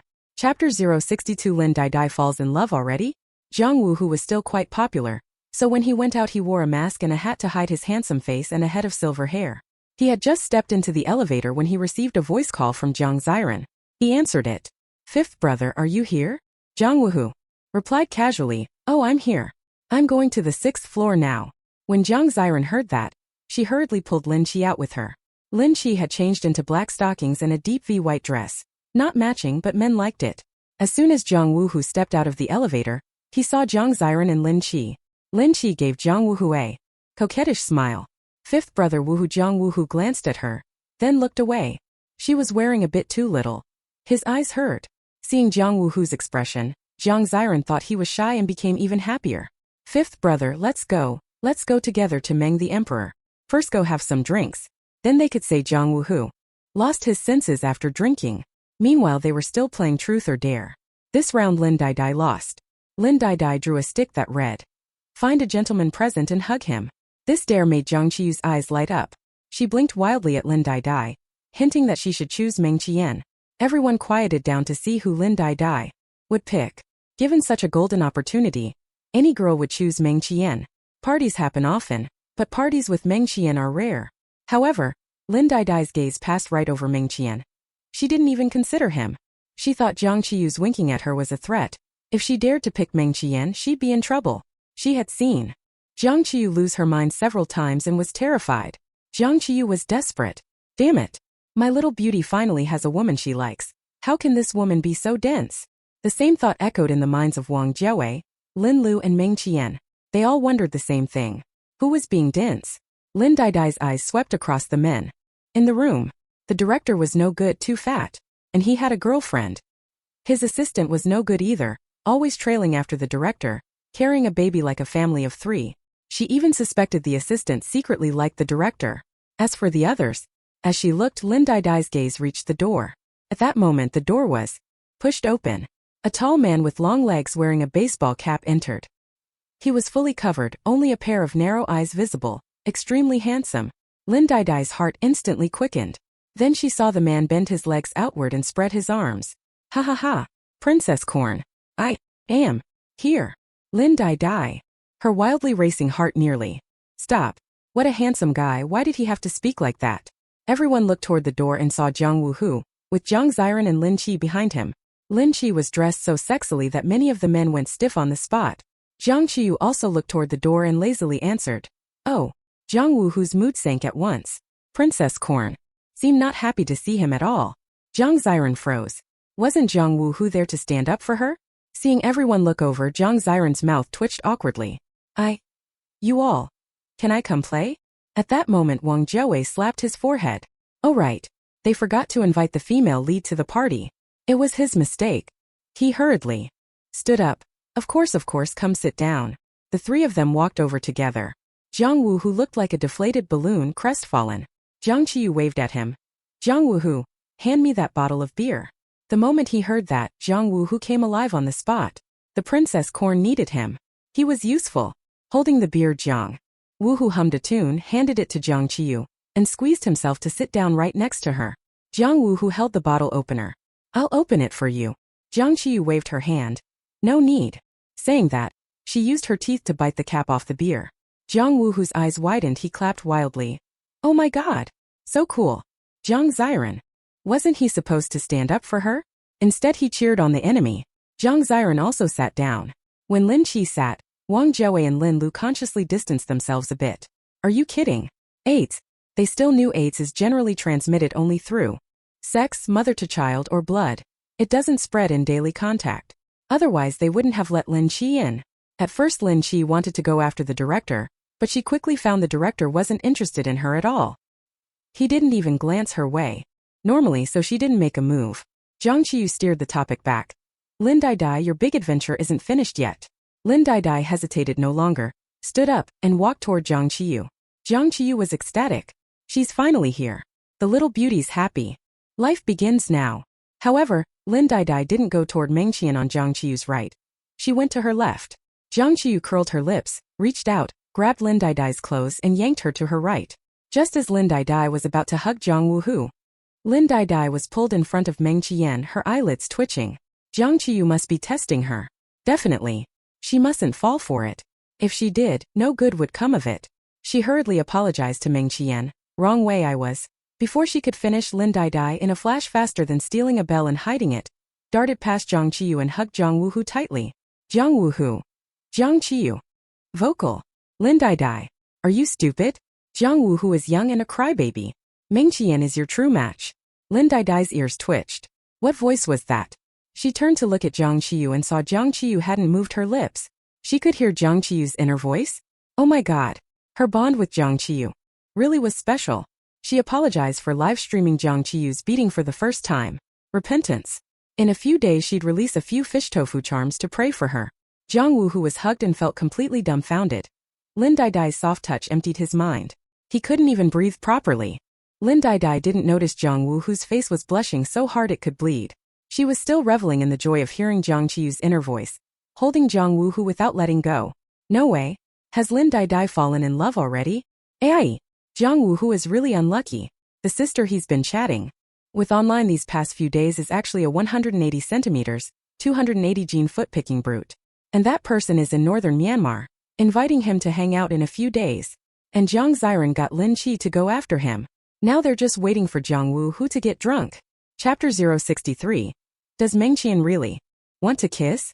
Jiang Qiyu's inner voice reached Lin Dai's ears again. She frowned. Fell in love? Who fell in love with whom? Realizing something, she quickly let go of Jiang Wu who. She nonchalantly sat back down in her seat. Jiang Wu who felt dizzy until he heard Jiang Qiyu say that the sister he'd been chatting with excitedly these past few days was a rugged man from northern Myanmar. He was suddenly wide awake, his hand pressed against his waist, tears welling up in his eyes uncontrollably. Wah wah wah. His love had miscarried once more. Wait, hadn't Jiang Qiyu just said Jiang Ziran had Lin Qi make a move on him? He glanced at the scantily dressed Lin Qi, and his eyes ached again. Ranan probably only wanted to introduce Lin Qi to him. After all, Lin Qi clearly looked older than him. He originally didn't like that type, but having just broken up, it wasn't like he couldn't trying to use Lin Qi to control Jiang Wu Hu. Knowing Lin Qi has a habit of sleeping around, are they trying to infect Jiang Wu Hu too? Infect him? Jiang Wu Hu shivered. He was still an innocent young man who'd only ever had one online romance. No way. Tonight he would swear to protect his purity with his life. Wang Jiawei and Lin Lu also heard the inner voice. Wang Jiawei didn't quite believe Jiang Ziran was that kind of person. She just had some peculiar little vice. She was still a kind person. Lin Lu only cared about gossip. His marketing brain kicked in and another article headline formed. She, hiding behind a facade of kindness but doing inhuman things. Jiang Ziran shot a displeased glance at Lin Dai. What a wicked woman. To actually seduce her fifth brother. Lin Dai was actually somewhat on her side, but she wasn't as easy to control as Lin Qi, so she wouldn't agree to Lin Dai being with her fifth brother. Besides, her fifth brother clearly liked the type Lin Qi represented. He'd looked over again just now. Meng Qian felt a bit helpless. How was he supposed to tell Jiang Qiyu he didn't like Lin Dai? Jiang Qiyu happened to notice Jiang Wu Hu's red eyes, like he'd been crying. A pair of big, watery eyes, pretty and pitiful. Look at how wrong Jiang Wu Hu looks. But I have to say, tears are a man's best black stockings. Meng Qian who heard that. He glanced at Jiang Wu Hu, his gaze deepening. Lin Dai quickly realized she could no longer hear Jiang Qiyu's inner voice. She found it strange. Was she just hallucinating earlier? She had also heard something about Jiang Ziran making a move on Jiang Wu Hu. To her knowledge, weren't the two siblings? Was Jiang Ziran really that perverse? It was already a rather bizarre matter, so she didn't think too much about it, but her streaming. It struck again. You can't stream during filming. Movie details need to be kept secret. But now it was leisure time, so she should be able to stream, right? She asked the director. Can I stream? Wang Jiawei nodded. Yes. Streaming is very popular now. Frequent streams help people remember their movie. When it releases, the buzz will definitely be higher. This time they must redeem themselves. Not only achieve high box office but also high ratings. At least higher than 2.5 stars. Lin Dai immediately started streaming, and soon a wave of fans flooded in. Hello. Dai Bao. Good evening. Where is this? Ah, so many people. A crew party? I see Wang Jiawei and Meng Qian. The husband is so handsome. Is the person above Wang Jiawei's wife? The little gem-carved baby is here too. Damn it. Today I saw a revolutionizing the entertainment circle say that Xiaobao and his mom were abandoned. Who is that scumbag? No, I just saw another gossip account saying Xiaobao might be director Wang Jiawei's child. The director treats him so well. He cares for him like his own son. You don't say. The director was holding Xiaobao in his arms. Whoa. Jiangbeimi Green Giant Qiyu is here too. The game started again, and this time the bottle pointed to Jiang Qiyu. Everyone's mouths lifted into amused smiles. Walk by the river enough, your shoes will get wet. Karma finally caught up with me. Mali Mali Hong. I hope I draw truth. Anyway, I can talk nonsense. I'm not afraid of being struck by lightning. Everyone hoped Jiang Qiyu would get dare. In tonight's Truth or Dare, drawing it meant you had to do it. There was no drinking punishment, but it could still be a prompt that made you drink. Jiang Qiyu prayed inwardly, then reached out and took a stick. She looked at it and her mind went buzzing. Kiss the one opposite you. Jiang Qiyu regretted it instantly. Why didn't I buy a prop to cheat? Do I really need that bit of scandal? Do I really have to stay on this set? Sunflower Seed laughed like crazy.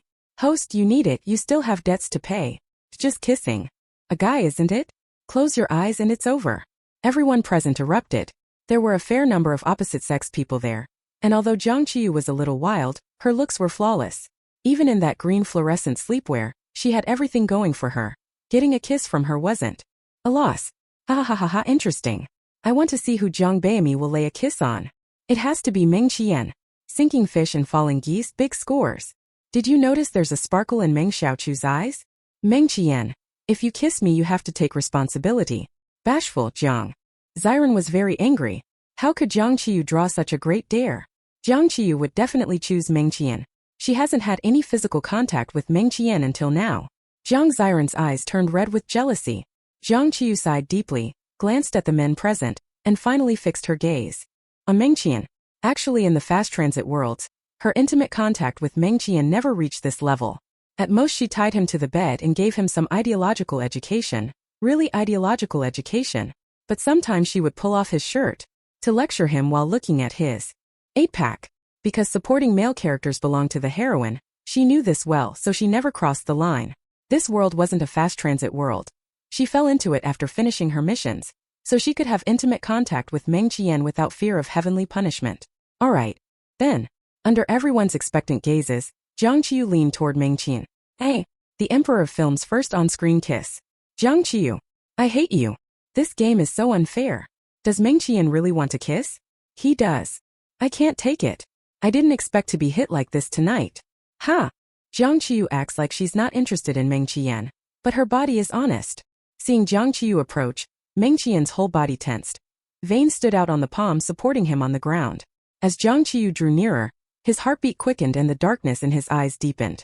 Wang Jiawei didn't expect that Meng Qian's first on-screen kiss wouldn't be in his film but in a game. A little regretful for opening the live stream. Wouldn't that mean he can't use this gimmick for the movie? Although he regretted it, he still wanted to watch. He craned his neck trying to see clearly the details of Jiang Qiyu kissing Meng Qian. Lin Daidai's live stream reached 200,000 viewers, and the number kept rising. She was glad she hadn't hugged Meng Qian just now. She had passed the test. Then, under the gaze of dozens in the venue and hundreds of thousands online, Jiang Qiyu went splat and kissed Meng Qian on the cheek of the little child beside him. Chapter 064. I found the person you asked me to find. Meng Qian. Little Bao, who only stuck his head out to see what was happening. Spectators ready to enjoy the show. A spectator yelled. Host, I really didn't expect you to be such a shameless person. How could you do something like this? Jiang Qiyu calmly replied. What's the matter? My little nephew isn't of the opposite sex. Look, he's got a little one. Spectator. Can't someone come control this rebellious host? Everyone present fell silent for a moment. The moment Jiang Qiyu tilted her head, I damn well knew something was wrong. What the hell is Wang Jiawei doing?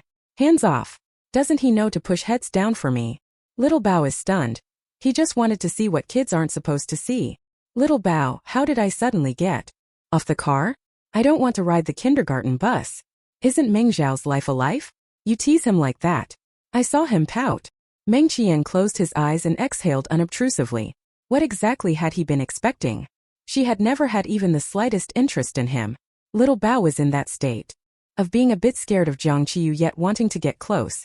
Afraid because she might sit on him, wanting to get close because she's so pretty. She would beat up bad guys. And she's like Spider-Man. After she kissed him, Little Bao was shy and buried himself in Wang Jiawei's arms. This moment, Jiang Yifan was in his several hundred square meter flat drying his underwear. These underwear were hand-washed. In their current state they couldn't withstand brutal machine washing anymore. He counted. There were only 36 holes in them, so they could still be worn for a while. It's not that he was stingy about changing underwear. It's that underwear, when worn long enough, adapts to his body shape and feels comfortable.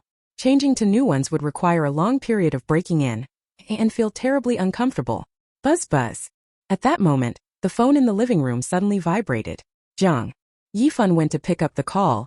It was his assistant. The assistant sounded a bit excited. President Jiang, I found them. I found the person you asked me to find. Jiang Yifan's heartbeat sped up instantly and he asked eagerly. Where? The assistant said. I was scrolling through my phone and accidentally entered a live stream. I saw a woman who looks a lot like the photo you sent me. I looked carefully for a long time and confirmed. It's really her. A live stream? Could Lung Ruo have become a streamer? What kind of streamer? An entertainment streamer? He remembered she studied computer science. And she was a top student. Jiang Yifan furrowed his brow. Share the live stream link with me. After hanging up, Jiang Yifan sat on the living room sofa and tapped open the live stream link the assistant had sent. When he clicked in, he didn't see Lung Ruo at all, only Jiang Qiyu, Meng Qian and Jiang Ziran.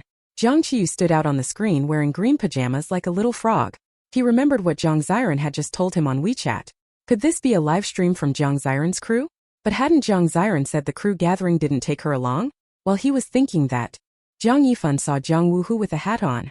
Oh, Jiang Wuhu must have gone over to stand up for Ranran. Jiang Wuhu finally looked like a proper fifth brother. So Lung Ruo had switched careers to become an actress? The live stream wasn't a fixed camera, it was moving, and it was a private account, probably. Just someone holding a phone and streaming. At that moment, the camera finally swept to Lung Ruo sitting to the side. Jiang Yifan's heart suddenly quickened. Lung Ruo hadn't changed much over the years, still an austere, cool presence.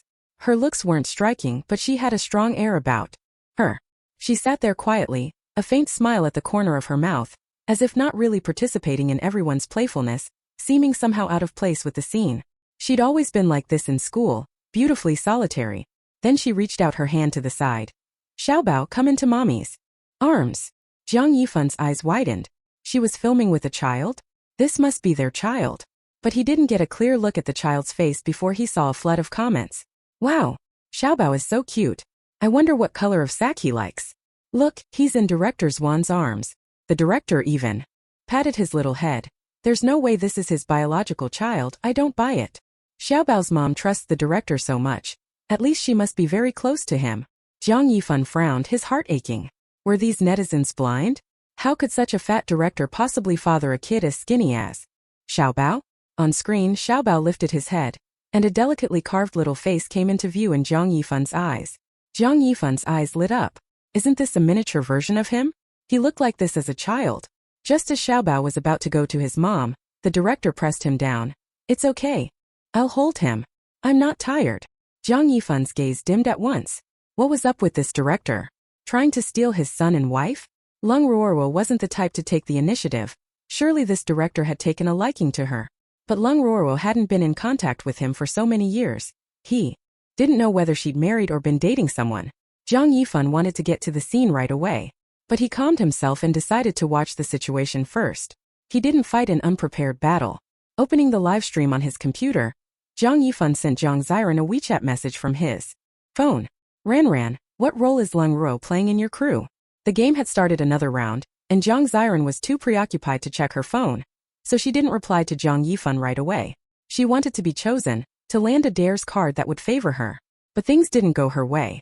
This time she wasn't chosen. Instead, Meng Qian got picked. The onlookers' curiosity flared.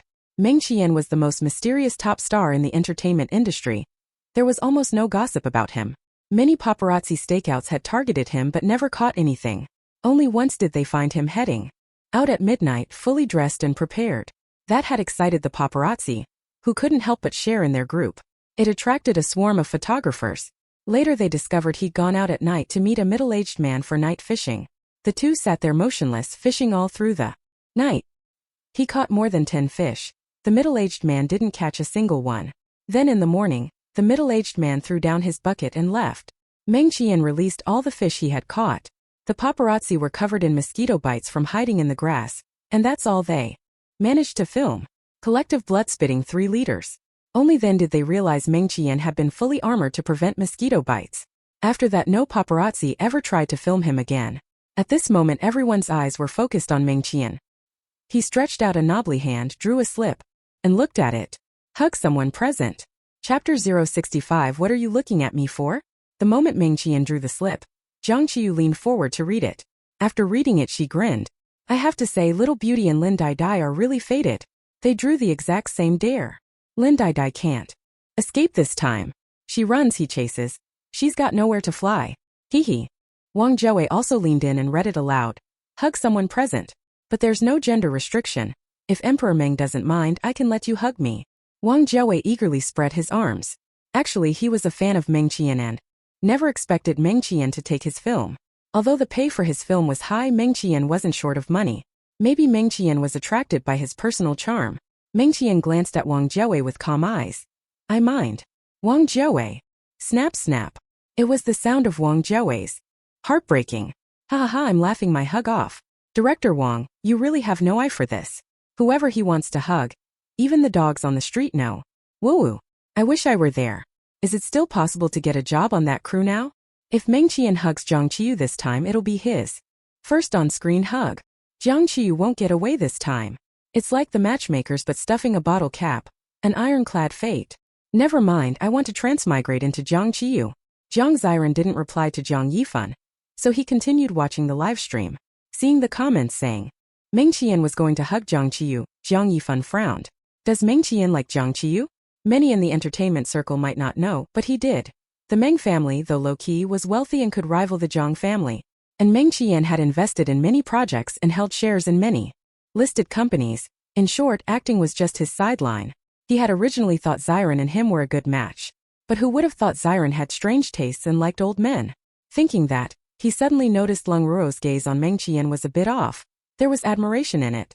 Jiang Yifan's face darkened with anger. What did this mean? His son was being taken care of by one man, while he himself liked another man. Great distribution. On sight, Meng Qian looked at the slip in his hand. His long, thick lashes trembled, shading the darkness in his eyes. He turned his body slightly. His deep peach blossom eyes fixed on Jiang Qiyu. Jiang Qiyu? Question mark. What are you looking at me for? Jiang Wuhu snorted from the side. Look at you doing what? Of course he wants to hug you. He really didn't like Meng Qian, because Princess Corn was nicer to Meng Qian. Everyone in the room was eating popcorn. Some fans shipping Shen Yuloyan were about to scream. Only Jiang Ziran clenched both fists, gnashing her teeth with hatred. Meng Qian looked at the bright, beautiful girl beside him, gave her no chance to refuse and hugged her directly. However, at that critical moment, Jiang Qiyu reacted. She stiffened like a zombie and straightened up, leaning back. Meng Qian didn't have time to react either, and in that instant, clumsily hugged Jiang Wuhu, who was next to Jiang Qiyu. Damn it! Meng Qian is trying to use me to make Lin Dai jealous. I refuse, I want to kick him. Meng Qian. Jiang Wuhu. Jiang Wuhu felt so wronged his voice turned tearful. Let go of me. Wah, was he just a tool to be used? The reason Meng Qian hadn't let go of Jiang Wu, who right away, was that he'd heard Jiang Qiyu's inner thoughts. That left him stunned for a moment.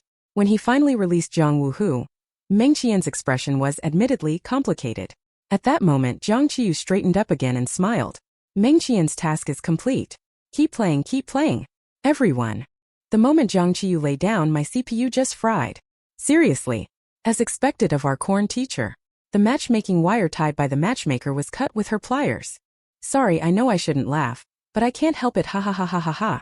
I finally accumulated some good deeds, and every time I see Jiang Qiyu they're gone. If it really can't be. Helped Jiang Wuhu. Meng Qian, how about the three of us getting married? The game continued. No one expected that this round, the bottle landed on Jiang Qiyu again. Jiang Qiyu was dumbfounded. The game's black hole attribute had struck again. After all, the excitement value was still useful. Jiang Qiyu refused to believe in bad luck. She didn't believe she'd be unlucky every time. Sure enough, this time she didn't draw truth or dare.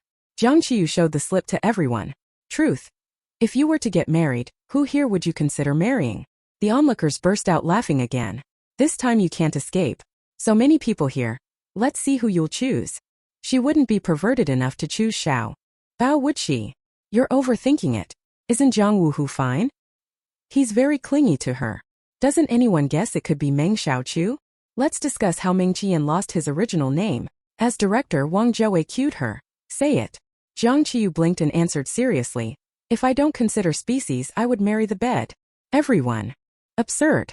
Outrageous. My grave got robbed. I'm out. Same. Goddamn, now I feel like even the stunningly beautiful pairing can't be doomed or happy. Lin Dai was almost dying laughing at Jiang Qiyu. She was just too adorable. The game continued, and this time the bottle pointed to Lin Qi. Jiang Ziran's extremely gloomy mood finally improved a bit.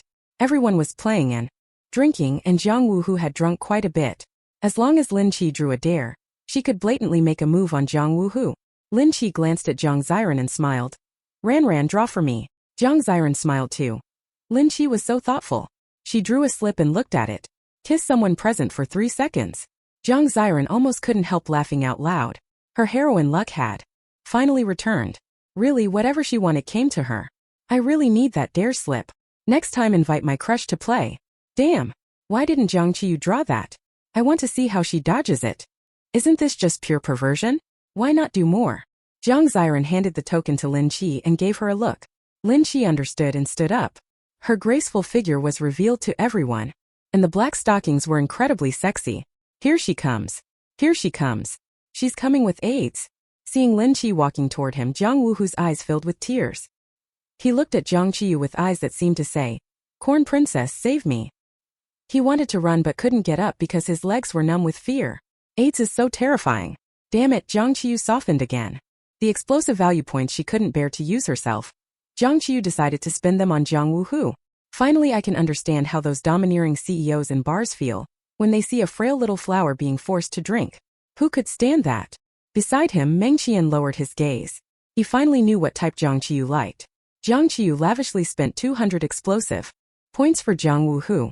So when Lin Qi approached Jiang Wuhu, she didn't stop but circled around and came to stand next to Jiang Ziran. Jiang Ziran. Jiang Ziran was about to question Lin Qi when she saw Lin Qi pounce toward her, pouting. Jiang Ziran's eyes widened in fright. She scrambled up and ran. What are you doing? Lin Qi said nothing and chased after Jiang Ziran. Everyone. Oh. So Lin Qi likes women? Jiang Ziran was unprepared and in high heels. After a couple of steps she twisted her ankle and fell to the ground. Lin Qi. What are you doing? Don't come near me. I told you to go to Jiang Wuhu. Not to me. Everyone. Jiang Wuhu.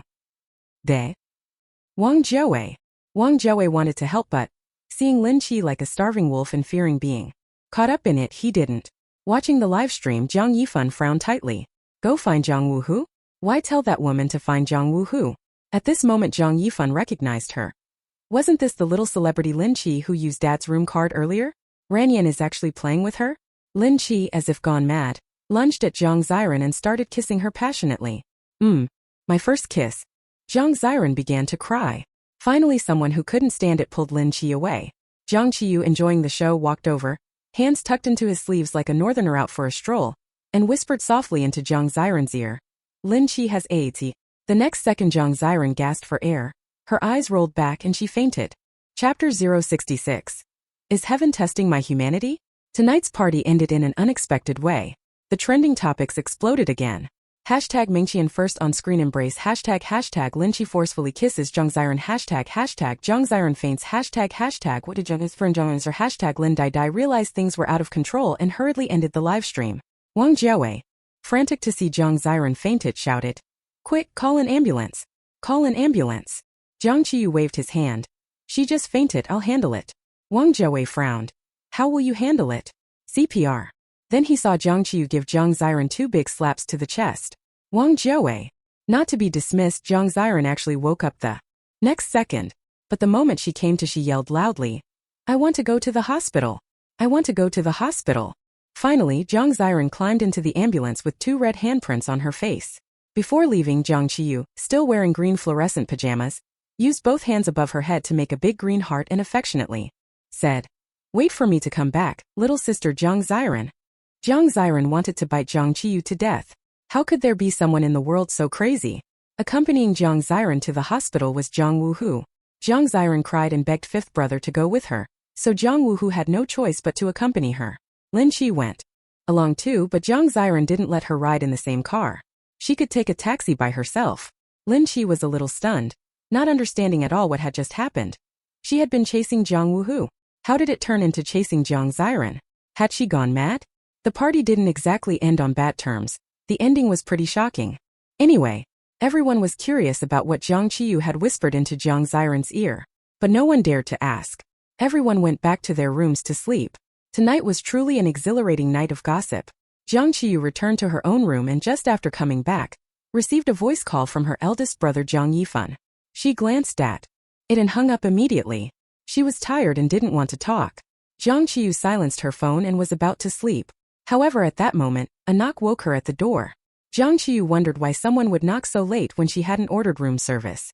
She walked over and opened the door. It was Meng Qian. The tall, long-legged man wore casual clothes, exuding a lazy kind of sexiness. She saw he was holding a bag and he stepped forward to hand it over. Jiang Qiyu smiled as she took it.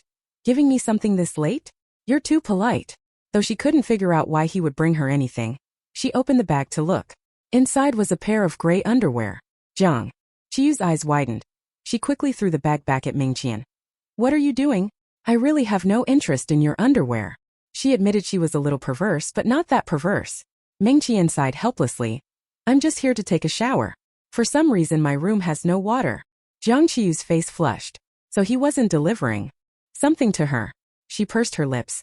Don't bother me, go find Lin Dai Dai. She was about to close the door. But Mingqian stepped forward with one foot and blocked the door, his voice clear and cool. I don't like Lin Dai Dai. Why would I go find her? Jiang Qiyu. She frowned and scrutinized him, still incredulous. You talk tough all over, but that's it. If he didn't like her, why did he sit in front during her audition? Men. Always saying one thing and meaning another. It looked like he was just too embarrassed to go find Lin Dai Dai. Jiang Qiyu reluctantly opened the door. Hurry up and shower, I'm going to sleep. She was sleepy, but the drip-drip sound from the bathroom made it hard to fall asleep. She glanced at the bathroom and remembered the hotel bathroom's glass was frosted, and that big frosted section faced directly toward her bed. She quickly turned over and avoided looking at it, chatting with Guazi. Is heaven testing my morals? Guazi, baffled by the big villain's odd behavior, answered. Maybe. Jiang Qiyu grinned wickedly. Then I'll let heaven know my morality can't stand any test. Saying that, Jiang Qiyu turned onto her side and stared unblinkingly at the frosted glass. Although this behavior was a bit perverted, the handsome guy had delivered himself to her doorstep. That was his problem. Living isn't easy if you can blame someone else, don't blame yourself. The frosted glass obscured the details inside, but a vague figure could be seen. Tall, long legs, a defined waistline, even the outline of abs was visible. That feeling was even more thrilling than seeing everything clearly. Jiang Qiyu's face grew redder the more she looked, until the bathroom door opened and Mingqian stepped out wearing a bathrobe. Jiang Qiyu hid her lecherous expression, but when she met Mingqian's peach blossom eyes, slightly wet from the hot water, her mouth was quicker than her brain and blurted. Finished showering, huh? Then come to my bed. Chapter 067. She's going to plead not guilty by reason of insanity. Mingqian. Oh. Jiang Qiyu. At that moment Jiang Qiyu was ashamed of her own ugly human nature. The next second she hurried to explain, covering her face. I didn't mean it, I really didn't mean it. Don't come over. In just a moment Mingqian was at the bedside. The white bathrobe on him was tied in a single loose knot at the waist as if a gentle tug would undo it. And that loose knot was now so close. Jiang Qiyu had just glimpsed the color of his underwear. Her mind couldn't help forming images. She quickly raised her eyes and saw the little provocative mole on Mingqian's Adam's apple, slowly rolling up and down. Jiang Qiyu. The handsome man made his Adam's apple move first. If she was accused, she was going to plead not guilty by reason of insanity. The cool, handsome man stared at her with wet, shining peach blossom eyes, the corner still a little red. He said nothing and Jiang Qiyu couldn't take it anymore. She began chanting, stretching a hand out. Namo Amitba. Namo Amitba. Go away before I become a complete pervert. But at that moment the man bent one well-proportioned, strong leg and knelt on the bed. A low, hoarse voice escaped his throat. It's fine. I like that you're perverted. Jiang Qiyu. Oh. One of his knees pressed into the bed, the bathrobe gaping open in the middle, making one want to peek inside. Jiang Qiyu licked her lips, unable to hold back at last, and gratefully said, What are you doing? Mingqian. One of Mingqian's knees slid down. When you try to seduce someone and they reply in some unknown dialect asking what you're doing, it's hard to keep the moment going. The seductive, ambiguous atmosphere was instantly broken. Mingqian's clear, handsome brows lifted slightly as he tried to pull the mood back. Weren't you the one who told me to come to bed? Jiang Qiyu curled her mouth. If I told you to go take a shit in the street, would you do it? Mingqian. Oh. Jiang Qiyu clung to the last thread of sanity. Go away. I'm sleepy. Sunflower seed, the voice in her head, couldn't help but sigh. Host, you didn't fall for that? I suspect you were a monk in a past life. Jiang Qiyu. I was actually, but I was expelled from the mountain for peeking at Spring Palace paintings. Sunflower seed. Oh. Jiang Qiyu. You wouldn't understand, you're an NPC. The big villain is in a mentally unstable phase right now. He was provoked by Lin Dai Dai. I can't take advantage of him. Sunflower seed. Haven't you taken advantage of people before? Jiang Qiyu. But the big villain is my friend. I can't do it. She had been doing missions in different worlds for so long that she hardly made friends and kept to herself. Because she was a mission taker, she wouldn't stay long in any place. Now that she had dropped into this world, she still had no friends. The big villain is the only person she feels close to, although he definitely doesn't have the memories of those worlds. So Jiang Qiyu still held on to the last bit of moral bottom line and dragged Meng Qian out of the room. Wang Jiawei took the little one back to Lung Ruo's room. When he returned, he saw Meng Qian sitting on the floor in a bathrobe. Wang Jiawei looked shocked and asked in surprise, "Emperor Meng, why are you sitting on the floor?" Meng Qian looked up, watching the stars. Wang Jiawei glanced up at the hotel ceiling. He thought to himself, oh no, Meng Qian has gone mad too. Jiang Ziran went to the hospital to check whether she had AIDS. She gargled 80 times just to be safe. She also had Lin Qi go get tested. Lin Qi realized the problem and absolutely refused to go. Even though it wasn't a huge illness, Jiang Ziran still booked a VIP ward. Wearing 3 masks, she harshly asked Lin Qi standing in the doorway, "Tell me, do you have AIDS?" Lin Qi was utterly shocked. "You? How did you know?" Jiang Ziran went crazy, grabbed a vase from the table and hurled it at Lin Qi. "You deserve to die. Why didn't you tell me earlier? You kissed me. You wanted to drag me down with you, didn't you?" Lin Qi shook her head. "No, I didn't do it on purpose, I think. I was possessed at the time. But don't worry, kissing won't transmit it." Jiang Ziran's mind was in chaos. She screamed, "Get out! Get out of here!" After all she had done to help Lin Qi. And Lin Qi tried to harm her. In the hospital corridor, Jiang Wuhu was on the phone with Jiang Yifan. "Big brother, are you coming over?" "Okay, hurry up, I have something." Jiang Yifan asked coldly. "Ziran is hospitalized and you're not taking care of her. What's your excuse?" Jiang Wuhu just wanted to stay away from Jiang Ziran. He thought his sister was dangerous. "Now, I'm busy, I have work," he lied casually. "When you get here, don't get close to that little star Lin Qi, she has AIDS." Just mentioning the disease made Jiang Wuhu shiver. Jiang Yifan's brow knitted tightly. "What? Got it. Wait for me before you leave." After Lin Qi left, Jiang Ziran was waiting for the results and took out her phone. She hadn't checked Weibo trending yet. She looked at WeChat first. Her second and third brothers had already replied, telling her not to be sad. When they come back to the country, they'll surely help her get justice. She replied to her second and third brothers. Then she saw several WeChat messages from Jiang Yifan. The first asked what role Lung Ruo was playing on set. Jiang Ziran's expression darkened. Damn, Big Brother had seen Lung Ruo. Did he know she had a child? Her relationship with Lung Ruo had been okay, but lately Lung Ruo had been cold toward her, which she really disliked. Jiang Ziran didn't reply immediately. Then she saw Jiang Yifan asking how she was doing. The last message said he was on his way. Her eyes flickered. Was Big Brother coming for her or for Lung Ruo? She realized that idiot Jiang Wu who had already developed deep feelings for Jiang Qiyu, and his favorability toward her had plummeted. It had already fallen to 20%. Hard to recover now. But Big Brother was different. He was the wealthiest and his favorability toward her was still at 70%. For some reason it had dropped by 10% for no good reason. Jiang Ziran asked the system again. What is Jiang Yifan's current favorability toward me? System. 60%. Jiang Yifan's eyes widened. How did it drop another 10%? It must be Jiang Qiyu badmouthing her. How could she get Jiang Qiyu kicked off the set and out of the Jiang family? Jiang Ziran began to think. Thinking of something, she sent a message to someone on WeChat. Master, when you come to help me drive out the evil tomorrow, could you also put a curse on someone I dislike?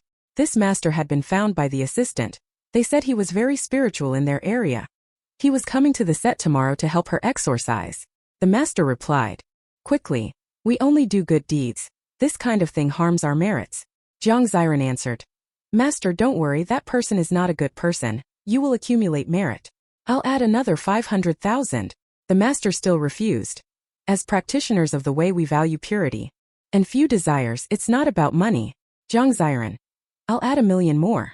Master. Punishing evil and promoting good is what we should do. Don't worry, benefactor. Chapter 068. I saw it by accident. Jiang Yifan drove over through the night and arrived the next morning. He wasn't sure exactly why he had come, but it definitely wasn't because of that heartless woman Lung Ruo. At the hospital he saw Jiang Wuhu sleeping on the bench outside the ward. Even though the VIP room had a bed for a companion, Jiang Wuhu hadn't dared to sleep there. Jiang Yifan woke him. Jiang Wuhu rubbed his eyes and puckered his lips. Woo! Big brother, you finally came. I almost died. Just as Jiang Wuhu reached to rub against Jiang Yifan, he was avoided. That's my new suit, stay away. He had his assistant buy a new high-end suit. Overnight, Jiang Wuhu stared in surprise. Big brother, you still buy new clothes? What day is it today? Jiang Yifan adjusted his tie. What are you talking about? What year do I not buy new clothes? Jiang Wuhu sneered. Socks don't count as new clothes. Jiang Yifan. Jiang Yifan ignored him and turned into the ward. Jiang Ziran was already awake reading a book. Jiang Yifan smiled. Ziran, why are you up early reading in the hospital? Get more rest. Despite his grievances with her, seeing her so obedient and studious early in the morning lessened his displeasure. Jiang Ziran turned her head and smiling sweetly called out, Big brother, you're here. Jiang Yifan went over and touched her forehead. Any more discomfort now? Jiang Ziran shook her head, a little sorrowful. No, thank you for coming to see me, big brother. Though I know you only came by the way. Jiang Yifan frowned. Ziran, what are you saying? I came on purpose. A cold glint flashed in Jiang Ziran's eyes, but she lifted her head and still smiled. I thought you came because of Lung Ruoro. She knew her brother had feelings for Lung Ruoro. She didn't care about the details of their story, only whether her own interests would be threatened. At the mention of Lung Ruoro's name, Jiang Yifan couldn't help getting angry. How could that be? I just casually asked last night. Jiang Ziran lowered her eyes and grabbed his hand. Big brother, that Lung Ruoro. Jiang Yifan's voice turned colder. What about her? Jiang Ziran hesitated.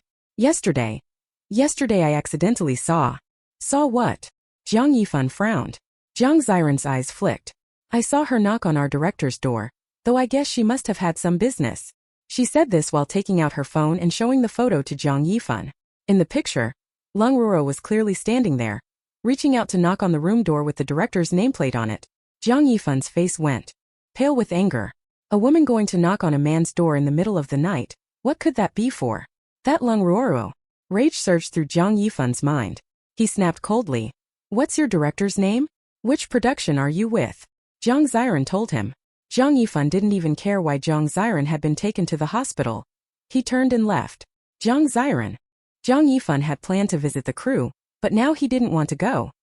He wanted Lung Ruoro to come find him. He called his assistant. Find out who the biggest investor in the film Filial Father, Dutiful Son is. Arrange a meeting, I need to talk to them. Wang Jiawei still didn't know anything. He started another energetic day. The first thing he did after getting up was go pick up little Bao. Lung Ruoro was relaxed and happy. She no longer worried about Wang Jiawei taking care of the child. She didn't even have to go to the set now. She could work from the hotel room. Little Bao was used to being raised freely and adapted just fine. At the set cafeteria, Wang Jiawei saw Jiang Qiyu in line getting breakfast. His crew treated everyone well and provided 3 meals a day. After Jiang Qiyu got her breakfast and sat down, Wang Jiawei put little Bao beside her. Can you watch him for a bit? I'll go get breakfast. Wang Jiawei wasn't entirely comfortable leaving little Bao with Jiang Qiyu, but it was little Bao's own request. Jiang Qiyu made a hand gesture. Achk. She really liked little Bao and pinched his cheek. Are you hungry? Eat some of mine. No one knew that this was Jiang Qiyu's highest expression of affection. Little Bao wasn't shy and started eating beside her. Suddenly, in a childish voice he asked, Auntie Yu, do you know what diplomatic theory is? Jiang Qiyu frowned. Huh. Indeed, the child of a domineering CEO was different. Only 5 years old and already concerned about national diplomacy. Hey, you asked the right person. Very respectful of knowledge, no stealing or cheating. Her mouth twitched, she couldn't lose face. Thoughts of weak countries have no diplomacy. The 5 principles of peaceful coexistence and the dark forest. Theory flashed through her mind, but none of them seemed right. As Jiang Qiyu fretted over her ignorance, she saw little Bao point at the flaky pastry on the table and say, Today's pastry is really a diplomatic theory. Jiang Qiyu. Jiang Qiyu. Jiang Ziran returned to the set in the afternoon. Lin Qi had come back early. When Lin Qi saw Jiang Ziran, she wanted to go say something to her but was avoided like a poisonous snake. Lin Qi was heartbroken and could only text, Ramaru, I want to exorcise too. I must have been possessed yesterday. Jiang Ziran had tested healthy, and the doctor had explained how AIDS is transmitted. But Lin Qi was still very scared. She came back and no one cared about her. Only the new deputy director Bai came over and asked, Ziran, are you feeling better? Jiang Ziran smiled. Thank you for your concern, director. I'm fine. Deputy Director Bai, holding the script, moved closer. Let me talk you through the afternoon scene. Wang Jiawei was explaining the scene to Jiang Qiyu and Meng Qian. This scene was where they were going to get a divorce. Wang Jiawei held Xiaobao's hand and looked at Jiang Qiyu. You two are about to get divorced, but you still love the male lead, so when you get up in the morning to make breakfast, you do it with a cold face. When you wash his clothes, you do it with a cold face too. Jiang Qiyu nodded, mentally scoffing. What a cold-faced underwear washing romance. Xiao Hua must have read a lot of romance novels. Xiao Hua was on the set, but he couldn't hear Jiang Qiyu's thoughts. He couldn't figure out how he heard that day. He could only chalk it up to an auditory hallucination. Wang Jiawei was only responsible for directing the scene, not writing the script. He was just about to speak. Then he heard Jiang Qiyu's thoughts. Vocal. Deputy director by has feelings for Jiang Ziran? But isn't this deputy director by the boyfriend of old Wang's girlfriend's boyfriend? Chapter 069. Jiang Qiyu really didn't disappoint him. Wang Jiawei. Oh. Wang Jiawei's eyes popped wide like copper gongs. What the heck? What does his girlfriend's boyfriend's boyfriend mean? Are we playing match 3 here? Chang Green. Ha ha ha, old Wang seems a bit miserable. How to put it?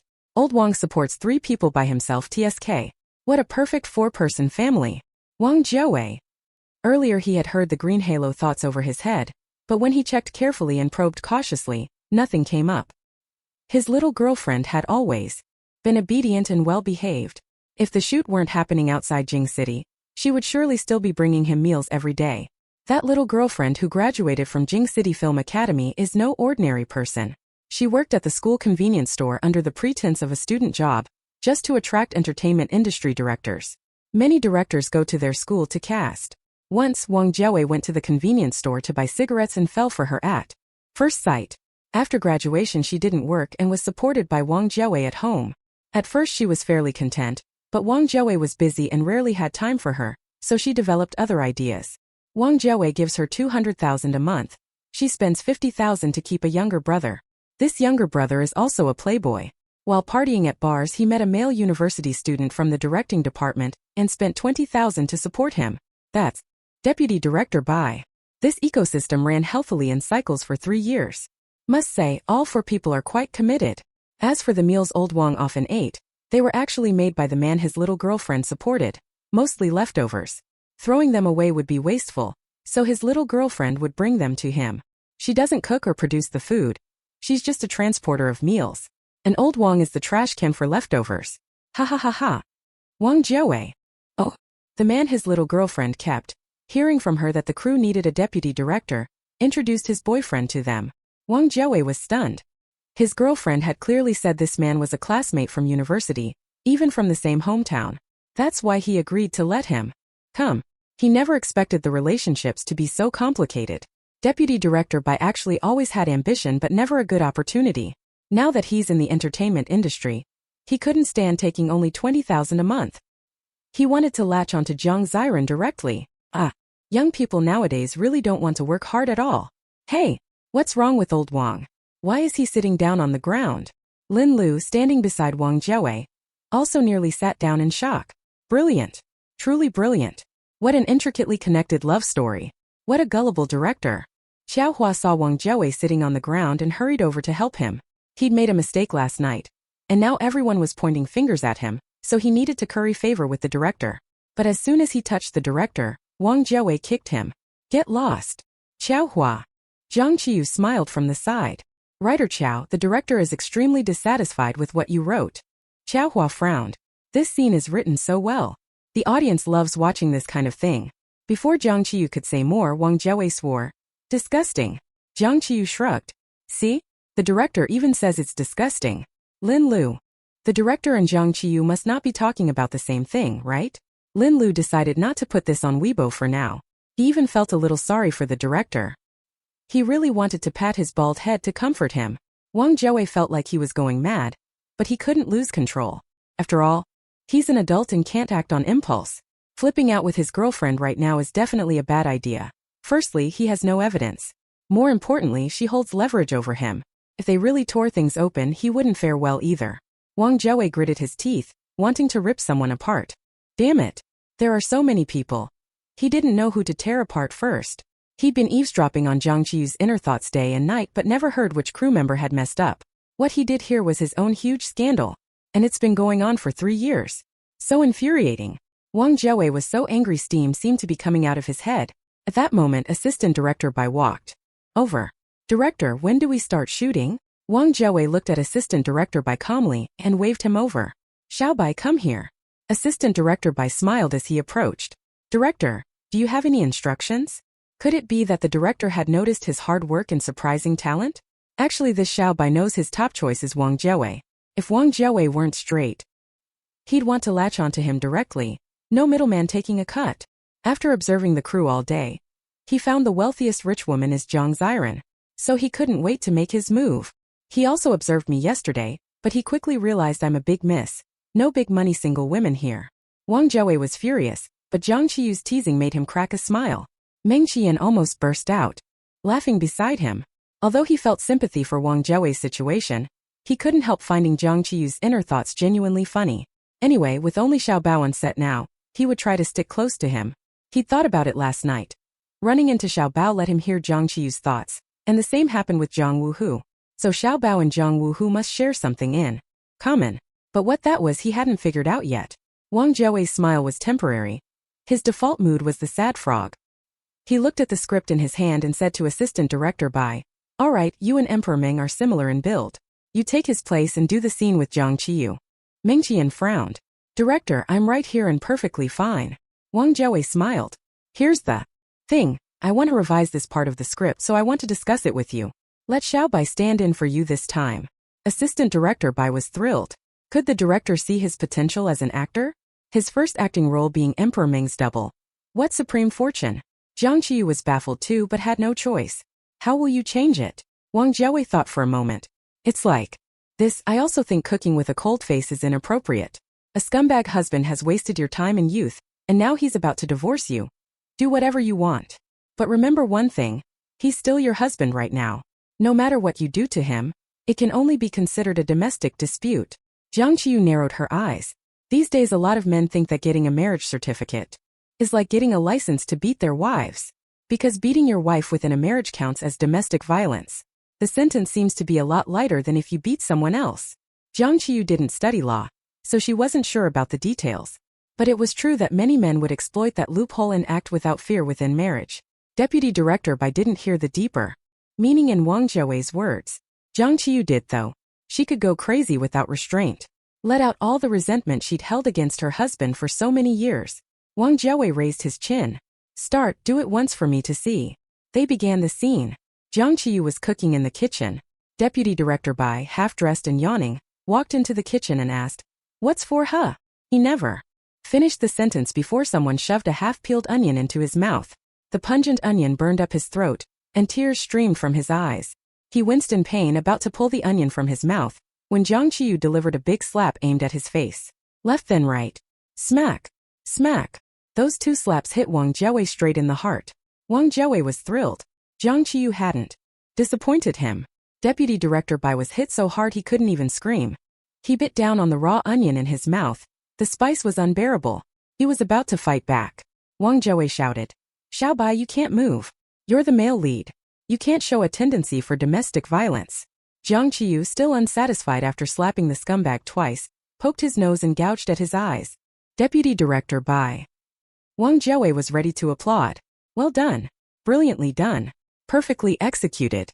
Xiao Hua watched with his eyes closed. No, his body ached again.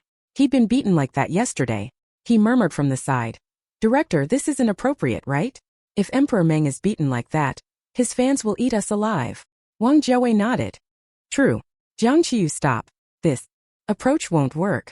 Try something else. Deputy Director Bai. One understudy had now developed a lifelong fear of acting. In the end, for this scene at Meng Qian's party, Jiang Qiyu only smashed the pots and pans, then gave Meng Qian one slap. That one slap caused Meng Qian no real harm. By then Jiang Qiyu had run out of energy. She'd used up her strength on Deputy Director Bai. Wang Jiawei, furious, had made her torture Deputy Director Bai in all sorts of ways. It made Jiang Qiyu suspect that this foolish director had already discovered something. Xiao Hua sneered at Jiang Qiyu from the side. "Your physical fitness isn't great either." Jiang Qiyu walked toward him slowly, baring her teeth in a smile. "Writer Qiao, although my physical fitness isn't great, my personal quality is even lower." Chapter 070, A Perfect Family of Five. Xiao Hua. Xiao Hua turned and ran. Although Jiang Qiyu was out of energy, but if she gave it her all, one punch from her could still potentially kill him. Jiang Ziran went to change clothes, and when she came out, Deputy Director Bai was gone. She still had a bit of the plot she didn't understand and wanted to ask Deputy Director Bai. This was her first film as the female lead. She wanted to do it well. She searched for a long time but didn't see anyone. Only a man with a bruised face walking this way. She assumed he was an actor wearing special effects makeup and casually asked, "Have you seen Assistant Director Bai?" Assistant Director Bai burst into tears, snot and tears streaming down his face. "That's me. Jiang Ziran." Oh. The corner of Jiang Ziran's mouth twitched. "You got beaten up in a rematch?" Assistant Director Bai's voice changed, his eyes watering from the onion smell. "It was Jiang Qiyu who hit me." Jiang Ziran's expression darkened. "Oh, then it's not surprising. How did you offend her?" This Jiang Qiyu was truly brazen. The new assistant director might not have much real power, but he was still a director after all. Assistant Director Bai had no one to complain to. "The director asked me to be a stand-in and act opposite Jiang Qiyu." Jiang Ziran's gaze dimmed. "Then call the police." This was intentional assault. This time there was no way Jiang Qiyu wouldn't be detained for a few days. Who would hire her to act with a criminal record? Call the police? Assistant Director Bai shook his head. "No need, no need. The director said I did well, and next time if there's another scene he'll have me stand in for Meng Qian. It's not possible to meet Jiang Qiyu every time, and it's not like every scene is this kind." He had a small plan. You must understand Meng Qian refused to do any intimate scenes. But the script had intimate scenes between him and the white-robed beauty Jiang Ziran. Then Meng Qian would definitely find a stand-in. Wouldn't that be him? If he and Jiang Ziran had intimate contact, why worry she wouldn't fall in love with him? Jiang Ziran's background was outstanding. Only daughter of the Jiang family. Her father was the CEO of the Jiang conglomerate. Her mother a long-established film queen. Her background was basically invincible. Otherwise she wouldn't be the female lead in her very first movie. Acting opposite the emperor of film Meng. Jiang Ziran's eyes widened. "You." Jiang Ziran meant to say a few words of caution, but Assistant Director Bai had already left. "I'll go take care of my wounds first, I'll come back later." Bai Huaji would never know that all of this was under Wang Jiawei's control. He knew that this pretty boy wouldn't give up such a good opportunity. The day's shoot ended quickly. That evening, Wang Jiawei was exhausted and didn't feel like gossiping, but little Bao was still in his room. Lin Lu was playing with him. Wang Jiawei took out his phone and saw a message from his little girlfriend. "Wage, why didn't you send this month's living allowance?" Wang Jiawei narrowed his eyes. "Things are inconvenient at the moment. When can you come to where I'm filming?" "I miss you," she replied quickly. "All right, I'll come see you in a few days. I have classes these 2 days." Wang Jiawei. "What class?" "Little girlfriend. I'm learning financial management. When the time comes you'll be responsible for earning. I'll manage the money, and our family's wealth will definitely grow." Wang Jiawei. "You don't need to learn. You're already great at managing." "Little girlfriend?" Question mark. Annoyed at the woman who'd cuckolded him twice over, Wang Jiawei played games with little Bao. Kids were the purest and the sweetest. Little Bao had been happy these past few days. Because though Wang Jiawei wasn't his father, Wang treated him very well, and could play the kind of games only boys played. Uncle Lin was nice too. Jiang Qiyu was also good to him. She hadn't scolded him to death in several days. He tilted up his little face and looked at Wang Jiawei. "Uncle Wang, if you meet Uncle Lin, Aunt you and my mom could all live together, wouldn't that be wonderful? A perfect family of 5. Because earlier she'd heard Jiang Qiyu say something about a perfect family of 4. Xiaobao remembered it. Wang Jiawei. Lin Lu. Wang Jiawei wrung his hands and sighed. Look what they've taught the kid. It's because their adult world is too dirty. Suddenly remembering something, Wang Jiawei looked at Lin Lu. Hey, wait a minute. Why is Jiang Qiyu so quiet tonight? No sound at all. Jiang Qiyu rarely went long without inner commentary. She could turn a fart or a burp into a whole stand-up routine in her head. Lin Lu noticed too, eyes wide. Could Jiang Qiyu have been assassinated for offending too many people? Wang Jiawei rolled his eyes at him. How could that be? She'd be more likely to be the one doing the assassinating. Let's go see who she's off to shark. Chapter 071. You ask me. How should I know? Wang Jiawei and Lin Lu were sure Jiang Qiyu wasn't in the next room. When they stepped out to close the window, they'd seen a fluorescent green figure by the hotel entrance through the glass. Who else could that be besides Jiang Qiyu? The two of them took Xiaobao and went out. Just as they got on the elevator, they saw Meng Qian was also in it. Wang Jiawei greeted him with a smile. Emperor Meng out for a walk this late? Meng Qian glanced at the two adults and the child and said coolly, You too. Wang Jiawei shook his head. No, we're walking the dog. Xiaobao. The elevator reached the first floor, and the three of them and Meng Qian walked in the same direction with uncanny synchronicity, toward where Jiang Qiyu was. In that moment they all realized the same thing. They'd all come down to look for Jiang Qiyu. Her pajamas were definitely a bit conspicuous. Jiang Qiyu hadn't noticed anyone approaching. She was on the phone. "Officer, I want to report a fraud." Jiang Zihai was speechless. "You called my WeChat voice message. I'm your fourth brother."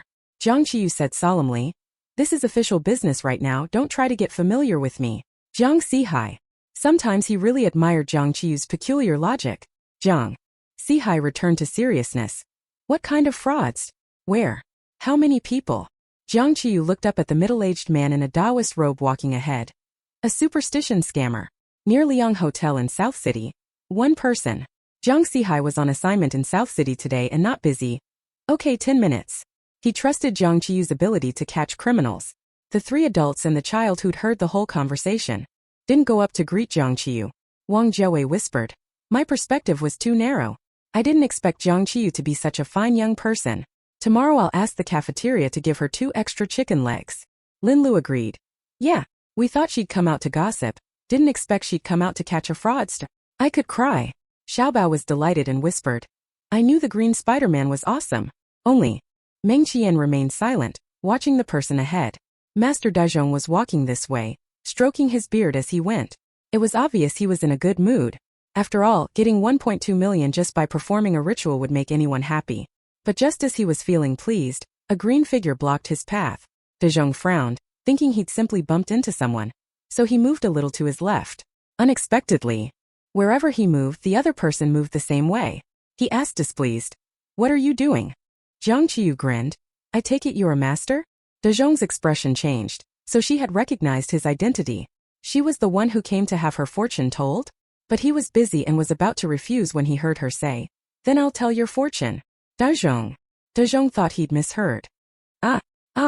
His fake beard was yanked off. Because it was glued on tightly, he cried out in pain. Jiang Qiyu held the fake beard in her hand and smiled faintly.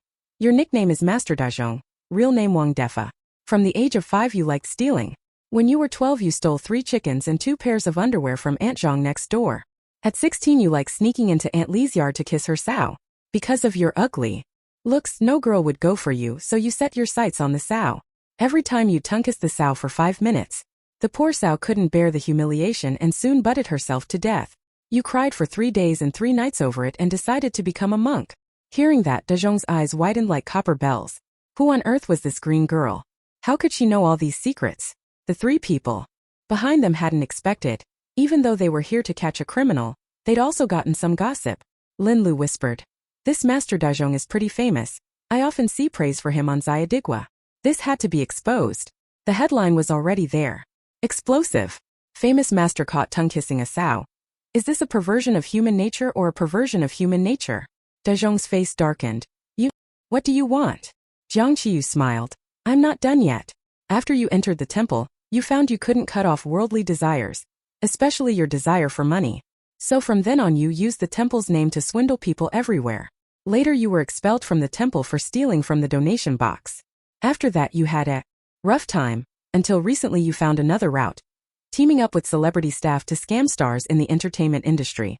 Last month you conned 2 male stars and 1 female star, promising to use rituals to make them famous. Now you've landed a $1,000,000 job to exorcise 2 female stars." Dazhong's hands began to tremble. How do you know everything?" Jiang Qiyu shook her head nonchalantly. Heaven's secrets must not be revealed. Master Dazhong never expected he'd met a real master. His eyes flicked. "Master, which circle are you in? Since you can tell so much, how about we take this job together?" A 70/30th split. The eavesdroppers all frowned at once. Wang Jiawei pressed his lips. "She's already called the police. She definitely won't agree with this con man." Lin Lu also nodded. Jiang Qiyu treats money like dung. Xiaobao clenched his small fists. "Green Spider-Man is a good person." Seeing Jiang Qiyu say nothing, Dazhong reluctantly offered. 60/40. "We have to get this job."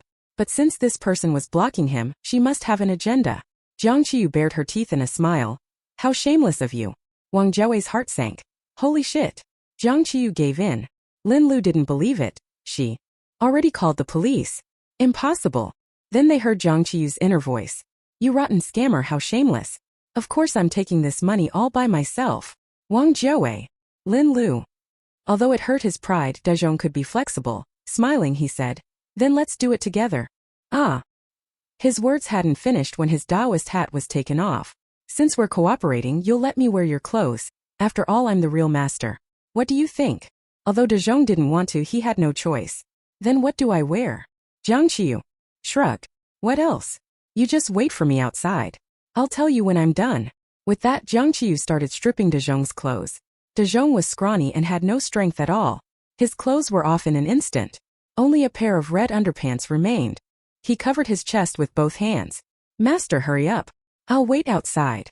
Fortunately, it was warm, so he wouldn't freeze without clothes. Jiang Qiyu smiled. Okay, wait for me. I'll be right over. She took his clothes and left. After only a couple steps, Jiang Zihai's call came through. Exactly where? What does the scammer look like? We're nearby. Jiang Qiyu. On the roadside. The one in red underwear. Jiang Zihai frowned. How am I supposed to find that? I can't check everyone's underwear color, can I? Jiang Qiyu. Jiang Qiyu. He's not wearing clothes. Jiang Zihai. Huh? Not wearing clothes? Why isn't he wearing clothes? Jiang Qiyu looked at the clothes in her hand. You ask me, how would I know? Jiang Zihai. When Jiang Zihai and his two brothers arrived, they saw a naked man by the roadside. The three of them swarmed him and pinned De Jong down. De Jong was startled and cried out. What are you arresting me for? Jiang Zihai looked at him coldly. Someone reported you for fraud. Come with us for questioning. De Jong frowned. Who reported me? I didn't do anything. I'm waiting for someone. You've got the wrong guy. Jiang Qiyu had already sent De Jong's criminal facts to him. Tonight you came to exorcise 2 actresses for 20,000. You also promised to cast a curse, totaling 120,000. Who knew which 2 foolish actresses believed such a basic scam? De Jong gritted his teeth. I get it. Was I reported by some actress surnamed Jiang? Jiang Zihai didn't answer. He certainly wouldn't betray Jiang Qiyu. De Jong clenched his fist. He hadn't expected a conman to get conned tonight. That Jiang Ziran had been doing a sting operation. It was just a pity the real master had already left. Now he was a bit worried. He hoped the master wouldn't be arrested too. He looked anxiously in the direction Jiang Qiyu had gone. You better be okay, master. They put De Jong into the car. Jiang Zihai called Jiang Qiyu again. Tell your crew to warn people. Don't believe superstitions. And be careful yourself. He said the last sentence so naturally he didn't even realize he was actually concerned about Jiang Qiyu. Jiang Qiyu didn't notice either. She had already changed into the Taoist robe, glued on the beard, and put on makeup. I know, officer. I, Jiang Qiyu, will never tolerate feudal superstition. Chapter 72. The more beautiful the woman, the less you should trust what she says. The 3 men trailing behind. Only one thought popped into all their heads. A woman's mouth, a deceiver's trick. Wang Jiawei leaned over and whispered into Xiaobao's ear. Xiaobao, remember. The more beautiful the woman, the less you can trust what she says. Xiaobao nodded, half understanding. Meng Qian pinched the space between his eyebrows. Guazi couldn't help but say, Host, doesn't your conscience hurt saying that? Jiang Qiyu. Conscience? What's that? Can you eat it? Guazi. Lin Lu, however, was worried about a different question. Which 2 actresses from our crew actually hired the master to drive away ghosts? Wang Jiawei shook his head. I don't know. Let's go check. It should be those minor supporting actresses. They like doing flashy, silly stuff. No sooner had he finished speaking than Wang Jiawei saw Jiang Qiyu in a Taoist robe standing at the door of Jiang Ziran's room. Wang Jiawei. Lin Lu's eyes lit up and she quickly posted in the gossip group. Jiang Ziran had a master come to her hotel room to drive away ghosts. If you're nearby, come and watch. What Lin Lu didn't know was that many people on the crew were waiting for messages in that group. All night they had opened that chat hundreds of times. Finally the message came and a crowd rushed out of their rooms. 10 seconds later, 5 or 6 people were standing behind Lin Lu. The most noticeable was a woman with a dark expression. Lin Lu jumped and whispered, Holy shit! Lin Dai bared her teeth in a smile. It's me. Lin Dai. I'm wearing a face mask. Lin Lu. When Wang Jiawei and Meng Qian turned around, they saw a big crowd. Both of them instantly felt a little admiration for Jiang Qiyu. She really liked bringing people to watch the drama unfold. Lin Qi didn't have much money, so she shamelessly begged Jiang Ziran to also have her exorcised. So she was also in Jiang Ziran's room now. But Jiang Ziran wouldn't let her come too close and only had her stand by the living room door to wait. The distance between the 2 of them remained more than 5 meters. By this point Jiang Ziran was getting a little impatient. She called her junior assistant. Why hasn't the master arrived yet? Didn't he say 9:30? The assistant was puzzled too. I just called and no one answered. He should be almost here. Just as he finished speaking, there was a knock at the door. The assistant said, "It's definitely the master. Ziran, go open the door." After hanging up, Jiang Ziran had Lin Qi open the door. Lin Qi opened it and saw a Taoist standing outside. She hurriedly pulled her clothes up higher. "Hello, are you Master Daizhong?" Jiang Qiyu nodded and in a rough voice said, "Yes." Lin Qi led Jiang Qiyu inside. Jiang Ziran stood up very respectfully. "Master Daizhong, how should I cooperate?" Jiang Qiyu pretended to scrutinize the room for a moment, then fixed his gaze on Jiang Ziran and solemnly said, "This female benefactor you indeed have dirty things on you."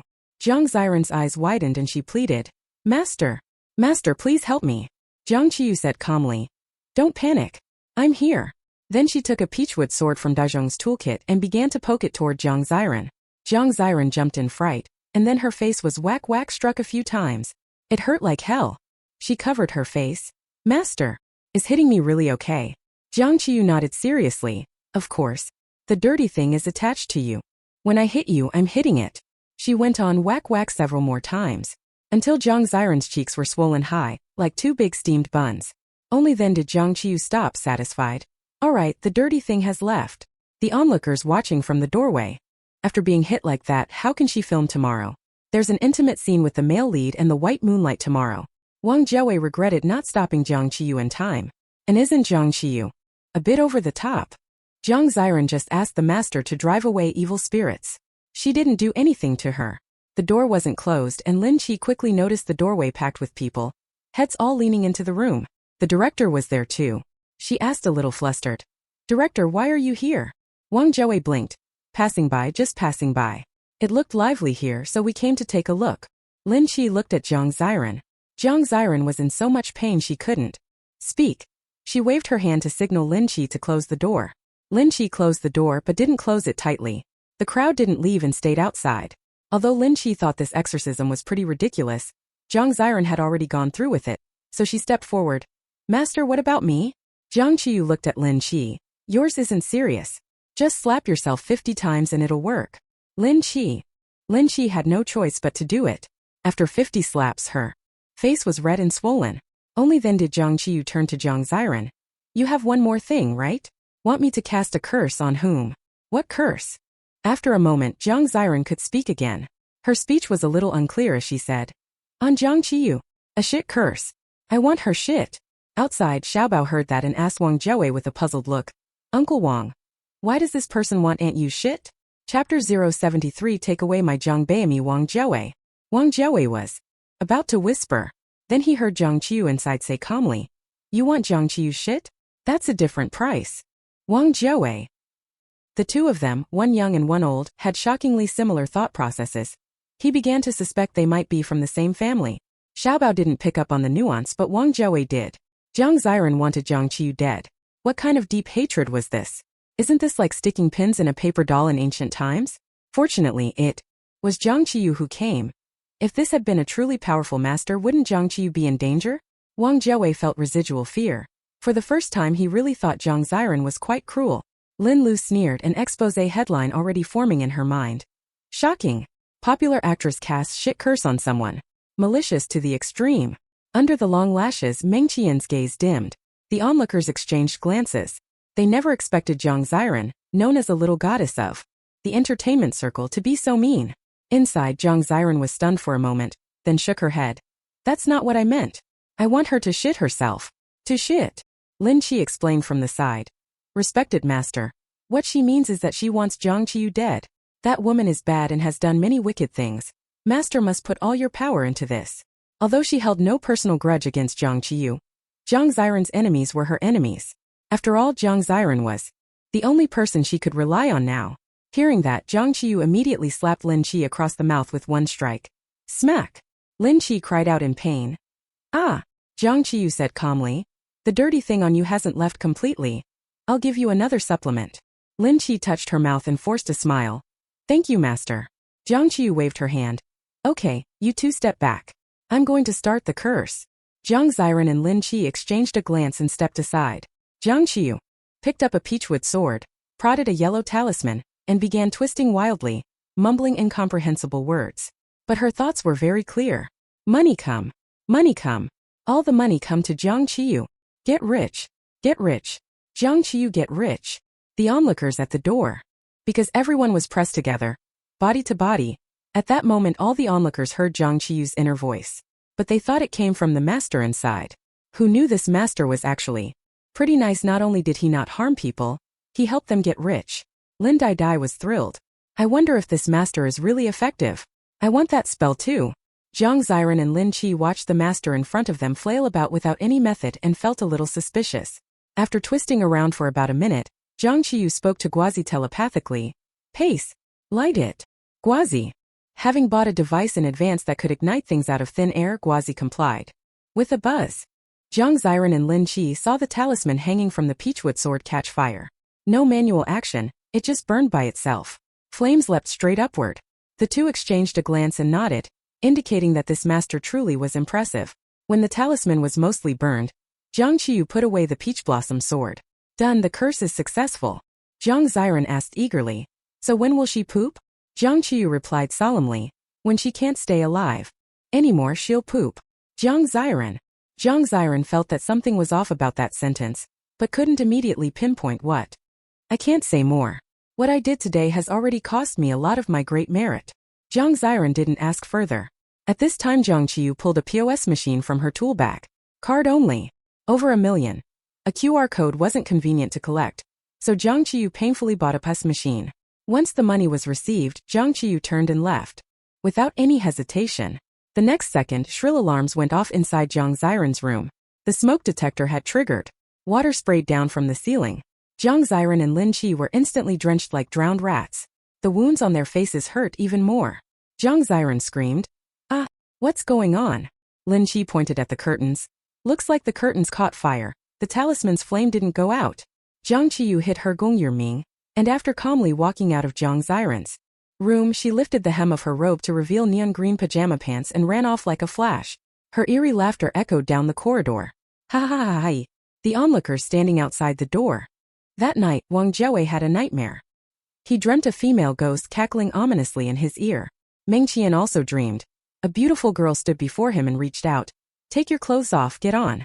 Only Lin Lu, when he returned, didn't sleep immediately. Instead he spent the night writing 2 exposé Weibo posts. Soon trending topics. Hashtag Master Dezhong arrested. Hashtag blew up. Hashtag Jiang Ziran practices superstition and curses. Hashtag blew up. Hashtag Master Dezhong Tunzaros pick. Hashtag the first trending topic didn't come from Lin Lu but from a Beijing police notice. Dezhong was arrested on fraud charges. Seeing the arrest news, Lin Lu named and shamed him as the one who kissed Desao. Many people didn't believe such a bizarre claim until someone posted that she was actually Aunt Li, who lived behind Dezhong's house. She cried and said she finally discovered the cause of her family's Sao's death years ago. Jiang Ziran practicing superstition was nailed down because Lin Lu attached photos. In the hotel room she stood inside, and a master in a robe stood inside talking to her. So vicious. Take away my Jiang Beimi. She looks kind and gentle, but she's actually so vicious in private. Beware of karma. One photo at the start, everything else made up? Who knows? Whether our Ranran was praying. Exactly what can one photo prove? Blogger, why don't you write novels? You're so good at making things up. Lin Lu didn't expect Jiang Ziran's fans to be such masters at whitewashing. She regretted not recording the conversation. Jiang Ziran's behavior was too vicious, so this time Lin Lu named names directly in the exposé, and of course mentioned the victim Jiang Qiyu. Lin Lu said nothing about the things that benefited Jiang Qiyu. Those were what teacher Beimi deserved. Jiang Ziran, who had changed rooms to sleep, smeared some medicine and planned to scroll Weibo for a bit before going to bed. But as soon as she opened Weibo, she saw the trending topics and the insults online and nearly fainted. Who in the crew had exposed her? Everyone liked her. It must have been Jiang Qiyu. Bitch. The virtue master must have been reported by her too. Luckily the curse had already been cast. She would definitely die. Jiang Ziran trembled with rage. At that moment, she received a call from Jiang Zihai. Her heart stirred. Fourth brother must be calling to comfort her. She answered the phone, sniffling. Fourth bro. Jiang Zihai's brow was tight and his voice a little cold. Have you really gotten into superstition? Jiang Ziran's face darkened. Fourth bro, Jiang Zihai cut her off and for the first time sounded a little fierce. You're not young anymore. Use your brain when you do things. Jiang Qiyu sees superstition and reports it. She goes and pays to perform rituals. Jiang Ziran was about to say more when Jiang Zihai hung up. Fuming, Jiang Ziran's nostrils flared. She smashed everything in the room. Her team worked overnight on PR, taking down trending topics, and spent a huge amount of money. Staring at her bank balance, Jiang Ziran couldn't sleep. Late at night, her phone vibrated. She glanced, her eyes brightened. It was a message from third brother. Ran, I'm coming home tomorrow. A cold smile tugged at Jiang Ziran's mouth. Third brother was unlike the others. He was the coldest, only fond of her and all sorts of animals. He would never be nice to Jiang Qiyu. Third brother had his own company and assets and wasn't stingy. If she went home tomorrow, she could ask third brother for money. Jiang Ziran felt life become beautiful again and fell into a deep sleep. Chapter 074 System Upgrade. Time quickly moved to the next day. Very early, Jiang Qiyu received a call from Su Renmin. Mom, what's up? Jiang Qiyu asked groggily. Su Renmin's pleasant voice came through the phone. Your third brother is coming back today. Come home for dinner tonight. Jiang Qiyu frowned. I'm in Nancheng, it's so far. Su Renmin chuckled. No problem, tonight we'll have your dad's private plane pick you up. Jiang Qiyu. So extravagantly rich. I'm obsessed. Worried Jiang Qiyu might not come back, Su Renmin added. By the way, Das-hun hasn't been eating much these past 2 days. I wonder if he's sick. At the mention of Das-hun, a mechanical voice sounded in Jiang Qiyu's head. System upgrade. Animal gossip eating function activated. Host need not worry, Das-hun is just lovesick. Jiang Qiyu froze. Who did he fall in love with? Gossip seed. The little red goldfish in the front yard pond. Jiang Qiyu. Dashuan's view of love was a bit too avant-garde. Jiang Qiyu agreed. Okay. On set, Jiang Ziran wore a mask and looked at Wang Jiawei. Director, I had a skin allergy last night. Can I not be filmed facing the camera today? Lin Chi's mouth was swollen into a sausage, but she still came to the set. Director, my lips are infected, so I can't be filmed facing the camera either. Wang Jiawei now looked at the two of them with no patience. If you're not filming faces, then what are you filming? What do you even take acting for? If you don't want to act, then get out. Jiang Ziran assumed Wang Jiawei was scolding Lin Chi and didn't take it seriously, but small murmurs broke out around them. Those who hadn't seen the live gossip from last night looked at Lin Chi's mouth in confusion. What happened to Lin Chi's mouth? Did she kiss Jiang Ziran? Oh my god. What kind of bacteria is in Jiang Ziran's mouth? That's terrifying. Let's stand a little farther away. Maybe saliva can infect us too. That mouth must smell awful. I feel a bit sorry for Emperor Meng. They have kissing scenes together. Jiang Ziran. Jiang Ziran was speechless. Were these people out of their minds? But in the next second, her eyes froze. Kissing scene. She hurriedly asked Wang Jiawei. Director, is the kissing scene between me and Emperor Meng today? Wang Jiawei shook his head. No. Jiang Ziran breathed a sigh of relief. Wang Jiawei continued. The bed scene is today. Jiang Ziran. The corner of Jiang Ziran's mouth twitched. Director, like this I definitely can't do the bed scene today. Can we change it to another day? Opportunities to get close to Meng Qian were rare. She had already driven off the bad luck. She absolutely could not miss this chance. Wang Jiawei waved his hand. You don't need to worry. It's not the bed scene between you and Emperor Meng. Jiang Ziran's eyes widened. Huh. Wang Jiawei glanced at the script. The screenwriter rewrote the script overnight. The bed scene is now between Jiang Qiyu and Emperor Meng. Jiang Ziran. Jiang Qiyu, who had just walked over and heard that sentence, was speechless. Xiaohua sneered at the corner of his mouth.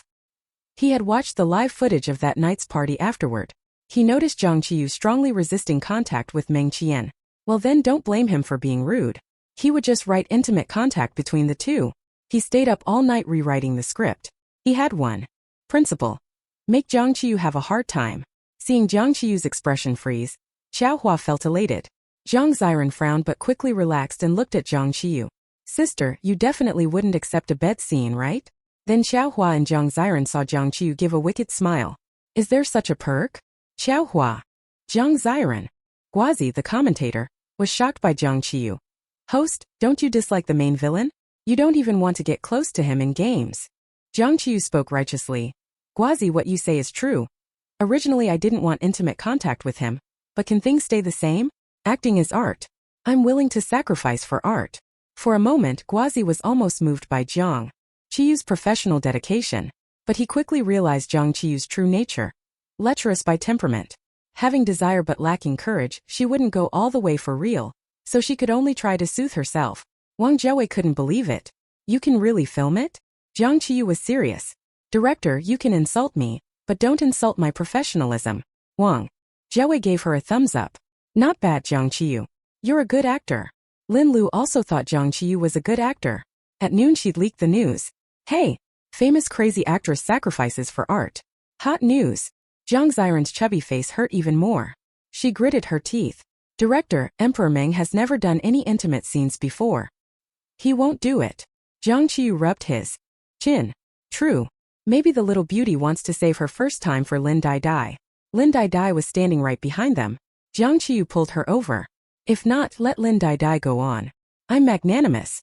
I'm strong. The handsome man I had is gone, I won't cry. Lin Dai Dai was so frightened her face went pale and she kept refusing. No, I have gynophobia. Jiang Qiyu. What a pity. Little Beauty finally likes someone, but she has gynophobia. But Little Beauty is pretty unhinged. Would he go as far as to get a sex change for Lin Dai Dai? Meng Qiyan appeared holding Little Bao. He rubbed his brow with long fingers and said helplessly, Do I not have professional ethics? A few people turned and saw Meng Qiyan. Today he and Little Bao had scenes. He had been teaching Little Bao just now. Wang Jiawei's face was grinning from ear to ear. Okay. Let's start shooting. Xiao Hua scratched his head. Beside him. Which part went wrong? It feels like he took revenge but didn't go all the way. Wang Jiawei set up the camera and was about to call action when his phone in his pocket buzzed. He took it out and his eyes lit up. It was the financier calling. He first waved to pause, then spoke respectfully into the phone. Dad. Sorry, Mr. Ma. Is something the matter? Mr. Ma looked at Zhang Yifan on the other end and rubbed his nose. I'm withdrawing my investment. Chapter 075. There's no way we'll work for free. Wang Jiawei. His eyes widened. Ah, Dad. Why? My dad. Mr. Ma was speechless for a moment. Don't call me that so suggestively. I don't have any special fetishes. Wang Jiawei's head buzzed. Mr. Ma, you must have a reason for withdrawing, right? Mr. Ma cleared his throat. You're born in the year of the monkey, I'm a dragon. If we cooperate, our throats will hurt. Wang Jiawei. Under Zhang Yifan's suppressing gaze, Mr. Ma said, Even so, I still think highly of you. I heard that Mr. Zhang, that is Zhang Yifan, has been thinking about investing in a film recently. You can get in touch. Wang Jiawei frowned. Zhang Yifan? He's such a big so. How could I possibly contact him? The bad news had hit so fast he'd forgotten Jiang Yifan was Jiang Ziran's older brother. Mr. Ma. I've sent Mr. Zhang's phone number to your phone. Contact him. Wang Jiawei. Everyone watched Wang Jiawei's expression change from ecstatic to devastated. Meng Qiyan asked, Director, what's wrong? Wang Jiawei was on the verge of tears. The financier pulled out. The film can't be made. Everyone pack up and go home. Everyone present froze. The place fell silent. They all knew the most important thing for a film is funding. Without it, you can't go forward. And the cast Wang Jiawei had hired were fairly big names. Their fees alone were huge. There were over 100 people on set, including crew. In an instant they were all unemployed. Everyone's mood hit rock bottom. Jiang Ziran thought for a moment and was the first to speak. Director, I can continue filming. I don't need a fee. As long as the film is released on schedule, she would ascend. She didn't have much money on her now, but several of her brothers were wealthy. She wasn't short that much pay. After Jiang Ziran spoke, Lin Qi and Zhao Jingyan also raised their hands and said they would give up their pay. The other actors looked at each other, and soon a few more voiced the same. Jiang Qiyu sneered. If Jiang Ziran isn't one of the 10 most influential Asians this year, I won't watch. Wang Jiawei was indeed somewhat moved, but working without pay wasn't enough. A film needs money for so many things in pre-production. Jiang Ziran turned to the silent Jiang Qiyu beside her. Sister, the director is already in such difficulty.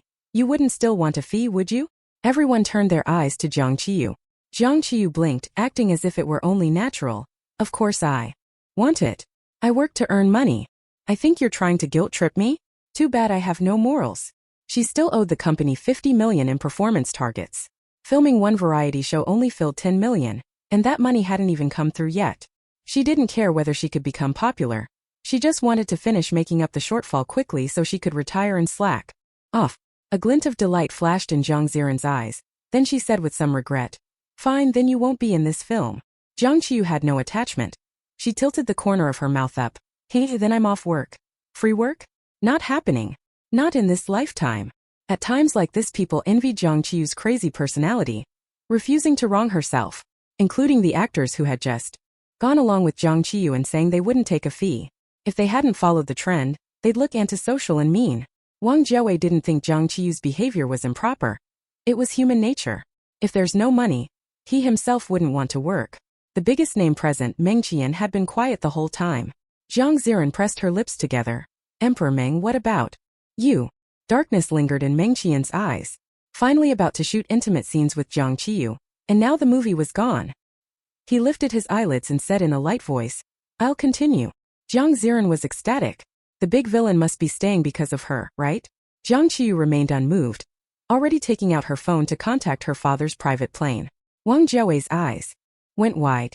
Emperor Meng, you're willing to shoot without pay too? Actually, it was only being put on hold for now. He was going to talk to Zhang Yifan and maybe could negotiate investment. But since it wasn't confirmed, he hadn't said anything. Meng Qian looked at him. You're short on investment? Small matter, I'll invest. Wang Jiaowei's mouth dropped open, unbelieving for a moment. Then he slid over to Meng Qian and hugged his thigh. Emperor Meng, from now on you're my Meng dad. Meng Qian, somewhat disgusted, pulled Wang Jiawei off. My assistant will discuss the follow-up with you. Now continue shooting. This was the best outcome. Everyone looked at Meng Qian as if he were a savior. Jiang Ziran was no exception. Only Jiang Qiyu looked at him seriously and said, Meng Doyu, let me be clear. My fee cannot be lowered. Otherwise I still won't shoot. She had come precisely because this film's pay was higher than the others. Meng Devian's peach blossom eyes looked at her, his voice clear and pleasant. It won't be lowered. A bright smile bloomed on Jiang Qiyu's fair, pretty face. Good. I love work. Work loves me. Thus a huge crisis passed peacefully. Leng Ruoro was working at the hotel and didn't even know this had happened. But Zhang Yifan was in a very irritated mood. He stared at his phone, his voice low and cold. Did you send my number to the wrong person? Why hasn't that director called me yet? As soon as the director called him, he would demand that the director bring the main actors to have a meal with him.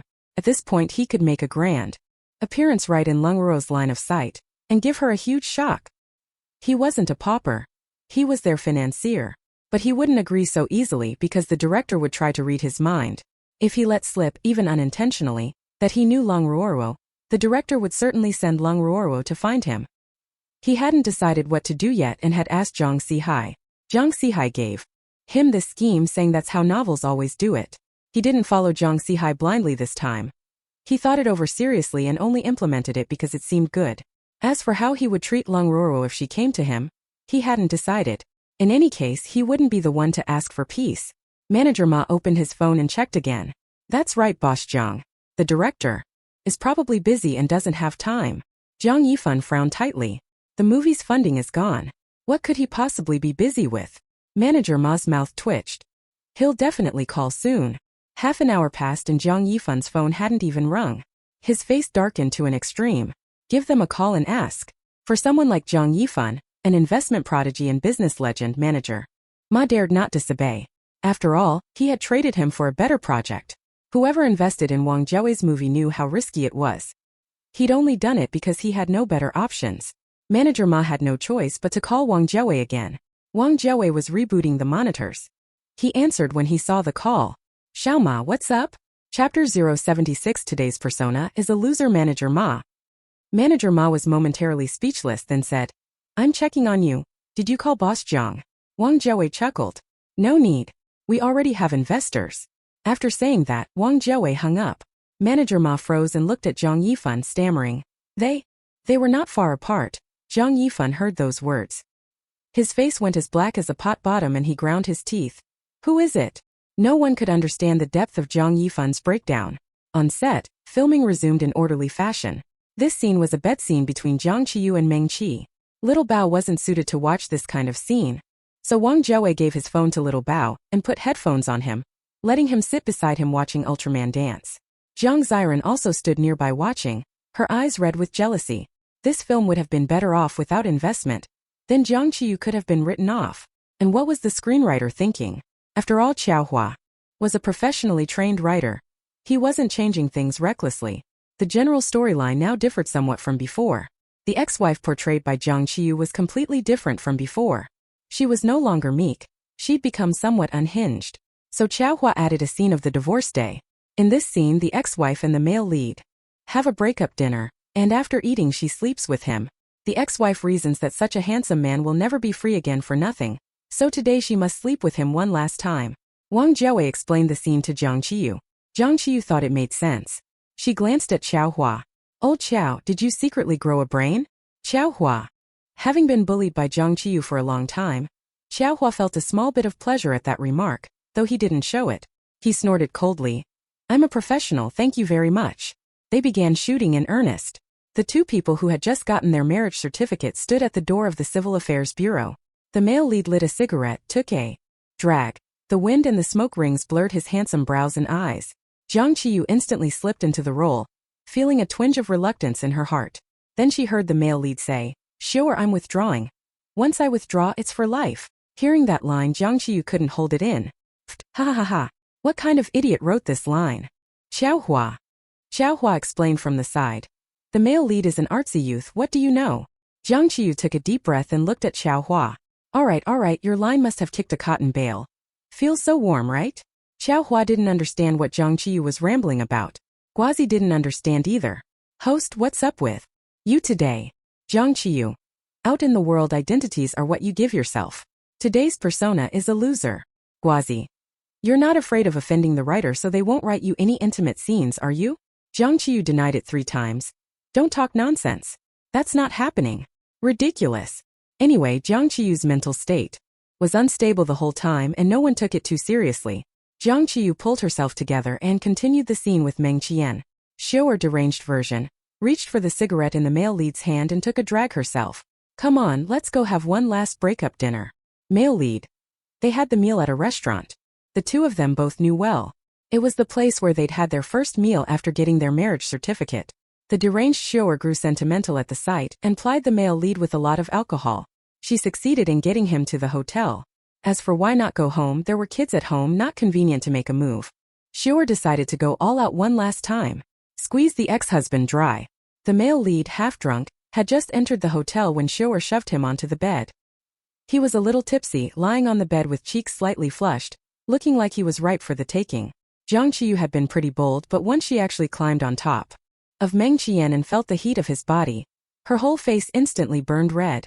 Her heart raced. After so many missions, this was the first time she'd been this close to him. It was really hard not to be nervous. He was just too beautiful. Long eyelashes, a high nose bridge, skin smooth as jade, and a throat with a little mole that looked unbelievably sexy. Jiang Qiyu had no idea where to start. Suddenly she felt a hand touch the hollow of her waist, pressing her down. She felt like she'd been electrocuted and sprang up. Wang Jiawei. Cut. Jiang Qiyu, what's wrong with you? Jiang Qiyu looked back at the person on the bed and found Meng Qian lying there perfectly still, hands resting on either side. Was it her imagination? She scratched her head. Nothing, just a little nervous. She asked Guazi. Did the big villain just touch my waist? Guazi always filtered out child-inappropriate moments. I didn't see it. Jiang Qiyu touched her own waist. Whether he touched me or not, I'm going to touch him back. Guazi. When filming resumed, Jiang Qiyu's greasy hand reached for Meng Qian's lean waist. Wang Jiawei frowned. Hey. Don't take off his pants right away. Start with some foreplay. Jiang Qiyu. Zhao Jingyan, waiting for his cue nearby, sneered. Jiang Qiyu, you don't mean you have no experience at all, do you? Jiang Qiyu. Who said I have no experience? Ha ha ha ha ha ha, you blue-faced doer, done rob your ma red-faced Guangong, fight your dad. Zhao Jingyan. Everyone present could see Jiang Qiyu had broken down emotionally. Jiang Qiyu not only lost her temper, she went crazy, glaring at Zhao Jingyan. You have experience. Last night you seduced the assistant director. You really are full of experience. Bai Huaji. All the onlookers turned their eyes to Bai Huaji. Bai Huaji quickly waved his hand. No, I didn't fall for it. Zhao Jingyan. Zhao Jingyan denied it. Are you all ganging up to frame me? I didn't do anything last night. Bai Huaji didn't want to admit it either because he didn't want to offend anyone. But the word slipped out uncontrollably. Now he regretted it a little and corrected himself. Right, nothing actually. Happened last night, I spoke wrong just now. Jiang Qiyu crossed her arms. Zhao Jingyan, seeing Bai Huaji resist, reached out and grabbed Bai Huaji's, but now there's a scratch. If you don't believe it, Bai Huaji can pull his pants down and you'll see. The two of them were stunned. The onlookers were stunned too. Everyone stared at Bai Huaji's butt. Meng Qian, still lying down, rubbed his brow again. Wasn't the focus supposed to be different? Wang Jiawei wanted to watch the drama unfold, but seeing Meng Qian's sullen face he hurriedly said, Stop arguing. Let's continue filming. A single bed scene took the whole afternoon to film, ending more than 30 times. It sapped most of the desire Jiang Qiyu had had for Meng Qian. Actually they didn't shoot much, just the part where Xiu lights the fire, and the later unmentionable parts weren't allowed to be shown. After the director called cut, Jiang Qiyu, acting like a scumbag, slightly pulled up his pants. Tired. Really tired. Wang Jiawei looked at the footage. After looking through it, the first take was still the best. Jiang Qiyu widened his eyes. Director, what did you say? You say the first take was the best after ending it 30-something times. Wang Jiawei nodded. Yes. Jiang Qiyu bared his teeth. Screw you. Wang Jiawei frowned. Jiang Qiyu continued. Take care. The weather's bad. Tell your aunt to wear more clothes.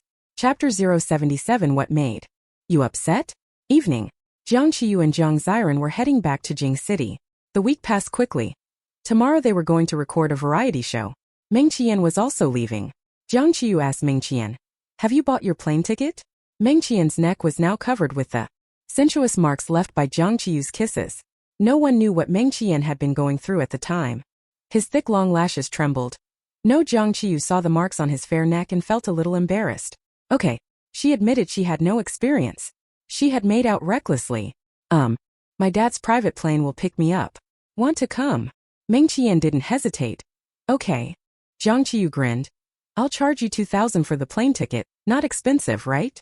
Meng Qian. Meng Qian opened WeChat and transferred 10,000 to Jiang Qiyu. Jiang Qiyu grinned. With a thunderous boom from above, your humble servant makes a shining entrance. What else can I do for young Master Meng? Jiang Ziran, watching from the side, was utterly contemptuous of Jiang Qiyu's behavior. She had never seen someone so openly motivated by money. Meng Qian looked at Jiang Qiyu and said calmly and gently, if you're alone at night and don't want to cook, come to my place for a simple meal, okay? Jiang Qiyu laughed. Of course it's on me. Isn't that generous? Meng Qian looked at her. Then next time I'll treat you to a meal too. He took out his phone and sent a WeChat to his assistant. You fly back by yourself. Assistant Xiao, he was puzzled. Brother Yan, your ticket is already bought too, aren't you leaving? Meng Qian replied. Jiang Qiyu invited me to her house for dinner. Xiao, he standing not far away. What he just heard didn't sound like that, did it? Jiang Ziran was also on Jiang Nanshan's private plane. Jiang Qiyu fell asleep as soon as she boarded. Jiang Ziran wanted to cozy up to Meng Qian and sat beside him, speaking softly. Emperor Meng Yu. Before she could finish, she saw the usually gentle Meng Qian's gaze chill as he glanced at her. Jiang Ziran instantly felt a chill run through her body, her heart dropped, and she said nothing, getting up and leaving. His look was too cold. For the first time, Jiang Ziran realized how terrifying a main villain could be. But shouldn't she be an exception to the main villain? Jiang Ziran couldn't make sense of it. They arrived back at the Jiang family villa at around 8 in the evening. Jiang Ziran jumped out of the car and ran toward the villa. Third brother. Jiang Sanyun came out of the villa. Seeing Jiang Ziran running toward him, a faint smile appeared on his otherwise expressionless face. Jiang Ziran hugged him and coquettishly said, Third brother, Rana misses you so much. Jiang Sanyun's movements were a bit stiff as he patted her back. Third brother misses you too. He does miss you. Miss your money bag. Jiang Sanyun frowned slightly, released Jiang Ziran, and looked around to see who had spoken, but saw no one. He only saw 2 people walking in through the gate. The young woman had a slim figure and striking looks. The man was tall and long-legged, extraordinarily handsome. Jiang Sanyun didn't like strangers and asked Jiang Ziran, who are they? Jiang Ziran understood Jiang Sanyun well. He's very introverted and dislikes socializing. That's why he chose a major and later a career dealing with animals. He's now a zoology PhD. His businesses also relate to animals. Jiang Ziran's eyes shifted. It's sister and the friend she invited for dinner, the very famous movie Emperor Meng Qian. Jiang Sanyun had no interest in the entertainment industry and didn't know Meng Qian. Hearing that he was invited by Jiang Qiyu, he looked down, somewhat displeased. How could she invite friends over? Tonight is our family dinner. A bit rude. Looks like what was said in the group about Jiang Qiyu being crude was true.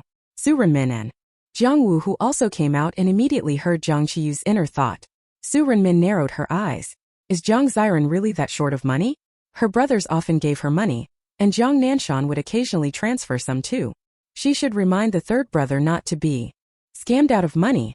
Su Renmin gathered herself, turned to see Jiang Qiyu and Meng Qian, and her smile immediately reached the skies. She hurried over. Xiao Meng, you're here. Meng Qian politely said. Auntie Su, sorry to bother you. Su Renmin beamed. Not a bother at all. From now on, you can come to our home whenever you like. Come often. Meng Qian took out his gift and handed it over. It's my first time here. I wasn't sure what Auntie Su likes, so I chose a set of jewelry. What woman doesn't like jewelry? Even though Su Renmin wasn't lacking in anything, she was delighted. You came and even brought a gift, too polite. Jiang Qiyu hadn't expected Meng Qiyan to be so considerate. Someone was waiting for him with something as he got off the plane. Probably he had someone pick it out before he boarded. Jiang Wuhu glanced at his mother, very unhappy. Why did mom like Meng Qiyan so much? They clearly already had 5 sons at home. Jiang Wuhu glanced obliquely at Meng Qiyan, then smiled at Jiang Qiyu and opened his arms to her. Welcome home, Princess Corn. Jiang Qiyu blinked and nimbly slipped under Jiang Wuhu's arm. Jiang Wuhu. Wah! Princess Corn isn't affectionate at all. Su Renmin took the opportunity to pull Jiang Qiyu closer. Come, let mom introduce you. This is your third brother. Jiang Qiyu looked up casually at the man standing behind Jiang Ziran with his head bowed. Hello. Su Renmin looked at their third son and also reached out to pull him forward. Say hi, this is number 6. Jiang Qiyu. Jiang Qiyu added a self-introduction. My name is Jiang Qiyu. You can call me Big Beauty. Jiang Sanyun. Jiang Sanyun didn't look up at Jiang Qiyu, just nodded. Oh. This socially anxious third brother is incredible. To avoid greeting people, when he was abroad he actually wore sunglasses for a whole year to pretend to be blind. Now the neighbors all think he's really blind. Jiang Sanyun then heard a strange voice again. It was Jiang Qiyu's. He instinctively looked up at her. Ha ha ha. This scene is literally a social nightmare. Let's go inside and eat. At that moment, Jiang Sanyun realized Jiang Qiyu hadn't actually spoken. He was shocked. Could he hear her thoughts? And could only he hear them? He soon realized that wasn't the case. Su Renmin and Jiang Wu, who were both looking at him with expressions like he was an idiot, half wanting to laugh but not daring to. He lowered his head again. Pretending to be blind was working fine, right? He wouldn't have to talk to people. No. How did Jiang Qiyu know about that? Jiang Nanshan came out from inside. What are you all standing around for? Come in and eat. Jiang Qiyu sprang up in one jump. All right. Jiang Sanyun found her movement oddly familiar. After thinking, he realized it was very much like a monkey. They went into the dining room, and Su Renmin seated Meng Qiyan next to Jiang Qiyu. Jiang Sanyun hadn't been home for months, so Jiang Yifan had returned. Jiang Sihai was on a mission and hadn't come back. There were 2 strangers at the table now, and Jiang Sanyun felt uncomfortable everywhere. Jiang Ziran saw him a little at a loss and frowned slightly. A man almost 30 still like this, unbelievable. Even so, she was outwardly very considerate. Third brother, sit next to me. Jiang Yifan had already been sitting at the table. Early. His presence felt heavy and his mood seemed very bad. Jiang Qiyu happened to be across from him and asked with a grin. Big brother, what's up?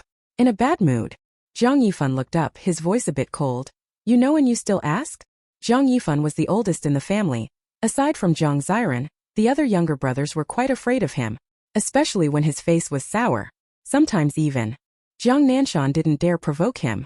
A few people breathed a little easier for Jiang Qiyu. Jiang Sanyun thought Jiang Qiyu's gut seemed a bit big. He'd been home so long and his eldest brother hadn't spoken a single word to him.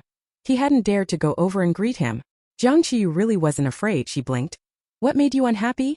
Big brother, say it so we can cheer you up. Jiang Yifan. Oh. Jiang Yifan seriously suspected Jiang Qiyu was doing it on purpose. Honestly, I now think that pig head at Yuan Minjuan was fake. The real one is around Jiang Yifan's neck. Tui. Jiang Wu, who couldn't quite hold it in. Su Renmin and Jiang Nanshan pinched themselves to keep from laughing out loud. Jiang Qiyu looked at Jiang Wuhu. What's wrong with you? Jiang Wuhu's mouth twitched. I just thought of a lame joke, haha. Jiang Sanyun scratched his head. Is Jiang Qiyu serious? She cursed her eldest brother in her heart. He should be able to hear it, right? If the family could hear, then big brother certainly could. Jiang Yifan heard it, and heard it clearly. His brow tightened, his face as if wrapped in frost. He was about to scold Jiang Qiyu. How could he pull the investment just because Leng Ruo knocked on the director's door? Leng Ruo is under a lot of pressure now and needs to work every day. Luckily Director Wang helps take care of her child. She only knocked to take the child back. I really don't know how Jiang Yifan became CEO. He didn't even investigate, and still doesn't know Leng Ruo isn't an actress. She's at the crew because Xiaobao is an actor. Calling him a pig is actually insulting to pigs. Jiang Yifan. Oh. Jiang Yifan. Chapter 078. What happened to your neck? After finishing the gossip and scolding Jiang Yifan, Jiang Qiyu suddenly noticed the table was very quiet. Jiang Yifan didn't answer her either. She tilted her head. Why so quiet? The butler and servants were serving dishes nearby, but dared not move much, because Jiang Yifan's expression had turned from sullen to even colder. Jiang Ziran could feel the chilling aura from him. She looked at Jiang Qiyu and said softly, "Sister, big brother is in a bad mood. Why are you still so happy? Someone who didn't know might think you're gloating." Jiang Qiyu smiled. "Little sister, isn't it obvious? I am gloating." Jiang Ziran. Oh. If you hadn't deliberately shown Jiang Yifan the photo of Lung Ruoruo knocking on the director's door, he wouldn't have reacted so impulsively. Jiang Ziran thought Jiang Qiyu was crazy. Did she not want to stay in this family anymore? Their parents favored the eldest son and hoped he'd inherit the family business. Treating him like this would certainly upset their parents. Who knew that at this moment? Su Renmin looked at Jiang Yifan. "We're family.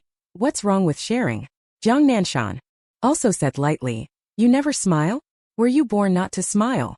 Jiang Ziran was shocked. "What's wrong with everyone? This is big brother." Su Renmin and Jiang Nanshan wanted to give Jiang Yifan a good beating. A good wife and child had been missing for years. Now that they finally had a clue, he acted on impulse without thinking. Finding a wife is so hard. He should be more careful. Jiang Sanyun, who had heard the whole thing, felt a bit lost. He hadn't been home last time, so he didn't know many things. But from everyone's reactions, he could tell big brother had done something foolish.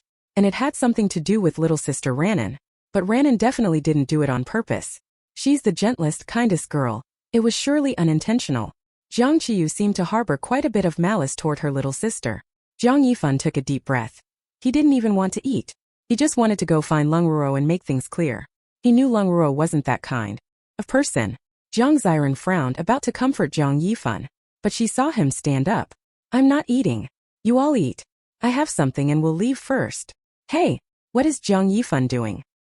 He's so mad he won't even eat." "Perfect. I can eat more. Food, here I come."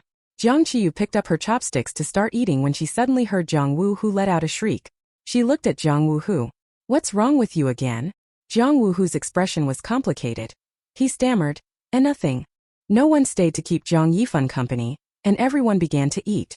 Jiang Ziran wanted to stay, but just now Jiang Yifan had glanced at her in a way that felt rejecting, so she gave up. Lately, the people at home had been getting stranger and stranger. Jiang Wuhu pursed his lips and looked at Meng Qian, whispering, "What are you doing? Why is your leg touching my leg? I'm telling you I don't like men. I like women." Jiang Wuhu spoke very quietly. No one could really hear him, but they knew he was talking. Whispers always make people curious. Su Renmin asked him, "What are you two talking about?" Jiang Wuhu blinked, not knowing what to say. He knew he was handsome, but he hadn't expected even Meng Qian to like him. Unexpectedly, Meng Qian reached up to straighten his collar. "Aunt Su Wuhu was asking about the mark on my neck." Jiang Wuhu. Jiang Wuhu. At that moment, everyone's gaze fell on Meng Qian's neck. Jiang Qiyu's face flushed instantly. She shot Jiang Wuhu a fierce glare. "This silly dog is curious about everything." Jiang Wuhu protested loudly. "I didn't ask. I didn't even notice." Su Renmin saw the mark on Meng Qian's neck and asked curiously, "Oh? How did you get that on your neck?" Meng Qian's peach blossom eyes dipped slightly. He seemed a little embarrassed. "Jiang Qiyu kissed it." Su Renmin. Jiang Nanshan. Jiang Wuhu. Jiang Qiyu. Chapter 079. I know what to do now. The table fell silent again. Everyone's eyes were on Jiang Qiyu. Even Jiang Sanyun, who never looked up, couldn't help but lift his head. Jiang Qiyu really was fierce. "Ah! Social death again." Jiang Wuhu. "This isn't over between us." Jiang Wuhu looked at Meng Qian with a wronged expression. "I didn't ask." "Where did I ask?" "Green tea." Damn green tea. What did it mean that his leg had been touching his just now? Was it on purpose to make him look at his neck? No one paid attention to Jiang Wuhu's words. Su Renmin's mouth couldn't help but lift into a smile as she began to serve dishes to Meng Qian. "Thanks for your trouble, Xiaomeng." Jiang Qiyu. Jiang Qiyu's eyelid twitched. She explained, "Well, it was a kiss during filming for the scene for art for art." Su Renmin paused. "Oh, I see." Jiang Qiyu frowned. Why did her mother seem a little disappointed? Jiang Wuhu laughed and looked at Meng Qian challengingly. "I knew Princess Corn couldn't have really kissed him." Jiang Nanshan's tightened heart relaxed. It wasn't that he didn't like Meng Qian. It was that Jiang Qiyu was still young. It was better not to date yet. Su Renmin thought differently. She believed in starting to date early and dating a lot. Whether they married or not didn't matter. Enjoying the process of being in love was what mattered most. Jiang Ziran felt like she was sitting on pins and needles. What exactly was Meng Qian doing? At family dinners before, she had always been the center of attention. Since Jiang Qiyu returned, it felt like nobody could see her anymore. She couldn't eat a bite. She stood up, her voice a little displeased. I'm full. You all can keep eating. Jiang Ziran left the table and walked toward the door. When Jiang Sanyun saw her go, he immediately became restless. This time he could tell that Ranran's status in the family had plummeted. She must be terribly upset. But since Jiang Sanyun was already seated, he felt awkward getting up. If he stood, the two strangers at the table would look at him. So embarrassing, so uncomfortable. There was nothing to do. Jiang Sanyun had to keep sitting, head down, eating the two vegetable dishes in front of him. But Jiang Qiyu's cheerful voice kept ringing in his ears. This is delicious. The abalone is so tender and tasty. The lamb chops are good too. Diplomatic theory. Braised pork is the best. Sweet and soft, not greasy at all. One bite is like eating cotton candy. It melts in your mouth. There were only 2 vegetarian plates placed in front of Jiang Sanyun. Hearing Jiang Qiyu's exclamations, he swallowed involuntarily. It seemed the family had changed their cook. Were those dishes really that good?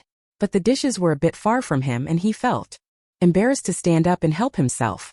Jiang Qiyu was happily showing off the food when she happened to notice Jiang Sanyun's hesitant expression, as if he was gathering the courage to do something. Third brother, what are you going to do? Want meat but afraid to take some. I'm socially anxious. Do I get him? Should I pick a piece for him? Several people looked at Jiang Qiyu. She's socially anxious too? You couldn't tell at all. Su Renmin glanced at Jiang Sanyun, a look of helplessness flashing in her eyes. Although Dragon's 9 sons are all different, she really couldn't tell who. Jiang Sanyun took after. He started speaking later than other kids. Whatever happened, he hid behind the second child and didn't dare to speak. He refused to attend banquets. Even if he went, he'd silently play with animals in the corner. He really would rather interact with dogs than with people. He never made friends outside. At home, if others didn't talk to him, he wouldn't take the initiative either. The other sons were outgoing and extroverted. Only he was quiet and introverted. The only one who could play with him was Jiang Ziran. Jiang Qiyu didn't know what the others were thinking, but she could truly understand Jiang Sanyun. In a past life of fast transmigration, the original person occupying this body was extremely socially anxious. When she entered his body, she inherited all his memories and some behavioral habits. Many unconscious behaviors were very much like Jiang Sanyun's. The crying child gets candy. Jiang Sanyun has always been the one overlooked in the family, and he's used to it. However, me picking food for him might not be right. We're not familiar, it would put pressure on him. At that moment Jiang Sanyun pinched his 2 hands together.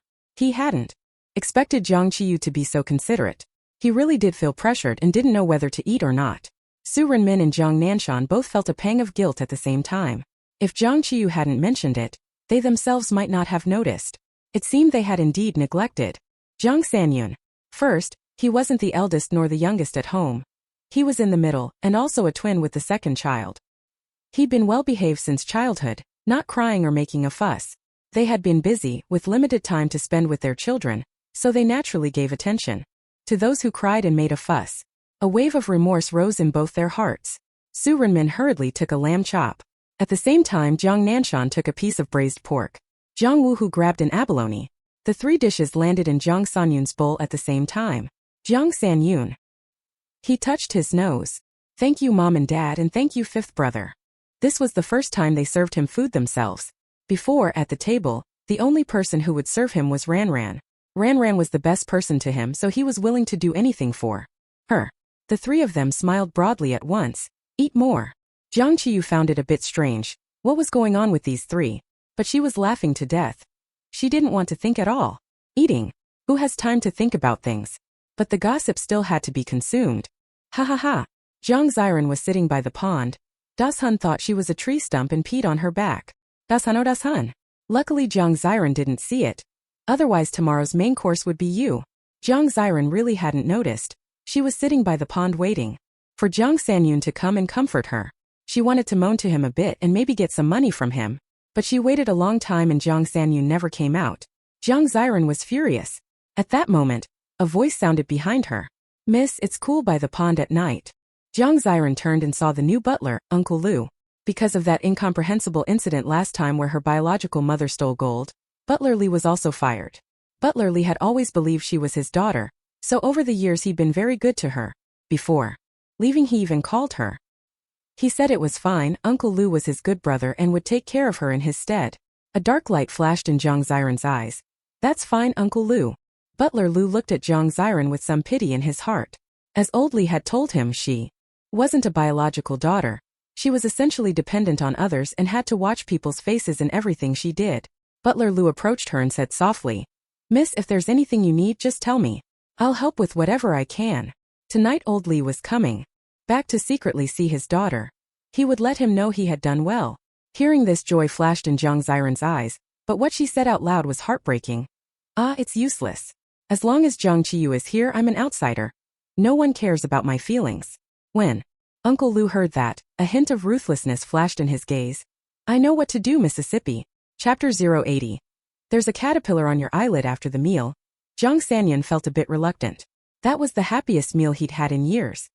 His parents had shown concern about his life just now, although his answers had been very brief. "Okay, I'm not bad." After eating, they sat in the living room watching TV and chatting.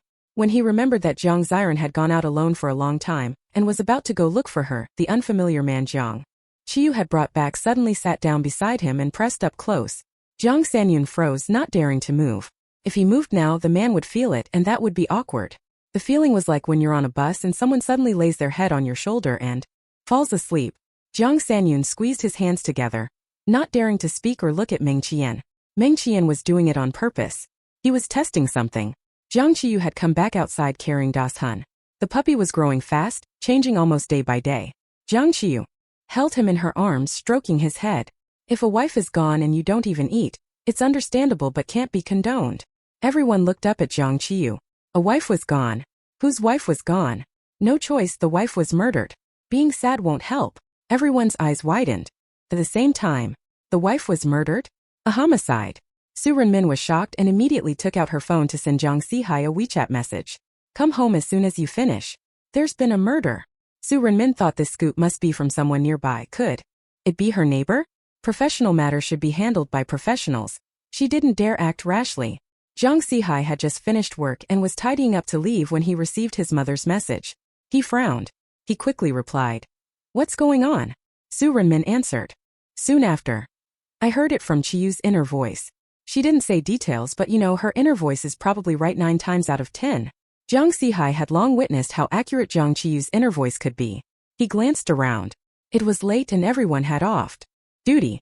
With no confirmed case and no one calling the police, Jiang Zihai thought it was best not to make a fuss for now.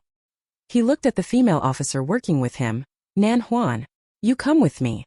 Nan Huan had been working all day and had been planning to go home and browse gossip on Weibo tonight. She'd added herself to a gossip group with a secondary account. There were various tidbits every day. Because of her job, she couldn't slack off at work, so she indulged after hours. She asked Jiang Zihai, "It's so late, is something up?" Jiang Zihai didn't quite know how to say there's been a murder, since there was no evidence. But he was worried he couldn't handle it alone. At least 2 people should go to the scene. He thought for a moment. "Look, you like Jiang Qiyu, right? She went home today. I'll take you to my house to see her." He felt a bit guilty saying that and didn't dare meet Nan Huan's eyes. Nan Huan's heart jumped. She blinked, somewhat incredulous. You're taking me to your house to meet Teacher Baimi?" Jiang Zihai nodded as he cleared the table. "Yeah, going or not?" Nan Huan, usually carefree, felt her face flush. Why was Jiang Zihai suddenly so nice to her? Was he going to chase after her? Thinking that, her heart quickened. Actually, Jiang Zihai was very popular at the station because of his looks. Sharp features, crew cut, slightly tan skin.